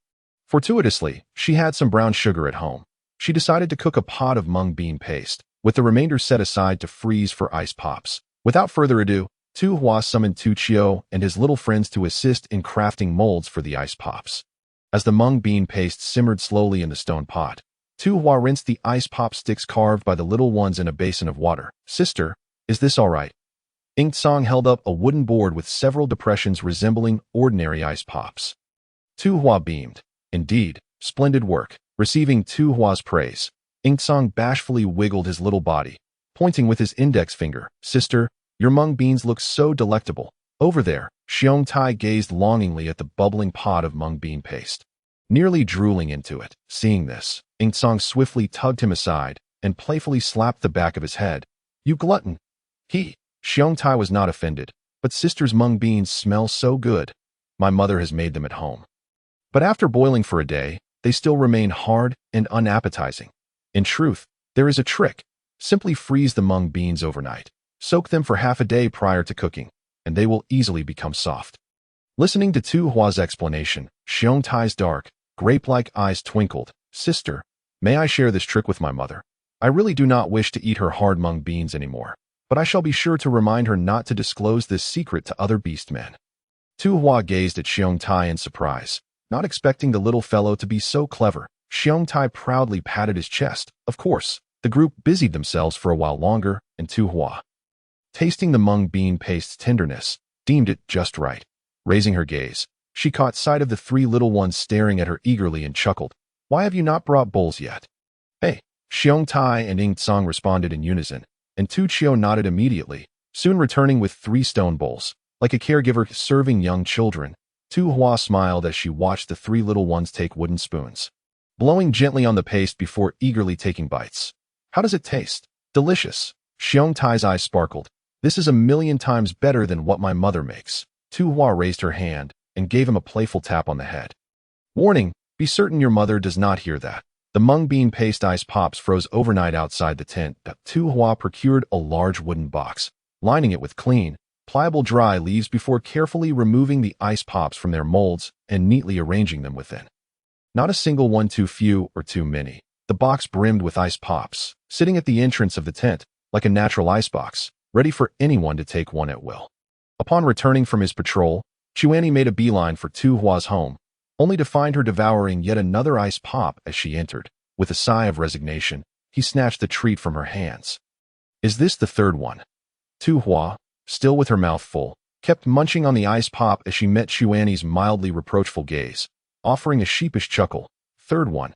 Indeed. Chuanyi narrowed his eyes. Really? Tu Hua, feeling guilty, glanced upwards. Well, perhaps 3, 4, 5, 6, 7, or 8. Oh dear, it has been ages since I last had an ice pop, and besides, these are not overly large. Just one more, the last one, all right? Tu Hua tugged at Chuanyi's clothes, gazing at him with wide eyes as if to say she would cry if he disagreed. With an exasperated sigh, Chuanyi looked at the half-eaten ice pop in his hand, hesitating for a moment before ultimately handing it back to Tu Hua. Hee, you're the best, my dear. Tu Hua bit into the ice cream stick with fervor, eagerly licking it once more. On this frigid day, nestled within the confines of the tent, wrapped snugly in layers of warmth and gathered around the cozy fire. Savoring a cold, icy treat feels akin to indulging in hot pot on a sweltering summer day, where beads of sweat cascade down one's brow. Oh, the delight is beyond words. Sun Yi, bemused yet helpless, sat across from Tu Hua, reiterating his concerns. Please, just finish this one and refrain from having any more. Females cannot endure the cold. You've suffered from ice wounds before, and too much chill can easily lead to illness. Tu Hua nodded earnestly, her commitment to the ice cream stick equally sincere. Sun Yi chuckled softly. Is it truly that delectable? They had all tasted it, and while it was indeed pleasant, none seemed to be as utterly captivated as Tu Hua. Tu Hua's gaze traveled from Sun Yi's exquisite features down to his broad shoulders and narrow waist, a mischievous grin adorning her face as she quipped, "You're not as delicious," expecting Sun Yi to be flustered by her teasing. She was instead met with a puzzled tilt of his head, as if he were dazed by the ice cream. Can I have some? Of course. Tu Hua set aside the ice cream, wrapping her arms around Sun Yi's neck. Their eyes locked, and the atmosphere grew increasingly charged. Sun Yi's eyes remained fixated on Tu Hua's approaching lips, swallowing hard as he caught a whiff of her alluring scent. Hua, you smell incredible. Really? Tu Hua asked, momentarily distracted as she sniffed her arm. Finding nothing unusual, Sun Yi leaned closer, inhaling deeply by her neck. You truly do. Is this flirting? Perhaps it is. The most lethal kind of flirtation is often the unspoken. Tu Hua covered her cheeks with her hands, her ears flushed a deep crimson. The atmosphere became palpably intimate, just as their lips were about to meet, when Tu Hua's expression abruptly shifted. She pushed Sun Yi away forcefully, a sudden pang of pain gripping her abdomen, as if countless hands were twisting her insides, rendering her breathless. Tu Hua's complexion turned pale, cold sweat beading on her forehead. Sun Yi panicked, rushing to support her. What is wrong? Where does it hurt? Hua. Tu Hua's fingers clutched Sun Yi's arm tightly, her fingertips devoid of color. My stomach hurts. In the next moment, she felt a rush beneath her. Tu Hua glanced down in bewilderment. Was this the onset of her monthly cycle? Yet she had never experienced menstrual pain before. She was always vibrant and lively, capable of running and jumping. Now, however, the sensation was akin to impending death. Hua, you're in heat. Heat? Tu Hua's pale face lifted to meet Sun Yi's gaze. Comprehending his meaning. In their world, that was indeed the terminology used, albeit rather ungracefully. Another wave of intense pain surged through her, as if tiny hands were tightly gripping her insides and twisting violently. Hua, hold on. I'll go fetch Lu Ming. Wait. Tu Hua grasped Sun Yi's arm, leaning her weight against him. The small wooden box. Yes, the small wooden box. In his frantic state, Sun Yi clutched Tu Hua as if she were his lifeline. Quickly moving her beside the small wooden box, Tu Hua wasted no time, opening it to find pain relief medication and even life-saving sanitary supplies. At that moment, Sun Yi also handed her a bowl of warm water. And after swallowing the pills, she felt a slight alleviation, her complexion improving just enough to stave off the cold sweat. Leaning against Sun Yi, Tu Hua managed to catch her breath before another wave of discomfort washed over her. She shut her eyes and looked up. Could you step outside for a moment? Sun Yi's face flushed, but he resolutely shook his head. I am your future partner. It is my duty to care for you. I will help you. You can help me by going to your stone house to boil some water. Oh, Sun Yi nodded, his face reddening as he hurried back to the adjacent dwelling to end this brief interval. Tu Hua steeled herself to tidy up, hastily setting aside the stained clothing before collapsing onto the grass bed, utterly drained. This was unbearable. As a woman, she had never truly understood the plight of those suffering from menstrual pain until now. Only then did she grasp their remarkable endurance and resilience. The discomfort was such that even painkillers only offered minimal relief. Sun Yi returned with hot water, diligently wiping away her sweat, and upon observing her pallor, he couldn't help but offer a few admonitions. I've told you not to consume so many cold treats. You mustn't eat ice cream again. How can I never eat it again? Tu Hua protested, shaking her head. Most, I'll refrain this cold season. Once I recuperate, I can still enjoy it. Besides, this pain is undoubtedly due to that ice wound incident, resulting in the cold seeping into my body. You speak as if the ice wound was not your doing.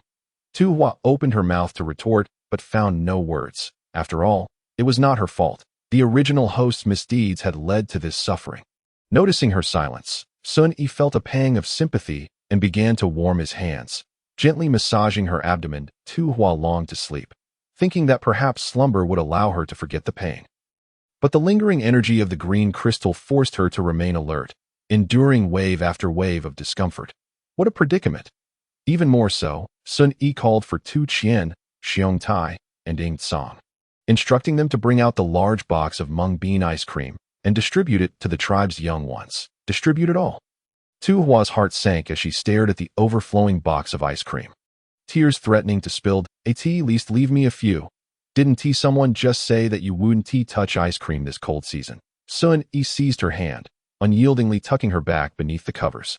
His expression serious as he addressed the trio. Hand it all out. Not a single stick should remain. The three young ones nodded eagerly, seizing the chance to indulge themselves further as they swiftly carried the entire box away. Ignoring Tu Hua's mournful gaze, Tu Hua lay there, staring blankly at the ceiling, resolving not to speak to Sun Yi for at least 3 minutes. She had prepared the treats, and now they were gone in an instant. Ice cream was off the menu this cold season, but once the rainy season arrived and temperatures rose, how could she possibly freeze ice cream then? If only she could make ice cream in the summer. Indeed, Tu Hua's eyes brightened as she sat up abruptly, only to be met with another wave of sharp pain in her abdomen, causing her to wince and lie back down. Sun Yi regarded her helplessly. What do you intend to do? Just tell me, and I shall assist you. Tu Hua sniffled, about to voice her thoughts, but remembering that the 3 minutes likely weren't over, she sealed her lips. The matter of storing ice cubes could wait a few days. Her current pain left her with no room for such thoughts. Meanwhile, Tu Qian offered a single ice cream stick to Lu Wanwan. Watching her closely for her reaction, Lu Wanwan examined it with curiosity before taking a small bite, her eyes lighting up with delight. Delicious. Seeing her smile, Tu Qian couldn't help but grin as well. Lu Wanwan took Tu Qian's small hand. Did you bring this especially for me? Tu Qian gazed at their clasped hands, his expression neutral, though his ears tinged a faint pink as he nodded. Lu Wanwan beamed even brighter. Does that mean no other friends received it? Only me? Well. Tu Qian opened his mouth, but found no words to express. Lu Wanwan continued. Then I will share my tasty treats with you first from now on. Just for you. Just then, Xiong Tai let a gaggle of young ones racing towards them, each clutching a green bean ice cream stick. Lu Wanwan's smile faded instantly. Hey, Wanwan, you already have an ice cream. Xiong Tai lamented, having intended to present it to her personally, but was preempted by his friends. Realizing Tu Qian was at a loss for words, Lu Wanwan huffed in annoyance and turned to Xiong Tai. Did you give ice cream to every young one in the tribe? Xiong Tai scratched his head. Everyone got one. All done? Yes, all distributed. Lu Wanwan shot Tu Qian a glare. So it's clear they only offered me the leftovers. I won't speak to you anymore. With that, she turned and skipped back to the cave, her carefree spirit re-emerging as she nibbled on her ice cream, bouncing with joy. Tu Qian stood frozen in place, contemplating the final stick being reserved for Lu Wanwan. It was merely because once it reached the last young one, he would no longer have to seek the next, allowing him to linger with her a while longer. A cluster of females gathered within a stone dwelling, the flickering flames casting shadows on their somber faces. Ji Qingjue spoke up first. I've heard that those cloaks in the Beast City can be exchanged for 500 beast coins each. Do none of you covet such a fortune? Ho Senli hesitated for a moment before responding. But it was Tu Huahua who taught us how to make the cloaks. It's one thing for us to wear them ourselves. But how can we craft cloaks and steal her business? Oh, Ho Senli, you are far too kind. There are so many females in the Beast City. It's their prerogative to purchase from whomever they choose. Besides, we neither stole nor cheated. We rely on our own skills. Ji Qingjue grasped Ho Senli's hand, her gaze intense. Ho Senli instinctively recoiled slightly. Exactly, Ho Senli. Consider Tu Huahua. She had the chance to profit from green crystals, but only invited Tu Yiya and a few others, clearly showing her disdain for us. Why should we continue to consider her? Precisely. Several females emerged to echo the sentiments, yet 5 or 6 others stood up to assert that is an entirely different matter. After all, Tu Huahua owes us nothing. Upon reflection, we shall not hinder your affairs, but neither shall we partake. Chapter 69. Zhaoqing Chasing's camp. As they spoke, the 5 or 6 females exchanged glances before departing together. Observing this, Ho Senli felt compelled to rise and move her feet in an attempt to follow. But as her wrist tightened, she lowered her head only to meet the unwavering gaze of Zhaoqing Chasing, who had her eyes firmly locked onto her. What are you standing up for? Hurry and sit down, Zhaoqing Chasing said with a cheerful smile. Ho Senli's lips moved, yet ultimately, she obediently settled beside Zhaoqing Chasing. So, how is it? The remaining females should have no objections now, correct? Zhaoqing Chasing surveyed the crowd. Even if they assisted Tu Huahua, they would earn merely 100 beast coins for a single cloak. However, if they undertook the task themselves, after deducting the cost of purchasing animal skins and sharing profits with the horse tribe, they could at least earn 300 beast coins. Upon hearing this, the previously hesitant female's eyes sparkled with excitement. Zhaoqing Chasing was right. They should do it themselves. Indeed, we will exert our efforts to earn beast coins, and we owe nothing to Tu Huahua. Ho Senli, do not hesitate any longer. One female tightly grasped Ho Senli's hand, uncertain whether she was persuading Ho Senli or herself. Ultimately, under the watchful gazes filled with ambition, Ho Senli nodded. The females arranged the process, designating who would be responsible for purchasing animal skins and who would contact the horse tribe. And then they exited the stone house, dispersing in different directions. Zhaoqing Chasing wore a triumphant smile. Tu Huahua had stolen the mail she coveted and was the first to openly oppose her. She intended to make Tu Huahua understand the consequences. Suddenly, Zhaoqing Chasing felt her wrist grasped and was pulled behind the stone wall. Startled, she was about to shout, but was silenced by a firm hand covering her lips. Shu Mayer, with a physique stronger than the average female, firmly subdued Zhaoqing Chasing and threatened, I can let you go, but you must remain silent. Zhaoqing Chasing glanced around fearfully before nodding. Only then did Hu Mayer release her.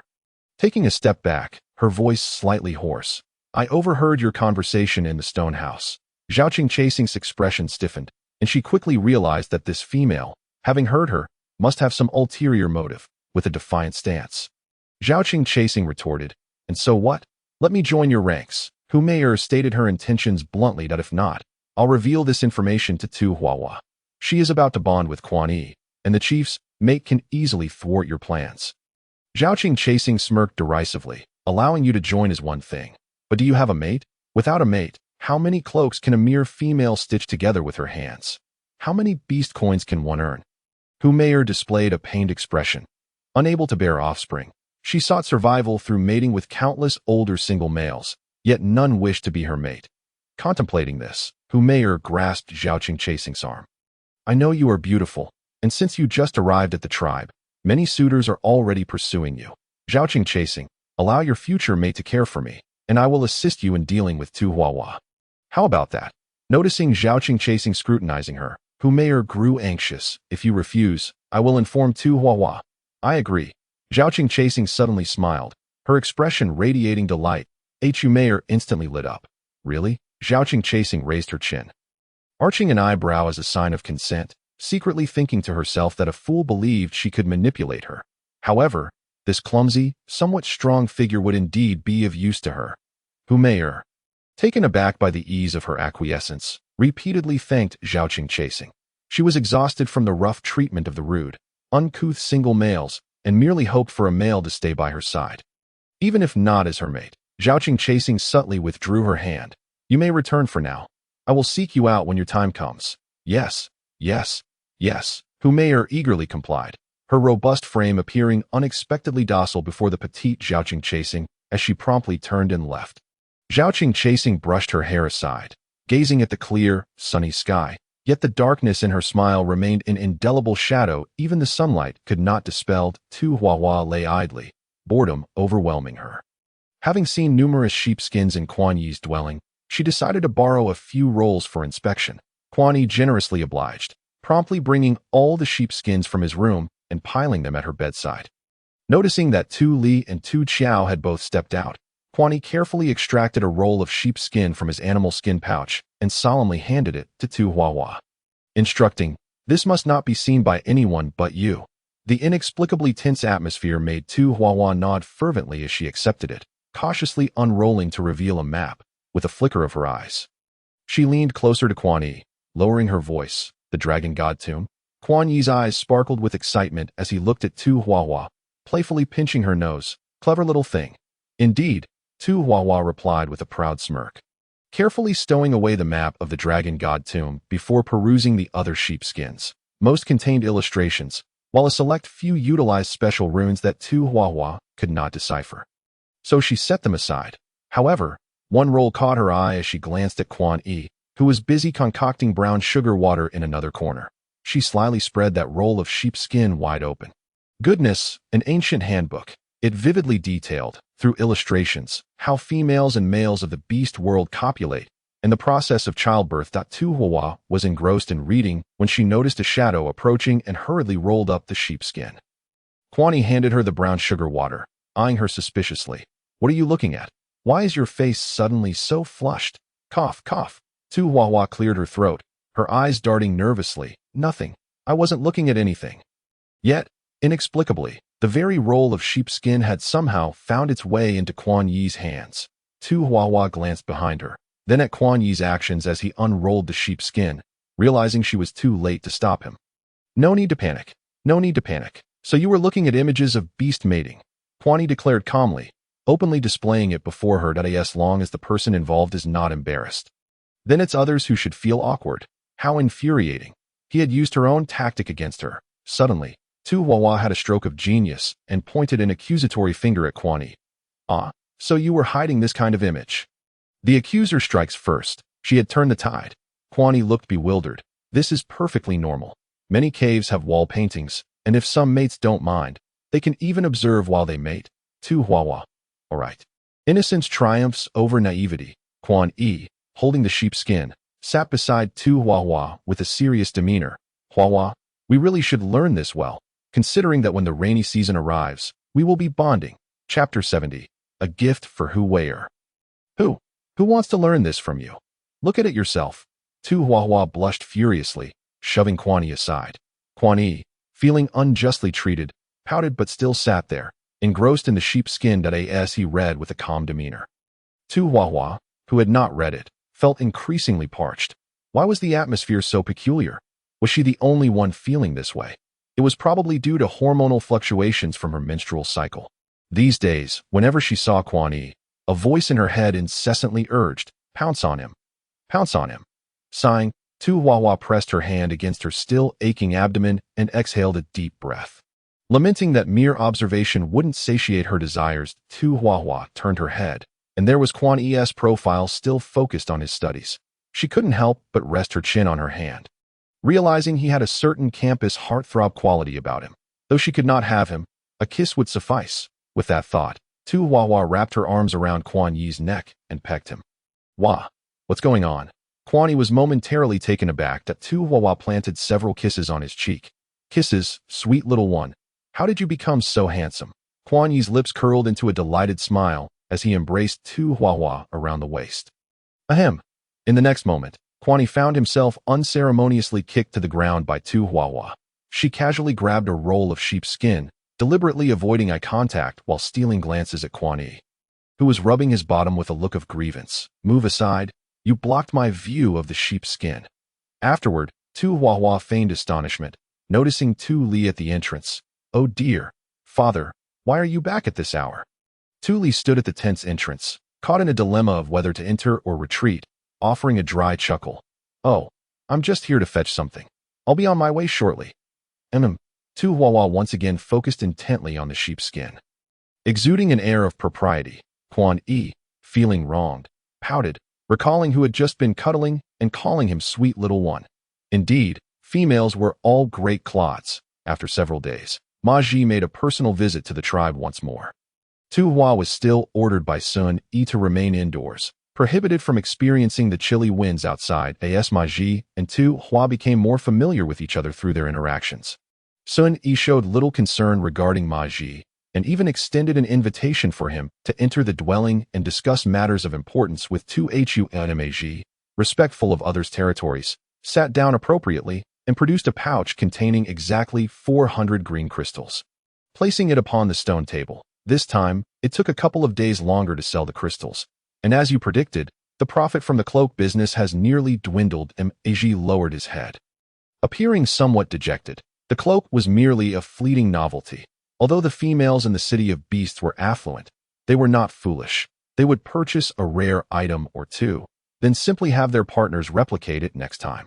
Tu Hua, however, remained cheerful, having already exceeded his anticipated gains long ago. Noticing that Ma Ji was still disheartened, Tu Hua patted his shoulder, reassuring him, "Don't worry, I'll come up with more ideas and we'll seek your assistance again." Ma Ji's gloom lifted instantly at her words, and he chuckled, raising the water before him and downing it in one go. After finishing, he smacked his lips, surprised. "Why is this water sweet? It has brown sugar added." "Brown sugar?" Ma Ji's eyes instantly sparkled. Wait." Tu Hua quickly raised her hand to halt his forthcoming words. "This year's supply is insufficient, only enough for my household, and the ingredients must wait until next year. I cannot engage in the brown sugar business now." Ji scratched his head, feeling a bit embarrassed. He merely wished to accumulate more crystals while he was still young, whether he found a female partner or lived alone. Possessing crystals would ensure he remained untroubled. By the way, Ma Ji suddenly recalled something, his brow furrowing slightly. "Huahua, it seems the orcs from your tribe are not very trustworthy." Tu Hua paused, her hand holding the brown sugar water momentarily still, then casually took a sip, feeling warmth spread through her stomach. "Have they approached you to sell cloaks?" Ma Ji, already convinced of Tu Hua's intelligence, nodded. "At first, they sought me out, but I naturally refused. Later, they turned to other horse tribe orcs in our tribe. It seems they are already preparing. In a couple of days, they should be able to transport them to the city of beasts for sale. Do not concern yourself. Just look after your close kin and ensure they do not get involved and suffer losses." Ma Ji nodded repeatedly, casting a glance at Tu Hua's visibly displeased expression, hesitatingly inquiring, "Then how do you plan to deal with these orcs, Huahua? Living in the same tribe, it's hard to guard against them. This wandering beast tribe is neither large nor small. There are good orcs, but there are also bad ones. Besides, orcs are not just one-dimensional. Rest assured, I can handle it. Ma Ji chose not to say anything further and took his leave. Tu Hua stood at the entrance of the tent, lifting a corner of the animal skin curtain, gazing out at the swirling snow and wind. Recently, it seemed the temperature had dropped slightly, with the cold wind carrying a hint of icy snowflakes that stung her eyes. Life presents many crossroads, and one cannot always choose the right path. However, those who stubbornly continue down the wrong one have little else to say. Tu Hua lowered the curtain, shutting out the harsh cold of the outdoors. That night, the ping-pong ball-sized luminous pearl illuminated the area around Tu Hua's bedside as if it were broad daylight. Leaning against her bedding, Tu Hua attentively sewed a cloak, the white python skin, adorned with subtle silver patterns, resembled satin, lined with fox fur, and trimmed with long strands of silver foxtail fluff. Overall, it was white, simple, yet exuding elegance and luxury. Tu Li gazed at the nearly finished cloak in Tu Hua's hands, momentarily lost in thought. Father? Father. Tu Li looked at Tu Hua, his expression somewhat dazed. I was asking you. Does this cloak look good? It's beautiful. Truly beautiful. Tu Li immediately affirmed, unable to resist extending his hands to take it. There are just a few stitches left. Let me help you finish it. Didn't you say Ma Ji no longer wanted cloaks? Why are you making one so late at night? This one is for someone else. For someone else? Tu Li's expression dimmed slightly, softly murmuring, if only your mother could wear this cloak. She would look the best in this color. What? Tu Hua didn't catch that. It's nothing. It's nothing. Tu Li hurriedly finished the last few stitches, tenderly caressing the cloak before folding it neatly and returning it to Tu Hua. He then quietly stepped outside to gaze at the stars. Tu Hua, unaware of her father's peculiar demeanor, carefully retrieved a matching set of boots, clothing, and undergarments from the storage box, folding them neatly and wrapping them with animal skin. Tomorrow, she would personally deliver them to Huahua in Fawned City. Chapter 71. The odd behavior of the male here. This is for you. Be sure not to lose it. My first baby tooth is on it. Why would I ever lose a gift from you? I am just worried you might receive too many gifts from others and leave mine in a corner to gather dust. Oh, is brother Hu Shao feeling jealous? I wouldn't want you to feel that way. From now on, I won't accept any gifts from other males, and when we grow up, I will only have you as my partner. Really, really, a gust of cold wind swept into the depths of the cave, causing Hu Shao to slightly open his eyes. Gazing at the blurred shadows on the cave's ceiling, it was hard to discern whether it was a dream or reality. The sound of footsteps approached the cave entrance. Hu Shao lazily propped himself up, looking toward the source of the noise. He saw a female figure draped in a cloak, stepping toward him against the light. Hu Shao suddenly sprang to his feet, disbelief written all over his face. Almost instinctively, he rushed forward and embraced the female tightly. The female, clearly excited, reciprocated the embrace just as fervently. However, after a moment, Hu Zhao's mind cleared, his nose twitching as he abruptly pushed the female away. You, how come? Hu Shao met Hu Fei's gaze, awkwardly averting his eyes. Hu Fei froze for an instant, the light in her eyes dimming. She had thought she had finally moved Hu Shao, that he was beginning to accept her from the bottom of his heart, but it was merely a misunderstanding. Hu Fei forced a smile, taking a moment to regain her voice. Recently, it has become fashionable in the city of beasts to wear this type of cloak. I thought it looked nice, so I bought one, especially to show you. What do you think? Hu Shao pursed his lips, his gaze falling upon the cloak Hu Fei wore, his brow furrowing. Why would this type of cloak that Tu Hua wore appear in the city of beasts? Noticing Hu Fei was still expectantly awaiting his response, Hu Shao opened his mouth. I suddenly remembered I have something to attend to. I'll step out for a bit. Hu Fei, fearing she might hear an unwanted response, turned around in a panic, stumbling as she hurriedly fled. She sprinted into a grove of low pine trees, ultimately exhausting herself and leaning against a tree trunk. Gasping for breath, tears dripped into the snow at her feet. Why was it that Hu Shao had finally opened his heart only to suddenly turn cold toward her again, after all her efforts? Where had she gone wrong? A gentle hand pat her shoulder, and Hu Fei turned to see Hu Su's face reflected in her reddened eyes. Did you cry? Hu Su's eyes brimmed with concern as he reached out to touch her tear-stained cheeks. But Hu Fei recoiled. Hu Su withdrew his hand, his expression serious as he asked, has someone bullied you again? Fei, tell me. I'll help you take revenge. Hu Fei shook her head. Yet tears welled up in her eyes once more. Realizing something, Hu Su's expression suddenly turned angry. Is it that Hu Xiao guy? Hu Fei did not respond, but Hu Su already had the answer in his heart. And he stormed off. I'll go find him. Hey, come back. Hu Fei hurriedly grabbed Hu Su's arm, lowering her gaze in contemplation. Hu Su, I want to know what happened during your recent patrol of the various tribes. She felt that before their departure, Hu Xiao had been on the verge of accepting her, but this journey had caused their relationship to regress to an icy state. Nothing happened. Hu Su instinctively averted his gaze. Suddenly, Hu Fei realized something. Seizing Hu Su's wrist, the tribe you visited, was it the wandering beast tribe where Tu Hua was exiled? Hu Su hesitated for a moment before reluctantly nodding. No wonder, Hu Fei murmured, having thought that with Tu Hua's personality, being exiled to such a place, she would surely not survive. To her surprise, Tu Hua had indeed managed to thrive. Was Tu Hua suffering terribly? Hu Su looked up at Hu Fei in confusion, shaking his head that he sighed internally. At this point, Fei still cared whether Tu Hua was doing well, her kindness only serving to pain him. You don't have to lie to me. Tu Hua must be suffering greatly. Huh? Hu Su was taken aback. He lied to her. However, Hu Fei was already lost in her thoughts. Convinced that Hu Xiao must have witnessed Tu Hua in a dire state, awakening his guilt and protective instincts, Hu Fei silently resolved something, placing her hand on Hu Su's arm. Can you take me to Tu Hua's current tribe? Don't ask why. Just help me. Okay? I implore you. Under the gaze of the enchanting, watery eyes of Hu Fei, Hu Su promptly surrendered, saying, All right. However, as the days grow colder, it is likely that heavy snowfall will ensue. Shall we wait until after the snow before we venture forth? Hu Fei bit her lip and nodded, her eyes falling upon the intertwined hands she shared with Hu Su, before hastily withdrawing them. Thank you. Hu Su managed a faint smile, responding, As long as you are happy. How beautiful, Hu Weier exclaimed as she donned the gift sent by Tu Hua, twirling joyfully around the room. Hua, thank you ever so much. Tu Hua winked at her, adding, And thank you for your luminous pearl. Suddenly, a chilling gust swept into the stone house as a burly middle-aged male burst in, his joyous expression transforming into shock upon seeing Tu Hua.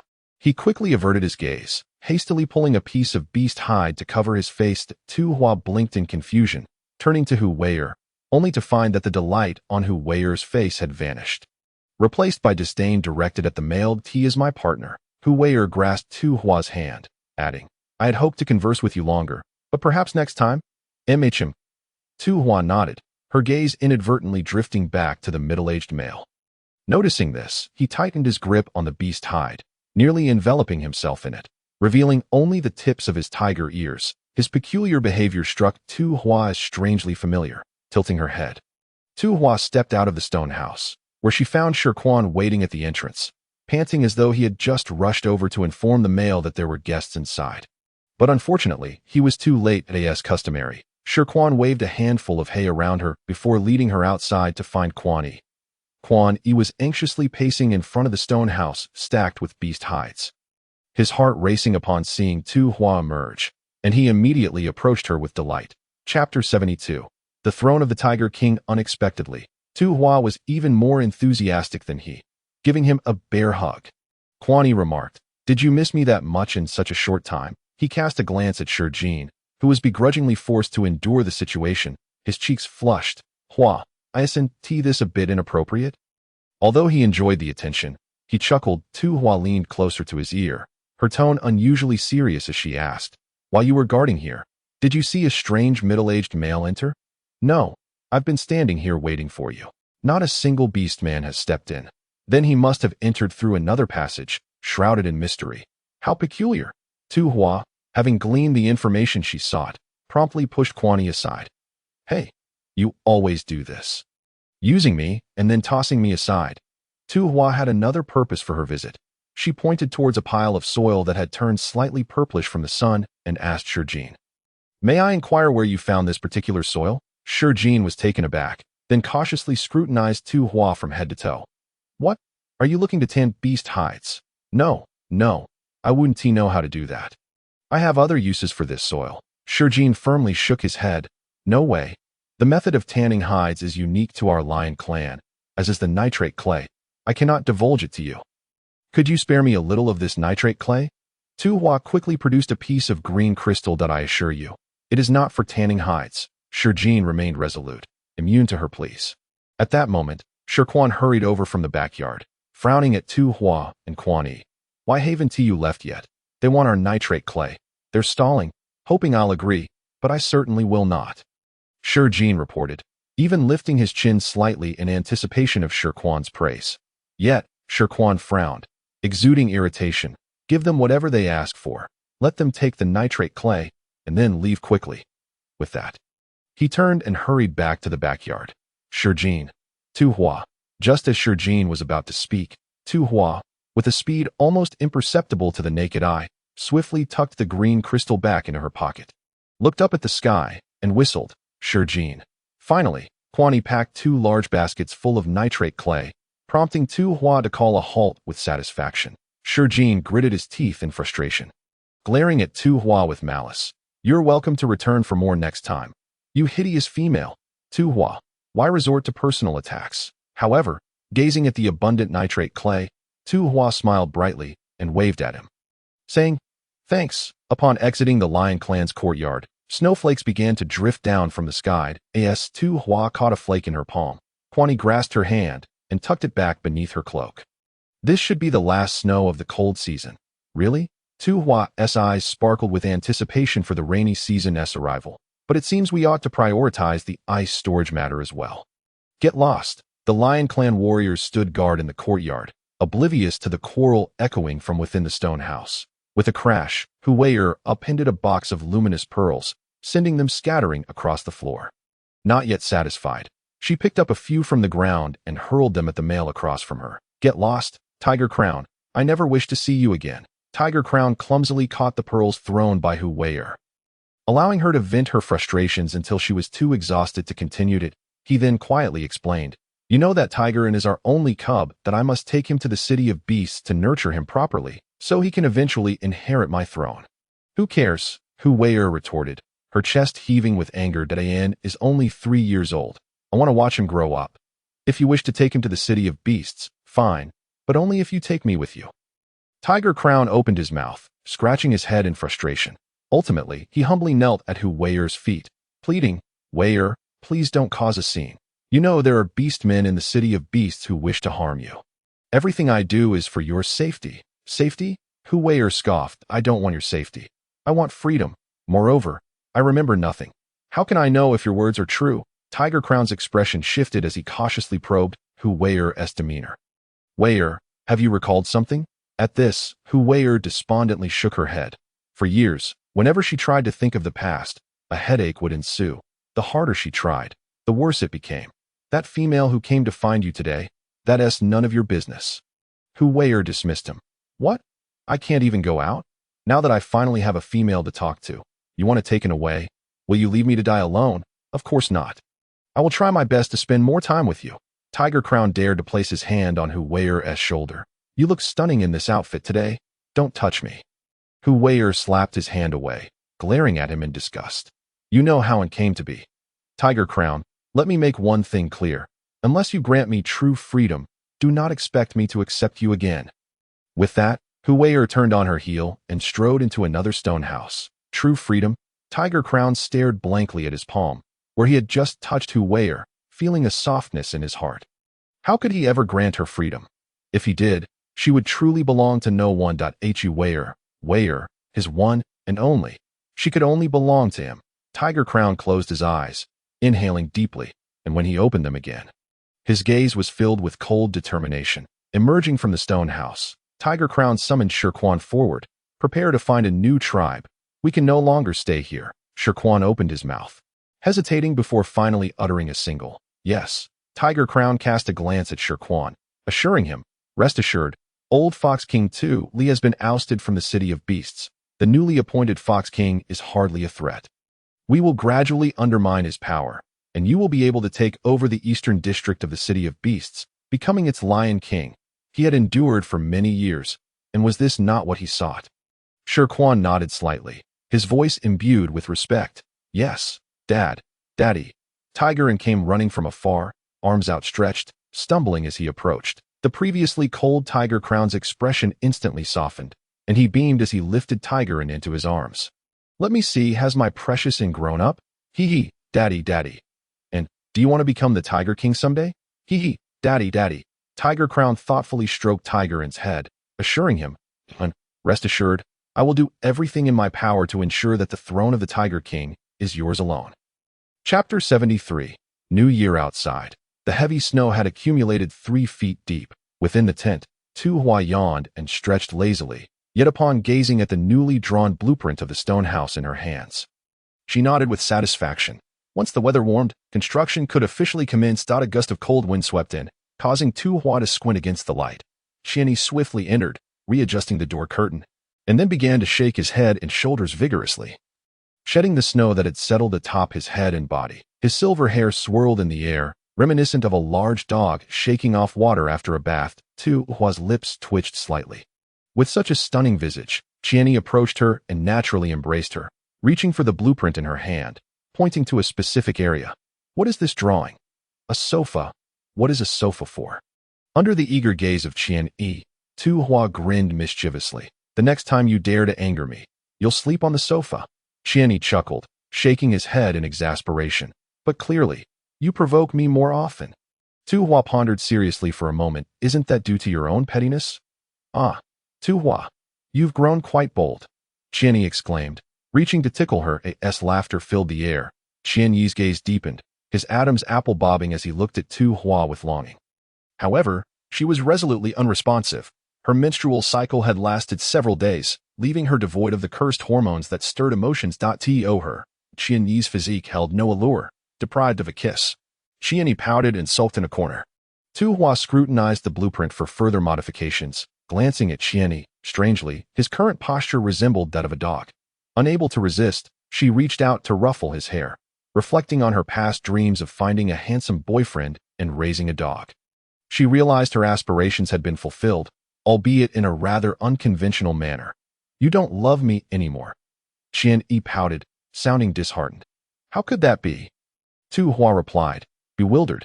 "Where did you get that idea?" Quan Yi, sounding small and pitiful, murmured, "You never kiss me." Tu Hua quickly cupped his cheeks and planted a kiss on his lips. "Satisfied now? That was just a perfunctory gesture." "All right, be good," Tu Hua said, exasperated yet amused. As she smoothed Quan Yi's fur, "I have important matters to attend to, so you rest for a bit." Trying to ignore the lingering look of longing in Quan Yi's eyes, Tu Hua made several adjustments to the blueprint before looking up. "By the way, my father and little brother went out with you. Why haven't they returned yet?" Quan Yi tilted his chin proudly. "For those of us without pressing tasks, we can only rest. Who knows who suggested finding a suitable cave to store ice? We finally found one," only to be met with indifference. That Tu Hua's eyes instantly brightened. "So, you found a suitable cave?" "Yes." Seeing Tu Hua's expression, Quan Yi's heart softened, casting aside all grievances. With a doting smile, he said, "Your father and Xiao are currently clearing that cave. Would you like to see it?" "Of course," Tu Hua exclaimed, ready to set off. Quan Yi hurriedly helped her don her cloak, fearing the harsh winds and snow outside would chill her. He insisted she wear an additional layer of animal skin. The massive white dog bounded through the snow, and within moments, Quan Yi had led Tu Hua to their destination. This used to be a storage place for salted bones. It stays quite cool during summer, making it suitable for storing ice, Quan Yi explained as he guided her deeper into the cave. Though he harbored some uncertainty, ice would melt during the rainy season. A known fact among beastmen. He trusted Tu Hua completely and vowed to support whatever she wished to undertake. As they ventured further into the cave, Tu Hua grew increasingly pleased. It resembled a natural cellar, with thick stone walls that would effectively insulate against the heat of the summer rains. "Little one, you've arrived." Tu Li and Tu Qiu were busy polishing some stones. Upon noticing Tu Hua and Quan Yi, they explained, "What do you think of the arrangement here? According to your specifications, these stone racks are perfect for storing ice. It was far better than she had envisioned. This stone chamber was both deep and spacious, with an entrance barely wide enough for one person. Once a door was added, it would make an ideal ice cellar. Since Tu Hua approved, she no longer needed to stay. Tu Li promptly instructed Quan Yi to carry Tu Hua back, while the 3 males hurriedly transported ice blocks into the chamber before the snow piled too high, filling the stone room to the brim, thus creating a genuine ice cellar. After a day of labor, Tu Hua finalized the design for the new house. Later, the four of them huddled together in the small tent, surrounded by the wintry landscape outside as they sat around the fire with nothing to do. How about we celebrate the new year? Tu Hua suggested suddenly. New year? Quan Yi glanced at Tu Li and Tu Chiu, who also looked perplexed, indicating that yet another of Tu Hua's ideas had surfaced. The atmosphere grew slightly cold.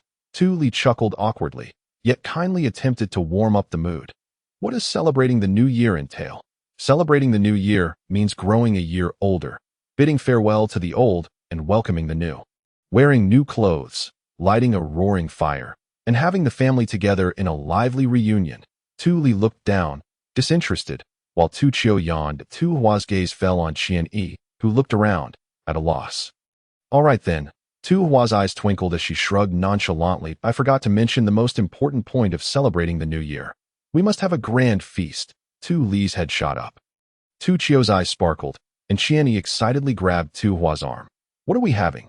Dumplings. Since no flour had been discovered in the beast world, Tu Hua decided to grind rice into rice flour.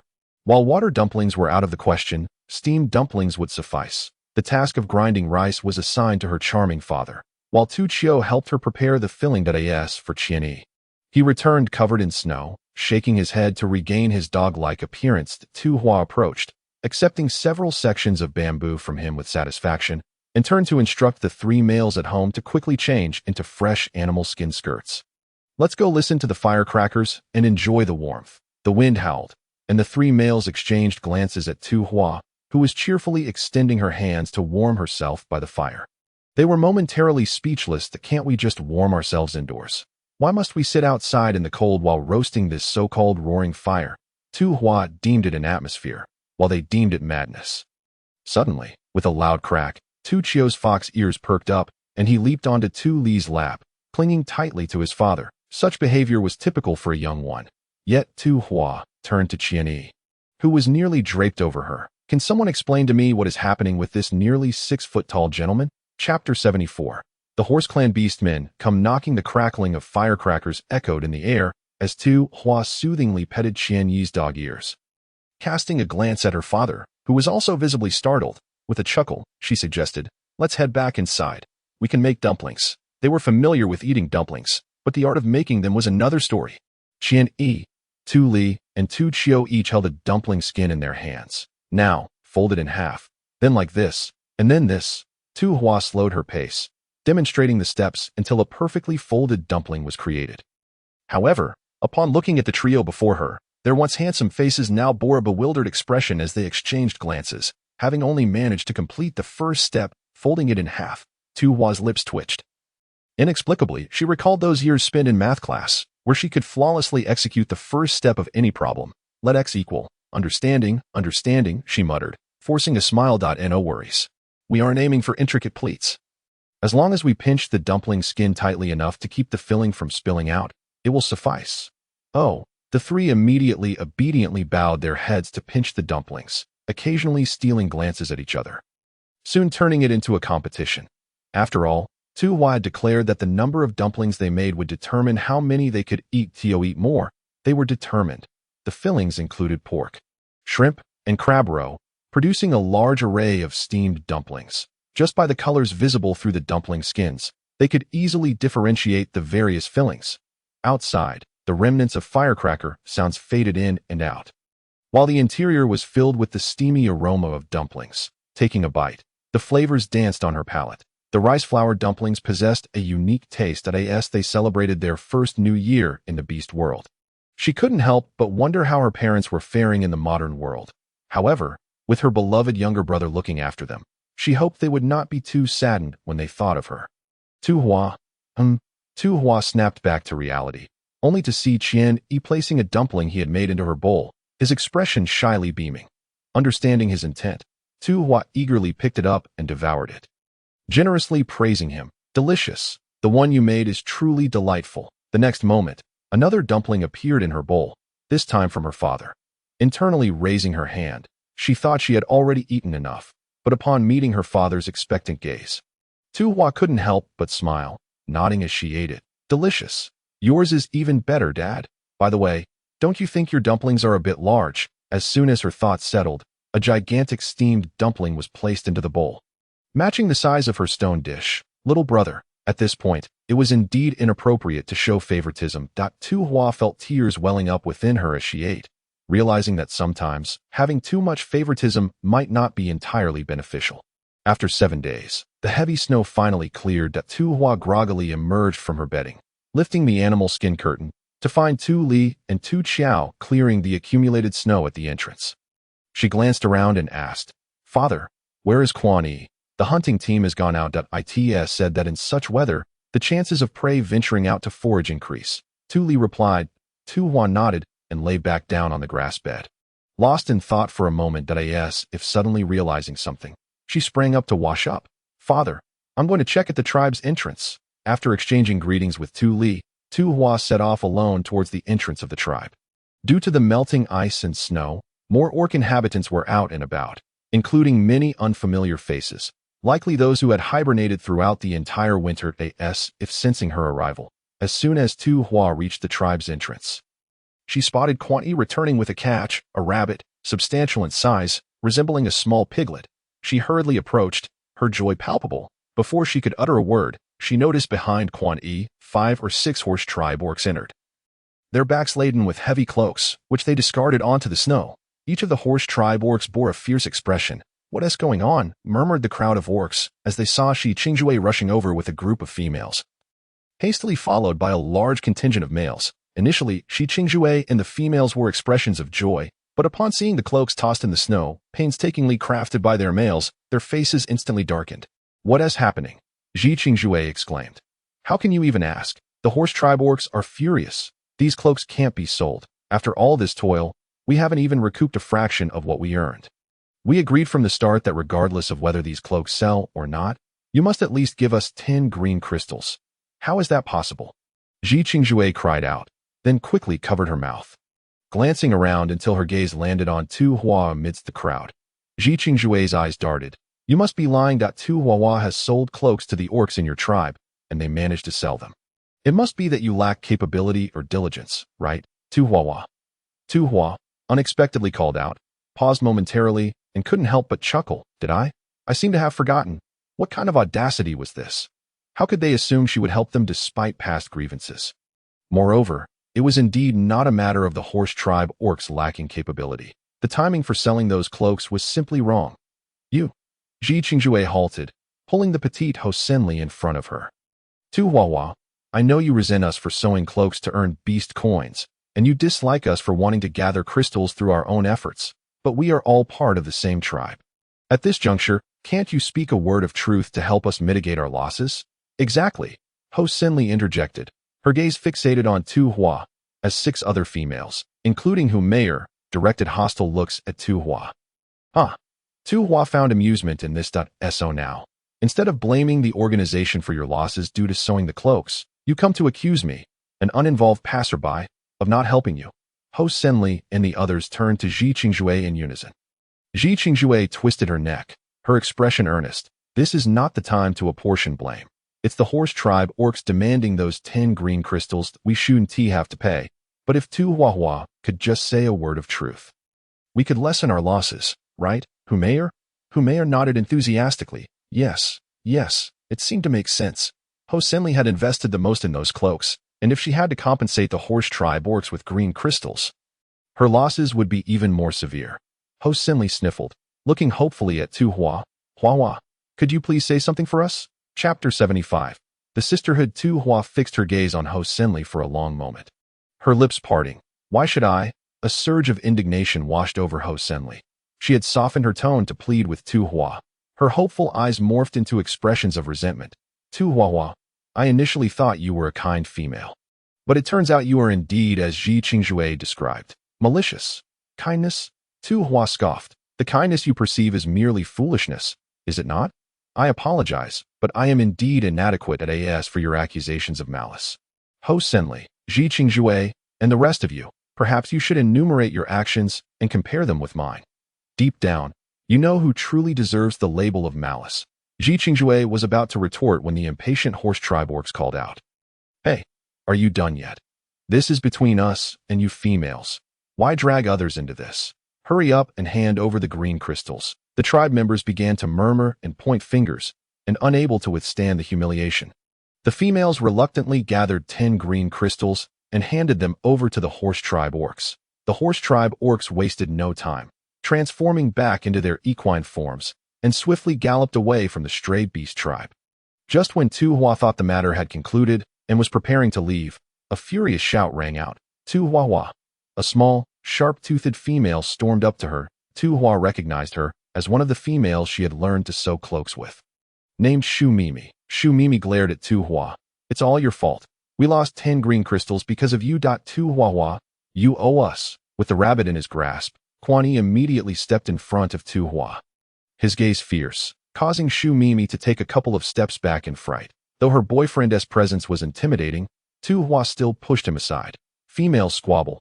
This is no concern for you males. Quan Yi exclaimed. What? You've grown bold. Tu Hua subtly tugged at Quan Yi's fingers, quietly explaining, You're the leader of the tribe. Don't get involved in this. I can handle it. Quan Yi shook his head, chuckling softly, then ruffled Tu Hua's hair, stepping back a couple of paces while casting a warning glance at Shu Mimi's companions who had drawn closer.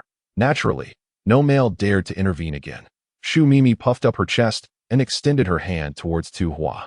10 green crystals. Give them to me, and we'll consider this matter resolved. Otherwise, she ground her small buck teeth ominously. Otherwise what? Tu Hua interjected, surprised by the sudden appearance of Xiong Tsugwa, who stepped in front of her.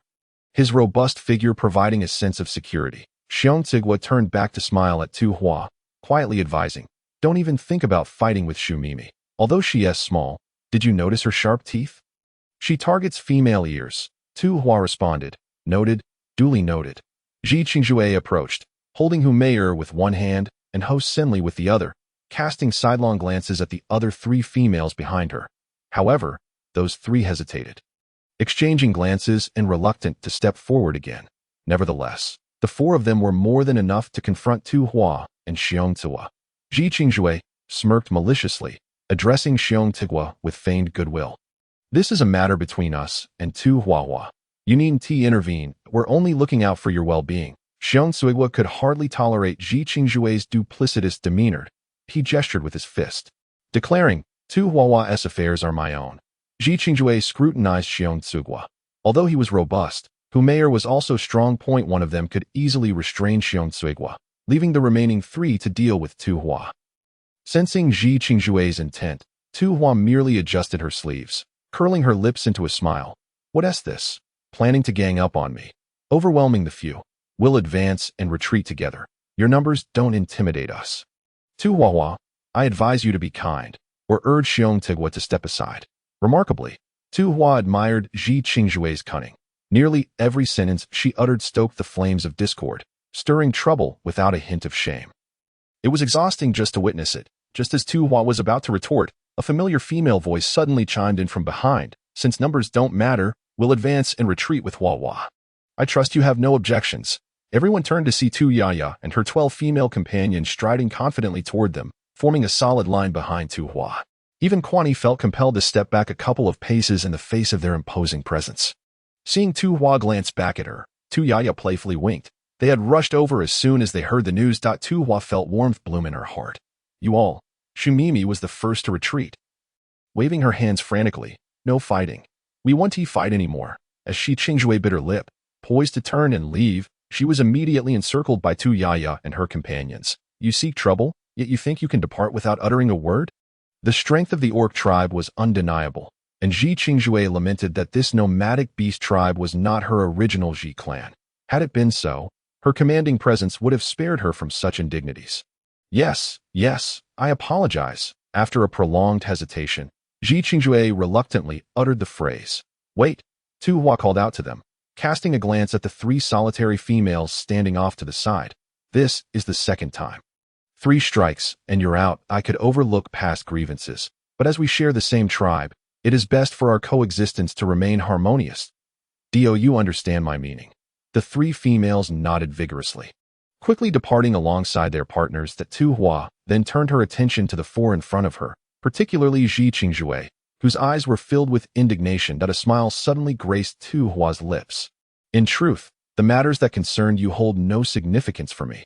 Provoked by your mere words, the ire has been directed at me, forgetting that you are the one who caused them great loss. Those willing to be your pawns are, quite frankly, pitiably foolish, and I am indifferent to their opinions. Hosenli abruptly raised her head. You. She wanted to retort, but found no words. Tu Hua leaned closer to Ji Qingjue's ear. I have no interest in the tricks you play.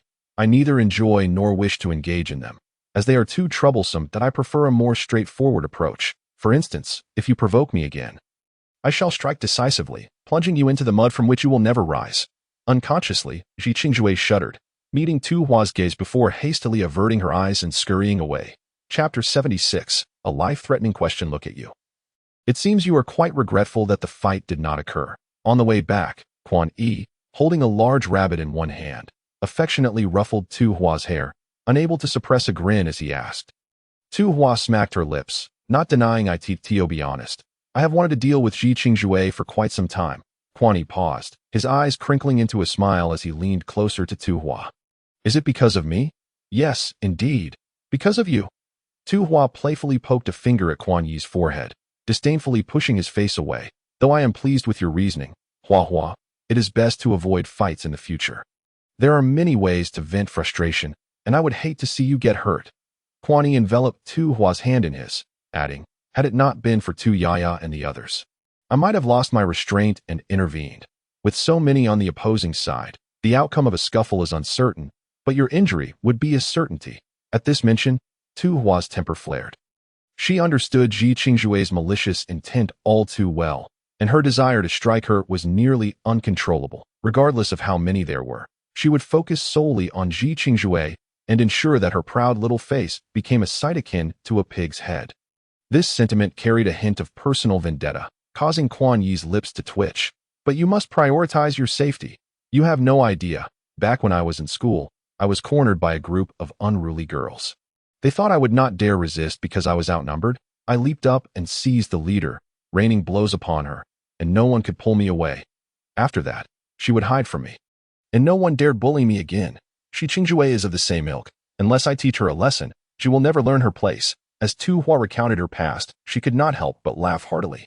When she turned to look at Quan Yi, she found him frozen in place, gazing at her with a dazed expression that Tu Hua quickly realized, feeling a bit guilty as she covered her mouth. Quan Yi stepped forward, first checking Tu Hua's forehead temperature and then embracing her sympathetically. Although I cannot comprehend everything you say, Huahua, I truly did not expect that you, the offspring of the Fox King, had endured such hardships. Well, it wasn't really that bad, Tu Hua replied, awkwardly scratching her head. Explaining would be far too complex, especially for Quan Yi, an ancient beastman. So, she simply changed the subject. By the way, Quan Yi, do you prefer the past version of Tu Huahua or the current me? With her lips pursed in anticipation, Tu Hua looked eagerly at Quan Yi for his answer. Quan Yi halted abruptly, gazing up at the sky. Is this a life-threatening question? Naturally, he preferred the current Tu Hua, but his fondness for the past Tu Huahua felt more like a manipulated sentiment. However, no female wishes to hear their partner say, I only like the current you, not the former you. Forgive him for lacking divine insight. After careful consideration, Quan Yi chose his words. I like them both, but I prefer the you of today. Tu Hua's smile faltered. Yet undeterred, she pressed on. But tell me, do you still harbor any fondness for the former Tu Huahua? Quan Yi hesitated before nodding. Every version of you, every facet of you, so long as it is you, I cherish. Isn't that a perfect answer? However, as Quan Yi basked in his satisfaction, he suddenly met Tu Hua's deadpan stare, leaving him momentarily stunned. Is there something wrong? Tu Hua coldly chuckled, patting Quan Yi's shoulder. First loves are always hard to forget. I understand.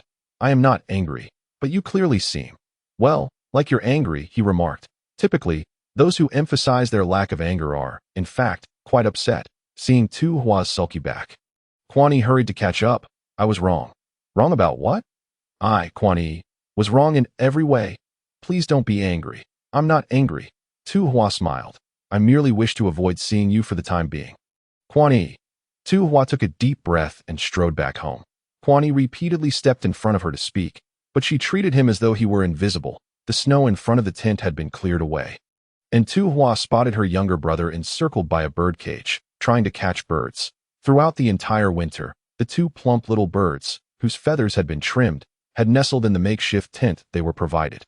With a bowl of rice and a bowl of water, now that the weather had warmed slightly, the little birds could no longer resist the urge to venture out. Tu Hua rested her hands on the wooden fence, chin in hand, watching as Tu Hua caught one of the little birds and trimmed its slightly longer feathers. Why haven't these two little birds laid any eggs? She mused. Quan Yi immediately chimed in. Perhaps they are both male? Tu Hua shot him a sidelong glance before turning back to Tu Hua. Little brother, go check if there are any eggs in their nest if they don't lay any soon.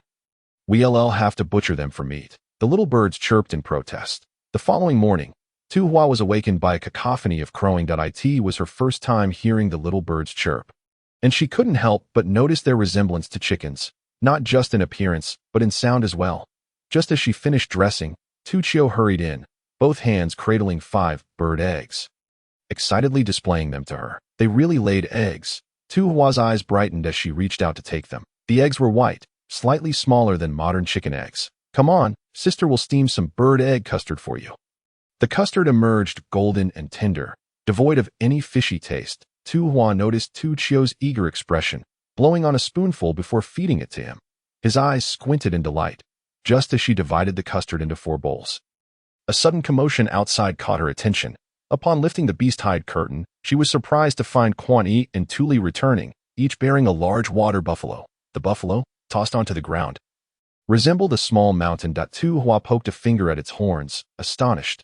This colossal creature must weigh at least 3,000 to 4,000 pounds. How long will it take to consume it all?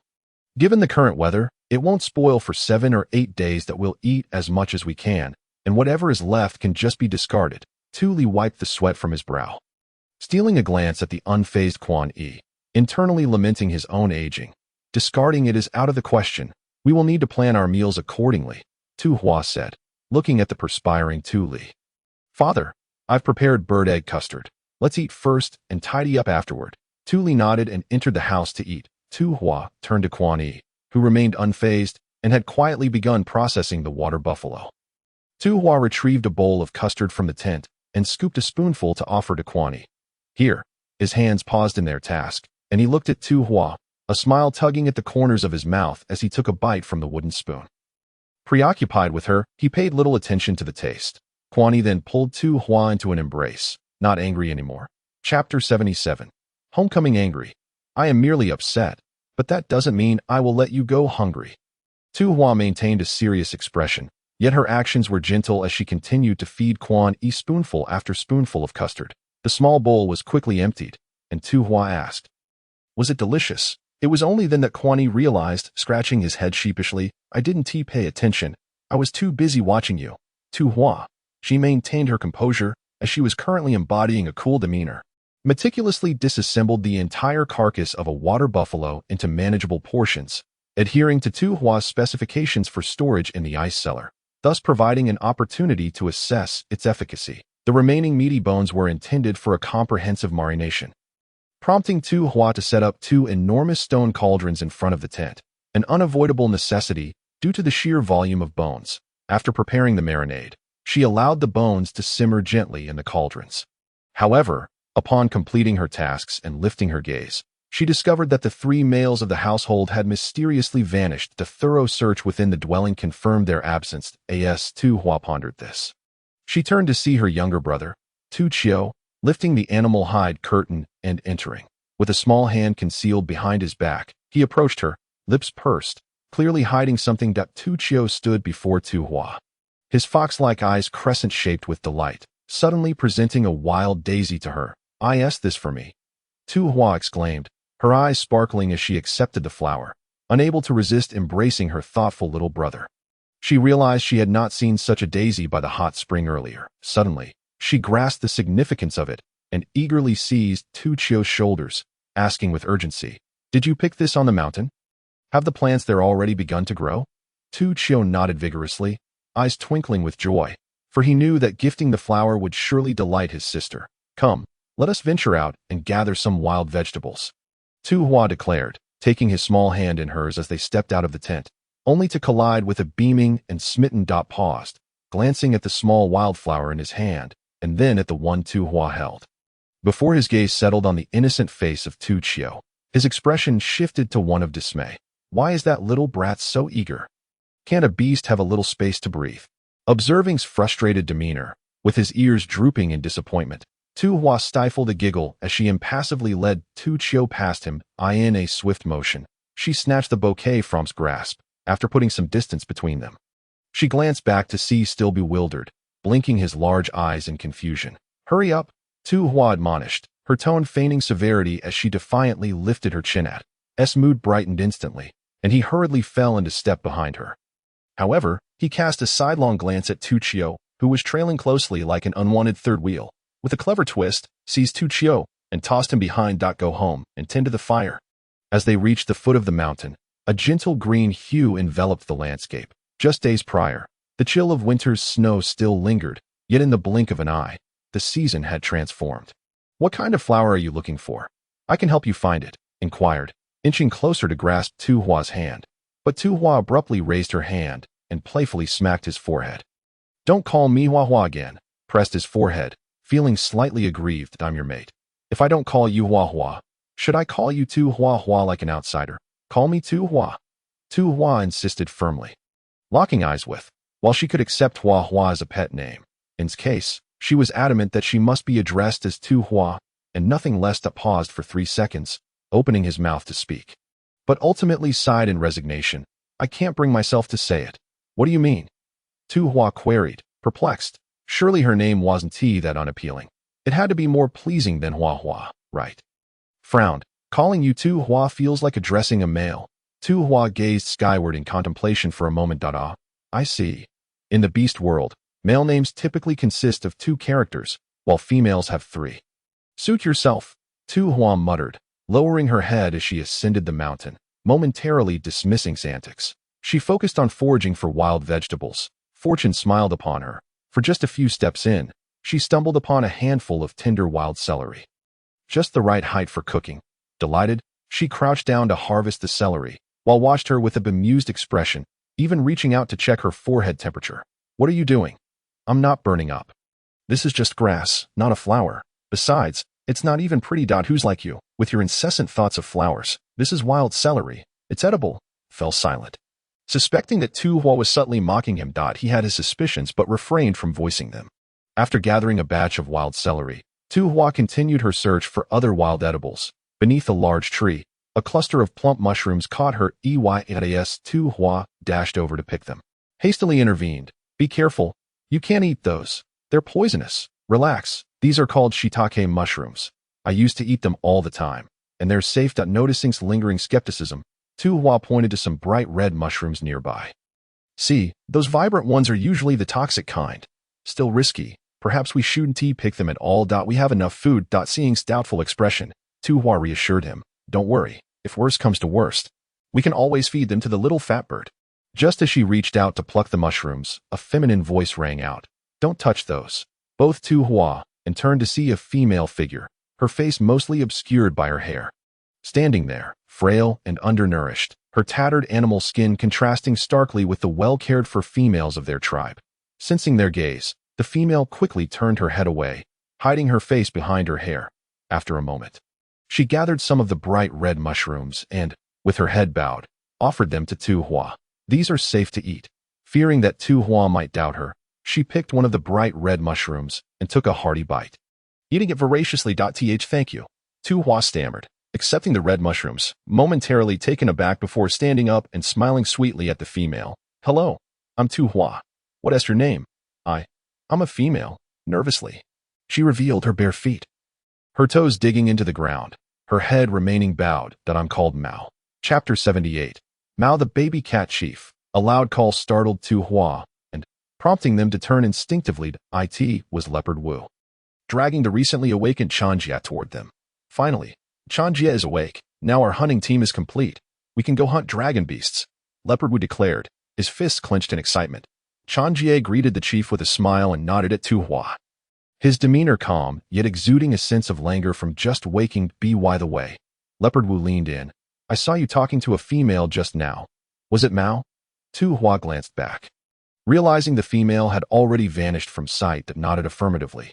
Yes, Mao. What a charming name, Tu Hua exclaimed, her hands cradling her chin, eyes sparkling with delight. "Is she one of our tribe's females?" Nodded, while Quan Yi chimed in. "She grew up alongside a certain leopard." "Hey." Leopard Wu elbowed Quan Yi playfully. "Don't sound so ambiguous. If my future female hears that, she might misunderstand." Tu Hua couldn't help but smirk at Leopard Wu's antics. Acknowledging his role as a paragon of virtue in the beast world, placed in ancient times, he would undoubtedly be a paragon of purity, without a single blemish on his reputation. Leopard Wu and Quan Yi exchanged a few brief words about the next dragon beast hunt before parting ways. Watching the two single males depart, Tu Hua, recalling their kindness towards, blurted out, "Why don't you come to our place for a meal?" Leopard Wu and Quan Yi halted, exchanging glances before nodding in unison. "Sure." With nearly 2,000 pounds of marinated buffalo bones prepared, the 4.5 males, Tu Li, Leopard Wu, Quan Yi, and little Tu Chio, devoured the feast with gusto, leaving not a morsel behind, though the bones weighed close to 2,000 pounds. The meat clinging to them was considerably less, yet it was still a substantial amount. Tu Hua gazed at the mountainous pile of bones, her mouth agape in astonishment. It dawned on her that their appetites during the cold season were not unlike modern-day males. They had merely restrained themselves, unwilling to indulge. With the daisies her brother gifted her, Tu Hua brewed tea for the 4 males, handing each a bowl. She pointed at the goat Leopard Wu had brought over. "Are you all full? Should we roast that as well?" Leopard Wu rubbed his belly contentedly and shook his head. "We can't overeat. Otherwise, we won't be able to run fast when hunting dragon beasts tomorrow." It seemed they could still eat, just not to excess. Tu Hua gained a newfound understanding of the male's appetites in the beast world. Leopard Wu brought a goat, while Quan Yi, having just awakened and not yet hunted, felt somewhat guilty for eating without contributing. Quan Yi surveyed Tu Hua's tent and inquired, "Are you planning to build a new stone house? I can help out when the time comes." "Sure, in 3 days. We'll break ground, and I'll provide the meals." Tu Hua, without any hesitation, readily made an agreement with Quan Yi. Upon witnessing this, Bao Wu immediately raised his hand, exclaiming, Me, I want to join as well. As long as you provide the meals." Now understanding why the tribe leader would choose Tu Hua as a partner, Bao Wu could not help but feel a sense of realization. How could he be tempted by mere delicacies? After all, his future mate was still waiting for him. He could not afford to be swayed by a bit of exquisite cuisine. Once Bao Wu and Quan Yi departed, Quan Yi pointed at the goat lying on the ground and inquired, "Should we send it to the ice cellar?" Tu Hua pondered while stroking her chin. "How much meat do you think our ice cellar can store? For a creature like that water buffalo, it should be able to accommodate over 20 without any issues." Tu Hua nodded thoughtfully. Her initial assumption was fairly accurate. She had thought it would be sufficient, even allowing for a considerable portion to be set aside to earn some crystal cores during the cold season. However, now that she was aware of the true appetite of these beastly males, she realized she needed to devise additional strategies to stockpile more meat. Gazing at the goat, Tu Hua mused that preserving it as cured meat was impractical. Given the high cost of salt in the beast world, 1 jar, weighing merely half a pound, demanded a staggering 100 beast coins. Thus, making jerky would be the most suitable option. With this thought in mind, Tu Hua immediately began sketching on the ground. She had seen some video bloggers demonstrate how to create a roasting oven, and while she had a general idea of its appearance, the specific dimensions and structure would require gradual experimentation. "Cub, why did you bring back these items? They might be toxic. Dispose of them." Tu Hua turned to see Tu Li rummaging through the pile of wild vegetables she had collected, extracting several red mushrooms. "They should be safe. One female has already eaten them." Tu Li glanced at Quan Yi and, seeing him at ease, felt reassured. However, as she sifted through the basket of plants, Tu Li murmured thoughtfully, "The rainy season is approaching so swiftly." Quan Yi's eyes suddenly lit up as he exclaimed, "Yes, it's the rainy season." In the next moment, he had dashed to Tu Hua's side. As she squatted, he mirrored her posture, though a fluffy dog tail had mysteriously materialized behind him. While Tu Hua was engrossed in contemplating the design of the roasting oven, she turned her head in confusion to find Quan Yi gazing at her expectantly, his tail wagging eagerly. After a brief silence, Tu Hua reached out to pat Quan Yi's head. In her childhood days at her grandmother's house in the countryside, the dog there would come over to nuzzle her for a head pat while she did her homework. "I can't shake this feeling that something is amiss," Quan Yi remarked, noticing Tu Hua withdraw her hand and return to her drawing. Unable to contain himself, he asked, "Is that all?" "Huh?" Tu Hua didn't even lift her head. What is missing? I mean, aside from the head pat, is there nothing else? What more do you want? Tu Hua shot him an incredulous glance, noting his reluctance to even call her by name. If not for her pressing matters at hand, she would have taken the time to properly educate this inadequate boyfriend. The rainy season, Quan Yi blurted out, his face flushing as he quietly reminded her. The rainy season has arrived. Having just enjoyed a hearty meal, he felt invigorated. He said, covering his face. Yes, I know that it's here. The cold season has passed, and the rainy season will follow suit. Tu Hua dismissed him, while Quan Yi continued to murmur excitedly beside her. Rainy season, rainy season, rainy season. As Tu Hua sketched the rudimentary form of a roasting oven, her eyes brightened, and she dashed towards the tent. Quan Yi seized her wrist, exclaiming, "Oh, happy rainy season." Tu Hua gently patted the back of his hand, reassuring him before returning to her task, leaving Quan Yi behind, feeling a mix of melancholy and bewilderment. Happy rainy season. Did Tu Hua forget, or has she changed her mind? Chapter 79. The visit of Hu Feifei in the lush green jungle. A group of robust males frolicked in a pool formed by a cascading waterfall. With a sudden burst, Bao Wu's head emerged from the water's surface, his golden short hair flinging droplets of glistening water into the air. Sensing the diminished scent of blood on his body, he climbed ashore, shaking off the excess water while fastening his beast-skin skirt.